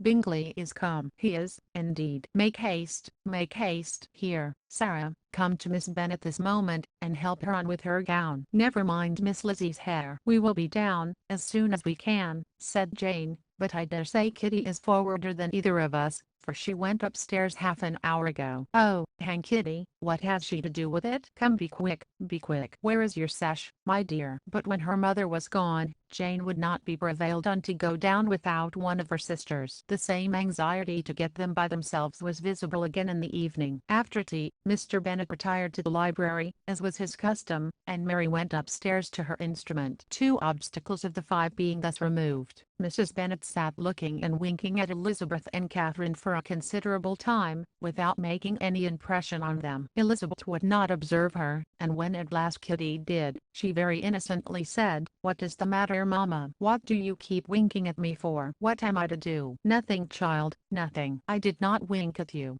She then sat still 5 minutes longer, but unable to waste such a precious occasion, she suddenly got up, and saying to Kitty, "Come here, my love, I want to speak to you," took her out of the room. Jane instantly gave a look at Elizabeth which spoke her distress at such premeditation, and her entreaty that she would not give in to it. In a few minutes, Mrs. Bennet half opened the door and called out, "Lizzie, my dear, I want to speak with you." Elizabeth was forced to go. "We may as well leave them by themselves, you know," said her mother, as soon as she was in the hall. "Kitty and I are going upstairs to sit in my dressing room." Elizabeth made no attempt to reason with her mother, but remained quietly in the hall till she and Kitty were out of sight, then returned into the drawing room. Mrs. Bennet's schemes for this day were ineffectual. Bingley was everything that was charming, except the professed lover of her daughter. His ease and cheerfulness rendered him a most agreeable addition to their evening party, and he bore with the ill-judged officiousness of the mother, and heard all her silly remarks with a forbearance and command of countenance particularly grateful to the daughter. He scarcely needed an invitation to stay supper, and before he went away, an engagement was formed, chiefly through his own and Mrs. Bennet's means, for his coming next morning, to shoot with her husband. After this day, Jane said no more of her indifference. Not a word passed between the sisters concerning Bingley, but Elizabeth went to bed in the happy belief that all must speedily be concluded, unless Mr. Darcy returned within the stated time. Seriously, however, she felt tolerably persuaded that all this must have taken place with the gentleman's concurrence. Bingley was punctual to his appointment, and he and Mr. Bennet spent the morning together, as had been agreed on. The latter was much more agreeable than his companion expected. There was nothing of presumption or folly in Bingley that could provoke his ridicule or disgust him into silence, and he was more communicative and less eccentric than the other had ever seen him. Bingley of course returned with him to dinner, and in the evening Mrs. Bennet's invention was again at work to get everybody away from him and her daughter. Elizabeth,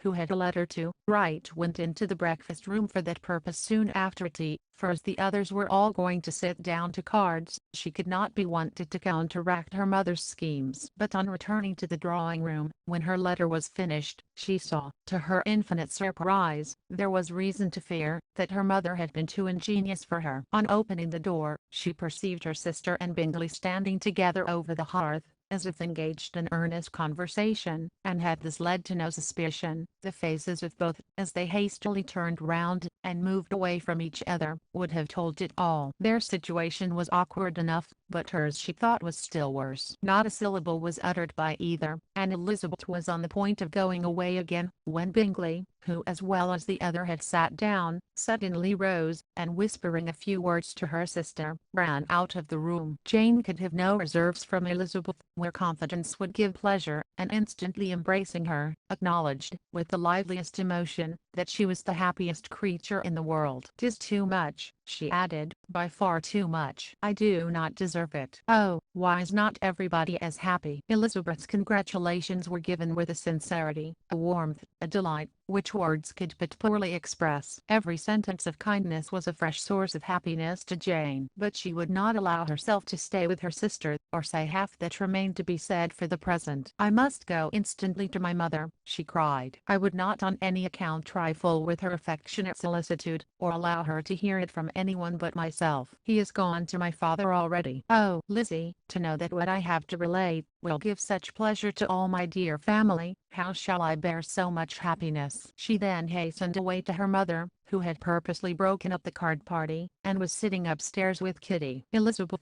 who was left by herself, now smiled at the rapidity and ease with which an affair was finally settled, that had given them so many previous months of suspense and vexation. "And this," said she, "is the end of all his friends' anxious circumspection, of all his sister's falsehood and contrivance, the happiest, wisest, most reasonable end." In a few minutes she was joined by Bingley, whose conference with her father had been short, and to the purpose. "Where is your sister?" said he hastily, as he opened the door. "With my mother upstairs. She will be down in a moment, I dare say." He then shut the door, and, coming up to her, claimed the good wishes and affection of a sister. Elizabeth honestly and heartily expressed her delight in the prospect of their relationship. They shook hands with great cordiality, and then, till her sister came down, she had to listen to all he had to say of his own happiness, and of Jane's perfection. actions, and in spite of his being a lover, Elizabeth really believed all his expectations of Felicity to be rationally founded, because they had for basis the excellent understanding and super-excellent disposition of Jane,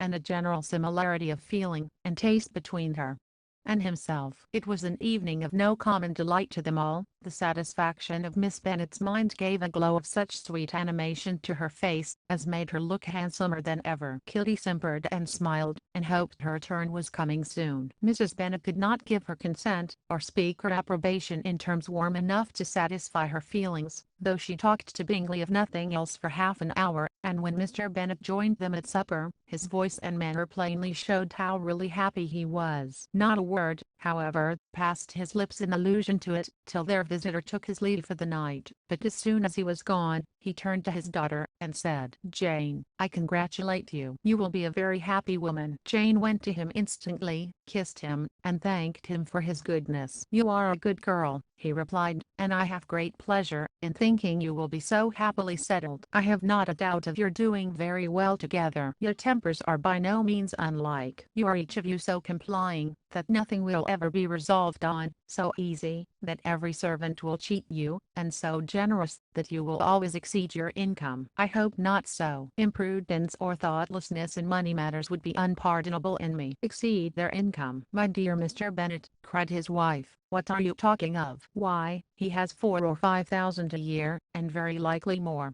Then addressing her daughter, "Oh, my dear Jane, I'm so happy. I'm sure I shan't get a wink of sleep all night. I knew how it would be. I always said it must be so. At last. I was sure you could not be so beautiful for nothing. I remember, as soon as ever I saw him, when he first came into Hertfordshire last year, I thought how likely it was that you should come together. Oh, he is the handsomest young man that ever was seen." Wickham, Lydia, were all forgotten. Jane was beyond competition her favorite child. At that moment, she cared for no other. Her younger sisters soon began to make interest with her for objects of happiness which she might in future be able to dispense. Mary petitioned for the use of the library at Netherfield, and Kitty begged very hard for a few balls there every winter. Bingley, from this time, was of course a daily visitor at Longbourn, coming frequently before breakfast, and always remaining till after supper, unless when some barbarous neighbour, who could not be enough detested, had given him an invitation to dinner which he thought himself obliged to accept. Elizabeth had now but little time for conversation with her sister, for while he was present, Jane had no attention to bestow on anyone else, but she found herself considerably useful to both of them in those hours of separation that must sometimes occur. In the absence of Jane, he always attached himself to Elizabeth,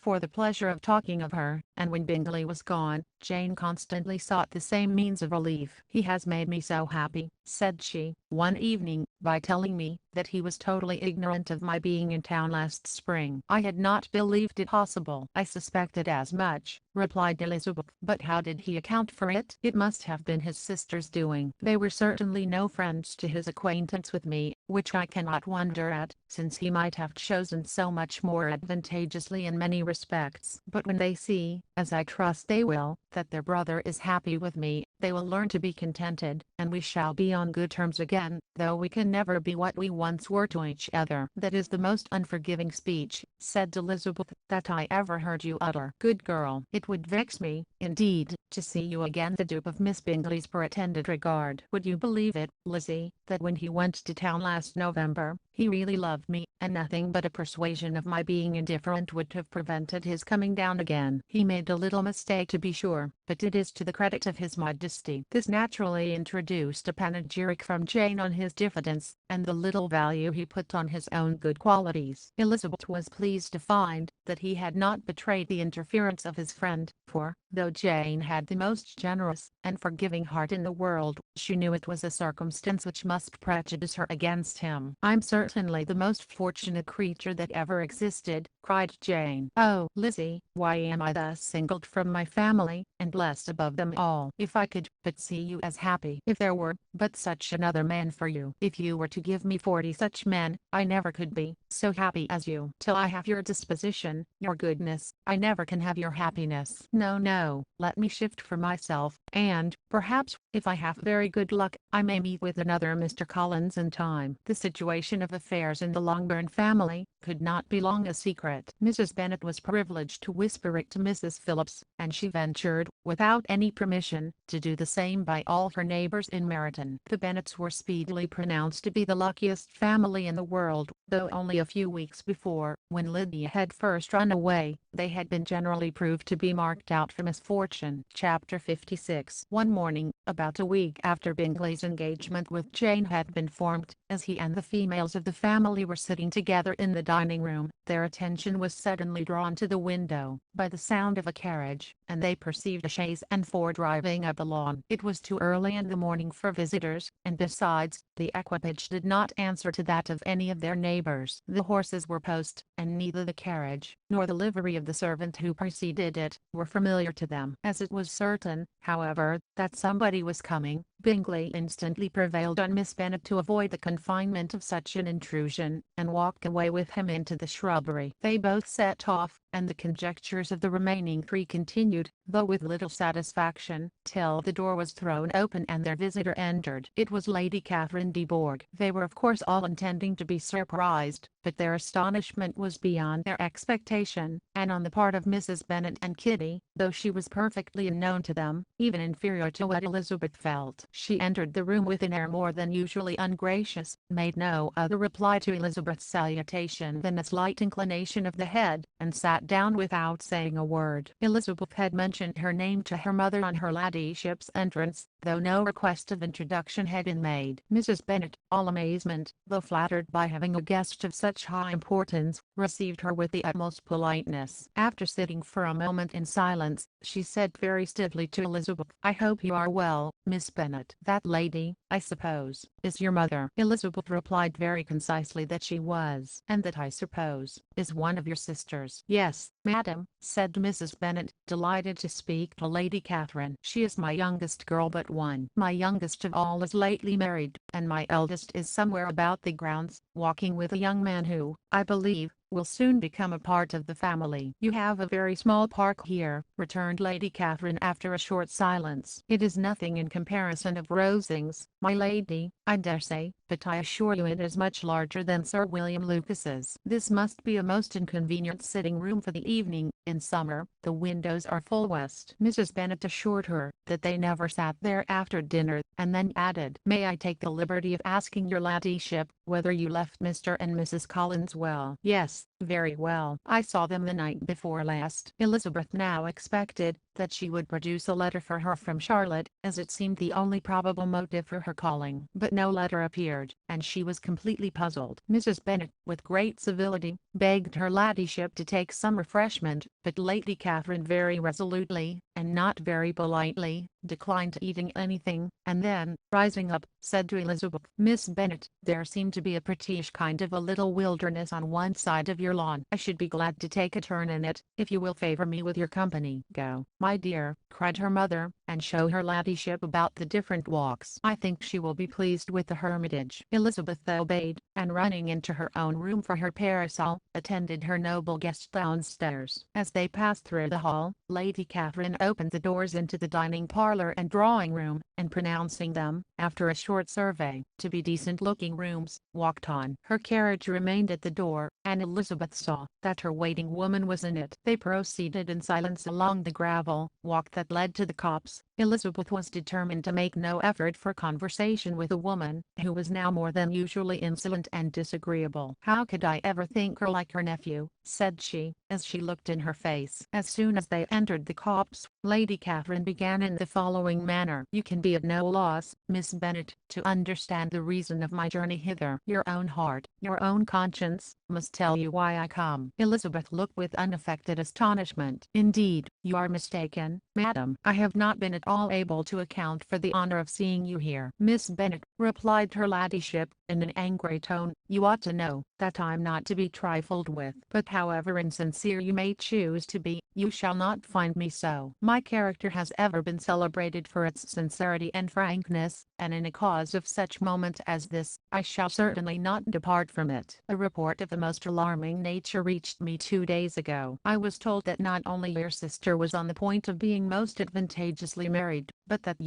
Miss Elizabeth Bennet, would, in all likelihood, be soon afterwards united to my nephew, my own nephew, Mr. Darcy. Though I know it must be a scandalous falsehood, though I would not injure him so much as to suppose the truth of it possible, I instantly resolved on setting off for this place, that I might make my sentiments known to you. If you believed it impossible to be true, said Elizabeth, colouring with astonishment and disdain, I wonder you took the trouble of coming so far. What could your ladyship propose by it? At once to insist upon having such a report universally contradicted. Your coming to Longbourn, to see me and my family, said Elizabeth coolly, will be rather a confirmation of it, if, indeed, such a report is in existence. If, do you then pretend to be ignorant of it? Has it not been industriously circulated by yourselves? Do you not know that such a report is spread abroad? I never heard that it was. And can you likewise declare that there is no foundation for it? I do not pretend to possess equal frankness with your ladyship. You may ask questions which I shall not choose to answer. This is not to be borne. Miss Bennet, I insist on being satisfied.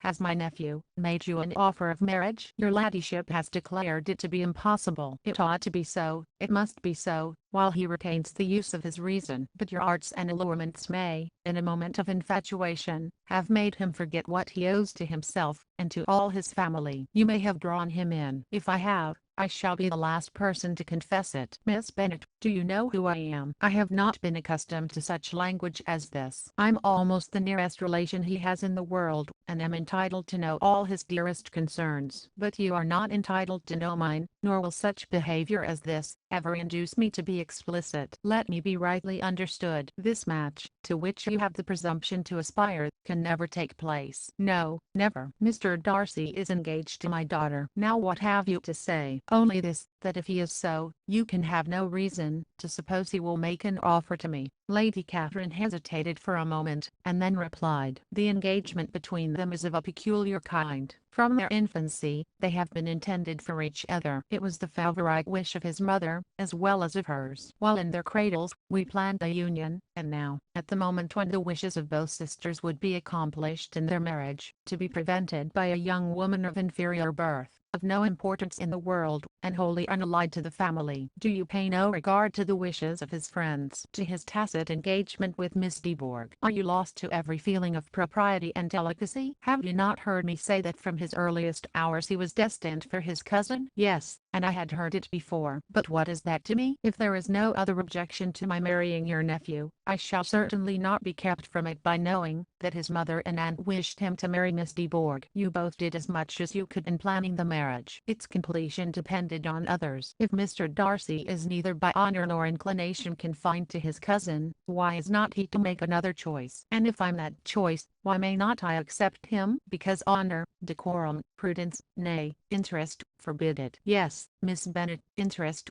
for do not expect to be noticed by his family or friends. If you wilfully act against the inclinations of all, you will be censured, slighted, and despised by everyone connected with him. Your alliance will be a disgrace. Your name will never even be mentioned by any of us. These are heavy misfortunes, replied Elizabeth. But the wife of Mr. Darcy must have such extraordinary sources of happiness necessarily attached to her situation, that she could, upon the whole, have no cause to repine. Obstinate, headstrong girl, I'm ashamed of you. Is this your gratitude for my attentions to you last spring? Is nothing due to me on that score? Let us sit down. You are to understand, Miss Bennet, that I came here with the determined resolution of carrying my purpose, nor will I be dissuaded from it. I have not been used to submit to any person's whims. I have not been in the habit of brooking disappointment. That will make your ladyship's situation at present more pitiable, but it will have no effect on me. I will not be interrupted. Hear me in silence. My daughter and my nephew are formed for each other. They are descended, on the maternal side, from the same noble line, and, on the father's,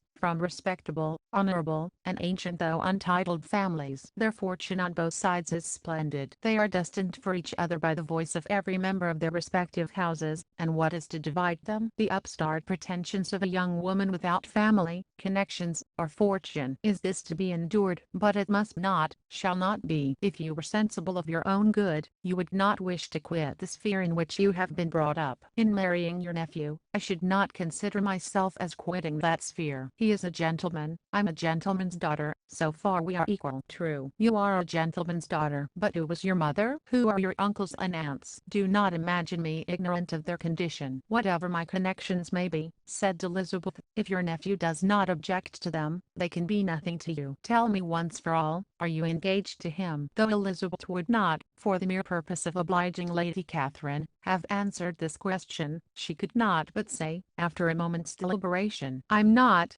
Lady Catherine seemed pleased. And will you promise me, never to enter into such an engagement? I will make no promise of the kind. Miss Bennet, I'm shocked and astonished. I expected to find a more reasonable young woman. But do not deceive yourself into a belief that I will ever recede. I shall not go away till you have given me the assurance I require, and I certainly never shall give it. I'm not to be intimidated into anything so wholly unreasonable. Your ladyship wants Mr. Darcy to marry your daughter, but would my giving you the wished-for promise make their marriage at all more probable? Supposing him to be attached to me, would my refusing to accept his hand make him wish to bestow it on his cousin? Allow me to say, Lady Catherine, that the arguments with which you have supported this extraordinary application have been as frivolous as the application was ill-judged. You have widely mistaken my character, if you think I can be worked on by such persuasions as these. How far your nephew might approve of your interference in his affairs, I cannot tell, but you have certainly no right to concern yourself in mine. I must beg, therefore, to be importuned no farther on the subject. Not so hasty, if you please. I have by no means done. To all the objections I have already urged, I have still another to add. I'm no stranger to the particulars of your youngest sister's infamous elopement. I know it all, that the young man's marrying her was a patched-up business, at the expense of your father and uncles. And is such a girl to be my nephew's sister? Is her husband, who is the son of his late father's steward, to be his brother? Heaven and earth, of what are you thinking? Are the shades of Pemberley to be thus polluted? You can now have nothing further to say, she resentfully answered. You have insulted me in every possible method.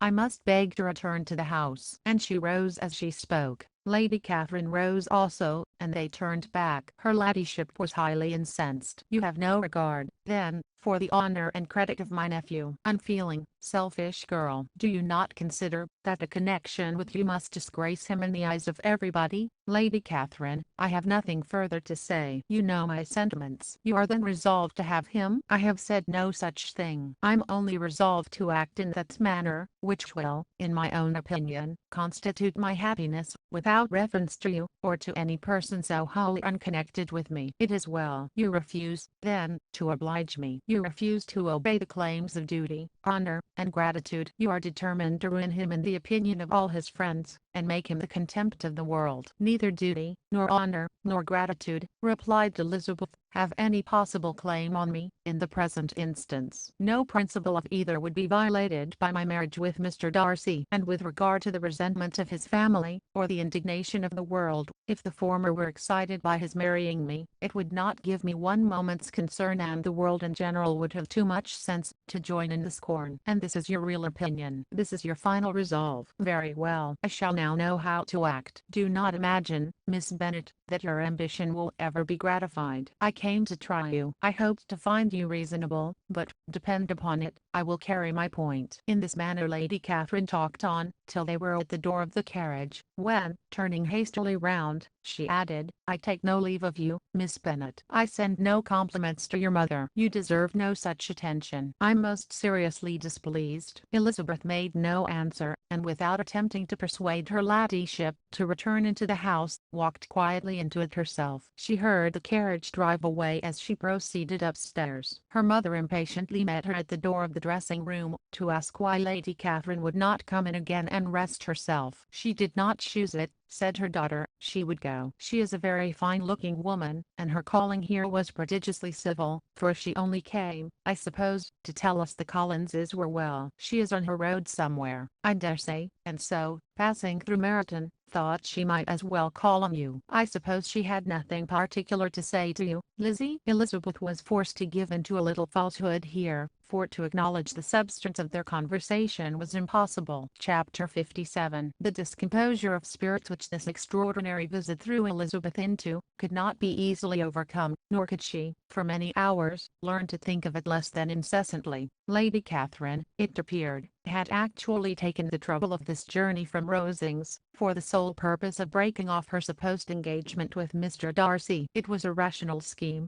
to be sure, but from what the report of their engagement could originate, Elizabeth was at a loss to imagine, till she recollected, that his being the intimate friend of Bingley, and her being the sister of Jane, was enough, at a time when the expectation of one wedding made everybody eager for another, to supply the idea. She had not herself forgotten to feel that the marriage of her sister must bring them more frequently together, and her neighbours at Lucas Lodge, therefore through their communication with the Collinses, the report, she concluded, had reached Lady Catherine, had only set that down as almost certain and immediate, which she had looked forward to as possible at some future time. In revolving Lady Catherine's expressions, however, she could not help feeling some uneasiness as to the possible consequence of her persisting in this interference. From what she had said of her resolution to prevent their marriage, it occurred to Elizabeth that she must meditate an application to her nephew, and how he might take a similar representation of the evils attached to a connection with her, she dared not pronounce. She knew not the exact degree of his affection for his aunt, or his dependence on her judgment, but it was natural to suppose that he thought much higher of her ladyship than she could do, and it was certain that, in enumerating the miseries of a marriage with one, whose immediate connections were so unequal to his own, his aunt would address him on his weakest side. With his notions of dignity, he would probably feel that the arguments, which to Elizabeth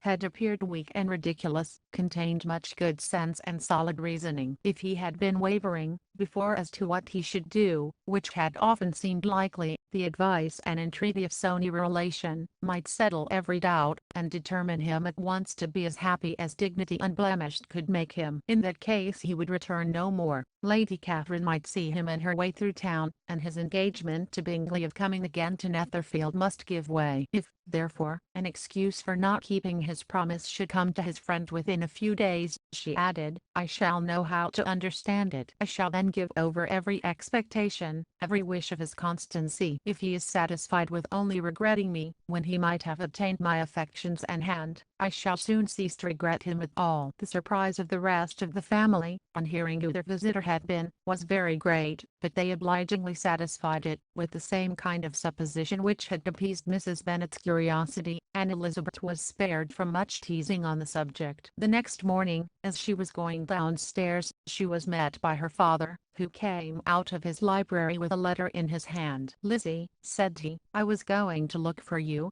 come into my room. She followed him thither, and her curiosity to know what he had to tell her was heightened by the supposition of its being in some manner connected with the letter he held. It suddenly struck her that it might be from Lady Catherine, and she anticipated with dismay all the consequent explanations. She followed her father to the fireplace, and they both sat down. He then said, I have received a letter this morning, that has astonished me exceedingly. As it principally concerns yourself, you ought to know its contents. I did not know before, that I had two daughters on the brink of matrimony. Let me congratulate you on a very important conquest. The color now rushed into Elizabeth's cheeks in the instantaneous conviction of its being a letter from the nephew, instead of the aunt, and she was undetermined, whether most to be pleased that he explained himself at all, or offended that his letter was not rather addressed to herself, when her father continued, You look conscious. Young ladies have great penetration in such matters as these, but I think I may defy even your sagacity, to discover the name of your admirer. This letter is from Mr. Collins. From Mr. Collins, and what can he have to say? Something very much to the purpose, of course. He begins with congratulations on the approaching nuptials of my eldest daughter, of which, it seems, he has been told by some of the good-natured, gossiping Lucases. I shall not sport with your impatience by reading what he says on that point. What relates to yourself is as follows,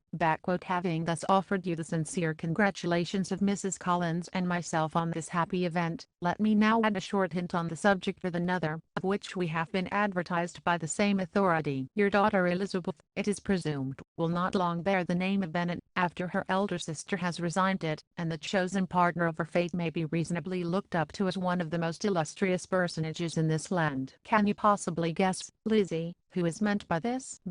This young gentleman is blessed, in a peculiar way, with everything the heart of mortal can most desire: splendid property, noble kindred, and extensive patronage. Yet in spite of all these temptations, let me warn my cousin Elizabeth, and yourself, of what evils you may incur by a precipitate closure with this gentleman's proposals, which, of course, you will be inclined to take immediate advantage of. Have you any idea, Lizzie, who this gentleman is? But now it comes out.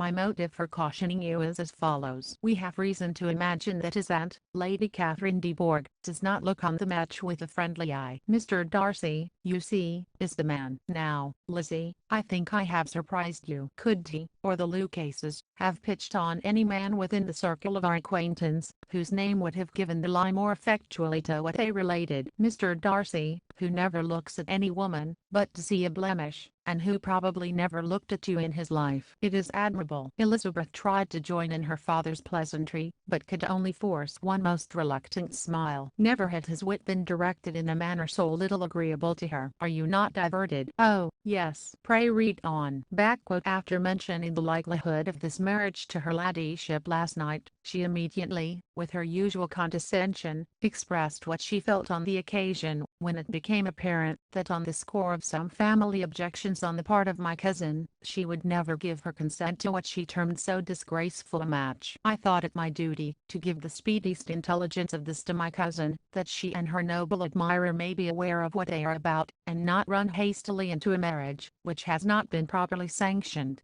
Mr. Collins moreover adds, I'm truly rejoiced that my cousin Lydia's sad business has been so well hushed up, and am only concerned that their living together before the marriage took place should be so generally known. I must not, however, neglect the duties of my station, or refrain from declaring my amazement at hearing that you received the young couple into your house, as soon as they were married. It was an encouragement of vice, and had I been the rector of Longbourn, I should very strenuously have opposed it. You ought certainly to forgive them, as a Christian, but never to admit them in your sight, or allow their names to be mentioned in your hearing.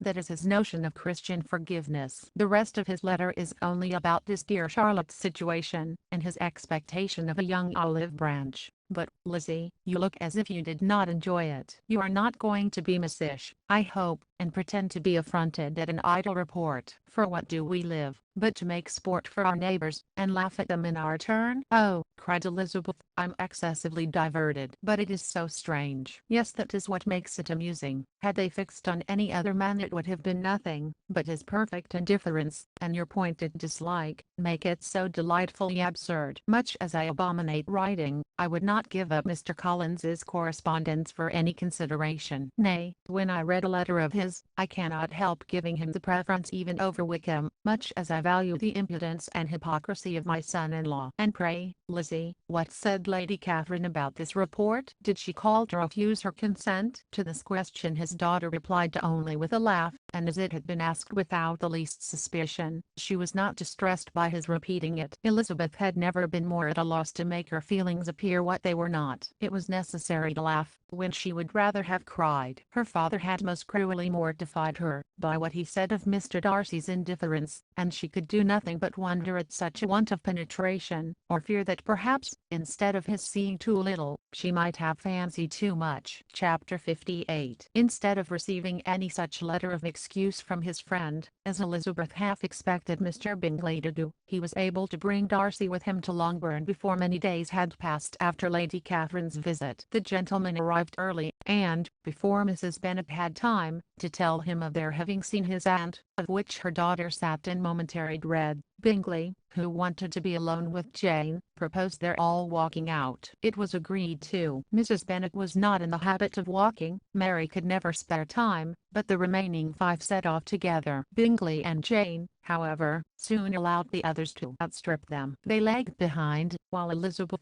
Kitty, and Darcy were to entertain each other. Very little was said by either. Kitty was too much afraid of him to talk. Elizabeth was secretly forming a desperate resolution, and perhaps he might be doing the same. They walked towards the Lucases, because Kitty wished to call upon Maria, and as Elizabeth saw no occasion for making it a general concern, when Kitty left them, she went boldly on with him alone. Now was the moment for her resolution to be executed, and, while her courage was high, she immediately said, "Mr. Darcy, I'm a very selfish creature, and, for the sake of giving relief to my own feelings, care not how much I may be wounding yours. I can no longer help thanking you for your unexampled kindness to my poor sister. Ever since I have known it, I have been most anxious to acknowledge to you how gratefully I feel it. Were it known to the rest of my family, I should not have merely my own gratitude to express." "I'm sorry, exceedingly sorry," replied Darcy, in a tone of surprise and emotion, "that you have ever been informed of what may, in a mistaken light, have given you uneasiness. I did not think Mrs. Gardiner was so little to be trusted. You must not blame my aunt. Lydia's thoughtlessness first betrayed to me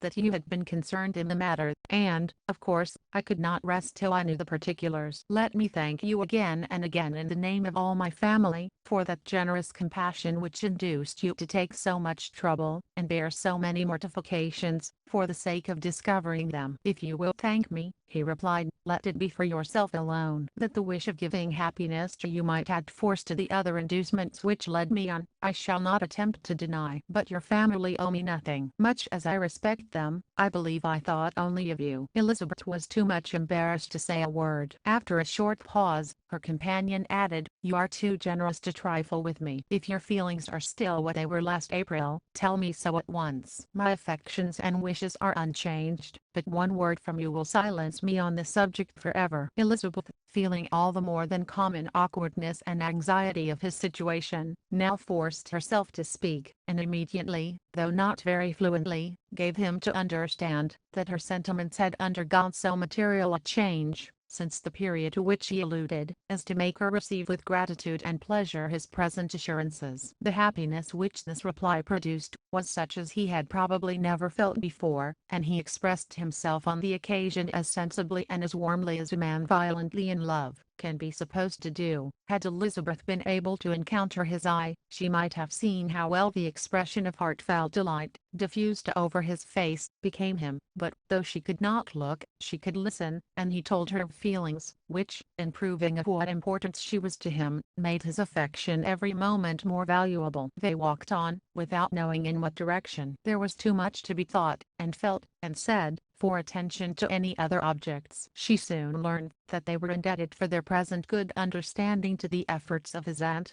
who did call on him in her return through London, and they relate her journey to Longbourn, its motive, and the substance of her conversation with Elizabeth, dwelling emphatically on every expression of the latter which, in her ladyship's apprehension, peculiarly denoted her perverseness and assurance, in the belief that such a relation must assist her endeavours to obtain that promise from her nephew which she had refused to give. But, unluckily for her ladyship, its effect had been exactly contrariwise. "It taught me to hope," said he, "as I had scarcely ever allowed myself to hope before. I knew enough of your disposition to be certain that, had you been absolutely, irrevocably decided against me, you would have acknowledged it to Lady Catherine, frankly and openly." Elizabeth coloured and laughed as she replied, "Yes, you know enough of my frankness, to believe me capable of that. After abusing you so abominably to your face, I could have no scruple in abusing you to all your relations. What did you say of me, that I did not deserve? For, though your accusations were ill-founded, formed on mistaken premises, my behavior to you at the time had merited the severest reproof. It was unpardonable. I cannot think of it without abhorrence." "We will not quarrel for the greater share of blame annexed to that evening," said Elizabeth. "The conduct of neither, if strictly examined, will be irreproachable, but since then, we have both, I hope, improved in civility. I cannot be so easily reconciled to myself. The recollection of what I then said, of my conduct, my manners, my expressions during the whole of it, is now, and has been many months, inexpressibly painful to me. Your reproof, so well applied, I shall never forget, had you behaved in a more gentlemanlike manner. Those were your words. You know not, you can scarcely conceive, how they have tortured me, though it was some time, I confess, before I was reasonable enough to allow their justice. I was certainly very far from expecting them to make so strong an impression. I had not the smallest idea of their being ever felt in such a way. I can easily believe it. You thought me then devoid of every proper feeling. I'm sure you did. The turn of your countenance I shall never forget, as you said, that I could not have addressed you in any possible way that would induce you to accept me. Oh, do not repeat what I then said. These recollections will not do at all. I assure you that I have long been most heartily ashamed of it. Darcy mentioned his letter. Did it, said he, did it soon make you think better of me? Did you, on reading it, give any credit to its contents? She explained what its effect on her had been, and how gradually all her former prejudices had been removed. I knew, said he, that what I wrote must give you pain, but it was necessary. I hope you have destroyed the letter. There was one part, especially the opening of it, which I should dread your having the power of reading again. I can remember some expressions which might justly make you hate me. The letter shall certainly be burnt, if you believe it essential to the preservation of my regard. But, though we have both reason to think my opinions not entirely unalterable, they are not, I hope, quite so easily changed as that implies. When I wrote that letter, replied Darcy, I believed myself perfectly calm and cool, but I'm since convinced that it was written in a dreadful bitterness of spirit. The letter, perhaps, began in bitterness, but it did not end so. The adieu is charity itself. But think no more of the letter. The feelings of the person who wrote, and the person who received it, are now so widely different from what they were then, that every unpleasant circumstance attending it ought to be forgotten. You must learn some of my philosophy. Think only of the past as its remembrance gives you pleasure. I cannot give you credit for any philosophy of the kind. Your retrospections must be so totally void of reproach, that the contentment arising from them is not of philosophy, but, what is much better, of innocence. But with me, it is not so. Painful recollections will intrude which cannot, which ought not, to be repelled. I have been a selfish being all my life, in practice, though not in principle. As a child I was taught what was right, but I was not taught to correct my temper. I was given good principles, but left to follow them in pride and conceit. Unfortunately an only son, for many years an only child, I was spoilt by my parents, who, though good themselves, my father, particularly, all that was benevolent and amiable, allowed, encouraged, almost taught me to be selfish and overbearing, to care for none beyond my own family circle, to think meanly of all the rest of the world, to wish at least to think meanly of their sense and worth compared with my own. Such I was, from 8 to 28, and such I might still have been but for you,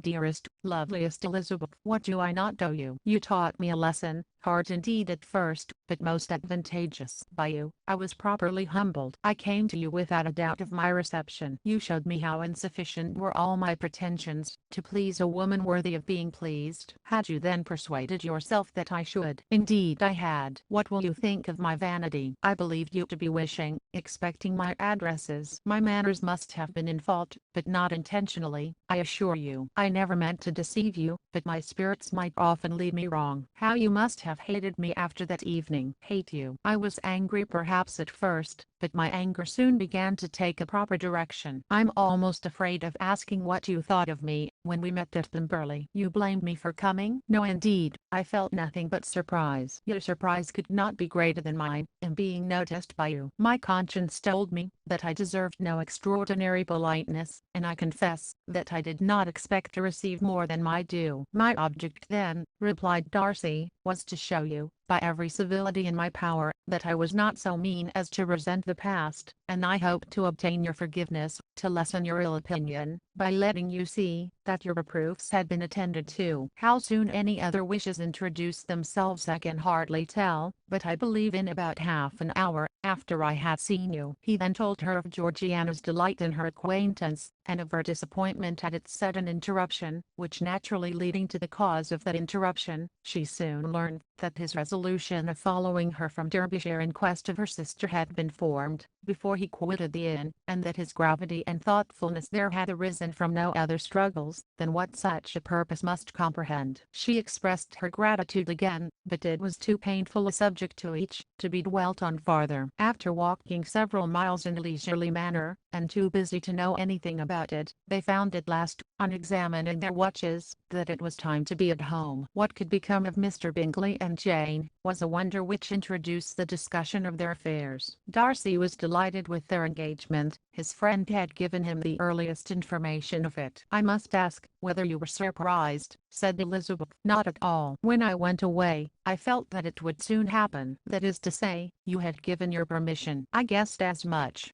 And though he exclaimed at the term, she found that it had been pretty much the case. "On the evening before my going to London," said he, "I made a confession to him, which I believe I ought to have made long ago. I told him of all that had occurred to make my former interference in his affairs absurd and impertinent. His surprise was great. He had never had the slightest suspicion. I told him, moreover, that I believed myself mistaken in supposing, as I had done, that your sister was indifferent to him, and as I could easily perceive that his attachment to her was unabated, I felt no doubt of their happiness together." Elizabeth could not help smiling at his easy manner of directing his friend. "Did you speak from your own observation," said she, "when you told him that my sister loved him, or merely from my information last spring?" "From the former. I had narrowly observed her during the 2 visits which I had lately made here, and I was convinced of her affection." "And your assurance of it, I suppose, carried immediate conviction to him?" "It did. Bingley is most unaffectedly modest. His diffidence had prevented his depending on his own judgment in so anxious a case, but his reliance on mine made everything easy. I was obliged to confess one thing, which for a time, and not unjustly, offended him. I could not allow myself to conceal that your sister had been in town 3 months last winter, that I had known it, and purposely kept it from him." He was angry, but his anger, I'm persuaded, lasted no longer than he remained in any doubt of your sister's sentiments. "He has heartily forgiven me now." Elizabeth longed to observe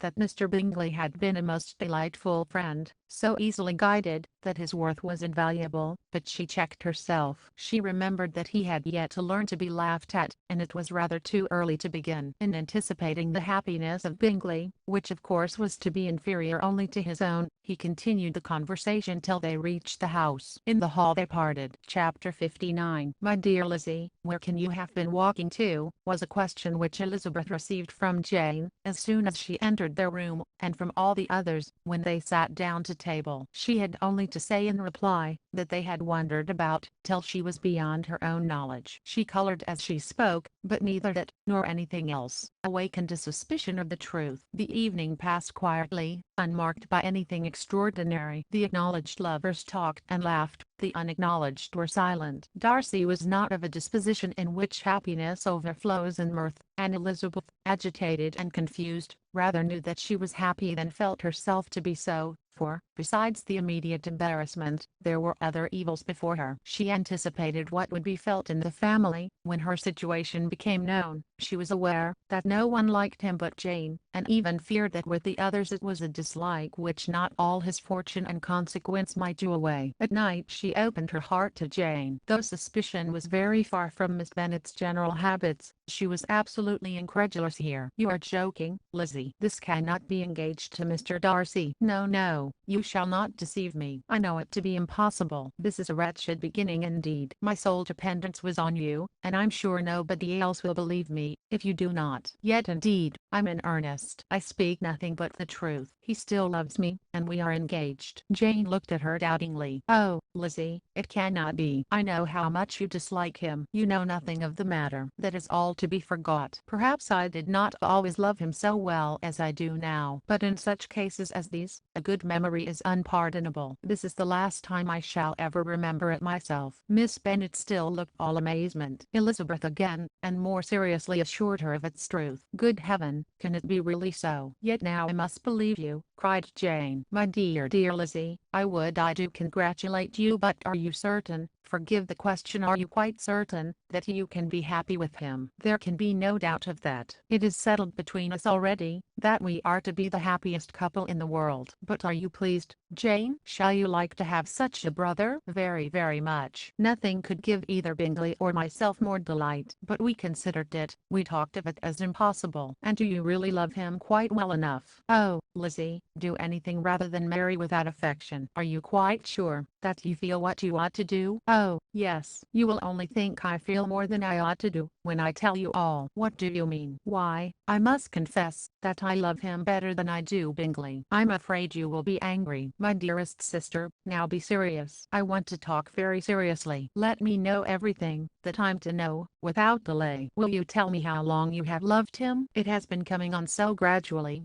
that I hardly know when it began, but I believe I must date it from my first seeing his beautiful grounds at Pemberley. Another entreaty that she would be serious, however, produced the desired effect, and she soon satisfied Jane by her solemn assurances of attachment. When convinced on that article, Miss Bennet had nothing further to wish. "Now I'm quite happy," said she, "for you will be as happy as myself. I always had a value for him. Were it for nothing but his love of you, I must always have esteemed him, but now, as Bingley's friend and your husband, there can be only Bingley and yourself more dear to me. But Lizzie, you have been very sly, very reserved with me. How little did you tell me of what passed at Pemberley and Lambton. I owe all that I know of it to another, not to you." Elizabeth told her the motives of her secrecy. She had been unwilling to mention Bingley, and the unsettled state of her own feelings had made her equally avoid the name of his friend. But now she would no longer conceal from her his share in Lydia's marriage. All was acknowledged, and half the night spent in conversation. "Good gracious!" cried Mrs. Bennet, as she stood at a window the next morning, "if that disagreeable Mr. Darcy is not coming here again with a dear Bingley! What can he mean by being so tiresome as to be always coming here? I had no notion but he would go a-shooting, or something or other, and not disturb us with his company. What shall we do with him? Lizzie, you must walk out with him again, that he may not be in Bingley's way." Elizabeth could hardly help laughing at so convenient a proposal, yet was really vexed that her mother should be always giving him such an epithet. As soon as they entered, Bingley looked at her so expressively, and shook hands with such warmth, as left no doubt of his good information, and he soon afterwards said aloud, "Mrs. Bennet, have you no more lanes hereabouts in which Lizzie may lose her way again today?" "I advise Mr. Darcy, and Lizzie, and Kitty," said Mrs. Bennet, "to walk to Oakham this morning. It is a nice long walk, and Mr. Darcy has never seen the view." "It may do very well for the others," replied Mr. Bingley, "but I'm sure it will be too much for Kitty." "Won't it, Kitty?"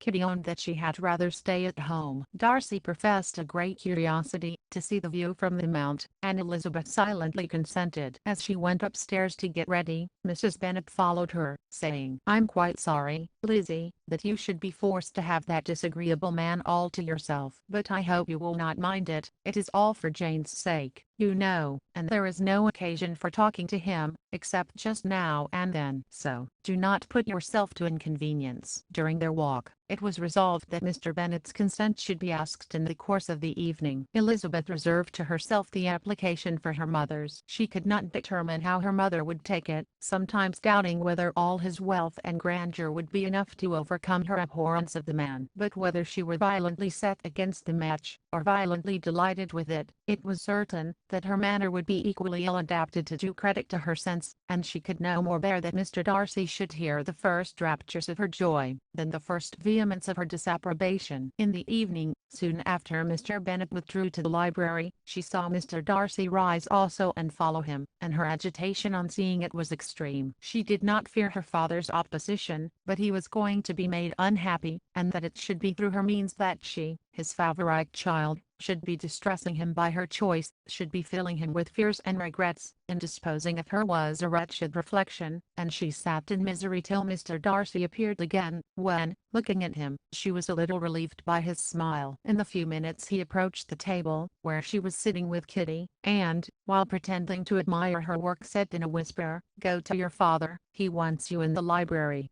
she was gone directly. Her father was walking about the room, looking grave and anxious. "Lizzie," said he, "what are you doing? Are you out of your senses, to be accepting this man? Have not you always hated him?" How earnestly did she then wish that her former opinions had been more reasonable, her expressions more moderate. It would have spared her from explanations and professions which it was exceedingly awkward to give, but they were now necessary, and she assured him, with some confusion, of her attachment to Mr. Darcy. Or, in other words, you are determined to have him. He is rich, to be sure, and you may have more fine clothes and fine carriages than Jane. But will they make you happy? Have you any other objection, said Elizabeth, than your belief of my indifference? None at all. We all know him to be a proud, unpleasant sort of man, but this would be nothing, if you really liked him. I do like him, she replied, with tears in her eyes. I love him. Indeed, he has no improper pride. He is perfectly amiable. You do not know what he really is. Then pray do not pain me, by speaking of him in such terms. Lizzie, said her father, I have given him my consent. He is the kind of man, indeed, to whom I should never dare refuse anything, which he condescended to ask. I now give it to you, if you are resolved on having him. But let me advise you to think better of it. I know your disposition, Lizzie. I know that you could be neither happy nor respectable, unless you truly esteemed your husband, unless you looked up to him as a superior. Your lively talents would place you in the greatest danger in an unequal marriage. You could scarcely escape discredit and misery. My child, let me not have the grief of seeing you unable to respect your partner in life. You know not what you are about. Elizabeth,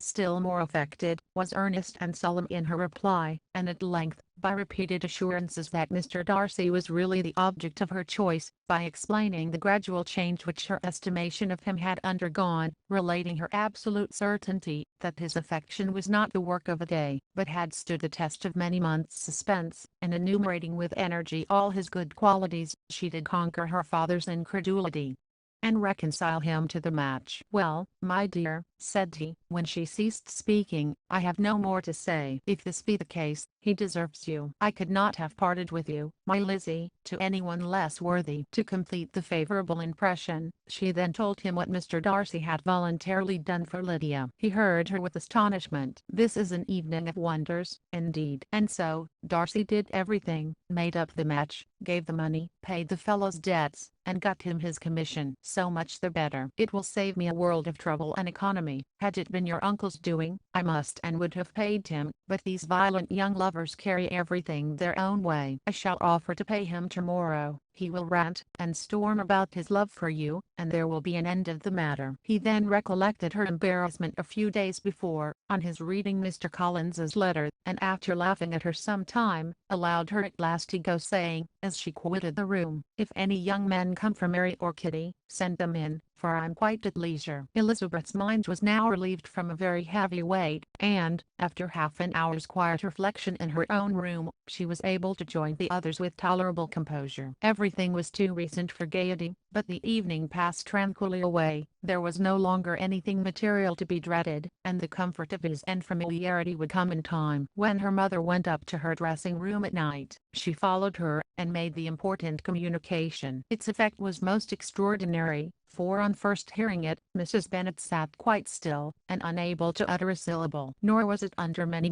minutes, that she could comprehend what she heard, though not in general backward to credit what was for the advantage of her family, or that came in the shape of a lover to any of them. She began at length to recover, to fidget about in her chair, get up, sit down again, wonder, and bless herself. Good gracious! Lord bless me, only think, dear me, Mr. Darcy, who would have thought it? And is it really true? Oh, my sweetest Lizzie, how rich and how great you will be! What in money, what jewels, what carriages you will have! Jane's is nothing to it, nothing at all. I'm so pleased, so happy. Such a charming man, so handsome, so tall. Oh, my dear Lizzie, pray apologies for my having disliked him so much before. I hope he will overlook it. Dear Lizzie, a house in town, everything that is charming, 3 daughters married, 10,000 a year. Oh, Lord, what will become of me? I shall go distracted. This was enough to prove that her approbation need not be doubted, and Elizabeth, rejoicing that such an effusion was heard only by herself, soon went away. But before she had been 3 minutes in her own room, her mother followed her. My dearest child, she cried. "I can think of nothing else. 10,000 a year, and very likely more. 'Tis as good as a lord. And a special license. You must and shall be married by a special license. But my dearest love, tell me what dish Mr. Darcy is particularly fond of, that I may have it tomorrow." This was a sad omen of what her mother's behavior to the gentleman himself might be, and Elizabeth found that, though in the certain possession of his warmest affection, and secure of her relations' consent, there was still something to be wished for. But the morrow passed off much better than she expected, for Mrs. Bennet luckily stood in such awe of her intended son-in-law, that she ventured not to speak to him, unless it was in her power, to offer him any attention, or mark her deference for his opinion. Elizabeth had the satisfaction of seeing her father taking pains to get acquainted with him, and Mr. Bennet soon assured her that he was rising every hour in his esteem. "I admire all my three sons-in-law highly," said he. "Wickham, perhaps, is my favourite, but I think I shall like your husband quite as well as Jane's." Chapter 60. Elizabeth's spirits soon rising to playfulness again, she wanted Mr. Darcy to account for his having ever fallen in love with her. "How could you begin?" said she. "I can comprehend your going on charmingly, when you had once made a beginning, but what could set you off in the first place? I cannot fix on the hour, or the spot, or the look, or the words, which laid the foundation. It is too long ago. I was in the middle before I knew that I had begun. My beauty you had early withstood, and as for my manners, my behavior to you was at least always bordering on the uncivil, and I never spoke to you without rather wishing to give you pain than not. Now be sincere. Did you admire me for my impertinence? For the liveliness of your mind?" "I did." "You may as well call it impertinence at once. It was very little less. The fact is, that you were sick of civility, of deference, of officious attention. You were disgusted with the women who were always speaking, and looking, and thinking for your approbation alone. I roused and interested you, because I was so unlike them. Had you not been really amiable, you would have hated me for it, but in spite of the pains you took to disguise yourself, your feelings were always noble and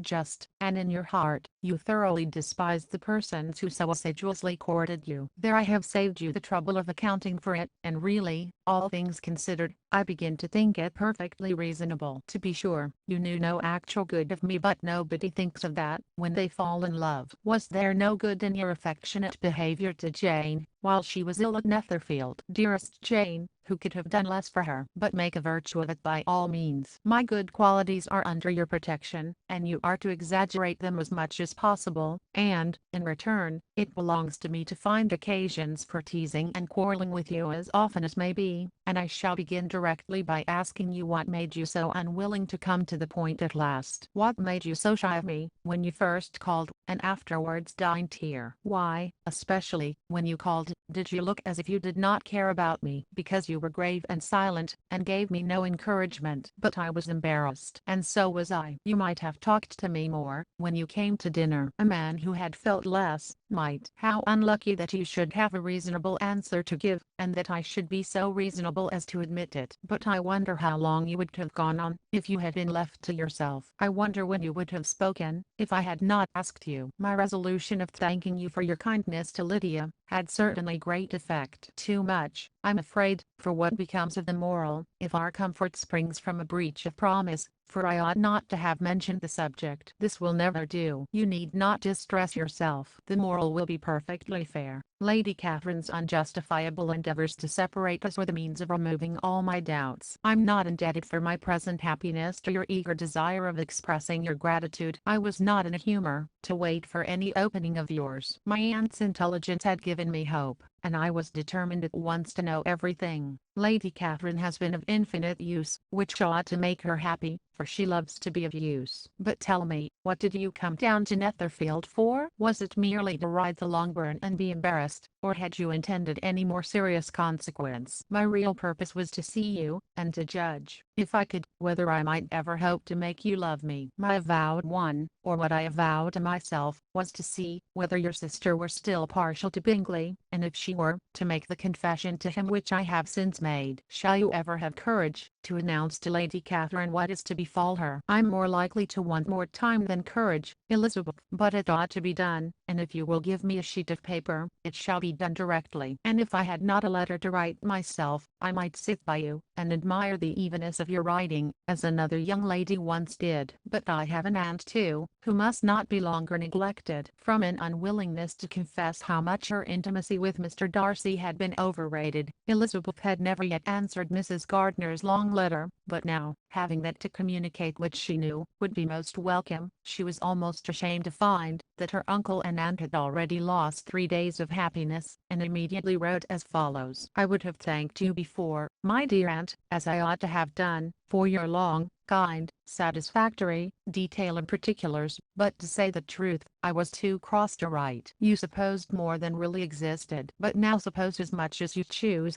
give a loose rein to your fancy, indulge your imagination in every possible flight which the subject will afford, and unless you believe me actually married, you cannot greatly err. You must write again very soon, and praise him a great deal more than you did in your last. I thank you, again and again, for not going to the lakes. How could I be so silly as to wish it? Your idea of the ponies is delightful. We will go round the park every day. I'm the happiest creature in the world. Perhaps other people have said so before, but not one with such justice. I'm happier even than Jane. She only smiles. I laugh. Mr. Darcy sends you all the love in the world that he can spare from me. You are all to come to Pemberley at Christmas. Yours, etc." Mr. Darcy's letter to Lady Catherine was in a different style, and still different from either was what Mr. Bennet sent to Mr. Collins, in reply to his last. "Dear Sir, I must trouble you once more for congratulations. Elizabeth will soon be the wife of Mr. Darcy. Console Lady Catherine as well as you can. But, if I were you, I would stand by the nephew. He has more to give. Yours sincerely, etc." Miss Bingley's congratulations to her brother, on his approaching marriage, were all that was affectionate and insincere. She wrote even to Jane on the occasion, to express her delight, and repeat all her former professions of regard. Jane was not deceived, but she was affected, and though feeling no reliance on her, could not help writing her a much kinder answer than she knew was deserved. The joy which Miss Darcy expressed on receiving similar information, was as sincere as her brother's in sending it. 4 sides of paper were insufficient to contain all her delight, and all her earnest desire of being loved by her sister. Before any answer could arrive from Mr. Collins, or any congratulations to Elizabeth from his wife, the Longbourn family heard that the Collinses were come themselves to Lucas Lodge. The reason of this sudden removal was soon evident. Lady Catherine had been rendered so exceedingly angry by the contents of her nephew's letter, that Charlotte, really rejoicing in the match, was anxious to get away till the storm was blown over. At such a moment, the arrival of her friend was a sincere pleasure to Elizabeth, though in the course of their meetings she must sometimes think the pleasure dearly bought. When she saw Mr. Darcy exposed to all the parading and obsequious civility of her husband, he bore it, however, with admirable calmness. He could even listen to Sir William Lucas, when he complimented him on carrying away the brightest jewel of the country, and expressed his hopes of their all meeting frequently at St. James's, with very decent composure. If he did shrug his shoulders, it was not till Sir William was out of sight. Mrs. Phillips's vulgarity was another, and perhaps a greater, tax on his forbearance, and though Mrs. Phillips, as well as her sister, stood in too much awe of him to speak with the familiarity which Bingley's good humour encouraged, yet, whenever she did speak, she must be vulgar. Nor was her respect for him, though it made her more quiet, at all likely to make her more elegant. Elizabeth did all she could to shield him from the frequent notice of either, and was ever anxious to keep him to herself, and to those of her family with whom he might converse without mortification, and though the uncomfortable feelings arising from all this took from the season of courtship much of its pleasure, it added to the hope of the future, and she looked forward with delight to the time, when they should be removed from society so little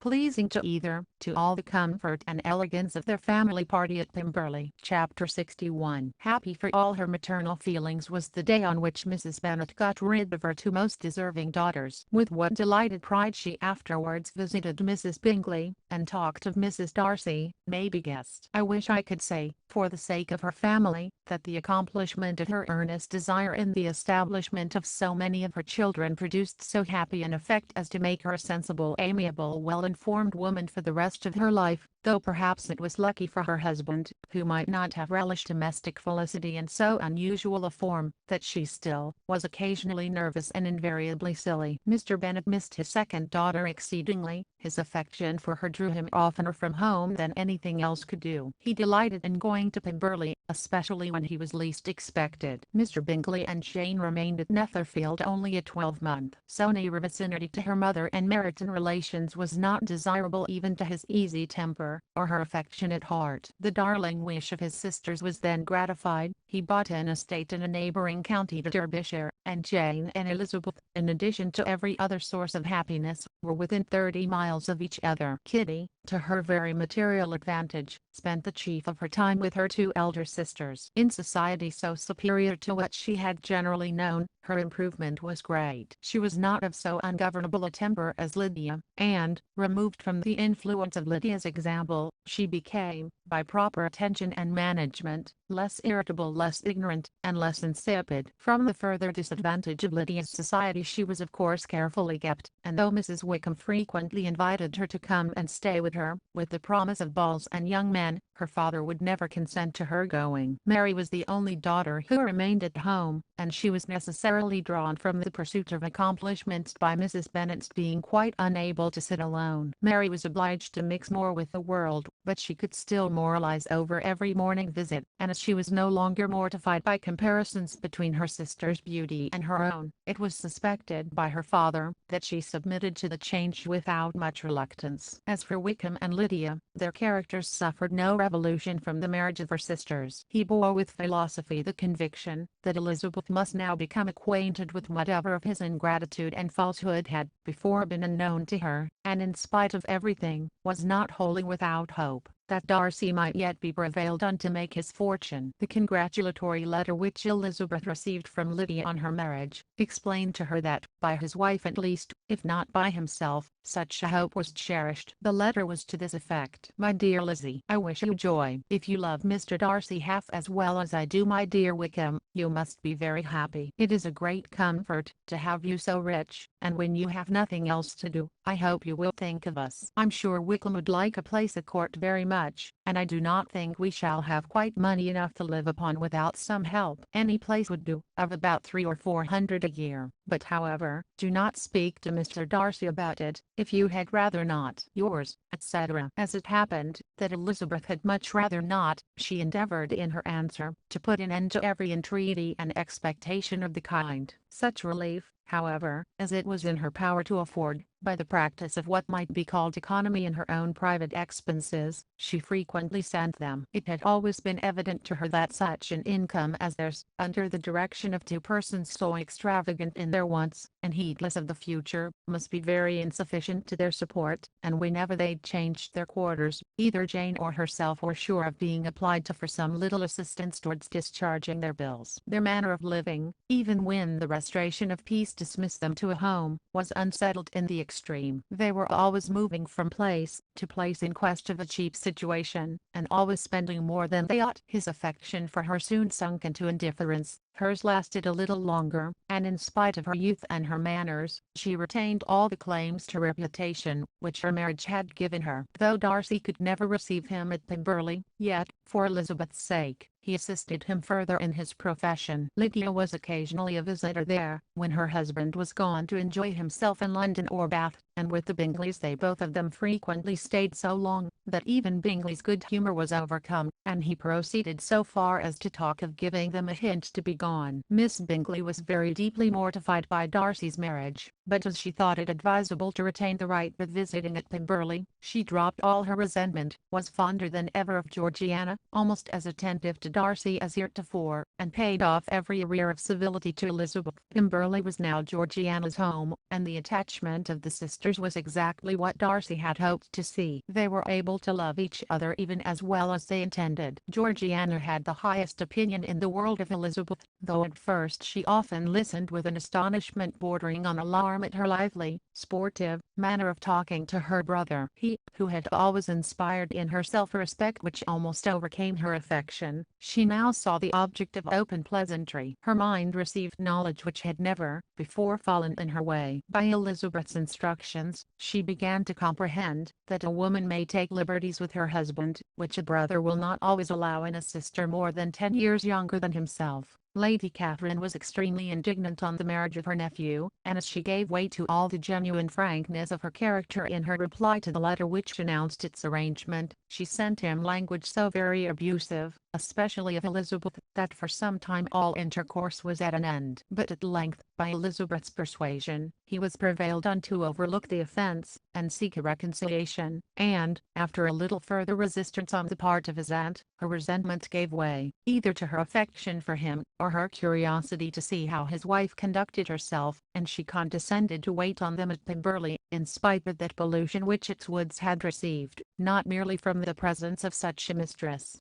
but the visits of her uncle and aunt from the city. With the Gardiners, they were always on the most intimate terms. Darcy, as well as Elizabeth, really loved them, and they were both ever sensible of the warmest gratitude towards the persons who, by bringing her into Derbyshire, had been the means of uniting them. The end.